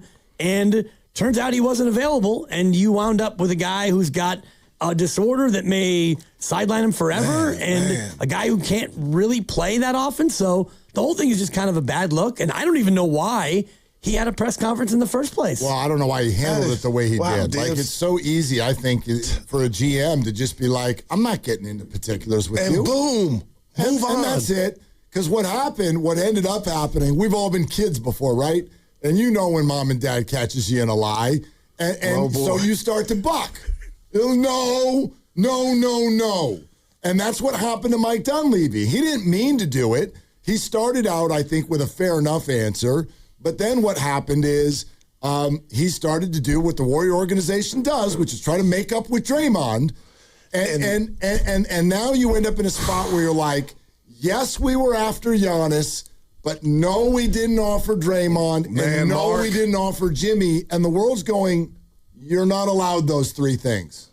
You have to say yes to one or no to one. You either weren't after Giannis or Draymond or Jimmy was one of the three. At least in your mind. I don't care if you ever actually made official offer, but in your, it's mathematically you're not allowed. You're not allowed to go get Giannis without one of them. So which one is it? And so that's what now you realize you're pinned in a corner and no, we're not talking about this anymore. Yeah. So that's why it felt, I don't think embarrassing is the right word, but yeah, it wasn't a great look. Awkward is the great. And I don't even know why he did it. I mean, you don't have to go out there and do it and answer questions about a deadline and knowing that they're not going to ask you about, what do you think about that trade, TJD for a second-round pick, Mike? Do you feel like you won the trade? Of course they're not going to ask about that. They're going to ask about what actually didn't happen.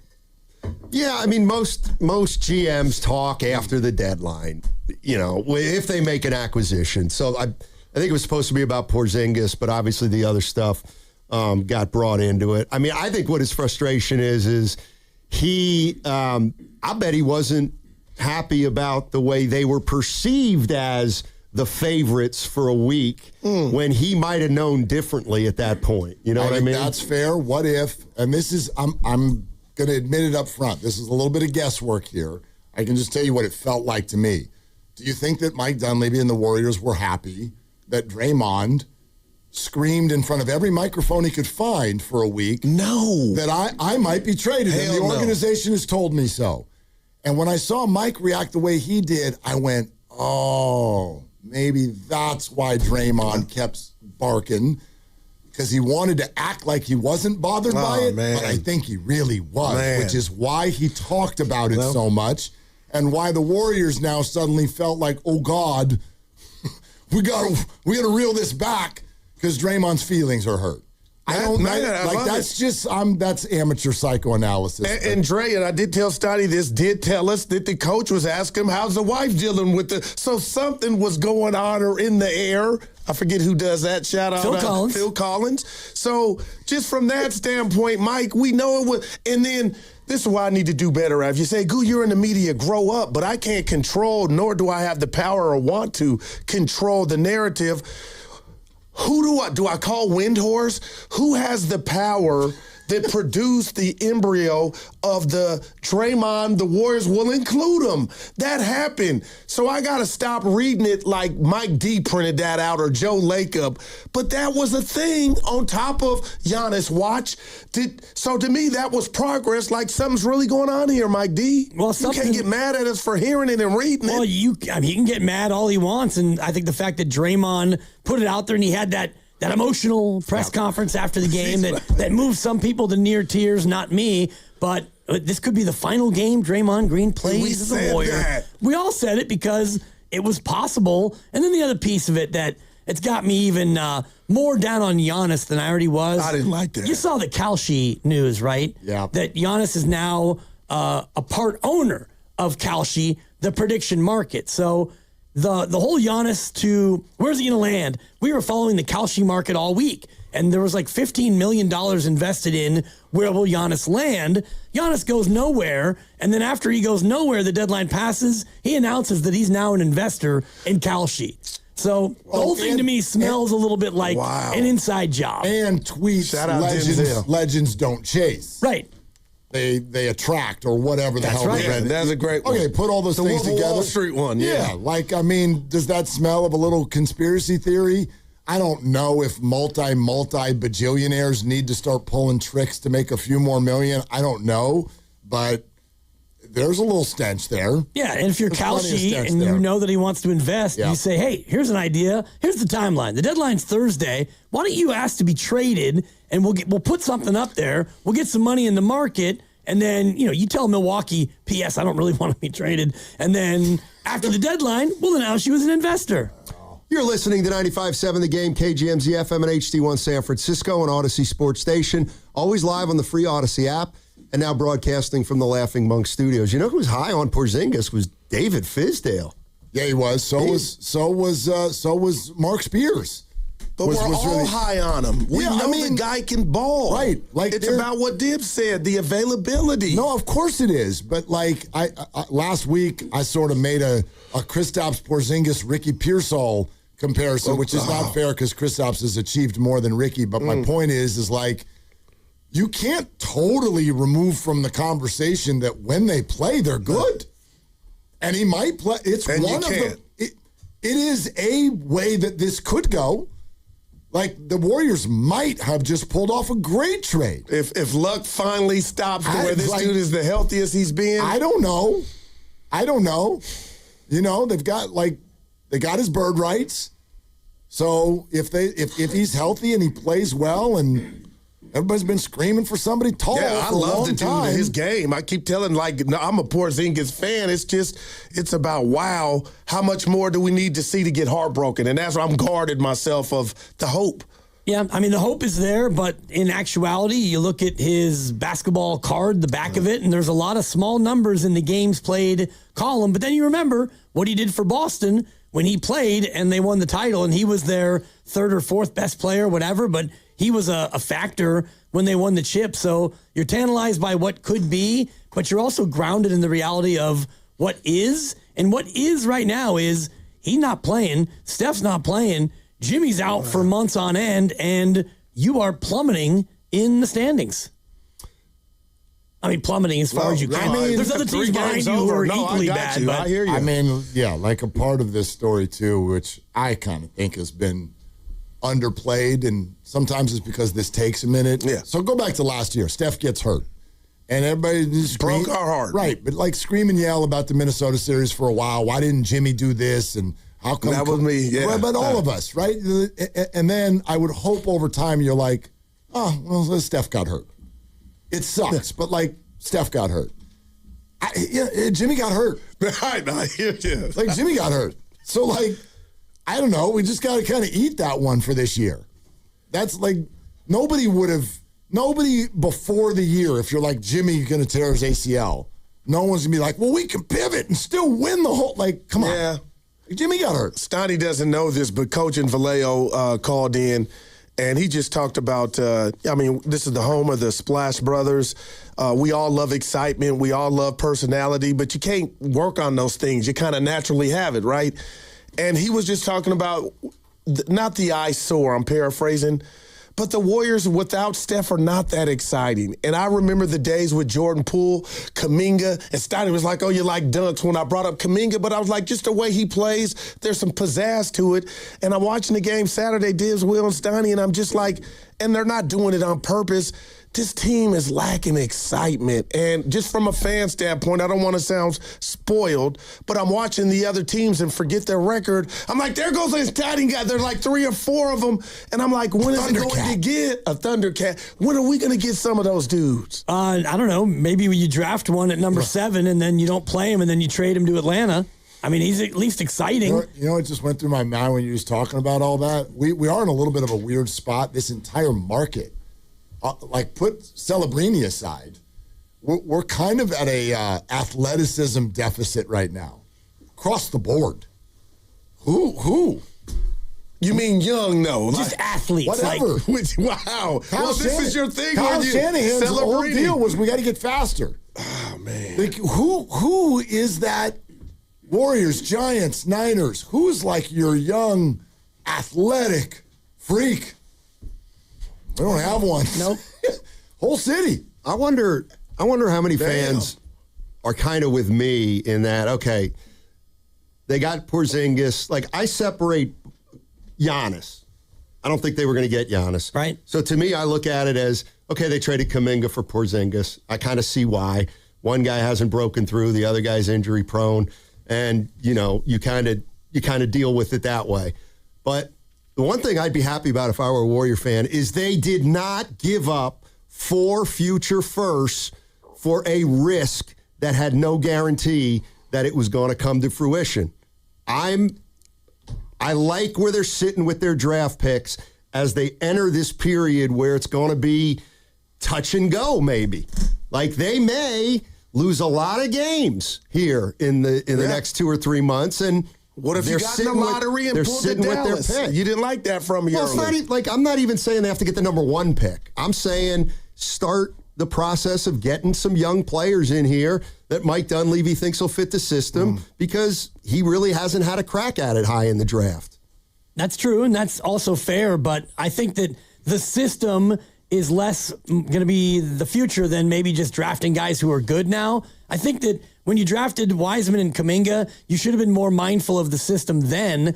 And I think now, if you're out there, I would be less bothered if they drafted a Wiseman type or a Kuminga type because you're not in a championship window, and the system is going to change when Steph Curry decides to hang it up. So you would go down that road again? I asked Donnie Friday, like, that's something you're not ever going to do for a while, take projects like a Kuminga or a I don't Wiseman. think I would, but I would be more tolerant of it now than I was then because you did it then. New regime. Right, well, you did it then, and you had all these guys still in their championship window, and if you do it now, then you're thinking about 2028, 2030 and whatnot. And you would potentially have the opportunity to actually develop those players. There you go. In a way that this group did not. Yeah, I don't know. I mean, Steiny, you're not wrong. The concept of having all your picks when all your stars are over 35, in general, is a good thing. In general, that's a really good thing. Right. So, I wonder how much, I mean, they might have thought that in the back of their mind too. I don't know how badly they really, really wanted to do a deal like that. Well, and that's when I noticed also a little frustration from Mike when he was asked about the picks. And he goes, I feel like I've answered this a million times. Yeah, we'll give up those future firsts. If there's a player that we're going to want after Steph Curry, Yeah, I mean, the only thing Dunleavy didn't do was, take his shirt off and throw it into the crowd. That would have been Remember amazing. when he did that, Tibbs? That's right. When he got thrown out? That's right. That's the maddest he's ever been up until 2 nights ago. Dibbs, I've been waiting for this. I got to ask you, Bad Bunny, give me a letter grade on the performance because I think of Beyonce, Prince, and all the greats. What did you think of Bad Bunny? Bad Bunny, solid B+, and this is from a guy who understands about 3 words of Spanish, so didn't follow a lot of it. I knew a couple of songs just from playlists and songs I've heard, but I thought it was exciting.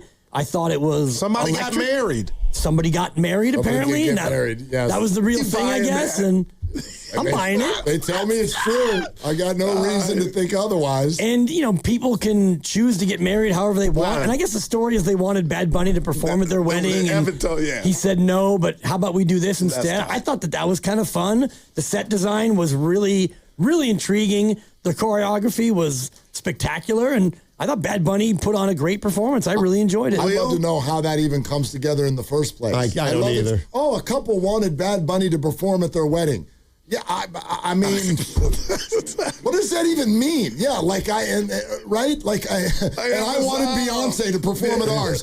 How do you even ask a question like that? How did that information get you to gotta Bad know Bunny? somebody. I'm Who sure are they're these rolling. people? Yeah. But You have to have the stones to ask in the first place. There's a story of a kid in Australia. I believe his name is Dan Dibley. boy. One of 7 or 8 of us on the planet with that name. He asked Miss Universe to his prom, and she said no, but got wind of it, and so she ended up going to his high school and hanging out with him. It is the same name as you? I believe so. Oh, really? I'll try to Google it. I think that's the story I'm trying to remember. But you've heard these things before, where shoot your shot, it's all you got, right? Man.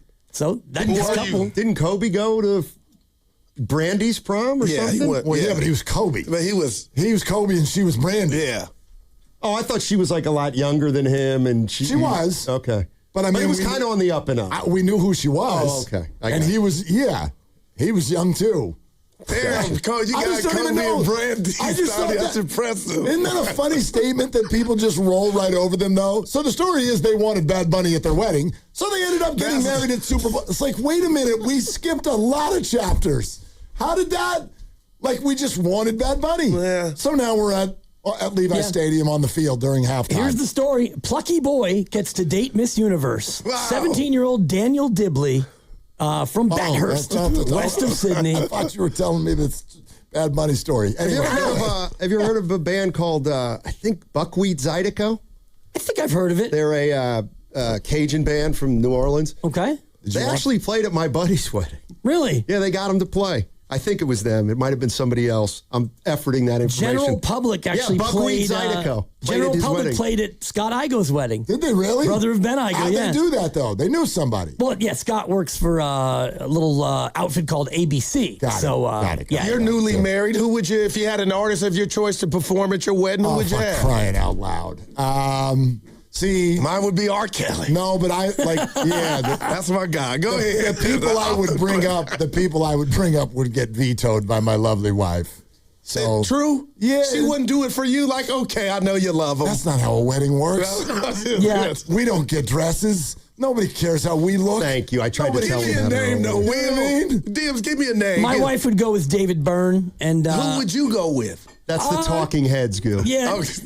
I probably would go with the Roots, honestly. Black Thought? Yeah, Look exactly. at my guy, yeah. That's why we connect. I tell you what, because Give me somebody. It's got to be romantic. Yeah. I'd have Usher. See, I would go older Motown. Look at I would go older Motown. And that'd be a good I don't care if they're 75 years old. If the Temptations could be doing their moves in the background, I'm in. We're invited to the cookout. I heard it through the grapevine because I had my hearing aids on. Could you imagine? That's not bad. Oh, my God. All right, guys. Well, oh, my God. It looks like you got to figure it out for the rest of the day. Not really, but we never do. How far away are the Niners?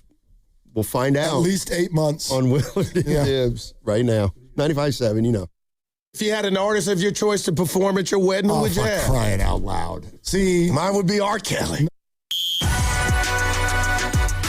Are they the smartest show in the Bay Area? You guys are an intellectual feast for the smart sports fan in the Bay Area. Wow. You're pretty much the smartest guys on the radio. I agree. Good Lord, how big is your ego? Are they the funniest show in the Bay Area? Give it a laugh. Come on. You're a funny guy. Come on. Give me a laugh. You are funny, dude. Hit that S again. Are they the coolest show in the Bay Area? And no white boys. They're cool. That's what people are saying. You guys are phenomenal. This is one of the most perfect ways that I could end my day, getting the chance to talk to Mr. Mark and Dan, We'll let you be the judge. Oh. All I know is it's a couple of Bay Area boys talking sports. I know nothing. Thanks. It's Willard and Dibbs on 95.7 The Game. All right. Let's go. It's a whole new world. Football, We hardly knew you. See you later. Willard and Dibbs, 888-957-9570. Yeah, there's the Mike Dunleavy press conference. There's a tweet that came from inside the building that has led to research, debate. We're going to get into all of it. Yep. But we got to start with just a little bit of a download on yesterday, don't we? Sure. A little bit of a download. The Super Bowl, I thought, we talked about it last week. I thought San Francisco hit a home run. Thank you very much, Mother Nature, Santa Clara, whatever. Stadium looked great. The game was pretty much boring as all get out. I thought that was going to be the case. That's a styles make fights thing. The Super Bowl was not surprising. It went do you know anyone who was on the Patriots? Did anyone in your life be like, hey, Pats, 4.5, I love it? I heard a lot of clapping and fading when I gave the pick in front of John Avello. Yeah, that was just... I did not fade you, Dibbs. Thank you. But I did, and I admitted right then and there that was just because it was the last pick. Yeah, and it was great. I knew I was going to clap no matter what the hell you had said. That game went pretty much exactly as I would have thought it went. I bet on Seattle. Don't get it twisted. No, I did. I bet on Seattle and the under, and luckily it paid for all those. I know that got... Thank you. That under got spicy with the pick six. Well, and it got really spicy when Kenneth Walker scored a touchdown that got called back. That's right. So thank you, whoever that was that held. It was a good call, too. It was clearly holding. Thank you to the ref. Appreciate that. So that paid for all of the alcohol that I bought the boys yesterday. Nice. So it was great. I love the picture. Great. Guru posted a picture of his clique and Evan out there, you and the lovely, and Steiny and Guru. That was a cool picture where you're all just kind of like standing, like lining up. It did kind of look like a little bit of a clique as opposed to we're all arm in arm and happy. You guys were all kind of like posing up. It was a good picture. Well, Guru does that in pictures. He doesn't want to be that close to whoever's next to him, at least if it's a dude. There's space. Yeah. There's space between and so all of that. John Mayer or? No, Dave Matthews Thank Band. you, that's right. Yeah, space between. I hate that I know that. Anyway. Here, you know what? Here was my look. Lots of takeaways, right, for the Super Bowl, and just the NFL season as a whole. But here was the number one thing for me, and I heard it, and I go, oh, half our audience is going to love that, and half of our audience is going to get pissed. And I'd love to know which one are you. Which one, when you hear this from Sam Darnold, does it bother you or does it make you happy about the 49ers? This was the soundbite for me that kind of won the day. And it's after the Super Bowl, so you're either full or drunk or you moved on with life and maybe you didn't even hear it. But this is post-game. Sam Darnold, Super Bowl champion quarterback. Hey, Sam, who do you credit for a moment like this? It's funny how it works. Like I didn't play great football in my first few years of my career, and then I come here to San Francisco and I learned a ton. And I think because of that year in San Francisco, I was able to learn a ton and learn from Brock and Coach Shanahan. And, I was able to kind of learn and go to Minnesota, and I played good football there, and I was able to come to Seattle and kind of do the same. So it's funny how things work, but that's life. I'm just going to continue to keep working. Isn't it funny how things work? Yeah. Sam just, came to the Niners, grabbed all of that stuff, right, and then went off to their division rival, came back to their stadium, and won a Super Bowl. That's great. I actually, that doesn't bother me at all. Doesn't bother me either, but I bet it does some. Like I'm looking at Grandy through the window, and he literally, those cartoons when the steam comes out of the ears? Yeah. Grandy, I bet you hated that, didn't you? Did you hate it?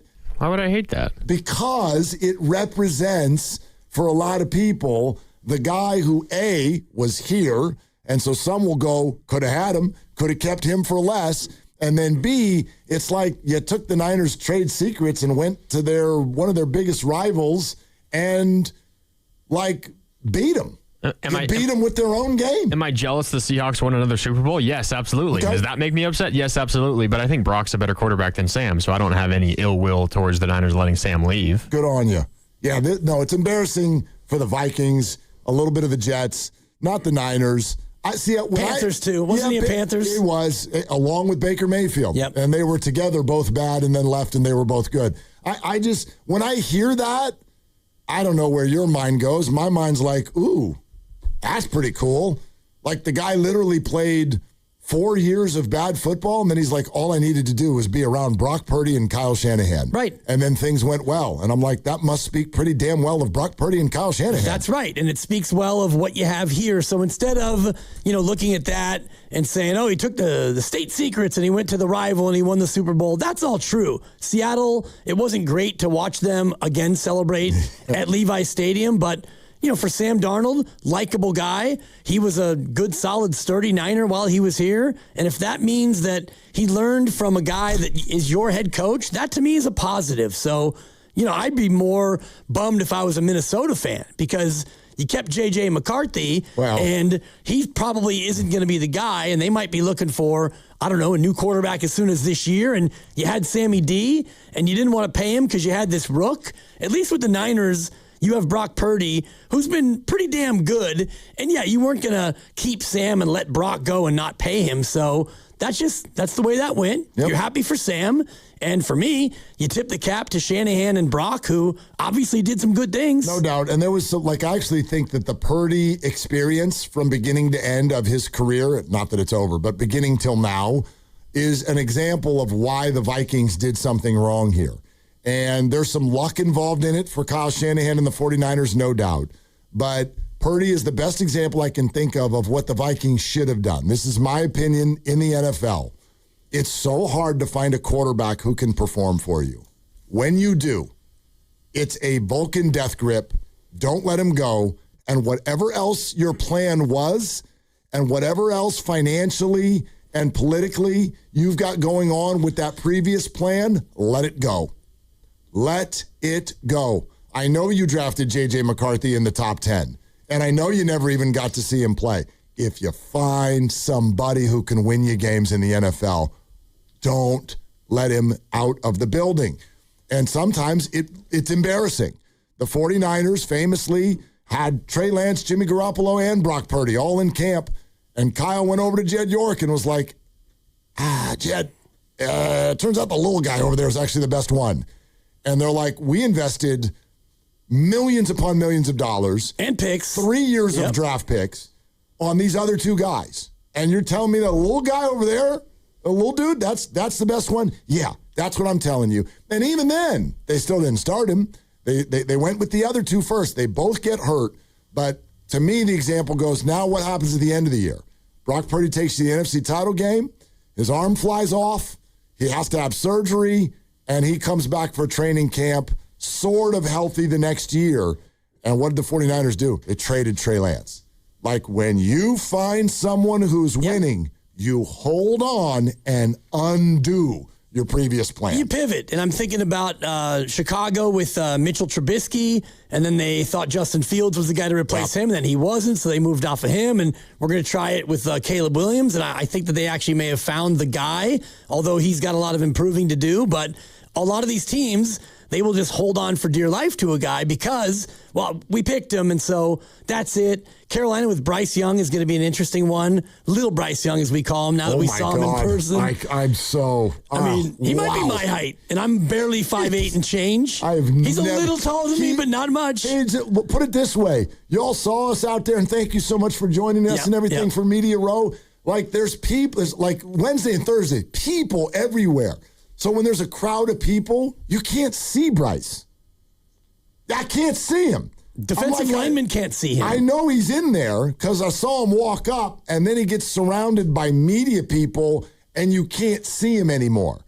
Like Carolina Panthers quarterback from a decade ago, Cam Newton, you can see his chest, his shoulders, his chin, his forehead, his hat. You can definitely see his hat. I can't even see the top of Bryce's head. Nope. So to your point about quarterbacks, if you find one and you want to hold on to him, keep him. Arizona with Kyler Murray, they, for a long time, have thought that he's the guy. And so you paid him, and he hasn't really gotten better. And so now what are they going to do with that big contract? So I'm with you as far as the Brock Purdy part goes. And for Seattle and Sam Darnold, he's on a pretty reasonable deal. What's it, 3 years, $100 million? I think so. 2 more years. And so... Oh, yeah. They don't even have to pay him anymore, and they've got themselves a quarterback who is a Super Bowl winning quarterback. Yeah, they are in pretty good shape. And the Rams, at least for now, I know their quarterback's getting old, but he's coming back, and he's the MVP.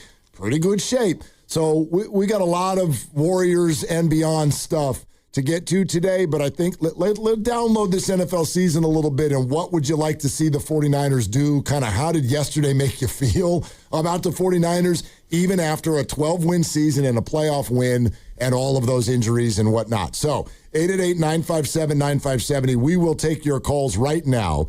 We're going to be very, very engagement heavy today. This was not a day for us to fill up a bunch of guests. If you're an NFL talker, you're probably on a plane right now anyway. So we're just going to hang out and talk it all out with you. 888-957-9570. And get this, we're giving you a chance to do something money can't buy. Yes, ladies and gentlemen, it is back. That's why Grandy's in a good mood. Starting today, it's your chance to register to play a game of knockout on the Chase Center floor. 3rd annual, here we go.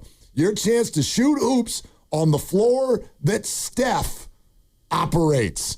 Every show is going to be giving out opportunities every day starting Monday, February 16th, a week from today. An opportunity you cannot get anywhere else. Register now at 957thegame.com for your chance. 957thegame.com. This is Willard and Dibbs.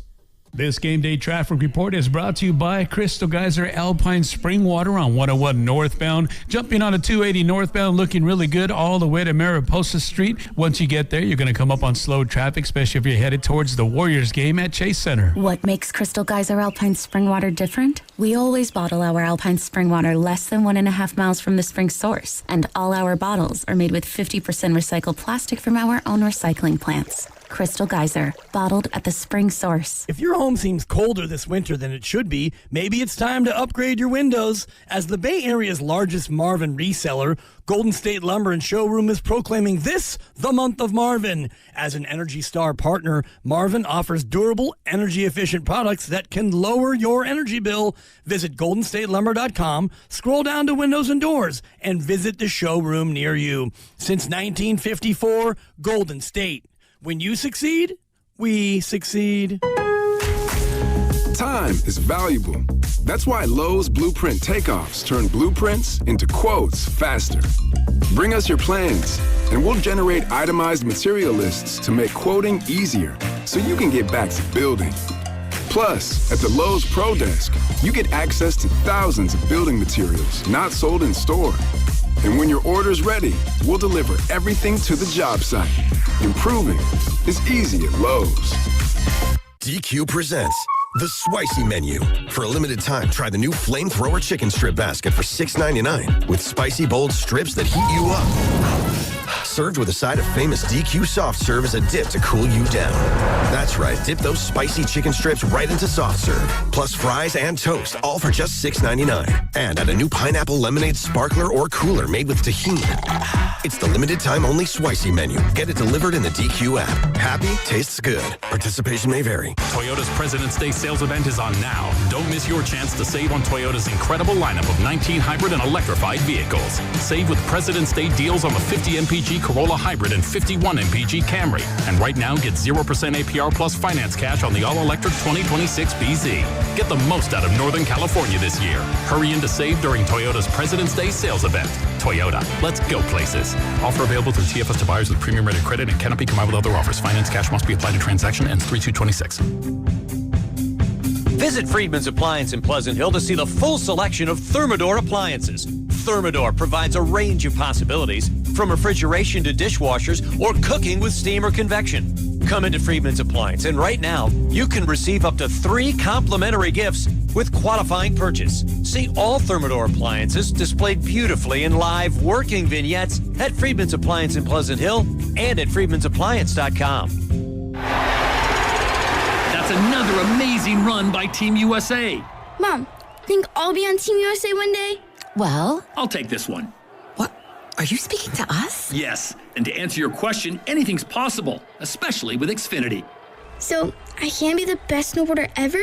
Well, I can't guarantee that, but Xfinity can guarantee that your internet price won't change for 5 years. Okay. What if I practice every day? Then maybe you'll be snowboarding for Team USA at the next Olympic Winter Games. And Mom, you'll still be paying the same price for Wi-Fi. Ooh, really stuck the landing there. It's the Xfinity Gold Medal Celebration. Now through February 22nd, get our best price on gig Wi-Fi for 5 years guaranteed, just $50 a month. Plus, get Peacock Premium included for 2 years. That's a $10.99 value per month. Xfinity. Imagine that. Proud partner of Team USA. Restrictions apply. Requires paperless billing and auto pay with stored bank account. Taxes and fees extra. Actual speeds vary.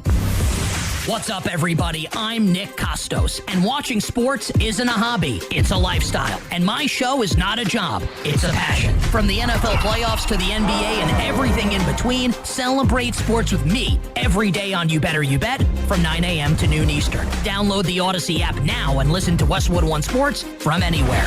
It's You Better You Bet with me, Nick Costos, live and interactive Monday through Friday, 9 a.m. to noon Eastern, presented by BetMGM. Hi, I'm Chef Franklin Becker. You know the jingle. Now discover the facts about Ozempic, a GLP-1. There's only one FDA-approved Ozempic made by Novo Nordisk. Learn about the real thing. Talk to your healthcare professional today. Call 1-833-OZEMPIC or visit Ozempic.com to view the medication guide and to learn more about Ozempic. Semaglutide injection 0.5, 1, and 2 milligrams.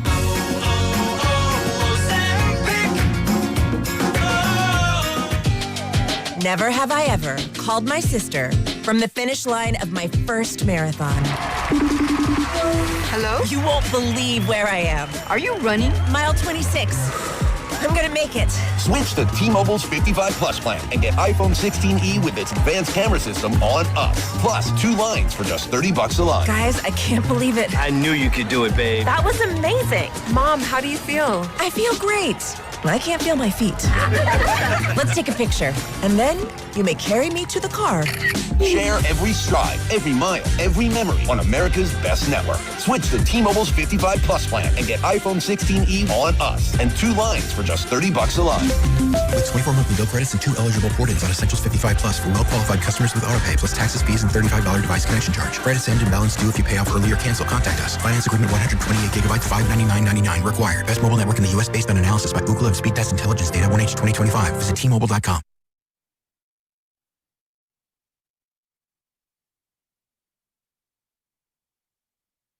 Now, back to Willard and Dibbs. What do you think's going to happen in this game, Sting? That's a great. I think it's going to be a really tight game. On 95.7 The Game. It was not a great game.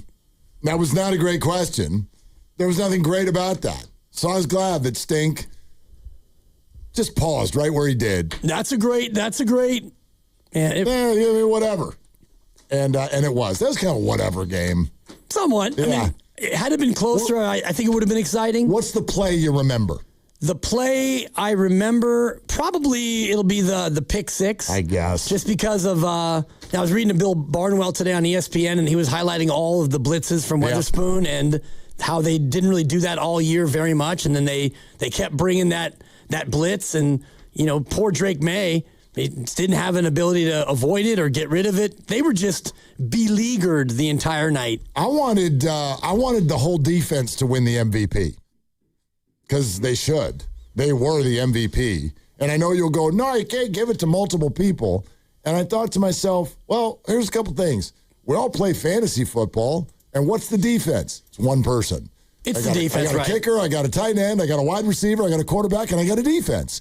We play them as one thing. And then I found out, my buddy Aaron Torres, who did the late night show with me on Fox last night, clued me in on something I did not know. Did you know that in the Rose Bowl this year, who won the Rose Bowl? Who was it? Indiana. Indiana. Oh, that was the Rose Bowl. Okay. Yeah, they dominated Alabama. They gave the whole offensive line Rose Bowl MVP. Excuse me? So it's a 5-way share? They got every week the trophy goes to another guy's house? If you can do that, then you definitely ought to be able to give the Super Bowl MVP to at least a defensive group, Seattle's defensive line. You won the Super Bowl. Go to Disneyland. Sure. All 5 of you. They can go there anyway. Yeah, but go. Yeah. You won. I thought it was Kenneth Walker just because, the New England defense was good. Seattle's defense was elite, but when Walker had those 2 big runs, that was the first time that you actually had the softening of the New England defense just a little bit. I mean, I'm happy for Kenneth. Like, whatever. Yeah. Did you hear the story about his dad? He was there, right? First football game he's ever been to in his life. Oh, really? Yeah. Okay. He says that his dad often, it's kind of an odd story. I would love to ask questions. His dad comes to Seattle for a lot of the games, but he won't go to the game. Huh. Doesn't like crowds. I get that. Yeah, no. I was like, here's my partner. Yeah. Yeah. I don't really love him either. I don't hate him. I think we have moved into an age where sometimes, in Super Bowls especially, do you know how many times my kids walked by, the little credential that we wore last week? Yep. It's been sitting on the counter all weekend. And every time they walk by, they're like, could you have gone to the Super Bowl? And I go, actually, I don't think so with that credential. Nope. Yeah, but we could have asked for one about a month and a half ago, and the answer would have been yes. And they're like, you could have gone to the Super Bowl for free. I don't want to go to the Super Bowl. Right. I want to plow down to Levi's for 2 teams I don't root for and get a box lunch. I want to be on a couch. I want to be with the people.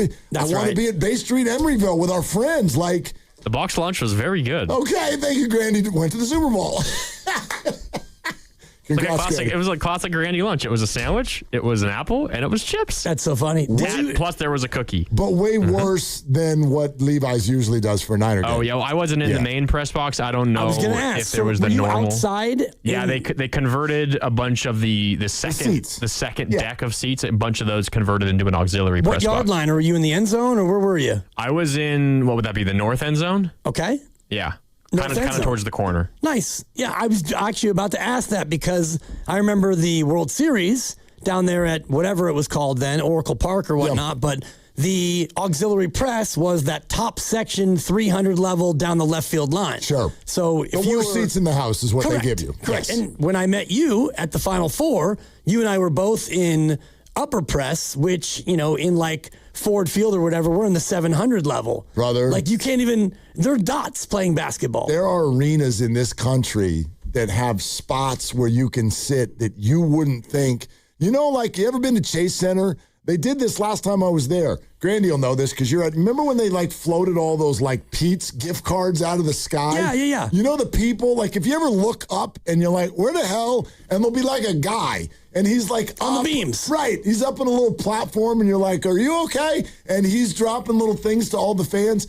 Some arenas actually have seating kind of up there-ish. Not in the center of the roof, but that high. Dude, Lakers, New Jersey Nets, NBA Finals, Kobe Shaq era. I'm telling you, I ended up in a seat next to Arnie Spanier. I don't even remember how I got there. It was go up an elevator and then walk down this platform and go up another elevator and now do the balance beam and then walk over there and you'll find this little bench that you can sit on. And those were our seats. Staples Center? No, this was at New Jersey's arena, whatever the hell it was called.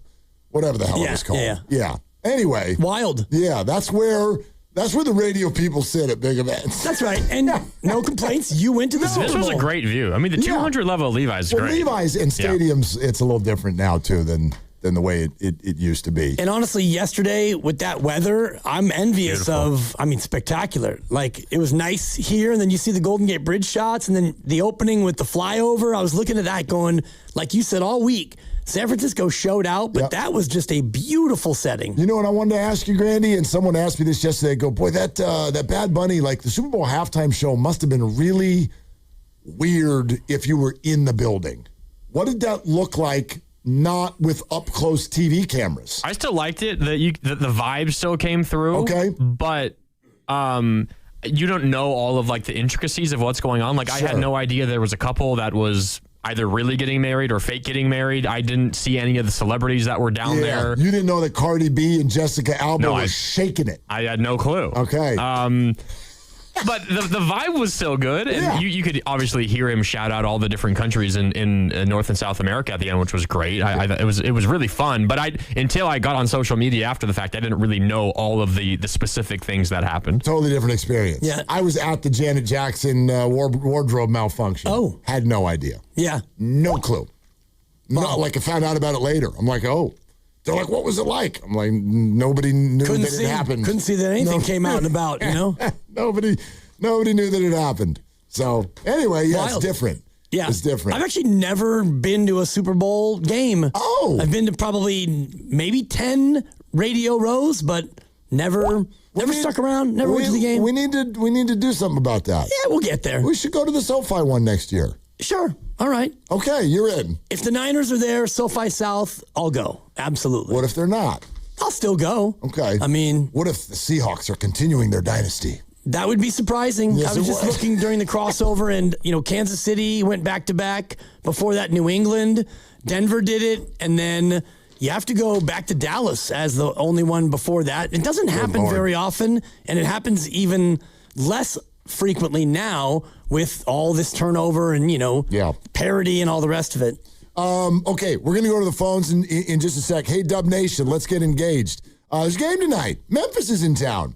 Memphis and the Warriors, both rosters who used to have people that you've heard of, but not anymore. But anyway, before every game, vote in our Engaging Dub Nation poll on 95.7 The Game's Twitter page, brought to you by Shane Co., your friend and jeweler, where you'll find the Bay Area's best selection of unique engagement rings and their unmatched free lifetime warranty. Visit shaneco.com today. All right, would you rather the Warriors make the playoffs or be in the lottery?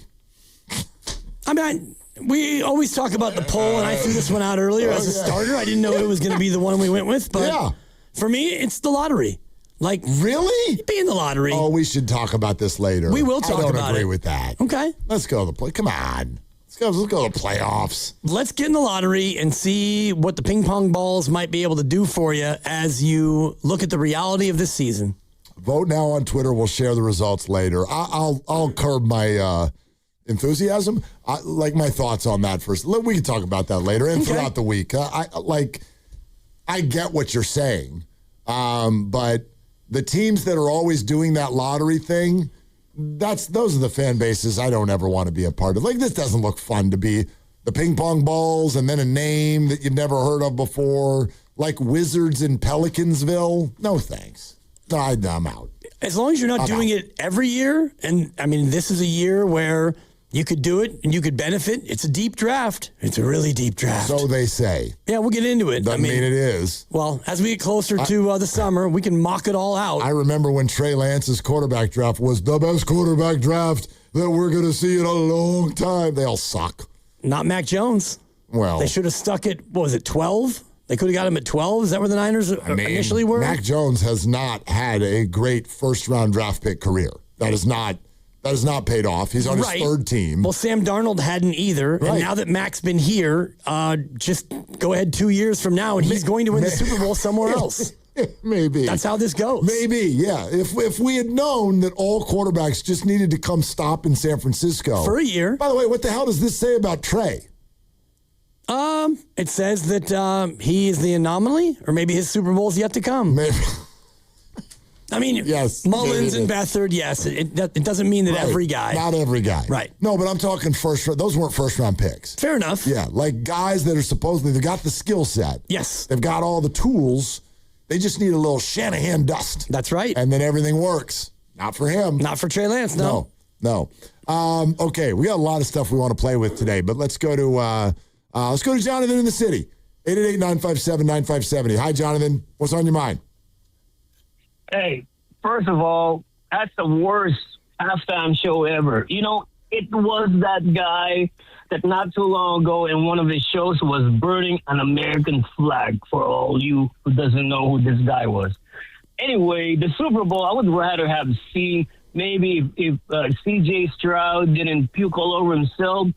You know, that was my horse, D'Amico, and it would be interesting to see Matt Donald's defense versus D'Amico Rice's defense in the Super Bowl, but it never happened because, like I said, C.J. Stroud just kept throwing all those Jimmy Onos in the game against New England.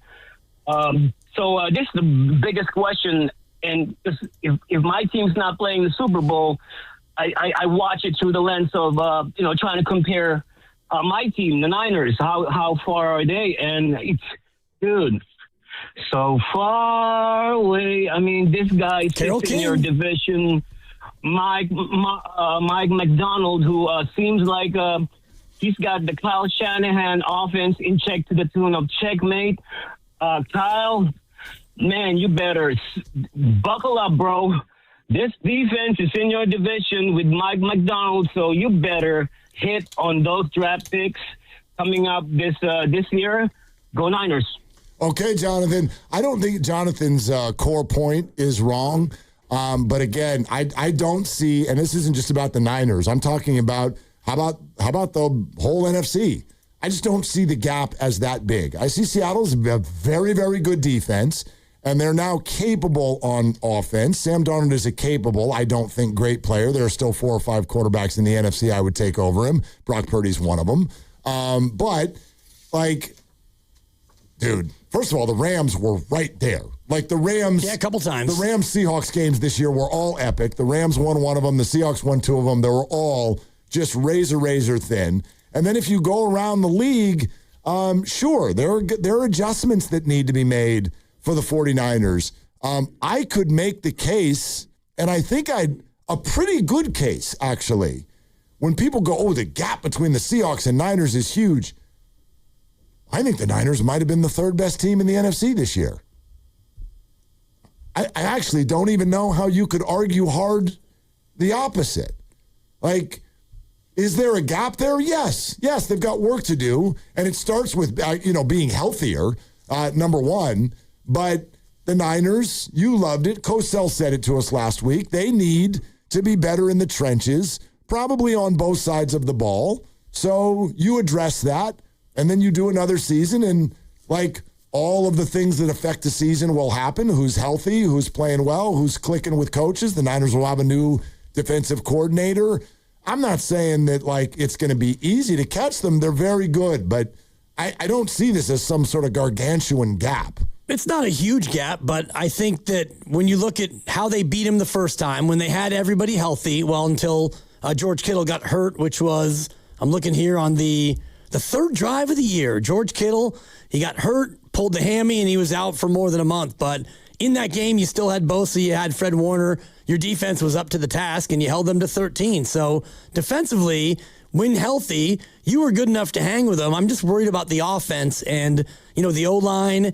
And you watched yesterday where New England's left tackle, the poor guy was just getting overrun. He has a bad knee, and he's not a great player anyway. So Seattle's defense, if you can't run on them, and this was Shanahan's point in the pregame, he said if you can't run the ball on Seattle, then their safeties, they're too deep, are going to stay deep, and so you won't be able to get any explosive plays in the pass game.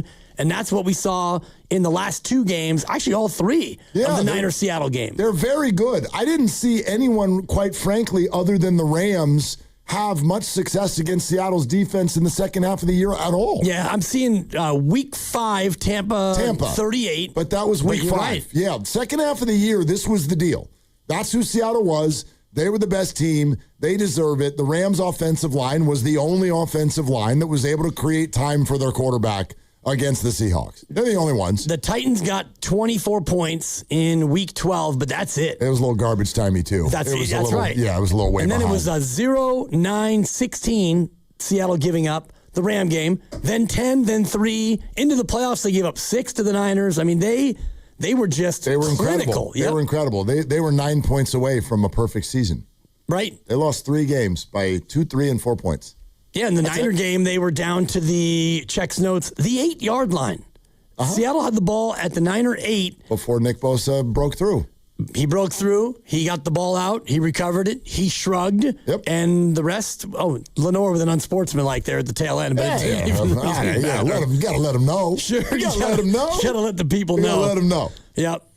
By the way, speaking of letting the people know, I do not want to get political. Bad Bunny never burned an American flag. That was AI, and I hate that part of AI and what is all over social media because it leads to wild misinformation out and about. So no shade on you, Jonathan, but you saw something that wasn't real and wasn't true, and I just found the whole thing ironic yesterday that apparently now Spanish is anti-American inside of a city called Santa Clara, which is also attached to the Bay Area host city, which is San Francisco. But whatever, I'm not like that. This is not a political statement. It's just not. It's just Spanish.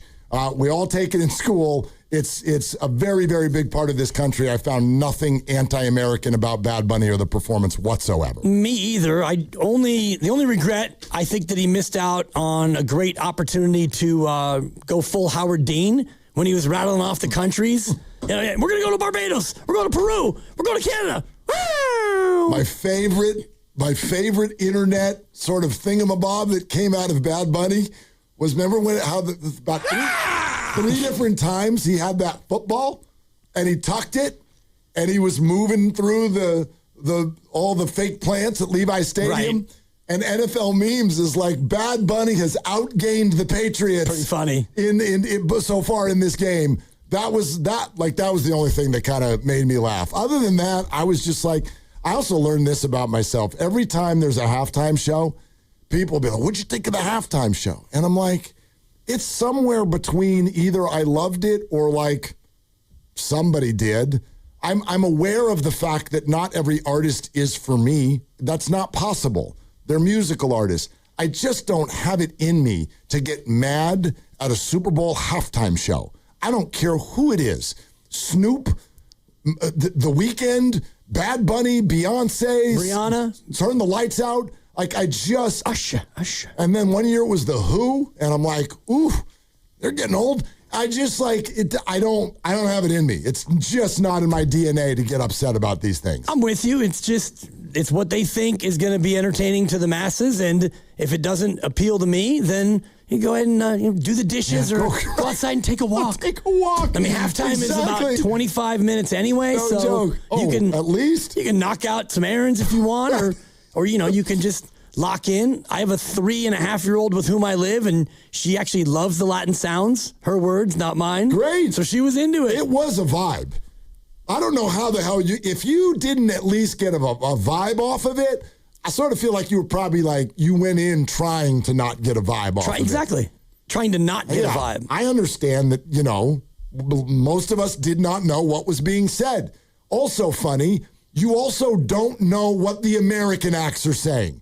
Have you ever heard people try to sing their favorite songs? You are not getting the words right. I promise you're not getting the words right. Like the lovely Christy, one of the most famous The Who songs, she always goes, cool water, cool. Those aren't the words. But anyway, so you don't understand those words either, and it's okay. Right. It's okay. Just dance.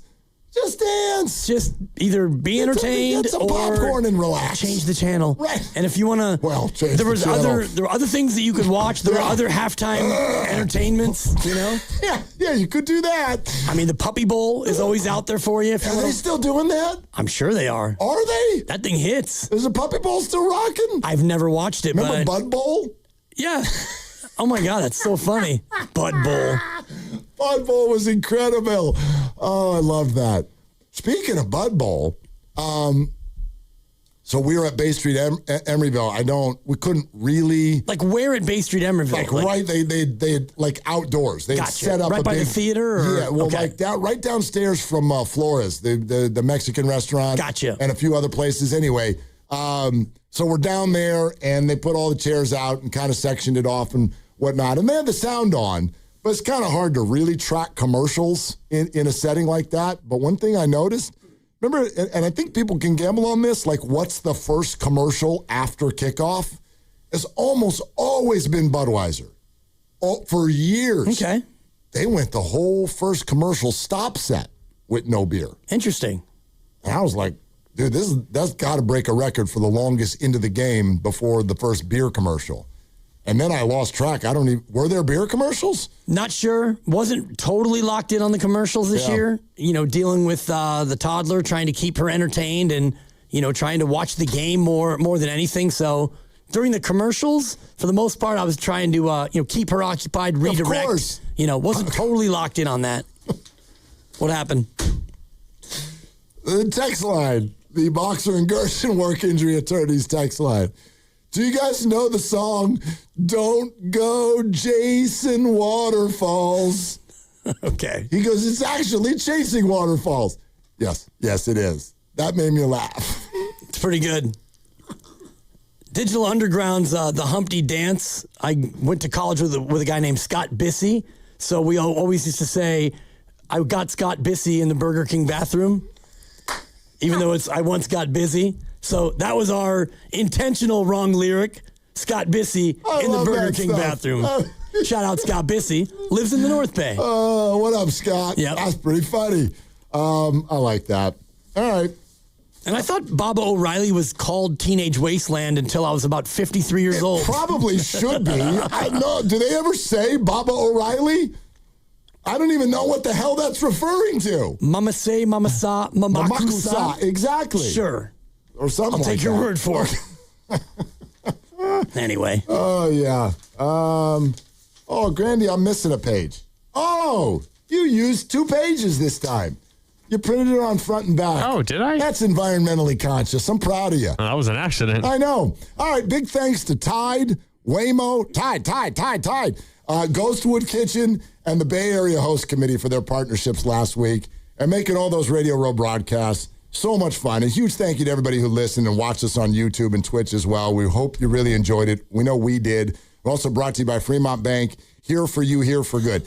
888-957-9570. That's the number. All right, let's play a little Mike Dunleavy for you and have this conversation. We'll do that coming up next on Willard and Dibs.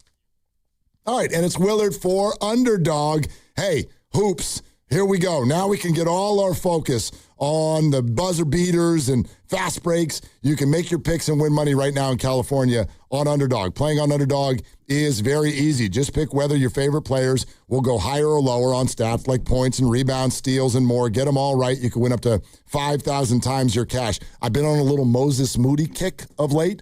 I mean, why not? With all of these guys out, Moses Moody has been hitting a lot of threes. So maybe higher on Moses Moody's three-pointers tonight with Memphis in town. Download the Underdog app today. Use my promo code, Willard, and that'll score you $75 in bonus entries when you play your first $5. Again, the promo code's my last name to type in, Willard. Must be 18 or over and present in California. Terms apply. See assets.underdogfantasy.com/web/play and get terms _DFS_.html for details. If you're concerned with your play, 1-800-GAMBLER or ncpgambling.org. Jewelry Gram. Hi, I'm Brian, your friend and jeweler at Shane Company. Here to remind you that Valentine's Day is Saturday, February the 14th. It's the most romantic day of the year to give and get fine jewelry. We have expertly crafted gifts for every type of sweetheart, any style, any budget. Get creative and design a custom necklace with meaningful charms, including 14-karat gold letters, engravable hearts, and birthstones. For the one, we'll help you propose with a dream engagement ring. Come see our wide selection of hand-picked natural and lab-grown diamonds in all shapes and sizes, in stock and ready to compare side by side. At Shane Company, love is always in the air with our all-inclusive free lifetime warranty, everyday competitive prices, and no-pressure shopping experience. Come see us in store or at shaneco.com because a friend wants you to win Valentine's Day. Shane Company, your friend and jeweler. Cashback is not available on gas in New Jersey and Wisconsin. Couponing. Wow, you didn't strike me as the coupon type. Just trying to stay ahead of inflation. Gas, groceries, everything. It's all more expensive. I need to save wherever I can. Have you tried Upside yet? Upside? What's that? It's a free app that I use that pays cash back for every gallon of gas I buy. You've got to buy gas to get around anyway. Might as well get paid for it. Come on, does that really add up to anything? I've already made around $200. The extra cash helped pay down my bills, and I even had a little extra left to treat myself. And the Upside app is free? Totally free, and the cash back is real. You can transfer the cash right to your bank account. I'm downloading Upside right now. Download the free Upside app now to earn cash back every time you buy gas. Use promo code BOOST to get an extra 25 cents per gallon on your first tank. You can cash out anytime right to your bank, to PayPal, or a gift card for Amazon and other brands. Just download the free Upside app and use promo code BOOST for a 25 cents per gallon bonus on your first tank. That's code BOOST for a 25 cents per gallon bonus. Want to interact with the hosts but can't call? Text the Boxer and Gerson Work Injury Attorneys text line at 888-957-9570. Boxer and Gerson, Northern California's premier workers' compensation law firm, helping injured workers get their lives back for over 40 years. We've all been there, sleepless nights, wondering if your business's security service is really protecting what matters. At Bay Alarm, we can put your security insecurities to bed. Our advanced technology and personalized support ensure you can rest easy knowing we're here for you. BayAlarm.com. What if the greatest player on the court wasn't who you expected? This February, get ready for heart, hustle, and a whole new kind of hero in Sony's GOAT, the animated sports adventure for the whole family. From the team behind Unforgettable Stories and executive produced by Steph Curry comes a movie about believing in yourself, defying the odds, and proving that greatness can come from anywhere. Don't miss Sony's GOAT, exclusively in movie theaters February 13th. Bring the family, feel the fun, and witness the rise of a true GOAT. GOAT, rated PG, only in theaters February 13th. I'm Bob Burke, founder and chairman of Burke America Parts Group, a family of brands that includes RepairClinic.com, an appliance and HVAC parts solution company that's grown into an international brand. Before AmericanEagle.com, we partially launched a new technology platform developed by another firm. American Eagle helped take our technology to a whole new level with digital marketing, software development, and business insights into our key markets, appliances, HVAC, and outdoor power equipment, and did so both on time and on budget. AmericanEagle.com has the resources, experience, and talent needed to produce solutions. Our new technology platform, developed by AmericanEagle.com, has produced tremendous results with higher traffic, conversion, engagement, and online revenue. If you have any home repairs you need to take care of, check us out at RepairClinic.com. If you need a world-class website or technology project, then I would highly recommend AmericanEagle.com. Call AmericanEagle.com at 773-NETWORK. That's AmericanEagle.com, 773-NETWORK. Advanced solutions from Comcast Business help turn today's enterprises into engines of modern business. It's how retailers become logistics mastering, supply chain transforming, seamlessly restocking, frictionless paying favorite shopping destinations. Thank you for shopping. And how nationwide restaurants become customer focusing, touchscreen ordering, second window, please, rapidly customizing, quick serving eateries. It's how we turn financial firms into market tracking, client servicing, cyber securing economic engines. Loan approved. Congratulations. And how hospitals become the patient scanning, data managing, welcome to the worlding, life-changing healthcare facilities that we all depend on. With leading networking and connectivity, advanced cybersecurity, and expert partnership, Comcast Business is powering the engine of modern business. Powering possibilities. Restrictions apply.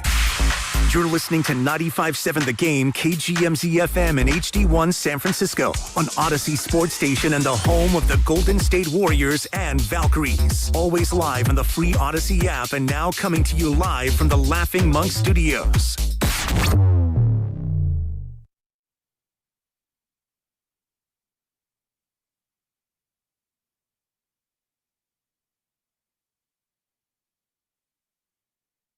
Now, back to Willard and Dibbs. It's a great question. Wow, that's a great question. That's a great question. That's a great question. And that's a great question. On 95.7 The Game. 510, Baba O'Reilly is a combination of Pete Townsend's favorite guru, Mayor Baba, and Terry Riley, a minimalist composer who used tape loops, an influence on that song. Okay. The more you know. I believe that. It's just a text on my computer, but I believe that person. Sure. Because each of us have musical artists where we know too much. I know that Pearl Jam used to be called Mookie Blaylock. Right. I know that their first album is called 10 because that was Mookie's number. I know that they had to change the name because Mookie Blaylock actually gave them a cease and desist. Oh, wow. And they became Pearl Jam because that was Eddie Vedder's aunt's name. And they used to be, I think Mother Love Bone before that, before Eddie Vedder. I know all that stuff. Yeah. That's my band. That's right. That's my band. And so you know a lot about it. Right. There are very, very few musical acts, but there's always somebody who knows that stuff. So I think one of the Who fans is listening to us right now. All right, and I'll take them at their word and file it under W for Who Really Gives a Crap. I mean, I didn't mean to say that when you were taking a sip. And I actually do care. I only said that because you were in the middle of a water sip, and I wanted to see if I could get you into a spit take, and you almost did. I care, and that's actually something that I now will have on my trivial part of my brain. I'm in a good mood today. Good. Yeah. You should be. Should I be? I mean, you're allowed to be. Yeah, like I think you always should be. There's always a little sadness for me on this day when because the NFL football's season, over. Yeah, I get it. I love it, and I try to savor it as we go. And, well, yesterday was kind of lucrative for me, so I was happy about the game yesterday. Atta babe. And, you look forward to the next season, and now we shift our attention to press conferences. Yeah, let's get mad. All right, here we go, everybody. Here we go. What'd you think of this? Mike Dunleavy, Saturday night on the trade deadline. I mean, I'd walk that back a little bit. His name was not in conversations other than the ones where teams call me and ask about him, which they do every year. So nothing's new there. I mean, the idea that he stayed with the Warriors past the deadline was greatly exaggerated. It was never a possibility of him not being here, remotely close, to be honest. And I've conveyed that to him. I think he knows that. But when stuff comes up in the media, I think it feels different for the players. And I think that's the first time it happened for Draymond. So he's dealing with it in a certain way. But the reality is nothing was close and nothing was considered. And when Draymond was not being shopped or talked about in deals. So it's a little bit misleading. And, we're kind of picking up the pieces here. But I think he's in a great spot. And so are we moving forward. Okay, so Danny Emmerman wanted to challenge Mike Dunleavy on that statement. And here's where it went next. I'd assume nothing was close in your pursuit of Giannis. What would give you confidence? Why is that? Because he would have to be in the deal, or Jimmy. Okay, well, you're putting words in my mouth. Okay. So that's an unbelievable assumption. So was Jimmy then on the table? No. We're not doing that. I'm not going on the roster talking about who's in trades and who's not. We don't do that. Okay, look, it's a press conference. I'm not going to get overly hot and bothered, but this one's totally... This is Mike Dunleavy's fault. Like, you're the one who stopped the reporter, and when you can't make that, you're putting words in my mouth. You can't assume that it didn't get close with Giannis. And Danny's over here going, well, but you're not allowed to get Giannis without Draymond or Jimmy.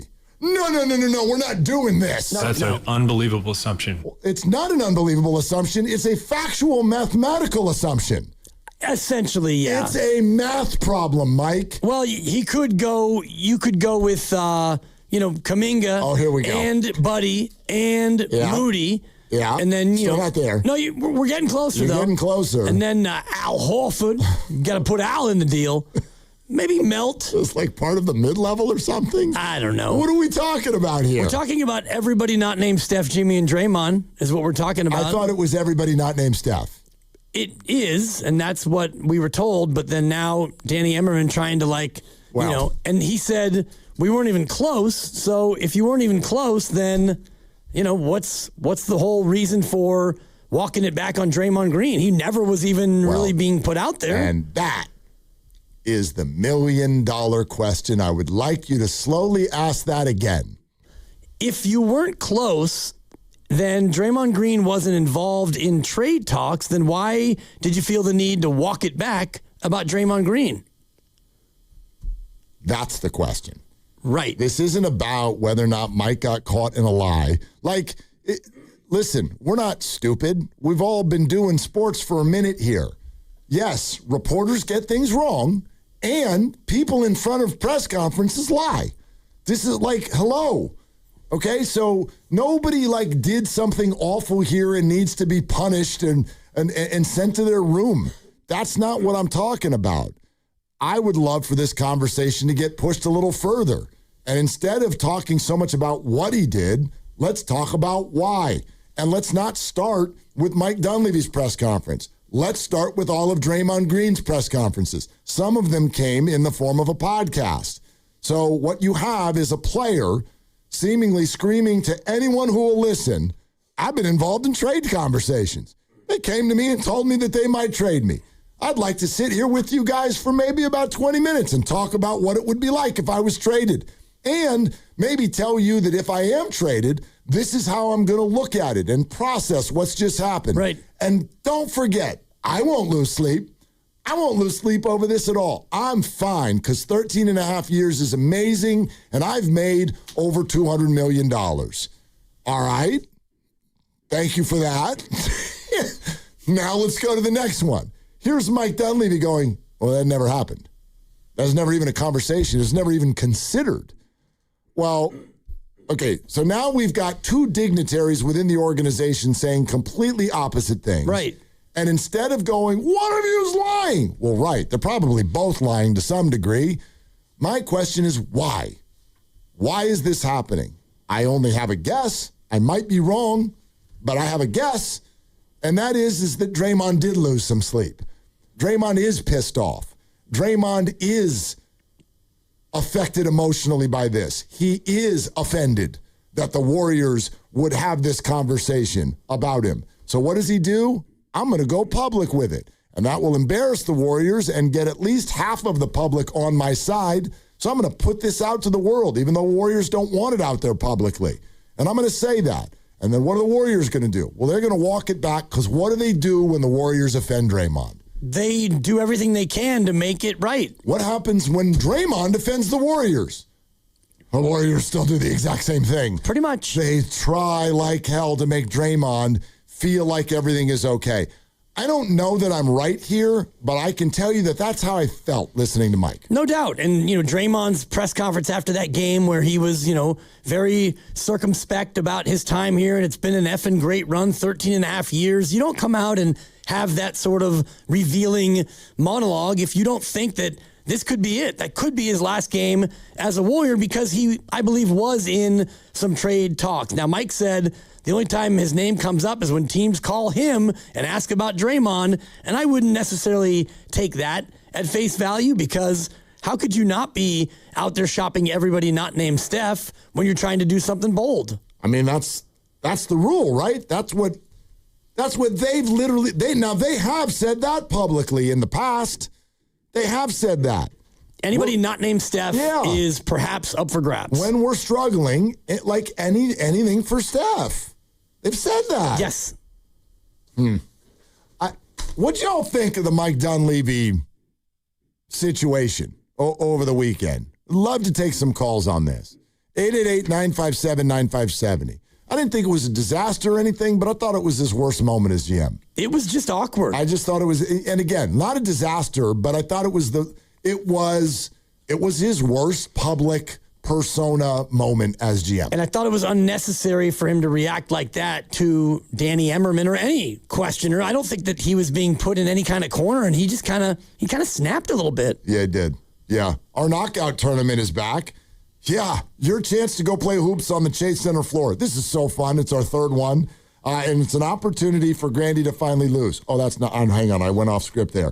That ain't happening. No, it's an opportunity that you can't get anywhere else. And all of it, the qualifying process starts a week from today, next Monday. Go to 957thegame.com right now to register so that you'll be ready. Dibbs is holding up a picture of Mark Grandy from just under a year ago that will not be rebooted coming up in April. He's not even pitting out. He barely had to work to beat you, Willard. That's probably true. Yeah, it was quick and painless for him. 957thegame.com. Go register now, and you've got a chance to shoot hoops on the floor with us where Steph Curry plays. Register 957thegame.com, and then listen starting Monday next week for your chance to actually win a spot. Your calls right now on your reaction to the Mike Dunleavy conversation over the weekend. 888-957-9570. We'll let you hear it again, and we'll take your calls right now on Willard and Dibbs. This game day traffic report is brought to you by Crystal Geyser Alpine Spring Water. If you're taking the Bay Bridge out of Oakland 80 westbound, it's a smooth ride through the Yerba Buena Island Tunnel and touching down into San Francisco. That's when you're going to get a little bit of delays on your ride. I'm Abby Curlette with traffic. What makes Crystal Geyser Alpine Spring Water different? We always bottle our Alpine Spring Water less than 1.5 miles from the spring source, and all our bottles are made with 50% recycled plastic from our own recycling plants. Crystal Geyser, bottled at the spring source. Dan Dibley here. Got a question. How do professional builders and contractors finish projects faster and at a lower cost? Well, they do it by partnering with Golden State Lumber and Showroom. They have a well-trained staff who know the ins and outs of the construction business. Their large fleet of trucks that can receive and deliver materials the next day, if not the same day, and that keeps your project moving and your crews working. From framing and decking to windows, doors, and hardware, Golden State makes it easy for contractors, builders, and homeowners to find exactly what they need. And this time of year, Golden State is fully stocked with materials for outdoor projects for homes and businesses, so you can complete your summer builds on schedule. I got a summer build coming up with a pergola, and Golden State has been very helpful for me. You can get started today at goldenstatelumber.com. Go to brands and see their trusted partners. Over 70 years of success is the result of always wondering, how can we do better for our customers? Golden State Lumber and Showroom truly believes when you succeed, we succeed. That's another amazing run by Team USA. Mom, think I'll be on Team USA one day? Well, I'll take this one. What? Are you speaking to us? Yes, and to answer your question, anything's possible, especially with Xfinity. So, I can be the best snowboarder ever? Well, I can't guarantee that, but Xfinity can guarantee that your internet price won't change for 5 years. Okay. What if I practice every day? Then maybe you'll be snowboarding for Team USA at the next Olympic Winter Games. And Mom, you'll still be paying the same price for Wi-Fi. Ooh, really stuck the landing there. It's the Xfinity Gold Medal Celebration. Now through February 22nd, get our best price on gig Wi-Fi for 5 years guaranteed, just $50 a month. Plus, get Peacock Premium included for 2 years. That's a $10.99 value per month. Xfinity. Imagine that. Proud partner of Team USA. Restrictions apply. Requires paperless billing and auto pay with stored bank account. Taxes and fees extra. Actual speeds vary. I can't believe how spotless my floors look after using the Swiffer Power Mop. No more dragging around a heavy mop and messy bucket. Now I get the same deep clean without all the work. Thanks to the powerful solution and scrubbing pad of the Swiffer Power Mop, dirt and grime don't stand a chance, and I don't break a sweat. Mic drop. I mean, mop drop. Swiffer Power Mop. Swiffer Power Mop. A smarter way to mop. Try it or your money back. Taxes was feeling so stuck. Sitting in traffic, squeezing into a parking spot, all to squeeze in getting tax help during your lunch break. Now Taxes is a TurboTax expert who does your taxes for you, while you go about your day getting real-time notifications about their progress and the most money back guaranteed. Now this is Taxes. Intuit TurboTax. See guarantee details at turbotax.com/guarantees. Only available with TurboTax experts. Real-time updates only in iOS mobile app. Toyota's President's Day sales event is on now. Don't miss your chance to drive home a brand new Toyota truck.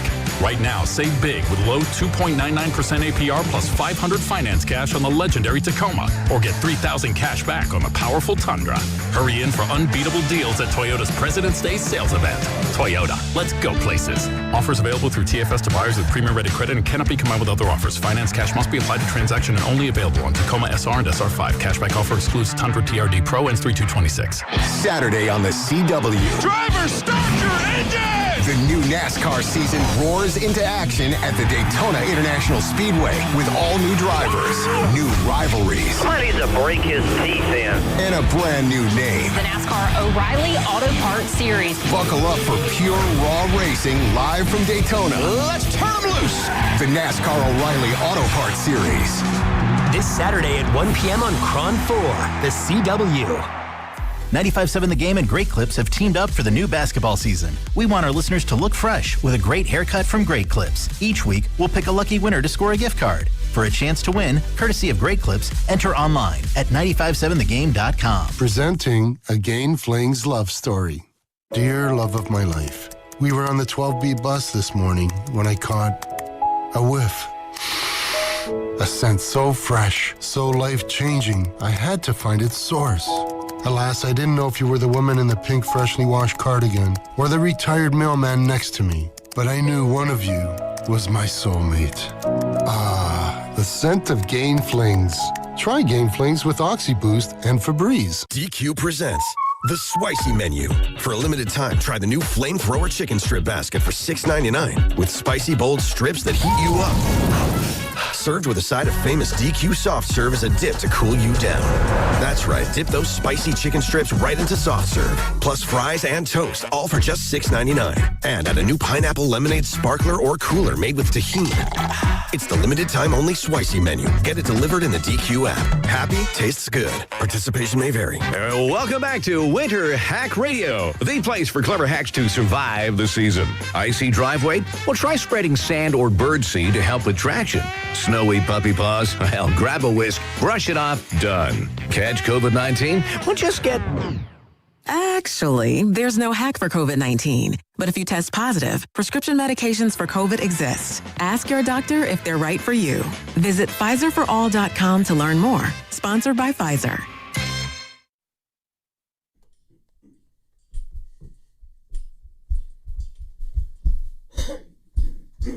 That's an unbelievable assumption. He cannot be that guy. Now, back to Will and Dibby on 95.7 The Game. 925 on the Boxer and Gerson Work Injury Attorneys text line. I bet you'll have a take on this.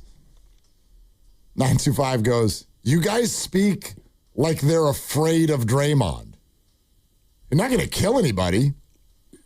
No, he's not going to kill anybody. No. But, there's a lot of people on planet Earth who absolutely believe that the Warriors tiptoe around Draymond Green. I don't know if they're afraid of him, quote unquote, but I do know that when you're dealing with somebody who can be, I don't know if volatile is even a fair way to describe it. He can be a lot. And if he decides to make life difficult on you and for you, he could do that. And I'm thinking about like Boogie Cousins, for example, DeMarcus Cousins. He's a guy who, was at times a lot. He didn't always get along with his coaches, and he could make life difficult in those situations. So Draymond Green, for the majority of his career, has been such a good player, productive, a winner, that you're going to allow him certain amount of room to maneuver and do things his own way, and I don't think that's ever gone away. No, I agree with that. I also think that this is something that it's not unique to the NBA in sports, but I think it's at its highest in the NBA, which is that when you have great players, you do kind of do whatever the hell they tell you to do. I mean, we're like, they're not afraid of Draymond, but everything for Steph is literally on T-shirts. Now, it doesn't land the same way because Steph's super nice guy. He's super nice guy, and he's not alpha, and he's not, at least outwardly, out in front of microphones, demanding. And then there's a debate over whether or not Draymond Green deserves that kind of star treatment. I mean, let's take a look at what's happening with Giannis and the Bucks. Let's take a look at Dame Lillard. Let's take a look at Anthony Davis. My God, do I need to bring up LeBron James? You're going to tell me that basketball teams don't just sit there with their shoulders slumped when their star tells them to do something and they go, okay, if you say so. Here's an idea. It happens. Draft my kid. Yeah, thank you. Here's an idea. Sign my brother. And while you're at it, sign my other brother too. Right. Okay. And I think there's another brother, and I don't think that he's ever actually put on shorts, but sign him too. We're going to need all of that and more. Right. And it happens across many sports at many levels. And I remember Kansas when they got Danny Manning.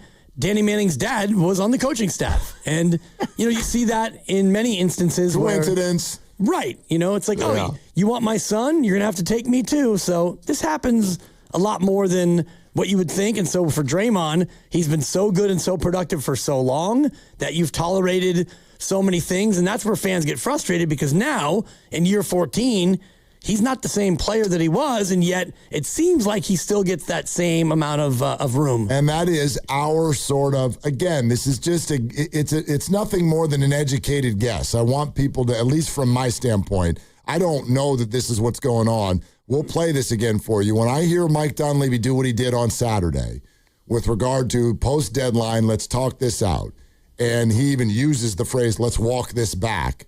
The idea that Draymond was available in a trade, my mind goes to, Draymond was upset. And it actually helped click a light bulb on, because do you remember last week when Draymond had his whole press conference about, I might be traded, and coach talked to me, and have you talked to your wife, and all of these things that Draymond said. And I remember going to you, why? Why is why is this all out? Even Steve Kerr talked to us about it. Why are they making this so public? And our guess was, oh, well, because they're kind of greasing the wheels and letting the fan base know this might happen.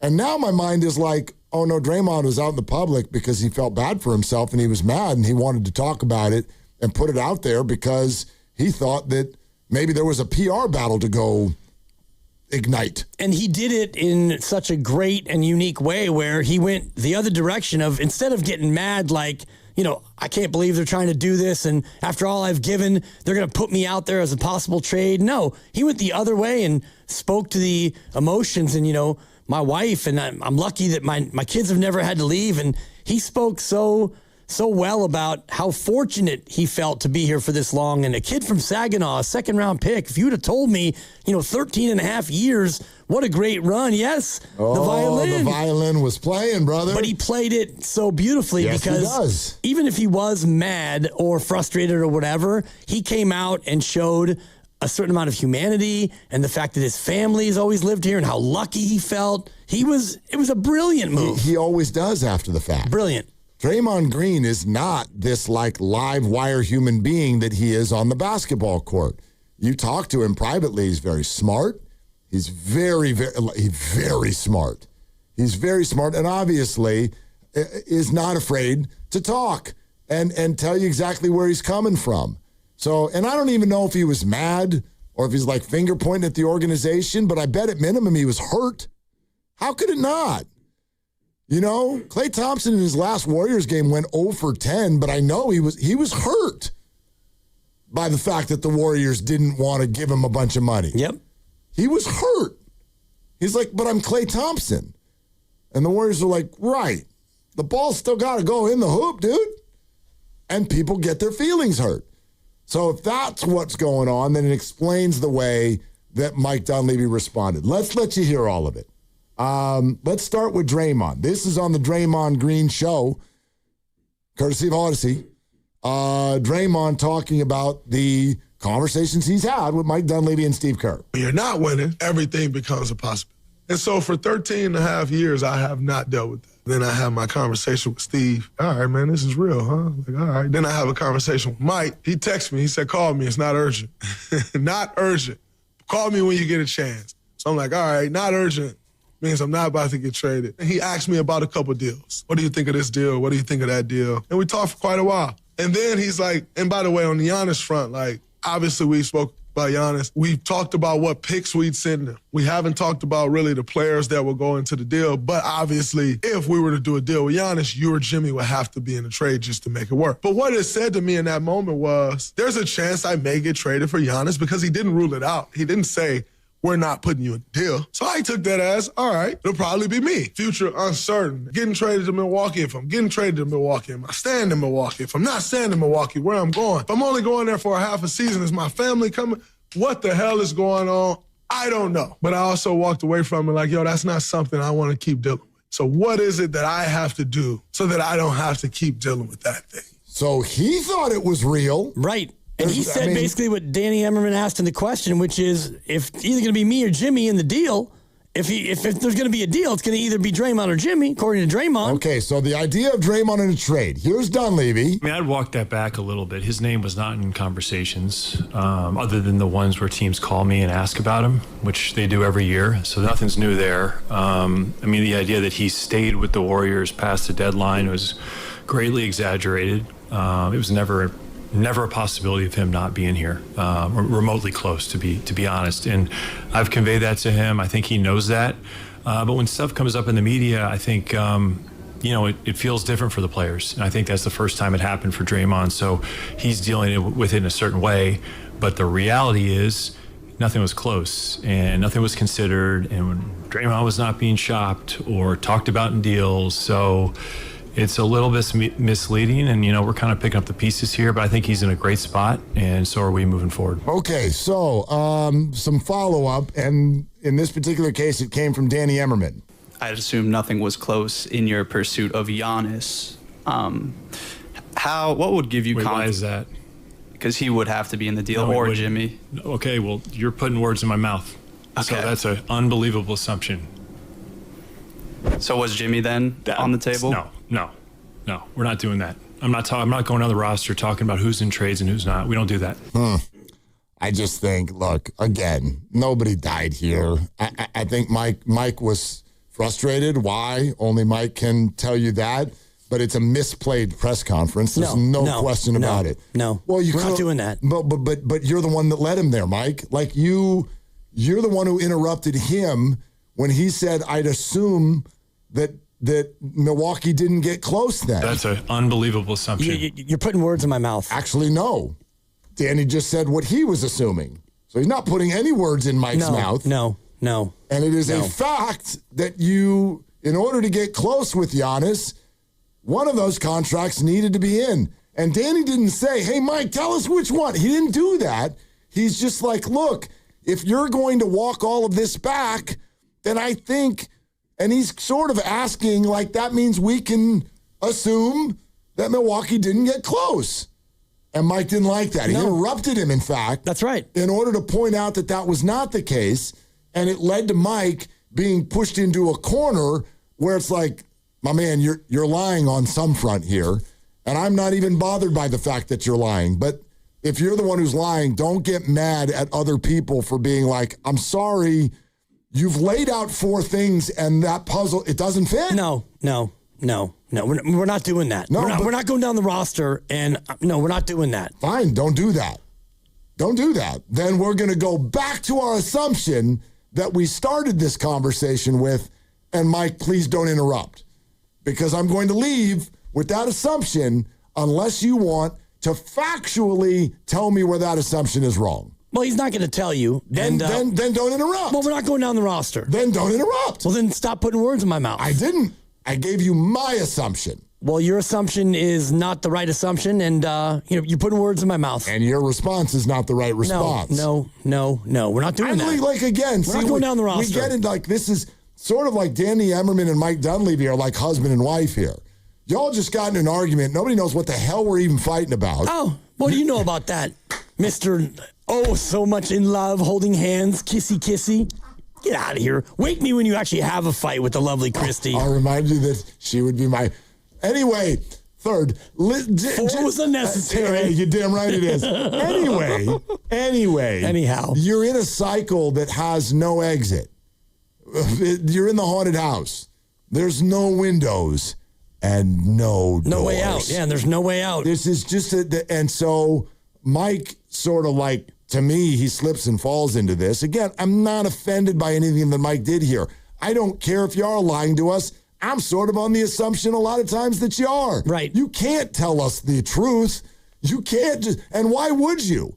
Like, you have to take care of your people. You can't just come out and say, we offered Draymond, Kuminga, and your pick of a youngster, 4 picks and 2 pick swaps, and Milwaukee said no thank you. Can you imagine if the Warriors had actually had truth serum, like Liar Liar, Jim Carrey? Yep. If they actually did that with the Jonathan Kuminga situation over the last 5 years, how would those press conferences have gone? Trades are hard when you're trying to trade a guy and there's no demand. Trades are hard. Yeah, I mean, man, we've been trying to trade this guy forever, but nobody really wants him that much. And take it from somebody, I won't say anything more than this.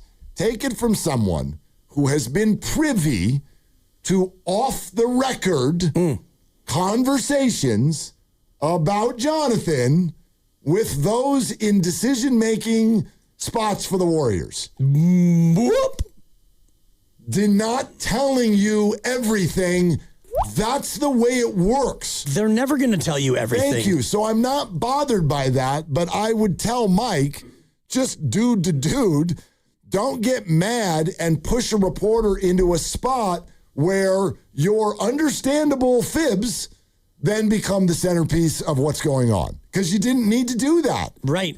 You didn't need to walk this back. Why can't the Warriors just say with their chest, we have a lot of conversations about a lot of things. So sure, names come up. Doesn't mean somebody's going to get traded. Doesn't mean we don't love every single person in this building. But we're doing what we do. We're running a sports franchise. That kind of comes with the territory. Beyond that, I ain't getting into specifics because that's not healthy for our organization. That's right. Why can't you do that? You could, but I think there's the part of it of the Draymond piece where Draymond speaks after last Tuesday's game, and he is, not upset, but he's definitely reflective, and he's talking about the reality that he may be on the move at Thursday's deadline. And so when that happens, I think the organization is thinking, well, we need to rally around Draymond and make sure that he knows that that wasn't the reality, even though Draymond said in his clip that Mike called him and said, call me back. It's not urgent, but give me a call, and that conversation probably involved what might possibly happen at the deadline. And you can't be interested in Giannis. And I think this is Danny Emmerman's point in the question. Like, you'd have to have one of those guys involved logistically, most likely. Even from a roster standpoint, you can't add Giannis's money and then have other players around him that are making $1 million. It just wouldn't work. I just don't understand what it was that got under Mike's skin there. I really don't. Like, the Warriors franchise as a whole, one of the things that I find characteristic of people in charge with the Warriors, my God, they really hold their composure in public moments. And they're transparent as much as they can be. As much as they can be. But this was a moment where Mike kind of lost his composure a little bit. And apparently Mike would have us believe that this phone call he made to Draymond, hey, call me back, it's not urgent.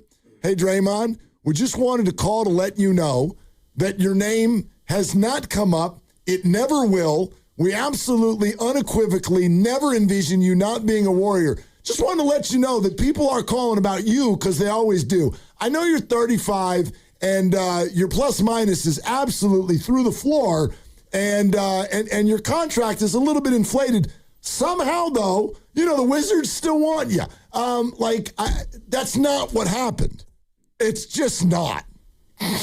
Right? I don't care who you are or what you're trying to tell me. That ain't what happened. No, and you can't be interested in Giannis, and I believe that they actually were. I mean, we had multiple reporters saying they were. They're the favorites and the front runner, whatever they were clearly interested. Whether or not Giannis was actually available or not is a whole nother story. And I tend to think that this whole Kalshi thing, the fact that he was an investor 2 days after the deadline and more than $15 million got spent on that market on Kalshi, which if you don't know what that is, you can look it up. Yeah, it's pretty crazy. It's crazy, and so I don't even know if he ever was really available, but if you're Mike Dunleavy, it's your job to offer everything not named Steph. So yeah, Draymond's a part of that. So he could have come out and just said, trades are hard, we know that. And so, yeah, when we were trying to maybe bring in a big ticket item, we certainly were offering them a variety of different players, picks, and packages. It feels to me also, and this might be even closer to the truth, it just feels to me like the Warriors arrived on the backside of the deadline, maybe a little embarrassed. And I actually would love to say you shouldn't be. I don't think you should be embarrassed. I think some people think you should be embarrassed. I think some people think it's embarrassing that you went after Giannis and they told you no. They didn't like your package.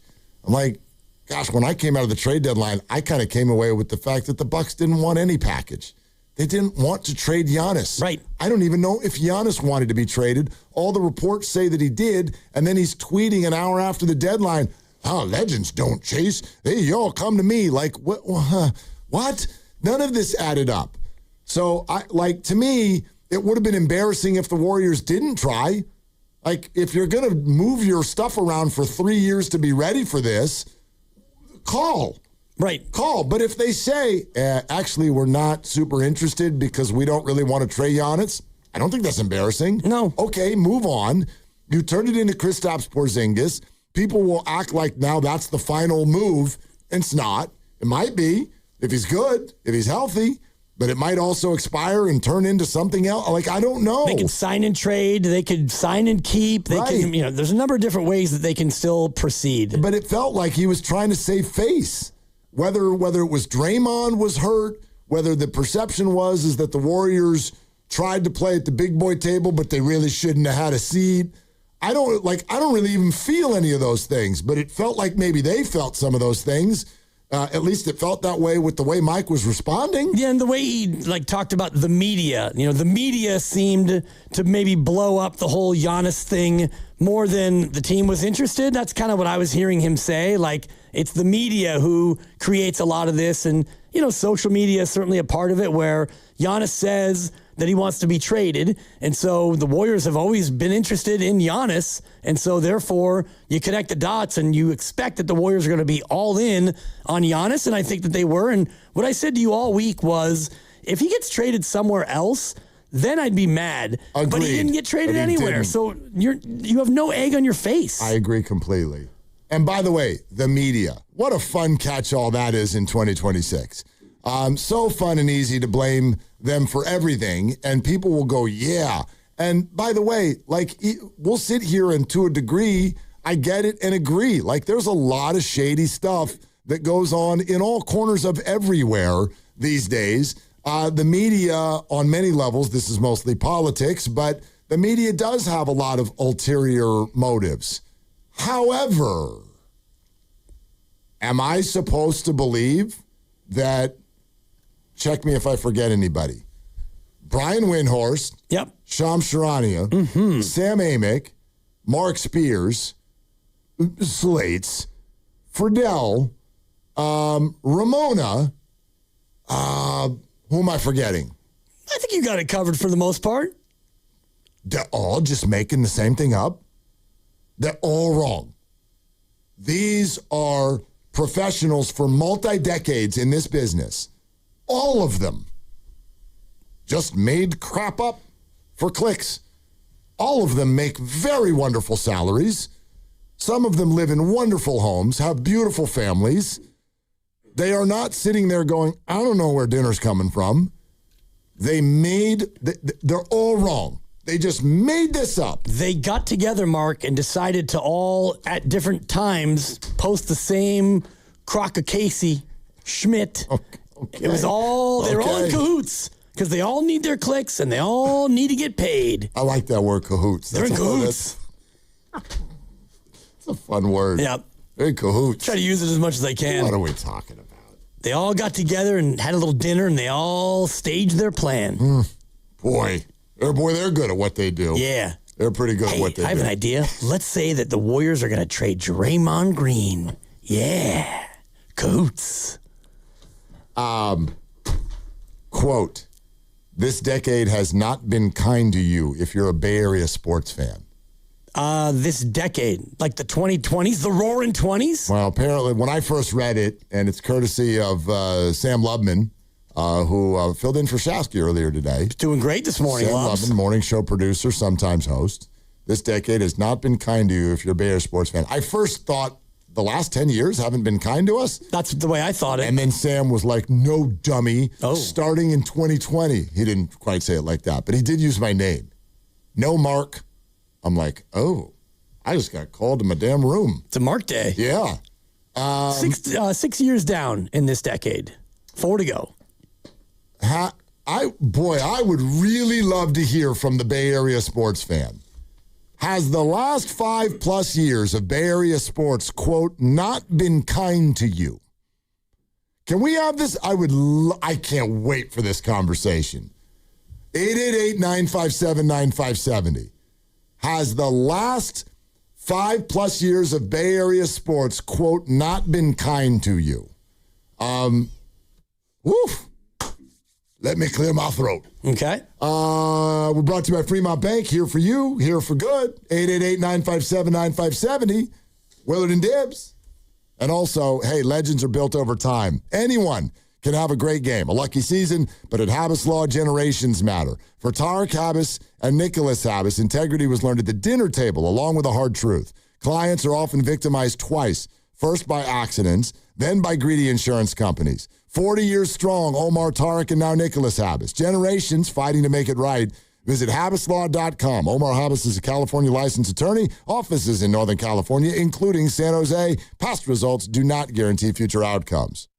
Tune in to 95.7 The Game for Warriors Live, 60 minutes before tip-off. Every Warriors game throughout the season as we get ready for the action. Presented by Xfinity, your home court advantage. Brought to you by Xfinity. Watch all your favorite teams all in one place. Xfinity, imagine that. Come on, kids. We're almost there. The map says straight ahead.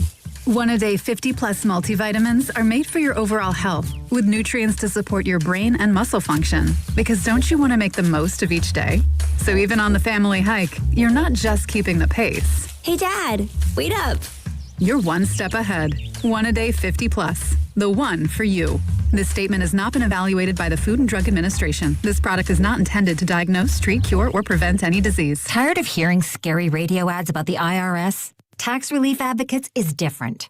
TRA is here to tell you that if you owe money to the IRS, whether it's $5,000 or $500,000, we have a solution. TRA can eliminate or reduce what you owe to the IRS with zero risk to you. We have over 1,000 5-star reviews on Google and an A+ with a BBB. End your tax nightmare today by visiting TRA.com or call 800-275-2027.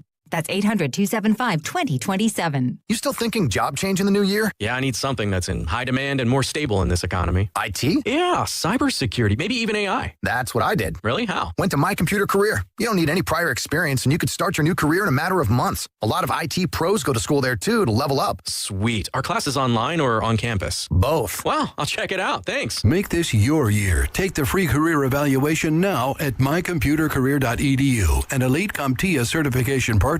Financial aid is available to those who qualify, including VA benefits. Looking for lifelong financial guidance? Look no further than Pettinelli Financial Partners, your dedicated financial coaches for every stage of life's journey. Whether you're planning for retirement, starting a family, or buying a home, we're here for you every step of the way. Visit PettinelliFP.com. The financial consultants at Pettinelli Financial Partners are registered representatives with and securities offered through LPL Financial, member FINRA SIPC. Investment advice offered through Stratos Wealth Partners, a registered investment advisor. Stratos and Pettinelli are separate entities from LPL Financial. Now it's time for the closer of the week. Presented by LiftMaster and RNS Doors. Turn your garage into the envy of the neighborhood. Visit rnsdoors.com. This week's closer comes from Sadie from San Mateo. Thank you to RNS for responding right away and helping us with our new motor installation. Nuia is such a great technician, very nice, and installed our new gate system. I truly appreciate all the work you guys have done for us. Recently, my garage door opener was not working. I was in need of a closer. I was put in touch with RNS Doors, and they hooked me up with a brand new garage door opener from LiftMaster. With LiftMaster's MyQ connectivity, my garage door opener can be controlled right from my smartphone. You'll know when a door or gate has been left open and can close it with a tap, no matter where I am. Be one of the first 10 callers and receive 20% off a LiftMaster garage door opener. Call 1-800-FIX-A-DOOR. That's 800-FIX-A-DOOR. Or visit rsdoors.com. R&S Doors. Look for the red truck. This is the story of the one. As an HVAC technician, he and his digital multimeter are in high demand. So when a noisy office HVAC turns out to be a failing blower motor, he doesn't break a sweat. With Grainger's easy-to-use website and product information, he selects the product he needs to keep everything humming right along. Call 1-800-GRAINGER, click Grainger.com, or just stop by. Grainger, for the ones who get it done.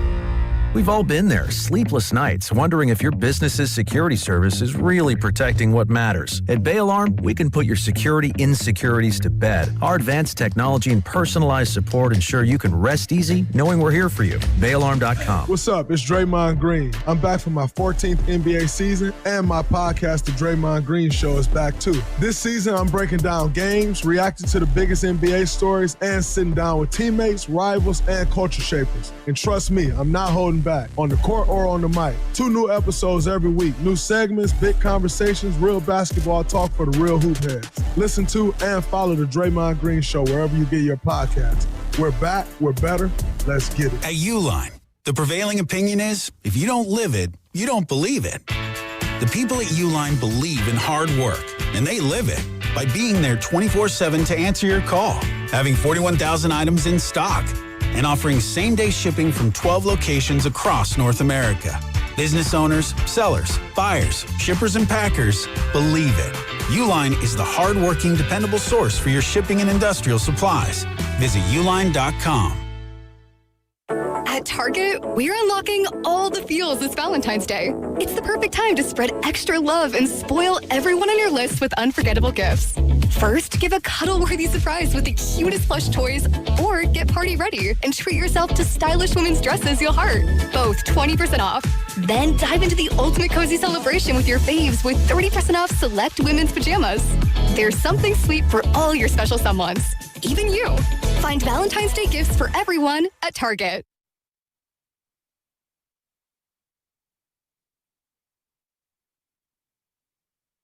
I do know what the bleep I'm doing. I do know what the bleep I'm doing. Dub Nation, it's Steve Kerr. You're listening to Willard and Dibbs on 95.7 The Game. Coming to you live from the Laughing Monk Studios. I forgot about that conversation. I do know what the bleep I'm doing. Yep. Is Steve coming on tomorrow? Probably. I don't know. Probably. That's my guess because then they play Wednesday and then All-Star break, right? Is that right? Yes. Yeah. Yes. And we haven't gotten official word on Steph in the All-Star game proceedings. I would imagine he won't play. Oh, he better be out. But we haven't gotten anything official yet. I'd be pissed if he plays. I haven't heard anything yet. If he doesn't play this week and he plays in the All-Star game, no. It wouldn't be good. No. And are you familiar with the format of the All-Star game? And I'm not trying to put you in a corner, but it's kind of a fun conversation every year to name that format. Okay, I'm the perfect guy to ask because I'm sort of loosely aware, but I've done zero diving in to really, really read. Yep. Let me guess. We've got it's like USA versus the world, but there's 4 different teams. Grandy, can I get a buzzer for Mark with a K? Like that? Is that wrong? Is it wrong? It's actually close, but no cigar. Okay, I'll take close. There are 3 teams. It's USA against the world. They have an old USA team. They have a young USA team. What qualifies? And then they have the world. What qualifies as old versus young? Well, just like the age of the guys. That's what I mean. Is there a cutoff? Like, do you have to be 30 to be on the old team? Do you have to be 35? They're all like older than, I think they're all older than 30, but I'll pull up the roster right now. Pull it but up. You've got like Anthony Edwards on the one team. And are any of the old guys playing? Maybe. That's my issue. Steph not playing. Giannis not playing. LeBron is not playing. Oh, he's got to play. He does? The USA Stars, which is the Pups. You've got Scotty Barnes, Devin Booker. I guess he's the OG. Jalen Duren, Cunningham, Edwards, Holmgren, Jalen Johnson, and Tyrese Maxey. Okay. That's fun. USA Stripes is Jaylen Brown, Brunson, Curry, Durant, LeBron, Kawhi, Donovan Mitchell, and Norman Powell. So, Norman Powell? What? Yeah, Norman Powell. He replaced somebody, didn't he? Sounds about right. Yeah, a bunch of 10-year dudes. vet. Yeah, a bunch of dudes are out. And then We Are the World. We are the children. Yes. We are the ones that make a brighter day, so let's start giving. Let's start playing, yeah. Giannis, Denny Avdia, Doncic, Shea, Jokic, Murray, Şengün, Siakam, the Cat, and Wemby. The Shea is out, though. That's how Şengün is there, I think. I think he just went in to replace Shea. Yeah. Giannis also not going to play. Hello? I mean... Is Luka going to play? Luka's still out. He shouldn't. Yeah, this is just... I don't know. We are the world. That's the world team. So that's your format, your All-Star game format. 3 teams. We're going round robin. Yeah, but that's... Okay, so round robin. Round robin, and then the top 2 advance to the championship game, and then this time it'll settle it. Boy, I hope it's USA versus USA, so I don't need to watch some sort of alternate All-Star game broadcast and streaming. I'll tell you that. I'm sorry. Damn it. No, it's funny because I did my annual interview on New Zealand radio. Okay. And I did that whole dang thing because he asked me about Bad Bunny. And I said, I'll tell you what, I ain't watching no Bad Bunny. I'm not watching the good Bunny. I ain't watching no mediocre Bunny. I'll tell you what I'm going to be watching. One word. America. I'm going to watch America. We should stop. No, we shouldn't. Really quick, did you guys see the 3-point contest field? No. Did somebody just texted us and say that Dame Lillard is in it? Wow, dang. I was going to have you guys try to guess. I ruined it. I'm Dame sorry. hasn't played in a game all year. I don't think is going to play in a game all year. I don't know if the NBA has fully gathered how offensive it is to the fans when they do stuff like this. The rest of the 3-point shootout actually isn't bad. It's Devin Booker along with Con Knippel, the rookie from Charlotte, Tyrese Maxey, Donovan Mitchell, Jamal Murray, Bobby Portis, and Norman Powell along with Dame. It's a pretty good group of shooters. Yeah, sure. Devin Booker, who's also not been playing for the Suns. I'm just trying to let y'all know in the NBA, it's super duper pisses fans off when you don't play your games and then you get to the All-Star break and you're like, wee! It just does. I'm sorry if there's actually a good reason for it. If you're going to get healthy between now and Friday, good for you. It pisses fans off. No way around it. Yep. Sorry. Sit all the games out and then show up for the All-Star game. That's like the kid who's sick all week at school, but boy, he got all healthy on Friday night. You got a field trip. Whee! Yeah. Friends are going out, Mom. Sit your butt down. Going to the Exploratorium on Thursday, but I'm sick Monday through Wednesday, and then kaboom! Look at that. I got better in a hurry. It's so stupid. Yeah. Or even like, game day. If you have a game, you have to go to school that day to be able to participate in the game. Completely. Yeah. I had my star player was a little bit like that, where I haven't seen you all week, but we got a game tonight. And lo and behold, you made it to, I guess you have to go to 3 of the 6 periods. I actually like it when when they're like, Dad, my throat. And I'm like, well, and sometimes I'll even use tomorrow. Boy, if you skip today, even if you go to school tomorrow, I don't think you're going to have the energy for the game after school. That's when you can tell if they're actually sick. The game. And then they'll be like, all right, I'll go. I can make it. Or they're like, no, I'm still sick. I'm like, you're willing to miss the game? Yeah. I'm like, okay, you're sick. Yeah. You're sick. For real. Yeah. Here's some Theraflu. Go to bed. Whatever. All right. 888-957-95. That's an unbelievable assumption. Well, that's what parents have to do sometimes, because it's not like we can take their word for it. Kids are just like GMs. They lie. I do know what the bleep I'm doing. You do. And I learned here in my second go-around as a parent that 3 to 3.5 is when kids learn to lie. So yeah, my daughter is almost 3.5, and she now has discovered the art of telling lies. I'll let you know when they stop. Yeah. Haven't got there yet. Yeah. Yeah. 888-957-9570. Again, the question. Here is the question. Yeah. If you're a Bay Area sports fan, has this decade, and let's go ahead and start it at 2020. I don't want to upset anyone. Okay. Has this decade, quote, not been kind to you? Here's what I want to say, and I want to say this as calmly as possible, like I want to come from a nice place here. I get it. I really do. Especially, we've talked all about that whole age separator thing with the 49ers. I get it if you're going to come from the perspective of, oof, a lot of close calls, tantalizingly close, very, very frustrating to be so tantalizingly close and not get the full payoff. I totally get it.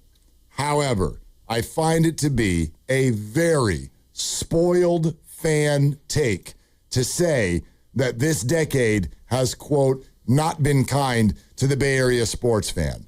This decade, even just starting in 2020, let's just start with the lead story. You have a ring. Okay? So that's one. You already, in 5+ years, you have a ring. So many major cities. Call your friends in Detroit. Yeah. You're talking about the big 3 sports, basically? I'm mainly talking about the big 3. Okay. There's a little bit of a quirk that'll come in if we bring in hockey, but I'll get to that. But you have a ring. Secondarily, your football team has been to 2 NFC championship games, 1 Super Bowl where you went into the overtime against supposedly one of the greatest quarterbacks of all time. Again, tantalizingly close and frustrating. Sure, I get that part of it. But you have been to 2 lengthy playoff runs, and then this year got to have 12 wins and a playoff win with half of your good players hurt. So there's that.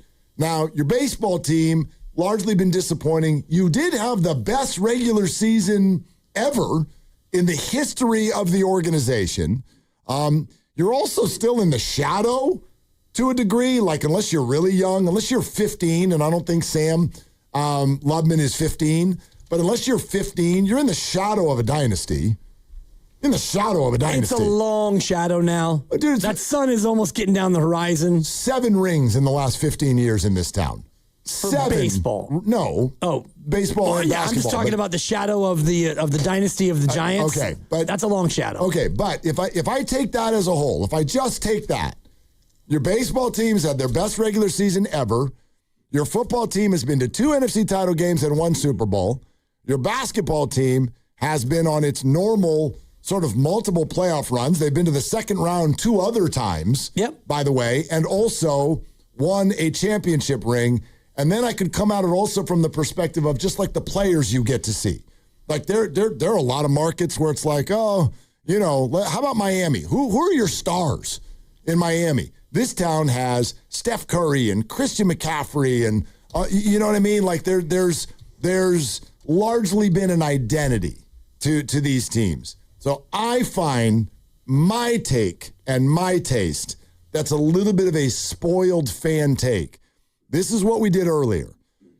Since 2020, if it starts at 2020, how many, and this is just our big three, football, basketball, baseball, how many major markets can boast more rings than the Bay Area? More than one. More than one. How many markets? Granny's looking at me with that young guy face of like, I'm so pissed at you right now. How many markets can boast more than one ring? Let's do a list. Okay. Let's do a list. I have the whole list right here in front of me. I'll give you 3 strikes, but let's see if you can get all of the cities on this list. All right, go ahead and take a guess. Well, I'm just trying to think about who's won what, and well, I mean, my first, they only have one, and I got the whole list. How about Houston? I think they won 2 World Series in that time. Sorry, no, they did not. Houston, no. Is this just basketball, baseball, football? Yes, just basketball, baseball, football for now. I'll expand later. Well, and I'm not going to get into the fractions that you like to put on this, but I know that, like, LA's won probably, according to you, 1.847 championships. That's more than one, though, Dibs. Yeah, so I'm going to say LA. It's more than one, and it's also not true. Like the Rams, the Dodgers twice, the COVID championship, that can whatever. But like, the Lakers and the bubble. 2020. Yeah, Los Angeles. Yes. That is a correct answer. Okay. All right. Now, you want to keep going? I do. You do? Are you sure? I mean, are you sure you want to keep going? Only if there are more on the list. This is where it can really escalate. I'm thinking about... We're going to the bonus round. Would you like to keep going? The obvious one would be a city that has a bazillion teams, but I'm thinking like the Jets and the Giants don't win, the Yankees and the Mets don't win. I tell you what. The Knicks and the Nets don't win. Granny, will you hit the buzzer? Now hit it again. Great. No. No, the list is over. Seattle. No. Fear the Kraken. No. The list. Oklahoma. No. Now, if we do hockey, then Denver. WNBA, Vegas. Okay. Kaboom. Good for you, Grandy. Dunked all over you. Yeah, you got. Yeah. Boy. Shout out Jim. And the restaurant at Former Fox City. Giant, yeah. Yeah. Anyway. So one city. That's the list. Man. That's the list. And we out here It's actually not a list if there's only one item. Life is hard for us. We've only been to 2 NFC title games and a Super Bowl and had a parade in basketball and had 107 wins for our baseball team. This is hard. It's awful. It's terrible. I mean, the dynasties are like a full 7, 8 years ago now. It's been like 7 or 8 years since we've had multiple dynasties. A lot of suffering. I will shout out my brothers and sisters in the East Bay because the A's did leave. This is a good take. The A's left. The Raiders left the Warriors left in 2019, so that wouldn't count. But the last of the teams, they left. The A's left. So the A's left. My brothers Raiders and sisters in the nickel dime 510. Yeah. I get it. I see you. That's a fair take, although the Warriors to me is a different departure. I understand the emotions around it, but they did not leave the greater, huge Bay Area. And that was before 2020. Yes. So it wouldn't qualify under this parameter. Look, if you're a diehard A's and Raiders fan and you grew up in the 510, you damn well know that our hearts have always gone out to that, and it sucks. And the ownership of both of those teams is just a flat-out ridiculous joke. Yes. We've known that. So, yes. That is a fair take. Of the remaining 3, though, like you're rolling in it. In Kansas City, like the Royals haven't been great, but you have Mahomes, and you've gotten what you've gotten there, and that's been pretty awesome too. You're listening to 95.7 The Game, KGMZ FM and HD1 San Francisco and Odyssey Sports Station, and the home of the Golden State Warriors and Valkyries, always live on the free Odyssey app. Coming to you live from the Laughing Monk Studios. I'm not here to tell you that there haven't been disappointments and hard moments, and if that's the perspective you have, then that's the perspective you have.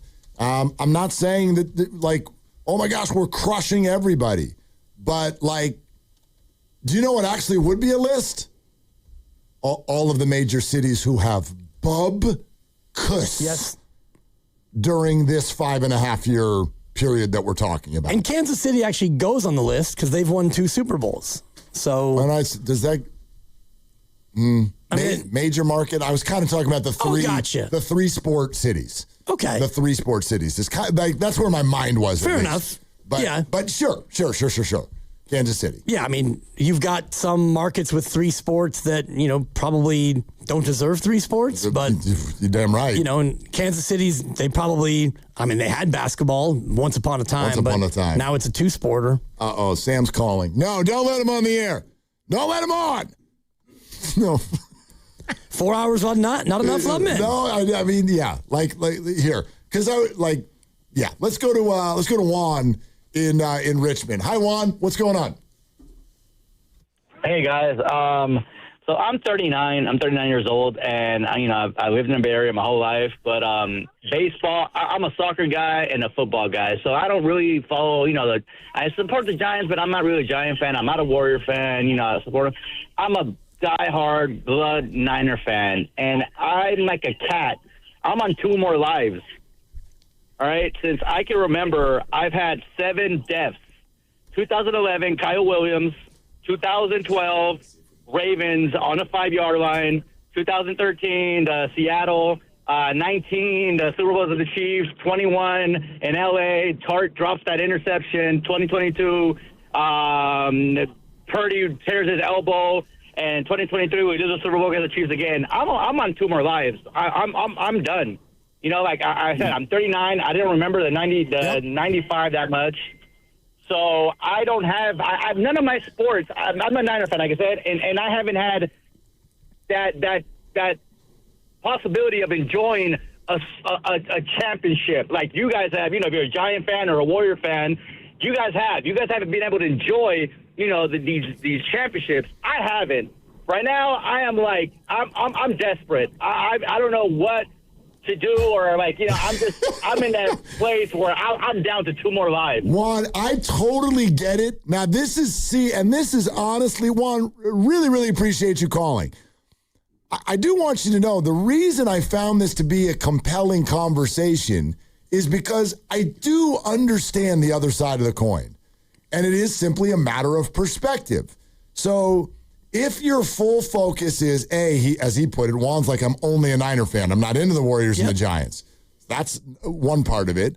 But if your sole focus is on the tantalizingly, frustratingly close nature of what the Niners have been through recently, okay, I understand that. There is a second perspective, though, that talks about, well, they've been on multiple runs. And that in and of itself, I find to be a net positive. Of course. I'm not saying that it's like perfect and it's everything. But, like I would love for every Niner fan, especially the young ones, to talk to a Lions fan. Talk to a Lions fan. And like they're good, right? They got a good team. Do they?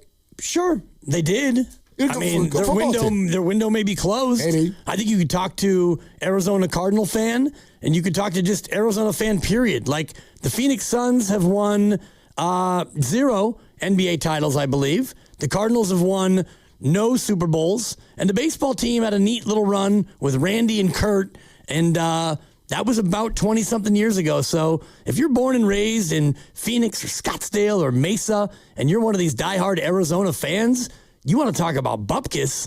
Not only do you get nothing, you've got a joke of a franchise in 2 of the 3. I mean, Detroit sits there for I don't know how many years. Sure, their hockey team's been good, but other Bad Boys Pistons. That's 35 years ago. Right. Like, you've been sitting there for so long, and then the Lions are always this laughing stock, and then they bring in this new coach, and he's got everybody's attention, and they put together a squad, and they believe, and they just fire all the way out to a 17-point halftime lead in the NFC Championship game.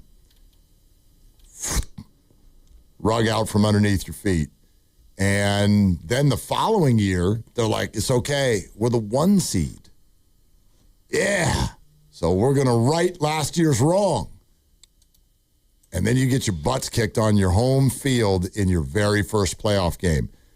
That's where again, that feels a little bit different. Although maybe the younger Niner fan feels like this is the exact same thing. I don't know. But I can only look at it through my eyes, which is I am a fan of all 3 teams. And we have had a parade and a trip to the Super Bowl and a different trip to the NFC title game. You sniffed it if you're a Niner fan. I'm not telling you it's perfect. I'm just telling you it's not, quote, not kind to you. And if you think about that, and he talked about losing 7 of his 9 lives. He's a cat. He's got 2 lives left. But think about those lives that you've lived and lost. Those are sports thrills. And that's what I would want as a sports fan. And you mentioned Detroit. The Tigers in 2012, they swept the Yankees and they went to the World Series, and they were thinking, all right, it's been since 1984 since Detroit won the whole damn thing. And you got the Giants. We've got Scherzer and Verlander, and we're hot. And you get swept. And Pablo you win just no games. starts pummeling balls into the stands. Right. So if you're Detroit, the Lions don't ever get there. The Tigers every 30 years get there. And, the Pistons, since the Bad Boys, haven't really been much of a threat. So, yes, things could be better here. Things have been better here. Like, think about the 2010 decade. Giants got 3. The Warriors birthed a dynasty and got a few. And the Niners went to 1 and didn't win it. The 10s were better than the 20s, but we're not that hard up here over the last 6 years. Yeah. Text line, does Boston count Celtics and Pats? Pats haven't won in the last 5 years. They went yesterday. Yep. And they lost. 2019, February of 2019 is when they won the bowl. Yeah. So we're talking about starting in 2020. And it's been Chiefs and Eagles and Seahawks and the Rams. Exactly. Yep. All right, 888-957-9570. Bleacher Dave's got a good take. Matt in Napa, you guys stay right where you are. We're coming to you. And let's get some more in here. 888-957-9570. Do you believe that, quote, the decade has not been kind to you if you are a Bay Area sports fan? The Warriors and Grizzlies go tonight at 7. Warriors Live with Evan Giddings starts at 6. Presented by Xfinity. Your home court advantage brought to you by Xfinity. Watch all your favorite teams all in one place. Xfinity, imagine that. This is Willard and Dibbs. This game day traffic report is brought to you by Crystal Geyser Alpine Spring Water. If you're taking 101 northbound out of the city, it is slammed from after 280 getting onto 80. It's not until you get on the lower deck of the Bay Bridge is when your ride's going to smooth out heading into Oakland. I'm Abby Curlett with traffic. What makes Crystal Geyser Alpine Spring Water different? We always bottle our Alpine Spring Water less than 1.5 miles from the spring source, and all our bottles are made with 50% recycled plastic from our own recycling plants. Crystal Geyser, bottled at the spring source. Ready to shoot your shot? Join the Alameda County team and make a real impact. With strong support, expert training, and flexible schedules, this is your chance to lead and grow. Don't sit on the sidelines. Apply now at acjobs.org. Alameda County, our community, your purpose. Injured at work? Don't wait. Every day you delay can mean lost wages, delayed medical care, and more stress for your family. At Boxer & Gerson, we fight for people just like you. Construction workers, delivery drivers, factory workers, restaurant staff, hardworking folks who get hurt just trying to earn a living. We won't back down. We get results. You work hard, you deserve real help. Call Boxer & Gerson now at 510-835-8870 or visit boxerlaw.com. The consultation is free, but waiting could cost you. Boxer & Gerson, justice for workers. Saturday on the CW. Driver, start your engine! The new NASCAR season roars into action at the Daytona International Speedway with all new drivers, new rivalries. Somebody needs to break his teeth in.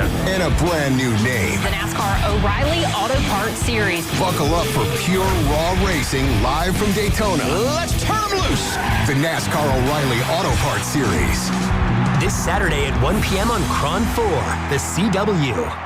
Toyota's President's Day sales event is on now. Don't miss your chance to save on Toyota's incredible lineup of 19 hybrid and electrified vehicles. Save with President's Day deals on the 50 mpg Corolla Hybrid and 51 mpg Camry. And right now, get 0% APR plus finance cash on the all-electric 2026 BZ. Get the most out of Northern California this year. Hurry in to save during Toyota's President's Day sales event.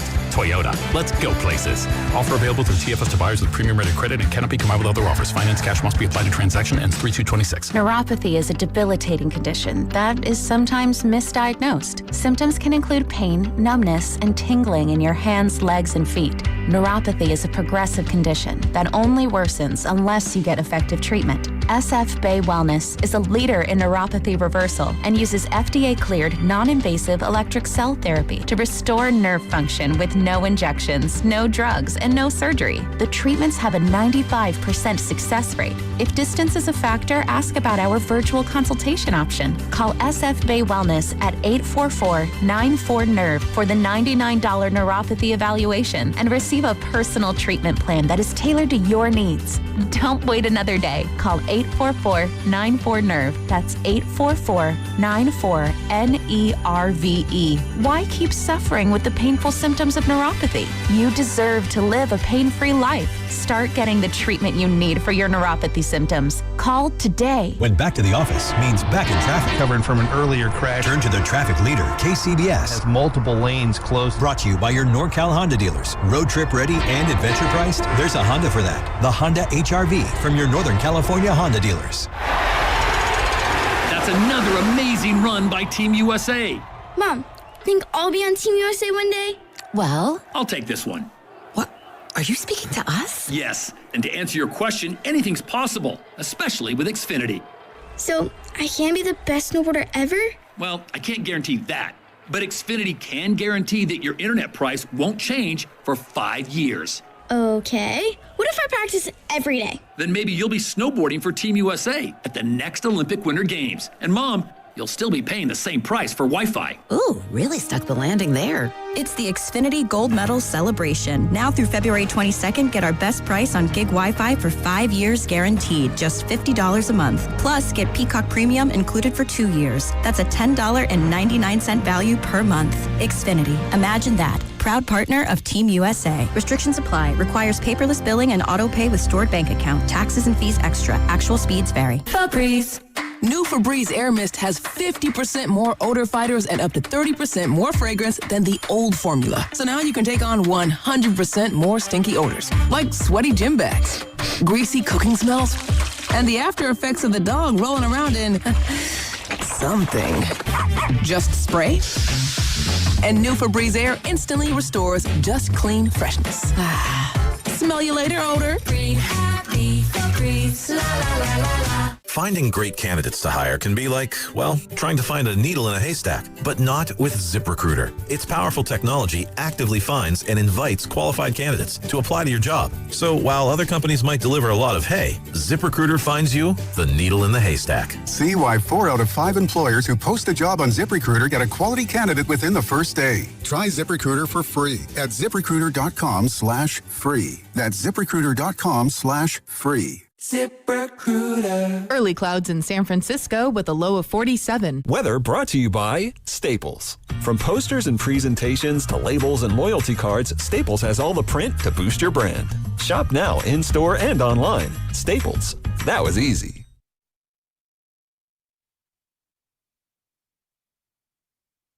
Now, back to Willard and Dibbs. I love this show, man. 95.7, man. I'm a gamer. On 95.7 The Game.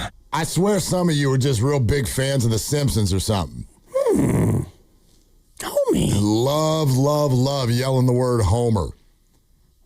Do you have to be such a homer? Do you have to be a homer? Like, first of all, yes, but second of all, can we actually just listen. Just listen for a sec. Boxer and Gerson Work Injury Attorneys text line, 415. Willard, you homer? You count the 107 win for the Giants? I got the Giants going. But I got the Giants going 82 and 75. 107 and what? But you don't count the Patriots AFC Championship? Homer! Bunch of exclamation points. No, I'm not counting or not counting anything. There's no discounting. You're a fan in any particular city. You love those teams, and you can stack your deck however the hell you want. You want to be excited about the AFC Championship? Good for you. You should be. The list was who's won more titles than one baseball, basketball, football since 2020. How many cities have won more than a title? One. Of cities that have all three of the big three, quote unquote. LA. So, this isn't about counting or discounting anything. I'm listing off things that have been kind of cool for the Bay Area sports fan since 2020. I would concur with you that the AFC Championship for the Patriots this year is kind of cool. Both of them don't count for the list because they ain't rings. But, yeah, if you're a Boston fan, as always, you're right there. Yeah. The Celtics won a title. The Patriots are a great organization. The Red Sox love to send Devers to the Giants and then give up everybody that they got for Devers. Yeah. So that's fun. Kyle Harrison's a Brewers now. He's a Brewer. Yeah. What the hell? They've traded everybody but one guy they got in that deal. Which was the baby. You're right. The baby from A-Ball. So, yeah. Tibbs is a Dodger. Harrison is a Brewer. And Jordan Hicks, I think that they just put on a ship to space or something like that. Oh, where did he get traded? His salary got traded. Yeah. I can't remember where he went, but... Chicago or something? Washington, maybe. I don't even know. I think it might be a White Sox. Yep. But, no, don't, whatever you think was cool, that's cool.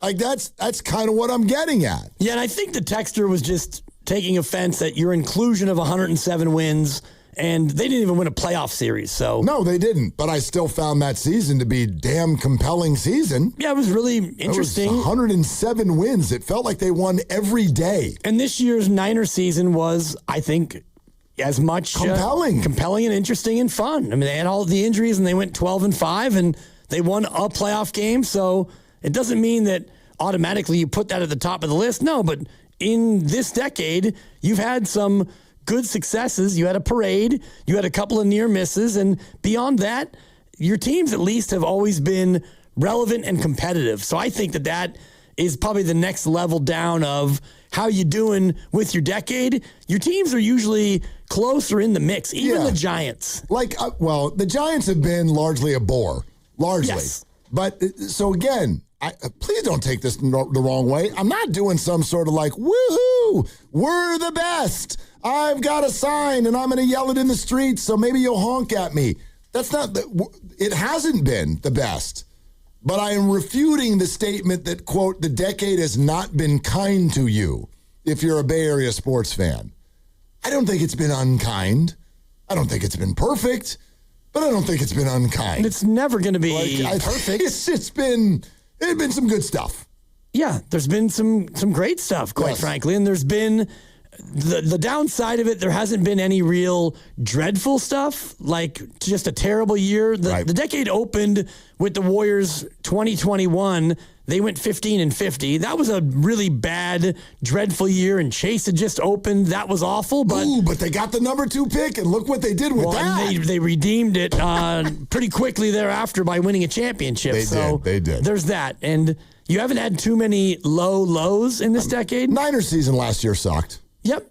Niners season last year sucked. And it's interesting because I was thinking about this morning where last year versus this year, not a whole lot of difference in anything other than the record. Last year you went 6-11 and there were 3 games you basically kicked away. Mm-hmm. This year you went 12-5 and there were 3 games that you kind of either stole or were unexpected wins. So the difference between 6 wins and 12 wins, those 3 games in the middle, you win them this year, you do better. You lose them last year, you do worse. And that's football. It absolutely is. And so many other things, by the way.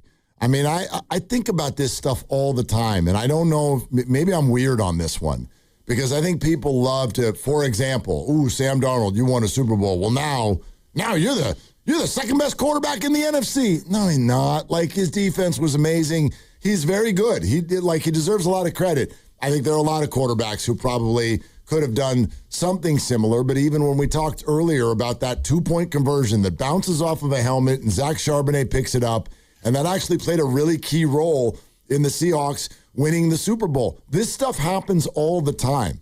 The Giants setting up the Madison Bumgarner Game 7 thing in Kansas City, their game-winning hit came in like the third inning off of Michael Morse, exit velocity 7. Yep. Like, the margins of winning a title take so many little things that, quite frankly, could easily be described as lucky. And that's why you don't see a whole lot of repeating. The whole, like, they're the best team. They're one of the good teams that then met the moment and had some things and some breaks go their way. But that's less romantic. That's not as fun. It's much more fun to be like, we're the dogs. That's right. We won. Well, even you look at the Chiefs with Patrick Mahomes, and they win the Super Bowl in 2020 over the Niners. They go back the next year and lose. They sit out a year. Then they win 2 in a row, then they lose 1. So is Kansas City like a dynasty? Absolutely. Yeah. And they went to 5 Super Bowls over the course of 6 years. Doesn't mean that you get to win them all. No, and even that they are, to me, a dynasty is what does, like, that's where you can set it apart a little bit. You're right. You won't win them all, but if you're like right there every year and you do win multiple, you're a dynasty, and then you can say, okay, that's the best team for a 5-6 year period. But a lot of these other teams, we do it every time they win. The second they win, we go, I don't see how they're going to lose next year. And a lot of them never, ever get back ever again. Remember when Denver's coach was like, we're about to start a dynasty. Well, you're not even the coach anymore. Right. And they haven't been back. And they don't look like they're still really good, but do they look like they're closer? They're not the best team. No. And especially in the NBA where one injury or one bad break goes against you, you're done. The Warriors last year, I don't think that they run the table, but they might get by Minnesota, and then you're going up against a juggernaut. You probably don't get by OKC, but we'll never find out because of the injury. Margin's so thin. Even OKC, they're about to start a dynasty. Actually, they were a Tyrese Halliburton injury away from not even winning the first one, in my opinion. So, like, it's just, there's so many little things that have to fall your way for this stuff to happen. Being really good is only the start. It's just the start. Yeah. And then it's got to, a bunch of stuff's got to go your way. You got to not be near a power plant, for example. I'm just kidding. I had to get that into the show. Shout out EMFs. But oh, God. Just the Kansas City one is just remarkable when they go win, lose, sit, win, win, lose. So 6 years, 5 appearances, 3 Super Bowls. Like, that is a dynasty, but that is so rare. And you mentioned it, like Cincinnati, they lose to the Rams the one year Kansas City didn't make it. And what's happened since? There have been 4 seasons and 8 Burrow injuries, a couple of massive contracts, and no defense. Well, and that's what I would say to a Patriot fan today. They know this from their own division. I think Drake May is going to be a damn star. I really do. I love the player that Drake May is. But it just cracks me up when people walk away from games like that and go, that's all right. He's in year 2. He's going to have many opportunities at this. Well, he should call Dan Marino then. Many opportunities after you lose the Super Bowl by double digits in year 2. Lots of opportunities. Okay. Not so many opportunities. Okie dokie. Yeah. We'll see about that. We'll see about that. Go look at the Patriots' schedule next year. Oh, my God. I was looking at it earlier, and you got some tough road spots. Wow. You got some tough spots in there. And some tough home spots. Yeah. Well, and this year they had the second easiest schedule in the history of the NFL. Right. So you don't always get that, and that's the one thing about next year, not to go all schedule Sam on you, but the 49ers do get a third-place schedule. They sure do. You go 12-5, and you get a third-place schedule, and I think that Australia game is going to be week 1. Or maybe even week 0. Right. It'll probably be early in week 1. Yeah. That way you play it on a Wednesday, and maybe you don't play again until the following Monday. I don't know how they're going to work that out for both teams, but you would hope they build in something on the back end of it. Yeah. Bleacher Dave in Oakland wants to weigh in. Hi, Bleacher Dave. Thanks for calling. What's up, Willard and Diaz? What's happening, y'all? Yo! Bleacher. Man, y'all breaking my heart over here. This is the worst half decade for any area in the history of sports. And y'all know this, but you're like kiki and poo-pooing it. We've lost an NFL franchise and we lost an MLB franchise. And if you're a Bay Area kid like me, and I know some of y'all is, one of the best things in the world was to do a doubleheader between San Francisco and Oakland and catch the ferry between. And that's lost forever. No young person will ever experience that. Perhaps the second best doubleheader of all time was to go to a day A's game, go tailgate, and go to an evening Warriors game right across the parking lot. That's lost forever. But perhaps one of the things that hurts the most is we lost dibs as an East Bay guy, but we lost the radio station. Because 95.7 was founded as the East Bay alternative to that other radio station, and their first flagship franchise was the Oakland A's.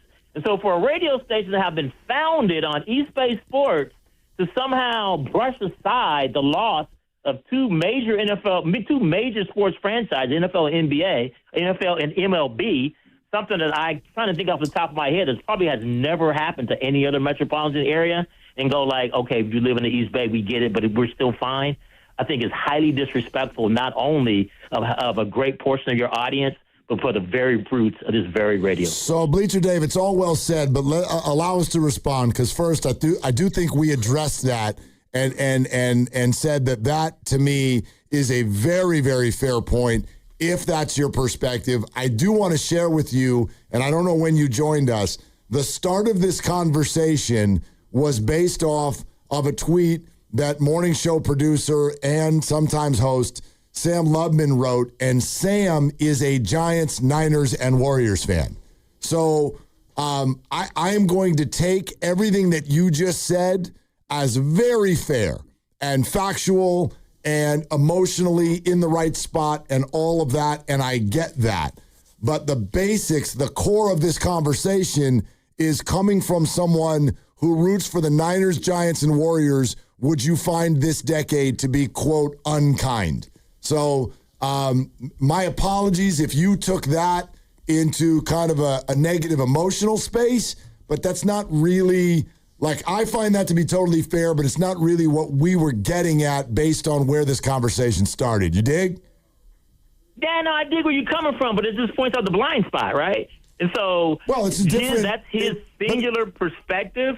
But when you broaden it out to really what the question is, then you bring in a broader perspective. Right. That's how we have the conversation. Yeah, but that's what we're doing here, Bleacher Dave, is getting all the perspectives. Right, and I mentioned it earlier, Dave, that the A's leaving was after 2020, which is really when the conversation starts, and the Warriors left in 2019. They're still in the area. The Raiders left before that, and as to the station and what it was founded upon, I was here as the first ever hire back in 2011. And yeah, we covered the A's, we covered the Raiders, we covered it all. We were very A's heavy. We carried the games, and I was fired in 2014, and it was because the ratings weren't terrific. So we can get into the history of the radio station. No one can speak to it better than I. So, Dave, I remember those days, and they were great days. And unfortunately now, the East Bay has no more teams. Yeah, I think I made the exact statement about 15 minutes ago. If you grew up a diehard fan of the A's and Raiders, then you're going to have a very, very different and fair perspective on this conversation. The core of where it came from was whether or not that is an emotion that's sort of fair for a Niners, Giants, Warriors fan. Just so that we're all clear. That's all. Matt in Napa is next. Hi, Matt. Thanks for calling Willard and Dibs. What's up? Well, it's a pleasure. Thank you guys for having me. I kind of wanted to build on what the last caller said, frame it around my kids, because it's really hard to get them to enjoy Bay Area sports right now. Now, I'm from Oakland, so, I feel the exodus of the A's and the Raiders. But I would extend that to the Niners as well. Let's not forget that they moved from San Francisco to Santa Clara and kind of pulled a fast one on the rest of the country. And so for me, Bay Area sports is defined recently by inaccessibility. It's harder to watch, more expensive. And I'm a Raiders fan, an Oakland fan. My wife's from LA. We got 3 kids under 10. We're sports junkies. We want them to watch these sports and love them. They just do not find it compelling. I think the Warriors are probably the high watermark. They're obviously amazing. I don't qualify everything I just said by the fact that we did win championships. They won championships. It's been a good experience, but it's not all about the result. It's about the process. And aside from the Warriors, who are clearly on the downswing, which is difficult and hard to swallow in and of itself, the Niners have been exciting, but haven't been completely compelling. They have yet to kind of pull off the whole thing, and so the kids just aren't really feeling that. And then the Giants are just not exciting. They just nothing about them is compelling right now. You know, we grew up on Barry Bonds and that kind of stuff, and so where are we at now? I would just say it's how do the kids not being interested is kind of evidence of the fact that I think Loveman's onto something. It has not been kind for the last 5 years, and it's hard to get these kids to engage. Love to hear your take on that, and I'll take your reply off the air. Actually, Matt, before you hang up, can I ask you one question? How old are the kids? I have a 7-year-old daughter, 5-year-old son, and then another one that's just about 1. Okay. But my 7-year-old daughter and my 5-year-old son are into it. They want sports. Like, we're watching the Olympics constantly. Yeah, they want it bad. Okay, so Matt, it's super interesting. Thank you for calling. I appreciate it. I don't know Matt's kids.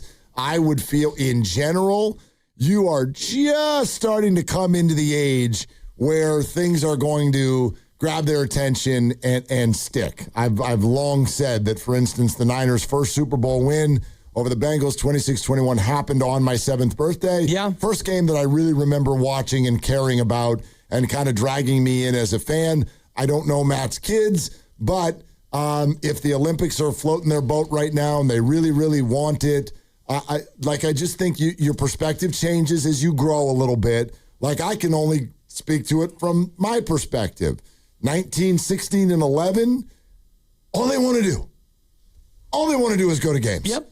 All they want to do is watch the games. Yes, they watch them in teenager way, which means that sometimes they're staring at their phone. Yep. Or sometimes they're like, this pods, dude. Like, I mean, sure, there's all of that. But I would argue, I wonder if it's that the product is bad or like as a little bit young to expect your kids to totally have the fish hook in their mouth. A little young, absolutely. And you mentioned being 7. I remember being 7, going to I think they called them double headers back then at Candlestick. And my brother brought his friends. It was his birthday party. He turned 13, and we stayed for the second game. We were going to stay as long as Ed Halicki until he gave up a hit. Then we were going to leave. So we stayed for the whole game. He threw a no-hitter. And I was 7, and I wasn't keeping score locked in. I was walking around the top perimeter at Candlestick. Yeah. Because that's what you did when you were 7. Yeah, you cruise around. And back then, like, go ahead, be back by the 7th inning, Danny. And so I was there, and he threw a no-hitter, and it's one of my early memories. But 7 is super early to really be immersed. The other thing he said, though, it is a little bit cost prohibitive now. That's a fair point. You've got 3 kids, and you and I have a certain amount of an ability to get things at a different price point, shall we say. Yep. But if you are just like Mark Willard, the plumber, and you want to bring your family of 4 and now your family of 7, it's very tough. It's tough. Although, we can have this conversation. I don't think that that's unique to sports. You know what I mean? Like, that's concerts are expensive. Sure. I mean, how about try to send a kid to college these days? I sent 2. Yeah. Right. But watch what the next one costs. Oh, she's on her own. I mean, honestly, in 15 years, I'm going to be 70-something. What are we doing? Yeah. I mean, college is getting to the point where you're like, is this a good investment? Right. Is it? I know you want a degree, but like, are you going to get your $1 billion back with the job that you get coming out of college as opposed to the one you get without? It's a fair question. It's certainly at some universities, and it's based on what you make. But, and we can whittle this all the way down to the price of eggs if we want. Like, it's really, really hard, especially in this market. But if the point that Matt is making, and he said, like, grew up an East Bay fan, I wonder, if you got kids right now and you're trying to turn them on to the Giants, I would be like, I get it. That's a little bit of a hard turn right now.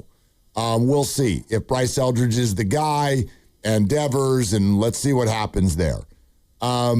But if you're telling me that in the last 5 years, 6 years, you're trying to turn your kids on to the Warriors and the Niners, and you're having a hard time, I'm sort of like, maybe they just don't like basketball and football. Well, the Warriors is easy because they've got the most popular player in franchise history. Yeah, you can't spin on me that these are boring franchises right now. They're not. And football is always just going to be football. Like, you don't have to have really iconic, popular, exciting players because it's football. Football in and of itself is exciting. Baseball is the tougher one, and I applaud the commissioner for doing what he's done to make the game faster. So now if you are a casual fan and you want to just watch a baseball game, it's much more watchable because there's more action crammed into a smaller amount of time. Let's go live to Mark Grandy for Rando Information Hour. What do you got, Mark? Yeah, a couple pieces of news here. We'll start with from the Warriors. Jimmy Butler underwent surgery on his torn ACL today. It was a successful surgery per the Warriors. His status will be reevaluated early next season. So that's when we can get another update on Jimmy Butler, but a successful surgery. And then this other piece of news, it relates to the Niners, but a strange story that I'm sure we're going to learn more about. This comes courtesy of Matt Barrows of The Athletic. 49ers defensive lineman Keon White was shot in the ankle during an event in San Francisco early this morning. White had surgery and is expected to be okay. Police say there was an altercation at an event on Mission Street. White is not believed to have been part of the altercation, but he was shot in the ankle and he underwent surgery. Good Lord. Keon White, for those of you who you can't place that is the trade deadline acquisition the week before for the 49ers from the New England Patriots, AFC champs. He was not getting a lot of time out there. He came over to the Niners, and obviously their defensive line was not great, but he was a relative bright spot with the way he played for the Niners. And then obviously, first and foremost, glad to hear that he is okay. I'm going to use air quotes, I guess, a little bit there, that he's okay, that this is not a life-threatening situation, and that this hit him in a spot where life will go on. So that's good. That's very scary. And, more questions will come. I'm sure there'll be a police report and details over, when and where and exactly what happened. But that is just scary to have, you're at a thing and something pops off, a dispute of some sort, and gunfire, and you catch one in the ankle. He's very fortunate that if he got shot somewhere, it's in the ankle. I mean, Ricky Pearsall immediately springs to mind where he got shot in the chest, and if it's a half inch this way or a half inch that way, it goes a different way. Yeah.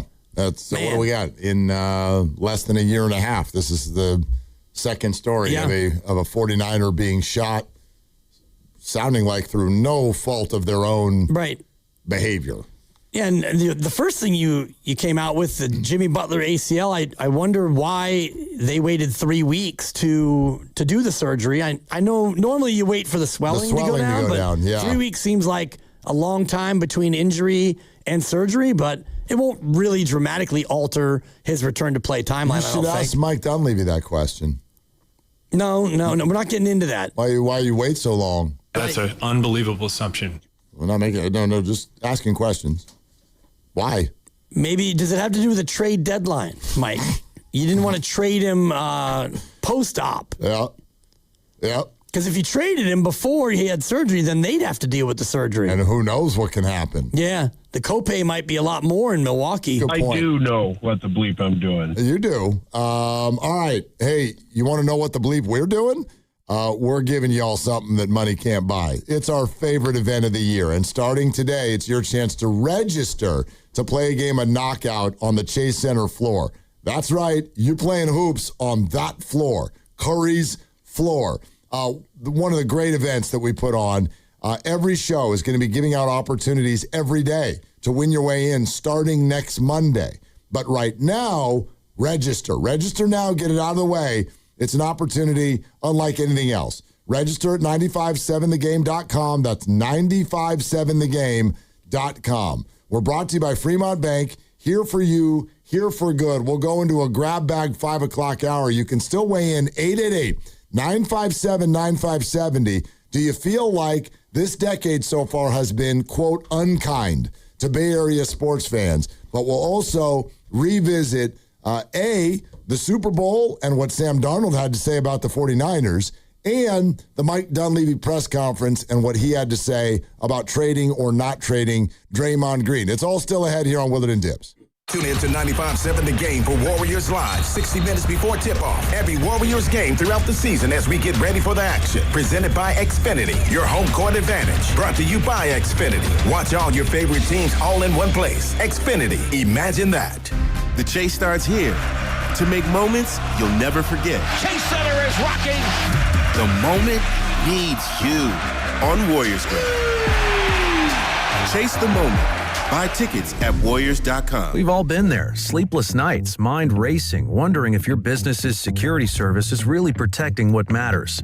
At Bay Alarm, we can put your security insecurities to bed. Video security, burglar alarms, fire alarms, access control, 24/7 monitoring, and more. Our advanced technology and personalized support ensure you can rest easy, knowing we're here for you, your people, and your business. Visit bayalarm.com to talk to a local security expert. Bay Alarm, we got you.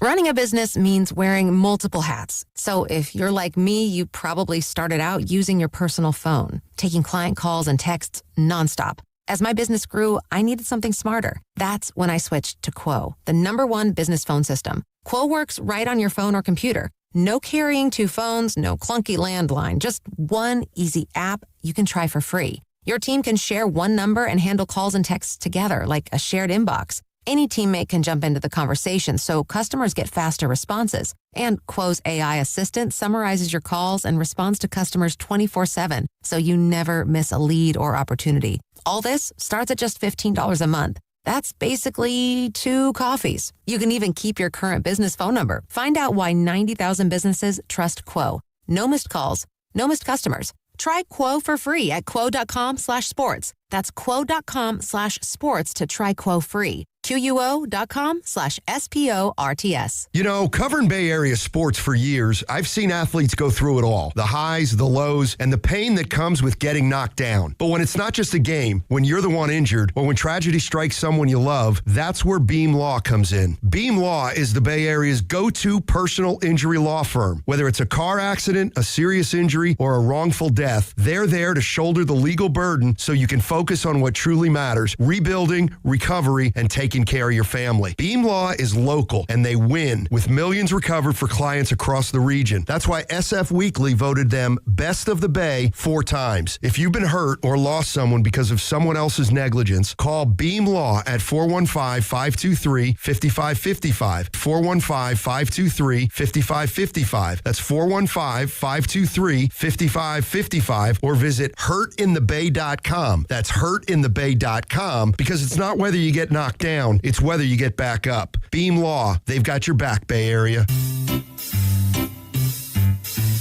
1-877 Cars for Kids. KARS Cards for Kids.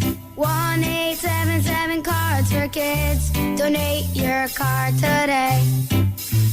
1-877 Cars for Kids. KARS Cars for Kids. 1-877 Cars for Kids. Donate your car today. Ready to get rid of that old car? Donate it to Cars for Kids. Call 1-877-CARS for Kids to reach a friendly live agent. Donation's super easy, and your car can be picked up as soon as tomorrow. Call us now, 1-877-CARS for Kids. That's Cars with a K to donate your car today. 1-877 Cars for Kids.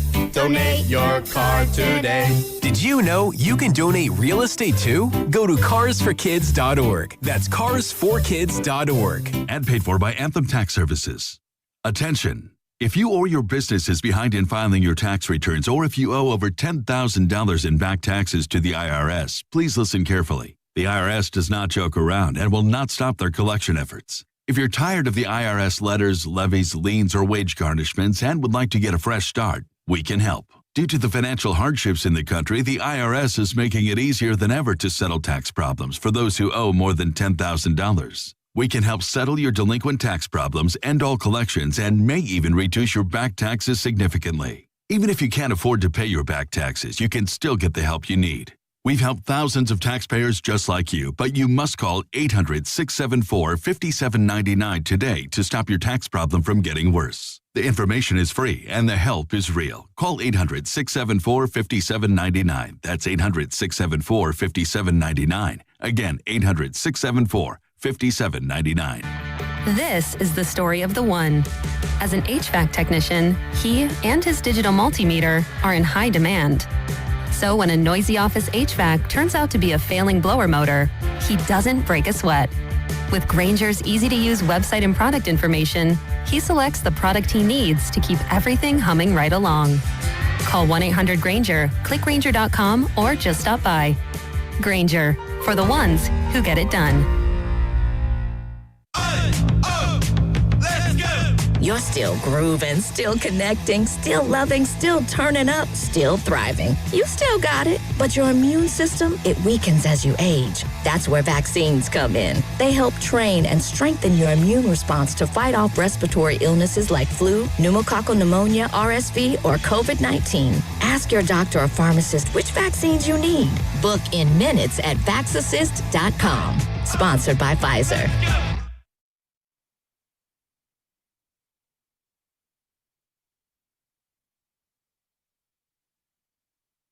Now, back to Willard and Dibs. It's Uncle Scott from Sundays. We got a lot of touchdowns to watch together. On 95.7 The Game. I'm glad you played that, Grandy.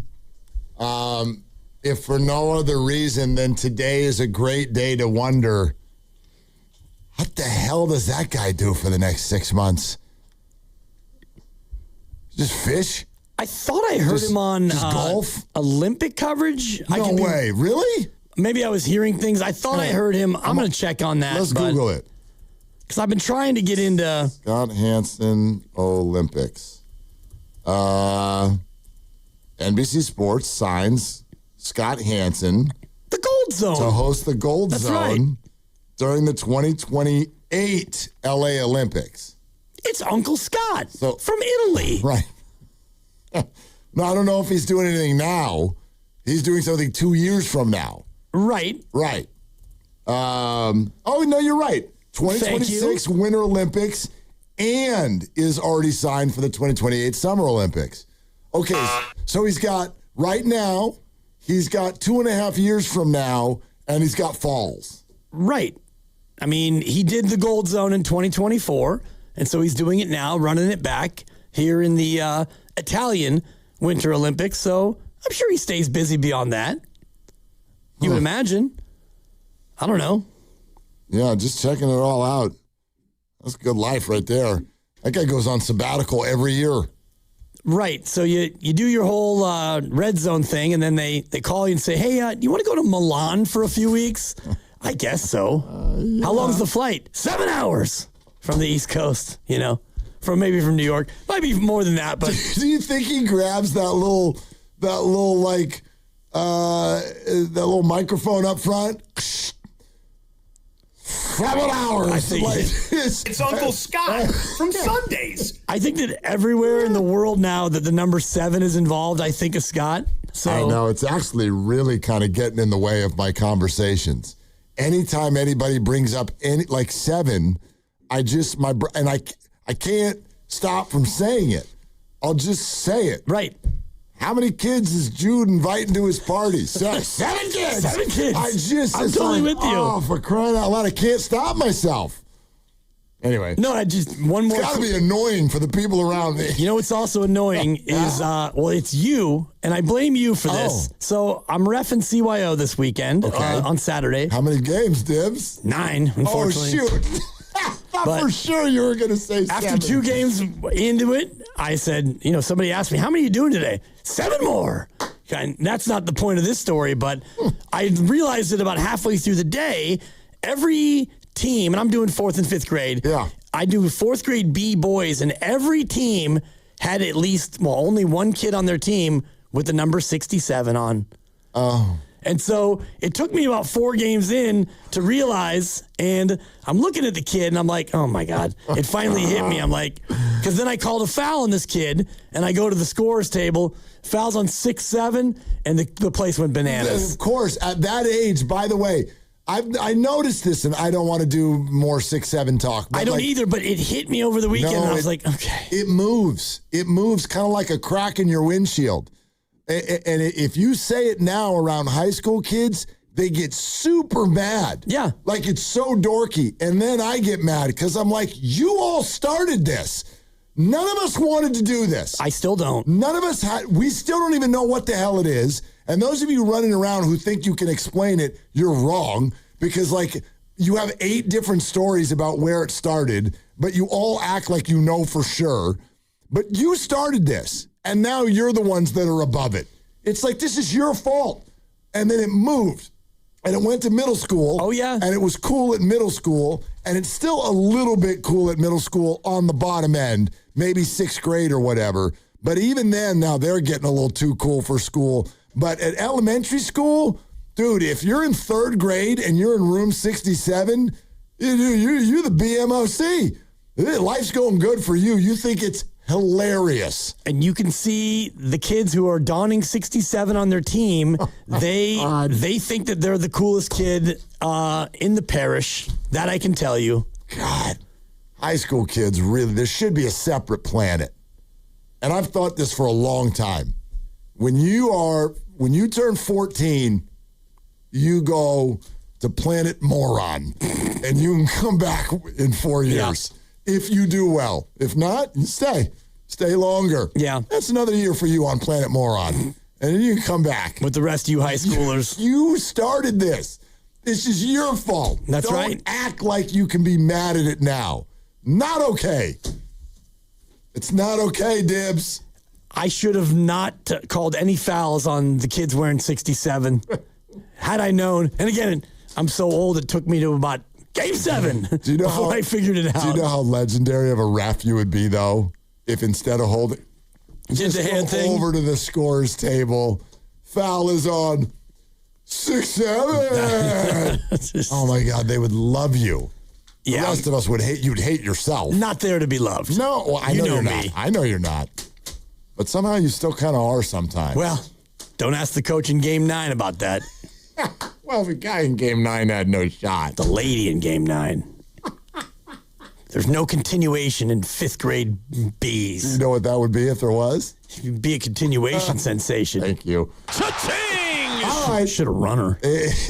888-957-9570 is the number. The Super Bowl, it comes and it goes, and the Seahawks are the winners over the Patriots. You know, we didn't get Grandy, can we bring you in for this one real quick since you were there? And I want to give proper sort of time for this and maybe an open door.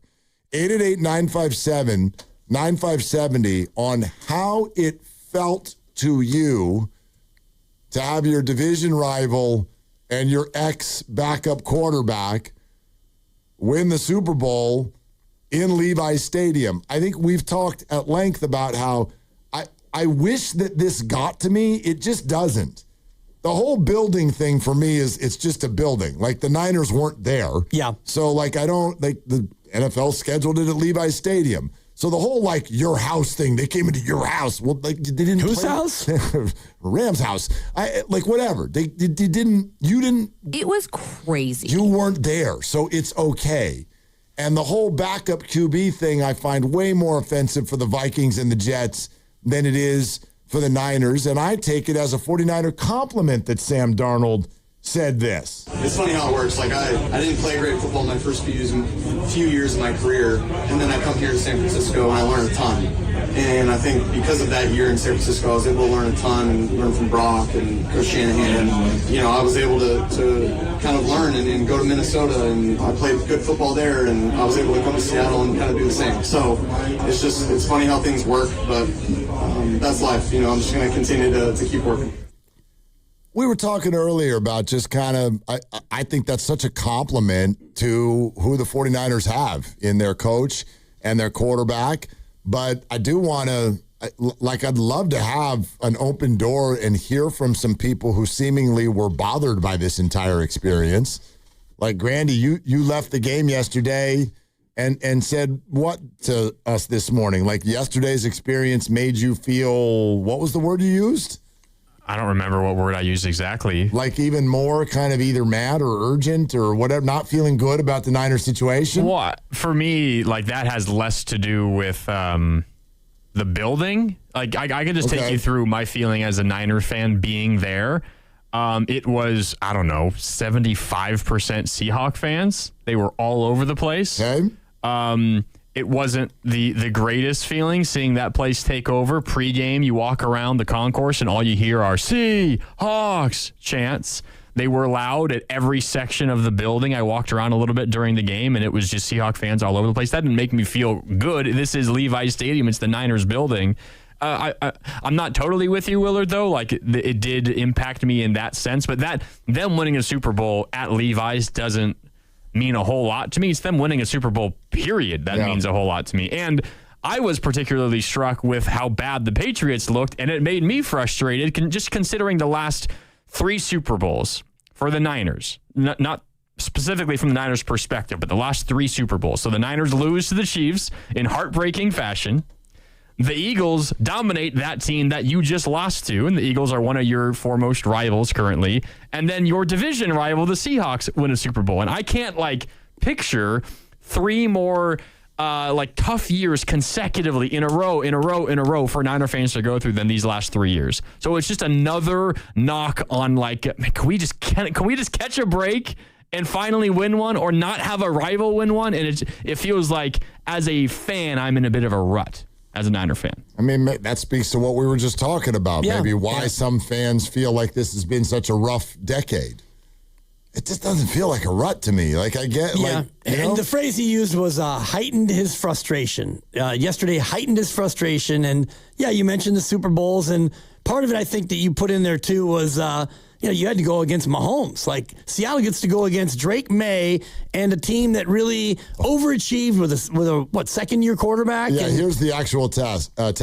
I'm super damn frustrated as a Niners fan. We go to the Super Bowl multiple times and get the team of the decade led by one of the greatest QBs ever both times. Seattle goes to the Super Bowl and they get the fake-ass Patriots. That was the text. Yeah. Yeah, I mean, they're not completely fake ass. I get his point because, you look at their team and how many Hall of Famers do they have on their team? Right now, probably 0. Who, the Patriots or yes, the Seahawks? The Patriots. Well, these teams are too young to be thinking about the Hall of Fame. Right, but even if you look at Jackson Smith and Jigba, and you could put him on a track at least. I mean, what he's done, Player of the Year, and he's off to a Hall of Fame-y kind of start to his career. But New England, not as good as Kansas City. The Kansas City teams the Niners have faced, and that's just kind of buzzard's luck, as Boch would say. Is there anything for the whole, I know some people do if you're going to lose in the playoffs, whoever you lose to, you want them to go all the way. And then that makes you feel like at least you lost to the best. Does that make you feel any better? Not really. Okay. I mean, if you're the Rams, maybe. Although if you're the Rams, it probably makes you feel worse because you were so close. You were so close. A couple times. And if only you could have gotten by them, you figure, well, we would have smashed New England. And honestly, if the Niners would have won Week 18, and I know that game was never in doubt, but if you win that game, you get the 1 seed and you're at home, I mean, you could think that maybe you'd have a chance to win a couple games and then have the Super Bowl at home. I mean, that would be the only route. And Seattle then would have to be a road team, and I don't think that they make it to the bowl. Yeah, you're listening to 95.7 The Game, KGMZ FM and HD1 San Francisco, an Odyssey sports station in the home of the Golden State Warriors and Valkyries, always live on the free Odyssey app, coming to you live from the Laughing Monk Studios. We'll go out to the phones in just a sec if you want to weigh in. We'll get to Dunleavy's presser a little bit later in the hour, 888-957-9570. Grandy, I don't want, this is a little bit of a funny analogy, but when you said, can I catch a break? Like, as a fan, can I catch a break? Here, I just have to share with you. It's a funny phrase in my history because this happened one time, and this is a long time ago. But I was at a gym doing a morning workout, and this is in a very well-off community where this gym that I was at, right? So there's treadmills and right? Dudes walking around that have done pretty freaking well in life. And this one guy I know is sitting there, and I hadn't seen him in a while. And I do the like I hadn't gotten on the treadmill yet, so stop by and we chop it up a little bit. And this stuck in my mind because this is a lot of years ago. Hey, how you doing? And he's like, man, this weekend, the kids, and then, can you believe it? 3 days ago, somebody broke into my car, and his car is probably some sort of Lexus SUV or something. Someone broke into his car and got a couple things out of there, very replaceable type things. But he goes on and on about and then my car, and then the kids, and then, goes on. And he after a while I get it, Willard. After a while, he says to me, can I catch a break? And I stopped myself. I wasn't a jerk. I wasn't that guy. I'm just like, yeah, boy. And I walk away going, so, white snooty millionaire at his country club? And I was bothered. I was bothered by the statement. I probably shouldn't have been. He was just talking. Yeah. He wasn't being like that. But I was like, can you catch? Dude, that's all you get. Right. Is breaks. Yeah. That's all you're getting every day. You're here. Look around you. Right. And sometimes I feel that when we do the Shanahan thing. I really do. I really do. Can we catch a break? Can we catch a break? With one of the best coaches in football? The whole sport has been yelling at you for 3 weeks, if not longer. That's the dude. Michael Irvin, this show. What was the word he called him? Kyle Shanahan was a beast. Beast. A beast. And he said it twice. He yelled it. A bunch of times, yeah. I don't know. That's how I feel. And that's why the whole Homer label, I do. I feel like there is some ungratefulness when you're looking at what's happening right now for this fan base. Shut the hell up. Well, for the 49ers, a radio show, but I do think when Sam Darnold says what he said after winning the Super Bowl last night, and he gives credit to Shanahan and Purdy and his time here, then you can't help but look at Shanahan and say, yeah, not only does Michael Irvin think he's a beast, but Sam Darnold too, because you look at Darnold's stats before he came here, and he was sub 60% completions, and then he barely played here, but he learned a lot. In Minnesota, they were, did they go 15-2 or 14-3? 14-3. And then you go to Seattle, you go 14-3. So 28-6 since he left San Francisco, and he gives Shanahan credit. That's pretty damn impressive. Right? So, yeah, can the Niners catch a break? Do they have to go up against a generational best quarterback in 15, 20 years, whatever, talent? That's unfortunate that you didn't catch Drake May as your opponent. I don't know. It's not unfortunate when you arrive at the Super Bowl and the other team's good. That's not unfortunate. No, but you can, you know what I'm saying? I do. You are you're the Rams and you take on Joe Burrow in Cincinnati, and it's the first time they've been to the Super Bowl since Boomer Esiason. It's you can lick your chops a little bit. You're not going against Brady in New England or Mahomes in Kansas City. And even when, L.A. went with Jared Goff, New England was probably licking its chops. You could argue, if you want to go back for the older fans who have experienced the Super Bowl championships for the Niners, it was very, very commonplace for a long time to consider the NFC title game the actual Super Bowl. And when they arrived in the Super Bowl, it was come on, the Chargers. Yep. Steve Young, Super Bowl, Stan Humphrey, they upset Pittsburgh in the AFC title game. And everybody, I don't remember, I would love it if you'd look it up what the spread was in that game. Everybody knew. I think it was 18. Yeah, the Niners were going to squat on the Chargers. And they did. They won by 23. Or, right? Yep. 49-26? That's right. Yeah. All right. We'd love to hear from a lot of you. 888-957-9570. RJ in Napa. Hi, RJ. What's going on? Thanks for calling. Thanks, guys. Good afternoon, gentlemen. So I'm a resident Lions fan. Just want you guys to know that this moment of self-awareness is brought to you by never having been to the Super Bowl. Yeah. saying, I hear the point about Seattle running into New England and all that, but at the same time, you got to remember that Seattle beat the 49ers twice, much worse than they beat the Patriots. So it's not really comparing apples to apples. So anyway, you guys got it good. You always had it good. Real quick, RJ, real quick. I know some people are thinking that one of the games was by 10, and with a Christian McCaffrey goal line drop. So that was actually a closer game than the Super Bowl. But go ahead. What about the last 2 times they played? No. That is one of the last 2 times they played. One of them, the blowout was in the playoffs. The game on Week 18 was a relatively competitive game, scoreboard-wise. Okay. Well, the last time they played was a much worse beating. And that was with, 3 weeks to prepare? So, I mean, come on. When you lost your last 3 Super Bowls, I just said wouldn't worry about it. You guys are doing fine. Yeah. Anyway, we'll talk later. Thanks, RJ. Thank you, RJ. I largely disagree. I largely agree, but did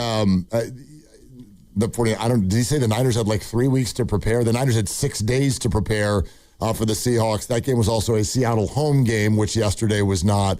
It's not an apples to apples situation. It really isn't. Larger point is fine. The Niners were not the best team this year. No, and even if they were completely healthy and comprised, I still don't think that they were the best team this year. Maybe they would have gotten the 1 seed if they were healthy, but they didn't. It's football, and that's something that they have to try to figure out. How do you not be so injured all the time? That's fair. And I don't want to have that conversation over where you point the finger, but something needs to change, and it's either the power station or the medical staff or both or the players, or the things that they're doing have not been working. They've been getting injured a lot over the course of the Shanahan tenure. And that really, if you want to look at black eyes in the Shanahan era, that's about the only consistent one you could look at. I think you're right. Like the draft picks, I mean, they've hit, they've missed, whatever. It's a team. They all do that. I don't think that's been that out of whack when compared to other teams. Sure, you can say, like, they missed here, they missed there. The Trey Lance thing was embarrassing for sure, but I don't know that it's – I'd love to actually see a study on that. You know what I mean? In the age of analytics, it's actually quite odd that I haven't seen, like, actual draft grades. Not the picks, the teams. Like, give me an 8-year run of exactly everything that you've done in terms of the draft and where you rank. I wonder if that's out there. A little surprised that it's not. You'd have to look at it and weight it based on, like, first-round picks, for example. If you're a first-round pick, you have a certain level of expectation, second round all the way down. And I'm just thinking about Seattle. Last year they took Gray Zabel in the first round, number 18, and he started all the games and played awesome. Eamon Wardy was a second-round pick, and he was a force. He's a great player. Last year, Byron Murphy was their first-round pick. Great player. He's a monster. 2 sacks last night. Right. Christian Haynes last year in the 3rd round, and he's a guy who starts a bunch of games. So Seattle's done really well up top. The Niners not as much. They've made up for it, though, in later rounds. Yeah. Grandy, what do you want to say to RJ? Well, I feel like RJ was probably mostly directed towards at least the way that I'm feeling. Well, yeah, you're being very controversial today. For me, it really has not anything to do with the Niners this season, because the Niners this season, it was what the season was, and you got all these injuries. I'm not saying the Niners should have won the Super Bowl this year. I'm just saying it is frustrating for me as a Niner fan, seeing my team that I so desperately want to see win it all have great season, get on the doorstep of it, run into a juggernaut, run into a team that is seemingly unstoppable, at least from our perspective. And then you see, in my opinion, again, who I view as my team's biggest rival, the Seahawks, do it in your own building against a team that would probably lose by 20 points to those Chiefs teams that the Niners played in the Super Bowl. So that is where my frustration comes. Yeah. It is how the challenge that the Niners faced in the Super Bowl versus the challenge the Seahawks faced. I don't think anyone can say those are the even challenges. It's all fair. I mean, it's all a matter of perspective. I wonder, a Buffalo Bills fan, Jim Kelly era, you go through a 4-year stretch where you go to 4 Super Bowls and lose them all, and one of them on a last-second kick that was pushed wide right that you would make 80% of the time. All right, Ask that fan at the end of the 5 years or the 4 years, have the last 4 years been unkind to us? I wonder what the answers would be. You would definitely get a lot of people, like, that'd be a great Warriors poll question, actually, Grandy. We should maybe use that on Wednesday. Honestly, like, have the last 4 years been unkind to us? If you want to focus solely on the near-miss nature of it, I mean, it's brutal. It's brutal. On the other hand, you're heading through 4 consecutive football seasons being the complete top dog in your division, the complete top dog in your conference, all of those extra games, all of those extra wins, memories like erasing a 35-point deficit against Warren Moon. Like, all of these things happen too, and you get to go to the Super Bowl every year. I don't know. Like, I bet you'd get a lot of answers on both sides. I think you would get more unkind and more like, this is brutal. And part of it plays into what Grandy's talking about, which is the opponent. Because you had to face Dallas in back-to-back years. You had the one where Norwood goes wide right against the Giants. The next year you went up against Washington. And Washington at the time had Mark Rippon as the quarterback. And Ricky Irvins and Ernest Biner were their running backs. And yet you couldn't find your way to score. Jim Kelly throws 4 picks, and you lose to Washington. Then it's Dallas and Dallas back-to-back, and Dallas was a much better team, and that's when the NFC Championship was kind of the Super Bowl because it was Dallas and the Niners. They were the better teams. But if you're a Bills fan and you went to 4 straight and you lost them all, hard to say that it was, quote, unkind, but you could say that it was cruel because you had Thurman Thomas, Jim Kelly, Bruce Smith. You had Hall of Famers all over the board. It's memorable. It's a memorable era for Bills fans. Right. I wonder, and by the way, like we sort of threw out, what if you asked them right at the end of the 4 years? I bet that you're right. I bet the answers, this has been brutal, would win. How about now, though? You're 60 years old. You live in Buffalo. You're a lifelong Bills fan. You look back on the Jim Kelly era and say what? You say it was heartbreaking. I mean, I'm sure it was pretty fun. But it was also pretty fun. But it was more fun than what you're going through now with Josh Allen. Yeah, I wonder what's more frustrating for a Bills fan, the 4 straight Super Bowl losses or having the best player in the game and you can't even get there. Right. But they have one AFC Championship game appearance. And he played his ass off and lost anyway. Right. So I don't know. If you're a 60-year-old Bills fan, you're probably more frustrated by this than you were that. I would argue that, yeah. Although I agree. that is equally frustrating, maybe because you had so many Hall of Famers. You had an unbelievably talented team, and you couldn't get one. And this is where kind of plays into Grandy's thing, where in his lifetime, the Niners have been to 3 Super Bowls, his adult lifetime, and all 3 were winnable in some way, and yet you couldn't even get one. Yeah, I'm not going to say you had them, but there was a real shot to win, if not should, in at least 2 of them. At least 2 of them. I mean, I guess the Baltimore one. You rallied and made it a game. A furious comeback and you had 4 cracks inside the 10. Run the ball, Jim. Gee, many Christmas. I count that as a should. They should have won that game. Not Harbaugh. Give Frank one shot, one time. Throw a fade to Crabtree. And he was held.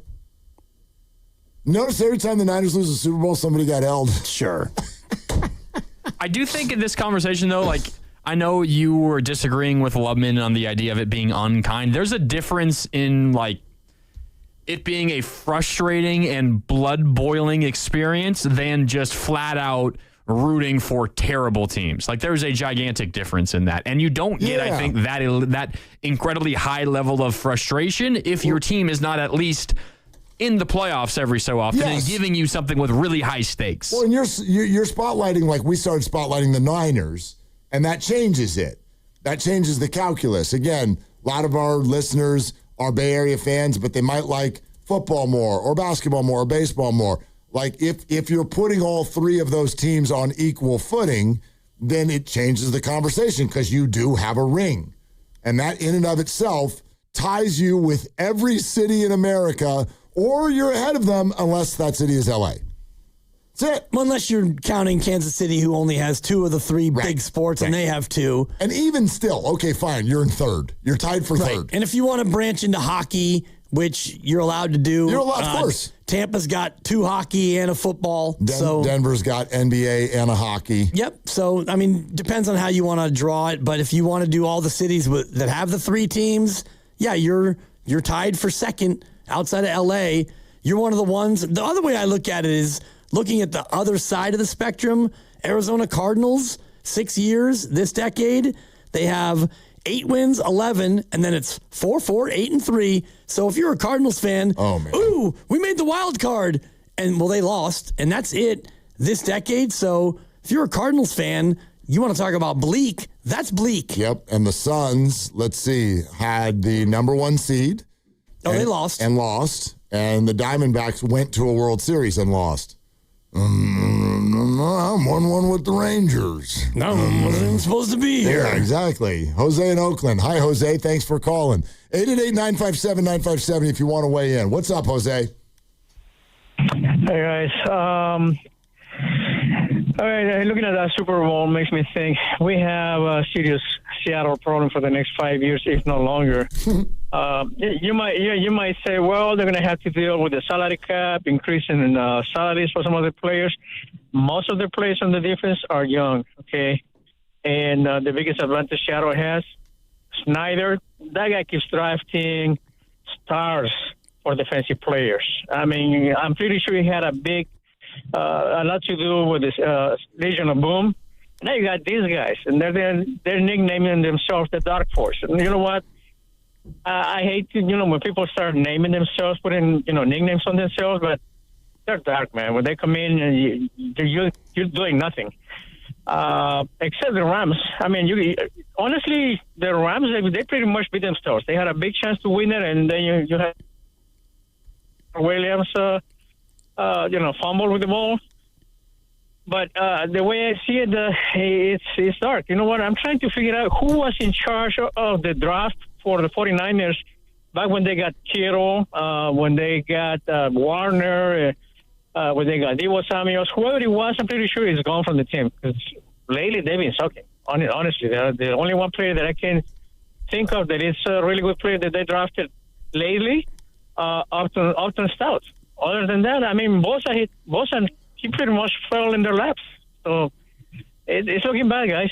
I mean, I really hope they manage to pull off a trade for Crosby, because I don't see them, drafting a player of his ilk anytime soon. Yeah, Jose, thanks. The answer, Jose, is Adam Peters. Adam Peters, but I do not agree with the characterization of last year's draft as the only player that they've got is Upton Stout. I agree with that. Yeah, I mean, it's too early to really tell. It's way too early, and there were some very, very positive aspects from the defensive linemen that they picked up. Mykel Williams got hurt, and so that's rough, but he and Alfred Collins were doing some go look at their run game metrics last year versus this year. Just go look. Like, the proof is in the pudding. Like, those guys are interesting young players, and, if you want to get a little deeper into Dominic Pooney, and again, I get it. Ricky Pearsall's been hurt. Like, there's a lot of data still to gather on all of this. But the idea that they've only picked one good player in the last 2 or 3 years, I don't agree with that. I don't either. Yeah, he makes a good point though about John Schneider in Seattle, because you look at it's done great. They've got Byron Murphy, first-round pick, as I mentioned, in 24. Devin Witherspoon, I think you know the name from yesterday's game, blitzing his butt off and, forcing the pass that turned into a pick six. First-round pick in 2023. Boy Mafe, second-round pick in 22. Jackson Smith and Jigba and Charbonnet and Walker, they're all drafted players, and so he's augmented that with a lot of these free agents, Ernest Jones, Nwosu, who scored on the pick six, and so it's a mix of both, and I look at them as the gold standard. Like drafting, you draft well, you get free agents, you bring it all together, and that's how you build a Super Bowl roster. I mean, and look at the things that they moved off of DK Metcalf, right time. Yep. They moved off of Geno Smith, right time. Opportunistic, go get Sam. That's better. There's no doubt. They've done a wonderful, wonderful job. I will also push back, though, on this idea. look, do the Niners have a quote-unquote Seattle problem for, as Jose put it, for the next 5+ years? Look, they're good.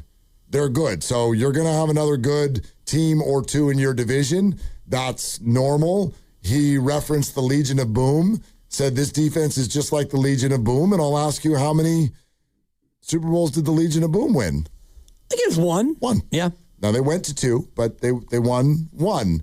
And I want to remind people of that. Like, you can be really good, and you can be a quote-unquote problem and all of that, but it is sort of a quirk of our brains as sports fans.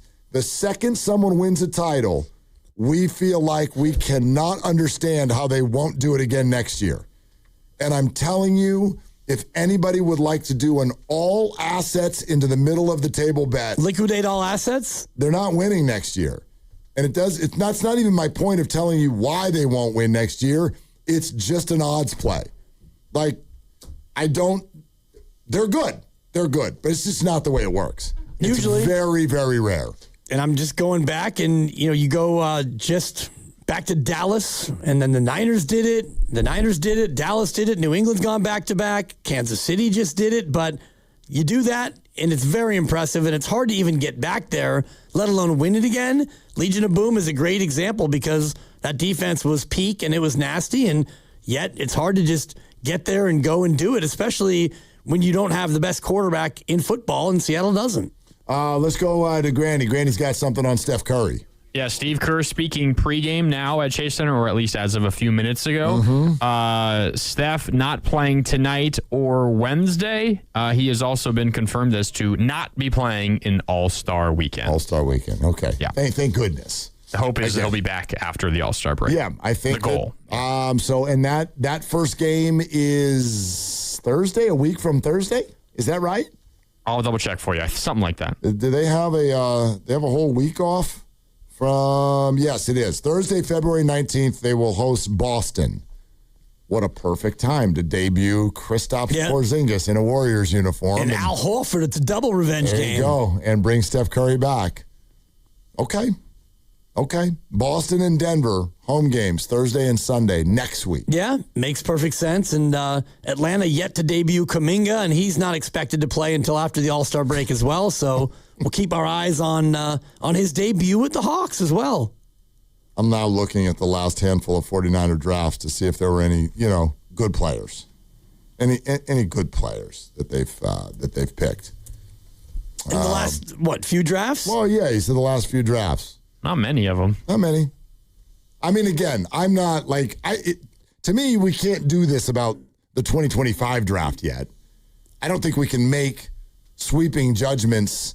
Maybe a couple of them you can say, that's not anything, and maybe like Upton Stout or Alfred Collins or Micah Williams, you can say, I feel really good about that. Well, you can make statements if they pop. It's a bunch of question marks. Like Gray Zabel, Nick Emenwari, the first 2 picks from Seattle, they both were starters. They both played well, and they were impactful. And, last year, Byron Murphy and Witherspoon and JSN in 2023, Seattle's been knocking it out of the park with their first-round picks. They have. That's true. Even their seconds and their thirds. And A.J. Barner in the 4th is a guy who he had a big impact last night, scored a touchdown. I had him with a anytime touchdown, which kind of was nice that he got one late in the game. But Seattle's been dominant, in the draft. And that's where the Niners just haven't been. No question. And then also, they did set the last few years back because of what they did with Trey Lance. True. No first rounder in 2022.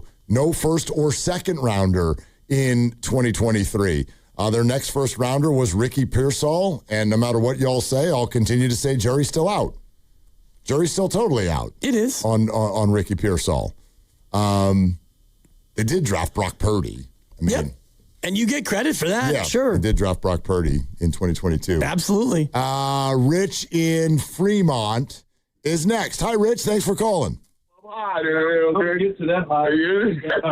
Ooh, Rich found someone else to talk to. Come on, Rich. Get Pasta. Get on the line. Rich is one of our favorites. Get on the line with Rich. We'll give Rich another shot. He ran into somebody. Yeah. He called Willie and Dibby, and then he ran into an old buddy. That's what that sounded like. Seattle's draft, 2025 first-round pick, offensive line. He's listed as a tackle, but I believe Gray Zabel played guard. In 2022, Charles Cross, offensive lineman with the number 9 pick. I think you see a pattern here. Seattle's invested first-round capital on their offensive line, and that's something that I hope the 49ers can start to do. I'm in full agreement. I mean, honestly, I just want no body shaming. I just want fat people. For the yes, they need to do something at receiver. Yes, they need to get faster. I do think there are paths to receiver without going in the draft. Because I don't, especially in Kyle Shanahan's system, I'm really not huge on rookie receivers anyway. So the idea of drafting a receiver and having him be awesome right away, I'm a little down on that. I think next year, we'll see if some of the year 2/year 3 guys, Jacob Cowing, Jordan Watkins, can they factor into this? Do you bring Juwan back? Can Ricky be healthy? Can you do something on the free agent market? Is Christian Kirk on your team next year or something like that? Is Alec Pierce on your team next year? I could see something like that. Yeah. I'd be into that. I'd be into them getting Jackson Smith-Njigba with the 20th pick overall. He went number 20. I don't think he's in the draft next year. He's not. Yeah. But the point is, Seattle got all the way down to 20. They took Weatherspoon, number 5 in that. They had 2 first-round picks, and they got down to 20, and JSN was still there. And I'm not saying was that the 24 draft? 23 draft. That was the 23 draft. 2023, they had 2 first-round picks, and they had a second as well. And he's a great example. He wins Offensive Player of the Year. What did he do as a rookie? He had a hard time getting into the rotation. DK Metcalf and what's his name that they got rid of? He went to Tennessee. The other Seattle receiver. Tyler Lockett? Tyler Lockett. Thank you. Tyler Lockett was in his way. So it takes... He had 63 catches as a rookie. Yeah, he wasn't bad. I just mean he wasn't a star yet. I if the Niners really want to make an imprint at receiver, I'd rather see them not bring in a rookie and rely on him to be a big, big part of the offense. I don't think that's the way to go. That's all. Right, depending on the receiver. And they don't use receivers much. I mentioned this before. They were ranked 30th in percentage of catches by receivers. So the Niners don't actually target their receivers very often. And in that draft, I'm just looking at it, he was the first receiver taken in 2023. And that was the Bryce Young, little Bryce. He went 1, and then Stroud. Richardson went 4. 3 quarterbacks in the first 4 picks, which is not abnormal. Not a good quarterback draft, though. And what were the names? Bryce Young, C.J. Stroud. That's more good than bad. Houston with back-to-back picks. They had Will Anderson. They took him next. Damn. And then it was Richardson, and then Seattle takes Witherspoon. And the Niners, first-round pick. Oh, that's right. They didn't have one. Yep. No, but who? Great. So who are the other QBs again? Anthony Richardson went number 4. That was a bust. Yeah, and then those are the only first-rounders. Then you had Will Levis with the 33rd pick, second round. Didn't do anything. Yeah, and then on from there. Okay. Not a great quarterback draft. And Bijan Robinson went 8. Jalen Carter to Philly went 9. Those are good picks. Yep. Those are good picks. Good players. I like the player. Rich in Fremont. Let's try again. Rich, are you done talking to your buddy, man? Nah, man, the call went down, man. Forgive me. I was in a dead spot. Oh, okay. Gotcha. What's up, man? So, hey, that last caller, I'm sorry. I don't agree with him. I think that if the Niners are healthy, I don't believe that we have a Seattle problem. Seattle took advantage of the situation, okay? We had 72 players that were injured. Okay, you have that many players injured, you're dealing with a shell of a team. Okay, that's why they were able to beat us. But if we're all healthy, come on, man. You're talking about Fred Warner, Nick Bosa, Pearsall. Wait a minute. Michael Williams, Alfred Collins, everybody healthy? Come on, man. That Seattle team's not beating us. Rich, thanks. I think you got to split the difference here. If you want to say if the Niners are fully healthy, that this is a different conversation, I'm certainly open to that. The idea that if the 49ers are fully healthy, They're just beating this Seattle team, which, by the way, just won a Super Bowl and only lost 3 games by a total of 9 points all year. I'm just not ready to say that because bottom line, I understand Bosa, Michael Williams. Your offensive line was healthy. Your offensive line was healthy. You went against the Seahawks and you got manhandled twice in 3 weeks. Period. Yeah. Your offensive line looked exactly the same way the Patriots' offensive line looked yesterday. You got absolutely smoked, and that was your first string. So I'll hear you, George Kittle, Nick Bosa, Fred Warner. Yeah, of course. Absolutely. Let's have that conversation. But I think you're doing yourself a disservice if you're the 49ers and you go into this offseason saying, boy, if we'd just been healthy, we'd have won the whole damn thing. No, you got work to do. You got work to do. You do. And, Kyle actually was giving some great commentary before the game about he was really good. How you go about beating Seattle, and you have to be able to run the ball and stuff. And he talked about the first game where they ran it 36 times, not super effectively, only 119 yards, which is, their usual 3 a carry, 3 and change a carry, but it at least kind of kept Seattle honest. But even in that game, they scored a touchdown on the opening drive. Ricky Pearsall with 2 big catches, and they scored a touchdown on their last drive. Jake Tonjes, here's somebody, you go catch it. That's the end of your touchdowns against Seattle. First drive of the first game, last drive of the first game, end of touchdowns against Seattle. By the way, fun fact, and I know this is a little quirky, but that game, week 1 that you just described, Seattle's biggest loss of the entire year. Lopsided. They got run out of the gym. Can you imagine if I had said that to you that day? That 4-point win for the Niners. Jake Tonjes followed by the Nick Bosa sack strip fumble. That was Seattle's worst loss of the entire year. They lost 1 more by 3. They lost 1 more by 2. End of list. End of story. That's unbelievable. So... And even at that, like I mentioned before, they get the ball back with 1:34 to go, and Seattle goes 11 yards to JSN, and then 41 to JSN. He beat Renardo Green on the play. Next thing you know, you're at the 8-yard line. Second down from the 8, and that's where the strip sack fumble happened. But they already down to the 8-yard line. I mean, Seattle was fantastic, dude. They're fantastic all year. You just look at the data, look at their... I mean, here's another one. Their DVOA, if you want to get into analytics, their DVOA is top 10 all time. Yep. All time. So there's no I don't really like the whole if the Niners are healthy, they beat that team. I don't think I agree with that. I think that the Niners are going to have to be constructed a little bit differently if they want to confidently say that they can go into a game in Seattle and win it next year. Agreed. And if you want to talk about complimentary football for a minute, somebody who should have gotten MVP votes yesterday, Michael Dixon, the punter. He had an unbelievable day punting. It says 3 inside the 20. I think he had 3 inside the 10 and a couple inside the 5. The internet would lose its mind if they gave the MVP to the punter. He punted his ass off. Like special teams, they were a thing in that game where you realize there were 15 total punts in that Super Bowl? So, I mean... Yuck. Well, but still, if you're into punting, then that was a punting masterpiece by Seattle. Say that question again. If you're into punting... Nobody is. I know that Dixon and Behringer are. Yeah. No, the punters themselves and their parents. They had great days. Yeah. I like referees and I like punters. You're such a weirdo. The ref had a great game, that crew. They did. Let them play. They won me some money. Thank you for that holding call. Good call. It was holding. Clayton in Tampa. Hi, Clayton. What's up? Clayton, you there? Oh, sorry. Oh, hey. Place is Campbell, not Tampa.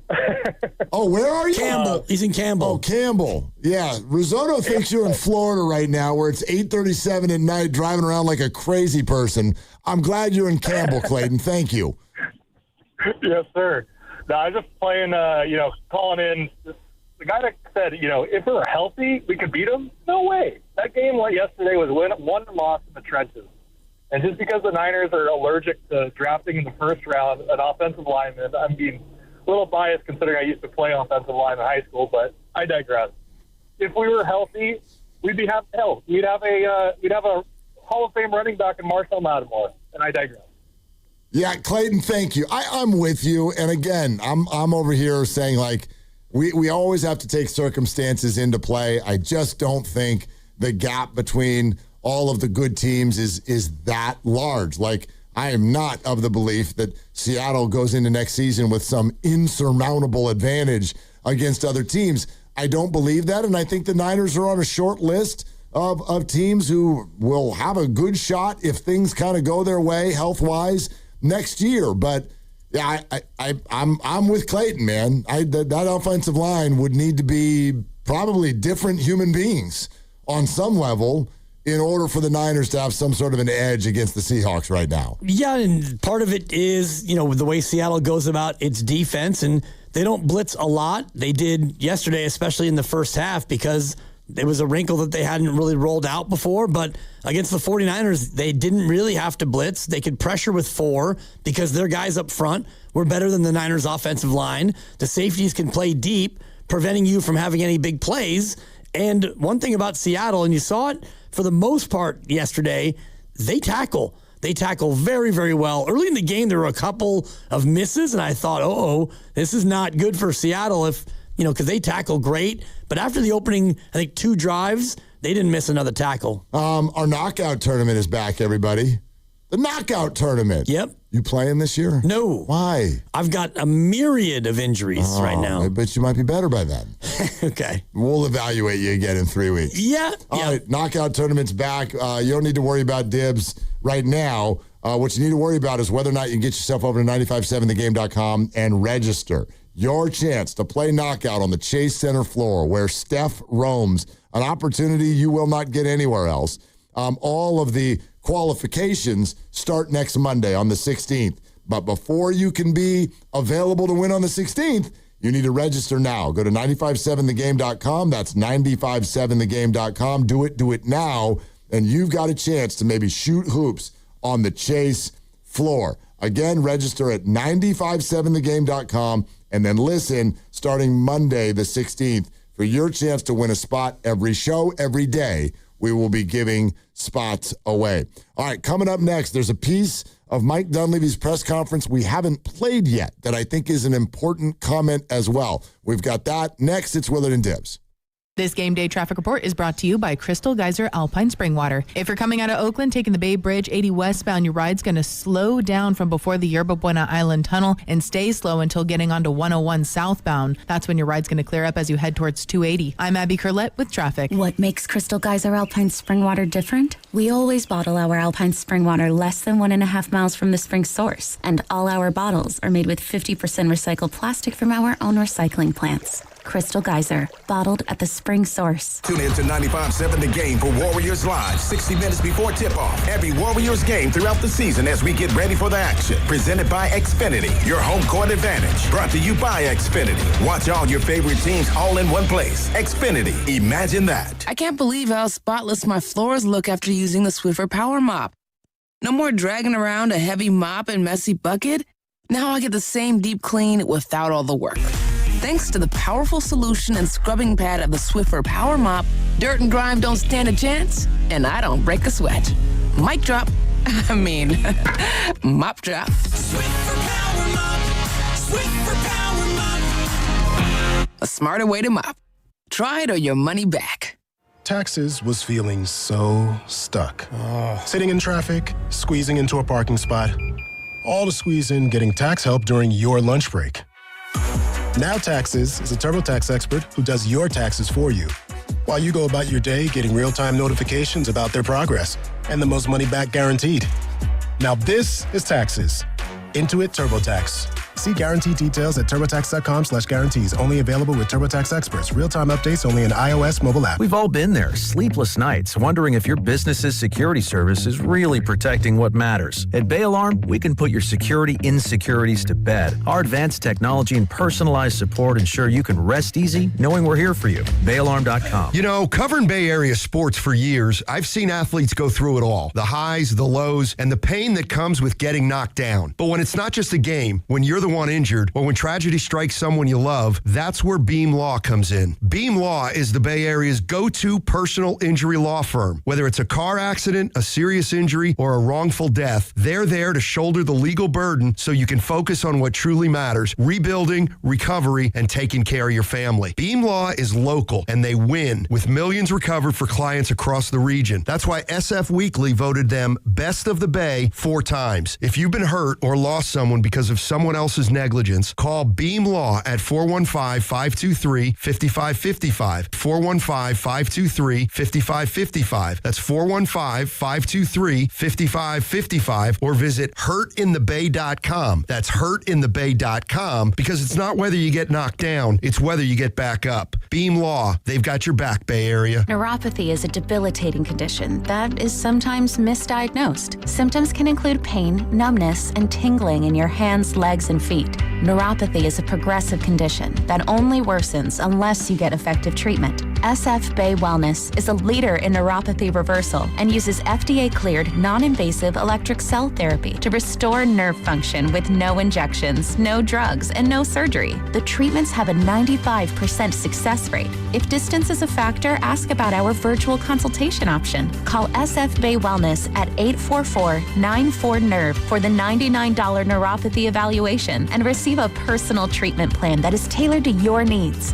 Don't wait another day. Call 844-94-NERVE. That's 844-94-NERVE. Why keep suffering with the painful symptoms of neuropathy?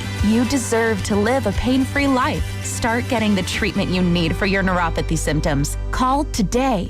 When selecting a financial institution, how do you know you're making the right choice? As Bay Area bank customers find themselves at a crossroads, maybe it's good to consider if you want your bank to be community-oriented or corporate-minded. Fremont Bank has grown by providing stable, consistent service to the region, its families, and its businesses for 60 years, all without a single merger. And we intend for more of the same for the next 60. Fremont Bank, here for you, here for good.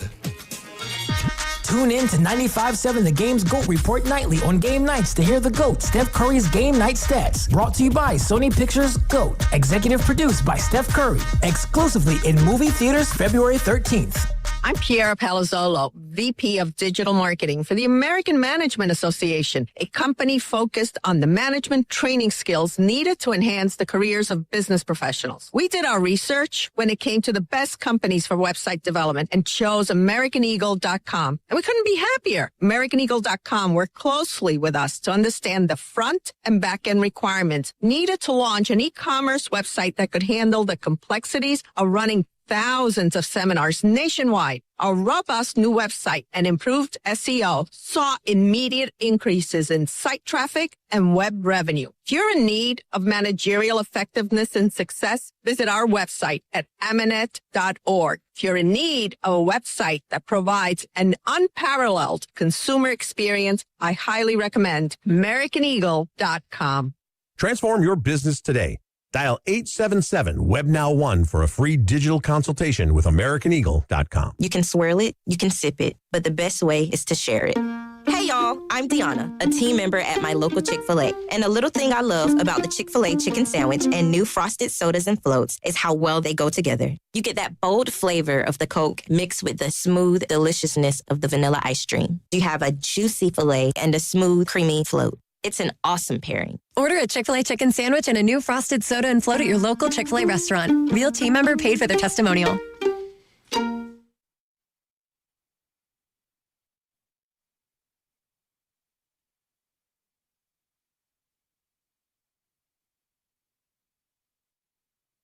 That's an unbelievable assumption. I do know what the bleep I'm doing. Now, back to Dillard and Wibbs on 95.7 The Game. All right. Did you know that Mac Jones is reportedly not going anywhere? Reportedly. Right. Until they get an offer they can't refuse. Don't put words in the GM's mouth. Sometimes they get ticked. You get ticked over there. That's an unbelievable assumption. Yeah, well, I mean, just reading what the old media says. Right. The media says he's not going anywhere. That's what they say. Right. Guess what, kids and campers? It's time for Triples for Autism. Brought to you by Pettinelli Financial Partners and the Autism Society San Francisco. The Warriors made 14 three-pointers Saturday against the Lakers. Why not? They shot 417. Wow. That means another donation from Pettinelli to the Autism Society San Francisco. Thank you, Moses Moody. He made 5 of those 14. That is the 52nd donation of the year for Triples for Autism. If you'd like to donate yourself, go to sfautismsociety.org. Triples for Autism brought to you by Pettinelli Financial Partners in the Autism Society San Francisco Bay Area. Pettinelli is here for you, offering financial guidance and support throughout life's milestones. Go to PettinelliFP.com. Hey, is this where the Steiny and Goo conversation about expectations came from? Guru's yelling that there's no expectations. I kind of came late to the conversation. Mike Dunleavy at that Saturday presser was asked about no expectations. That one. So Mike Dunleavy was asked expectations rest of the year. I'm interested to see how it goes. You know, I think this addition for us could be really good, similar to the addition to Jimmy, the way he gave us a boost. I think this is similar. Maybe not to that level. We certainly took off, but I'd say I'm not sure on their expectations just because, we got to get healthy. Steph's been out. We got to get him back, and we got to get some things right. But I'm anxious and interested. I don't really have expectations because it's kind of an unknown for us. And in some ways, I think it'll be kind of fun. But I know we'll be really competitive. I know we'll fight, and we'll see where the chips fall. Okay, see now. No expectations. No, you better find some expectations. That one doesn't bother me because there's also 2 definitions for the word expectations. There's like, we have expectations around here. Sure. Or there's what I think Mike said, which is, I'm not going to get into expectations because there's 1,000 different ways this can go.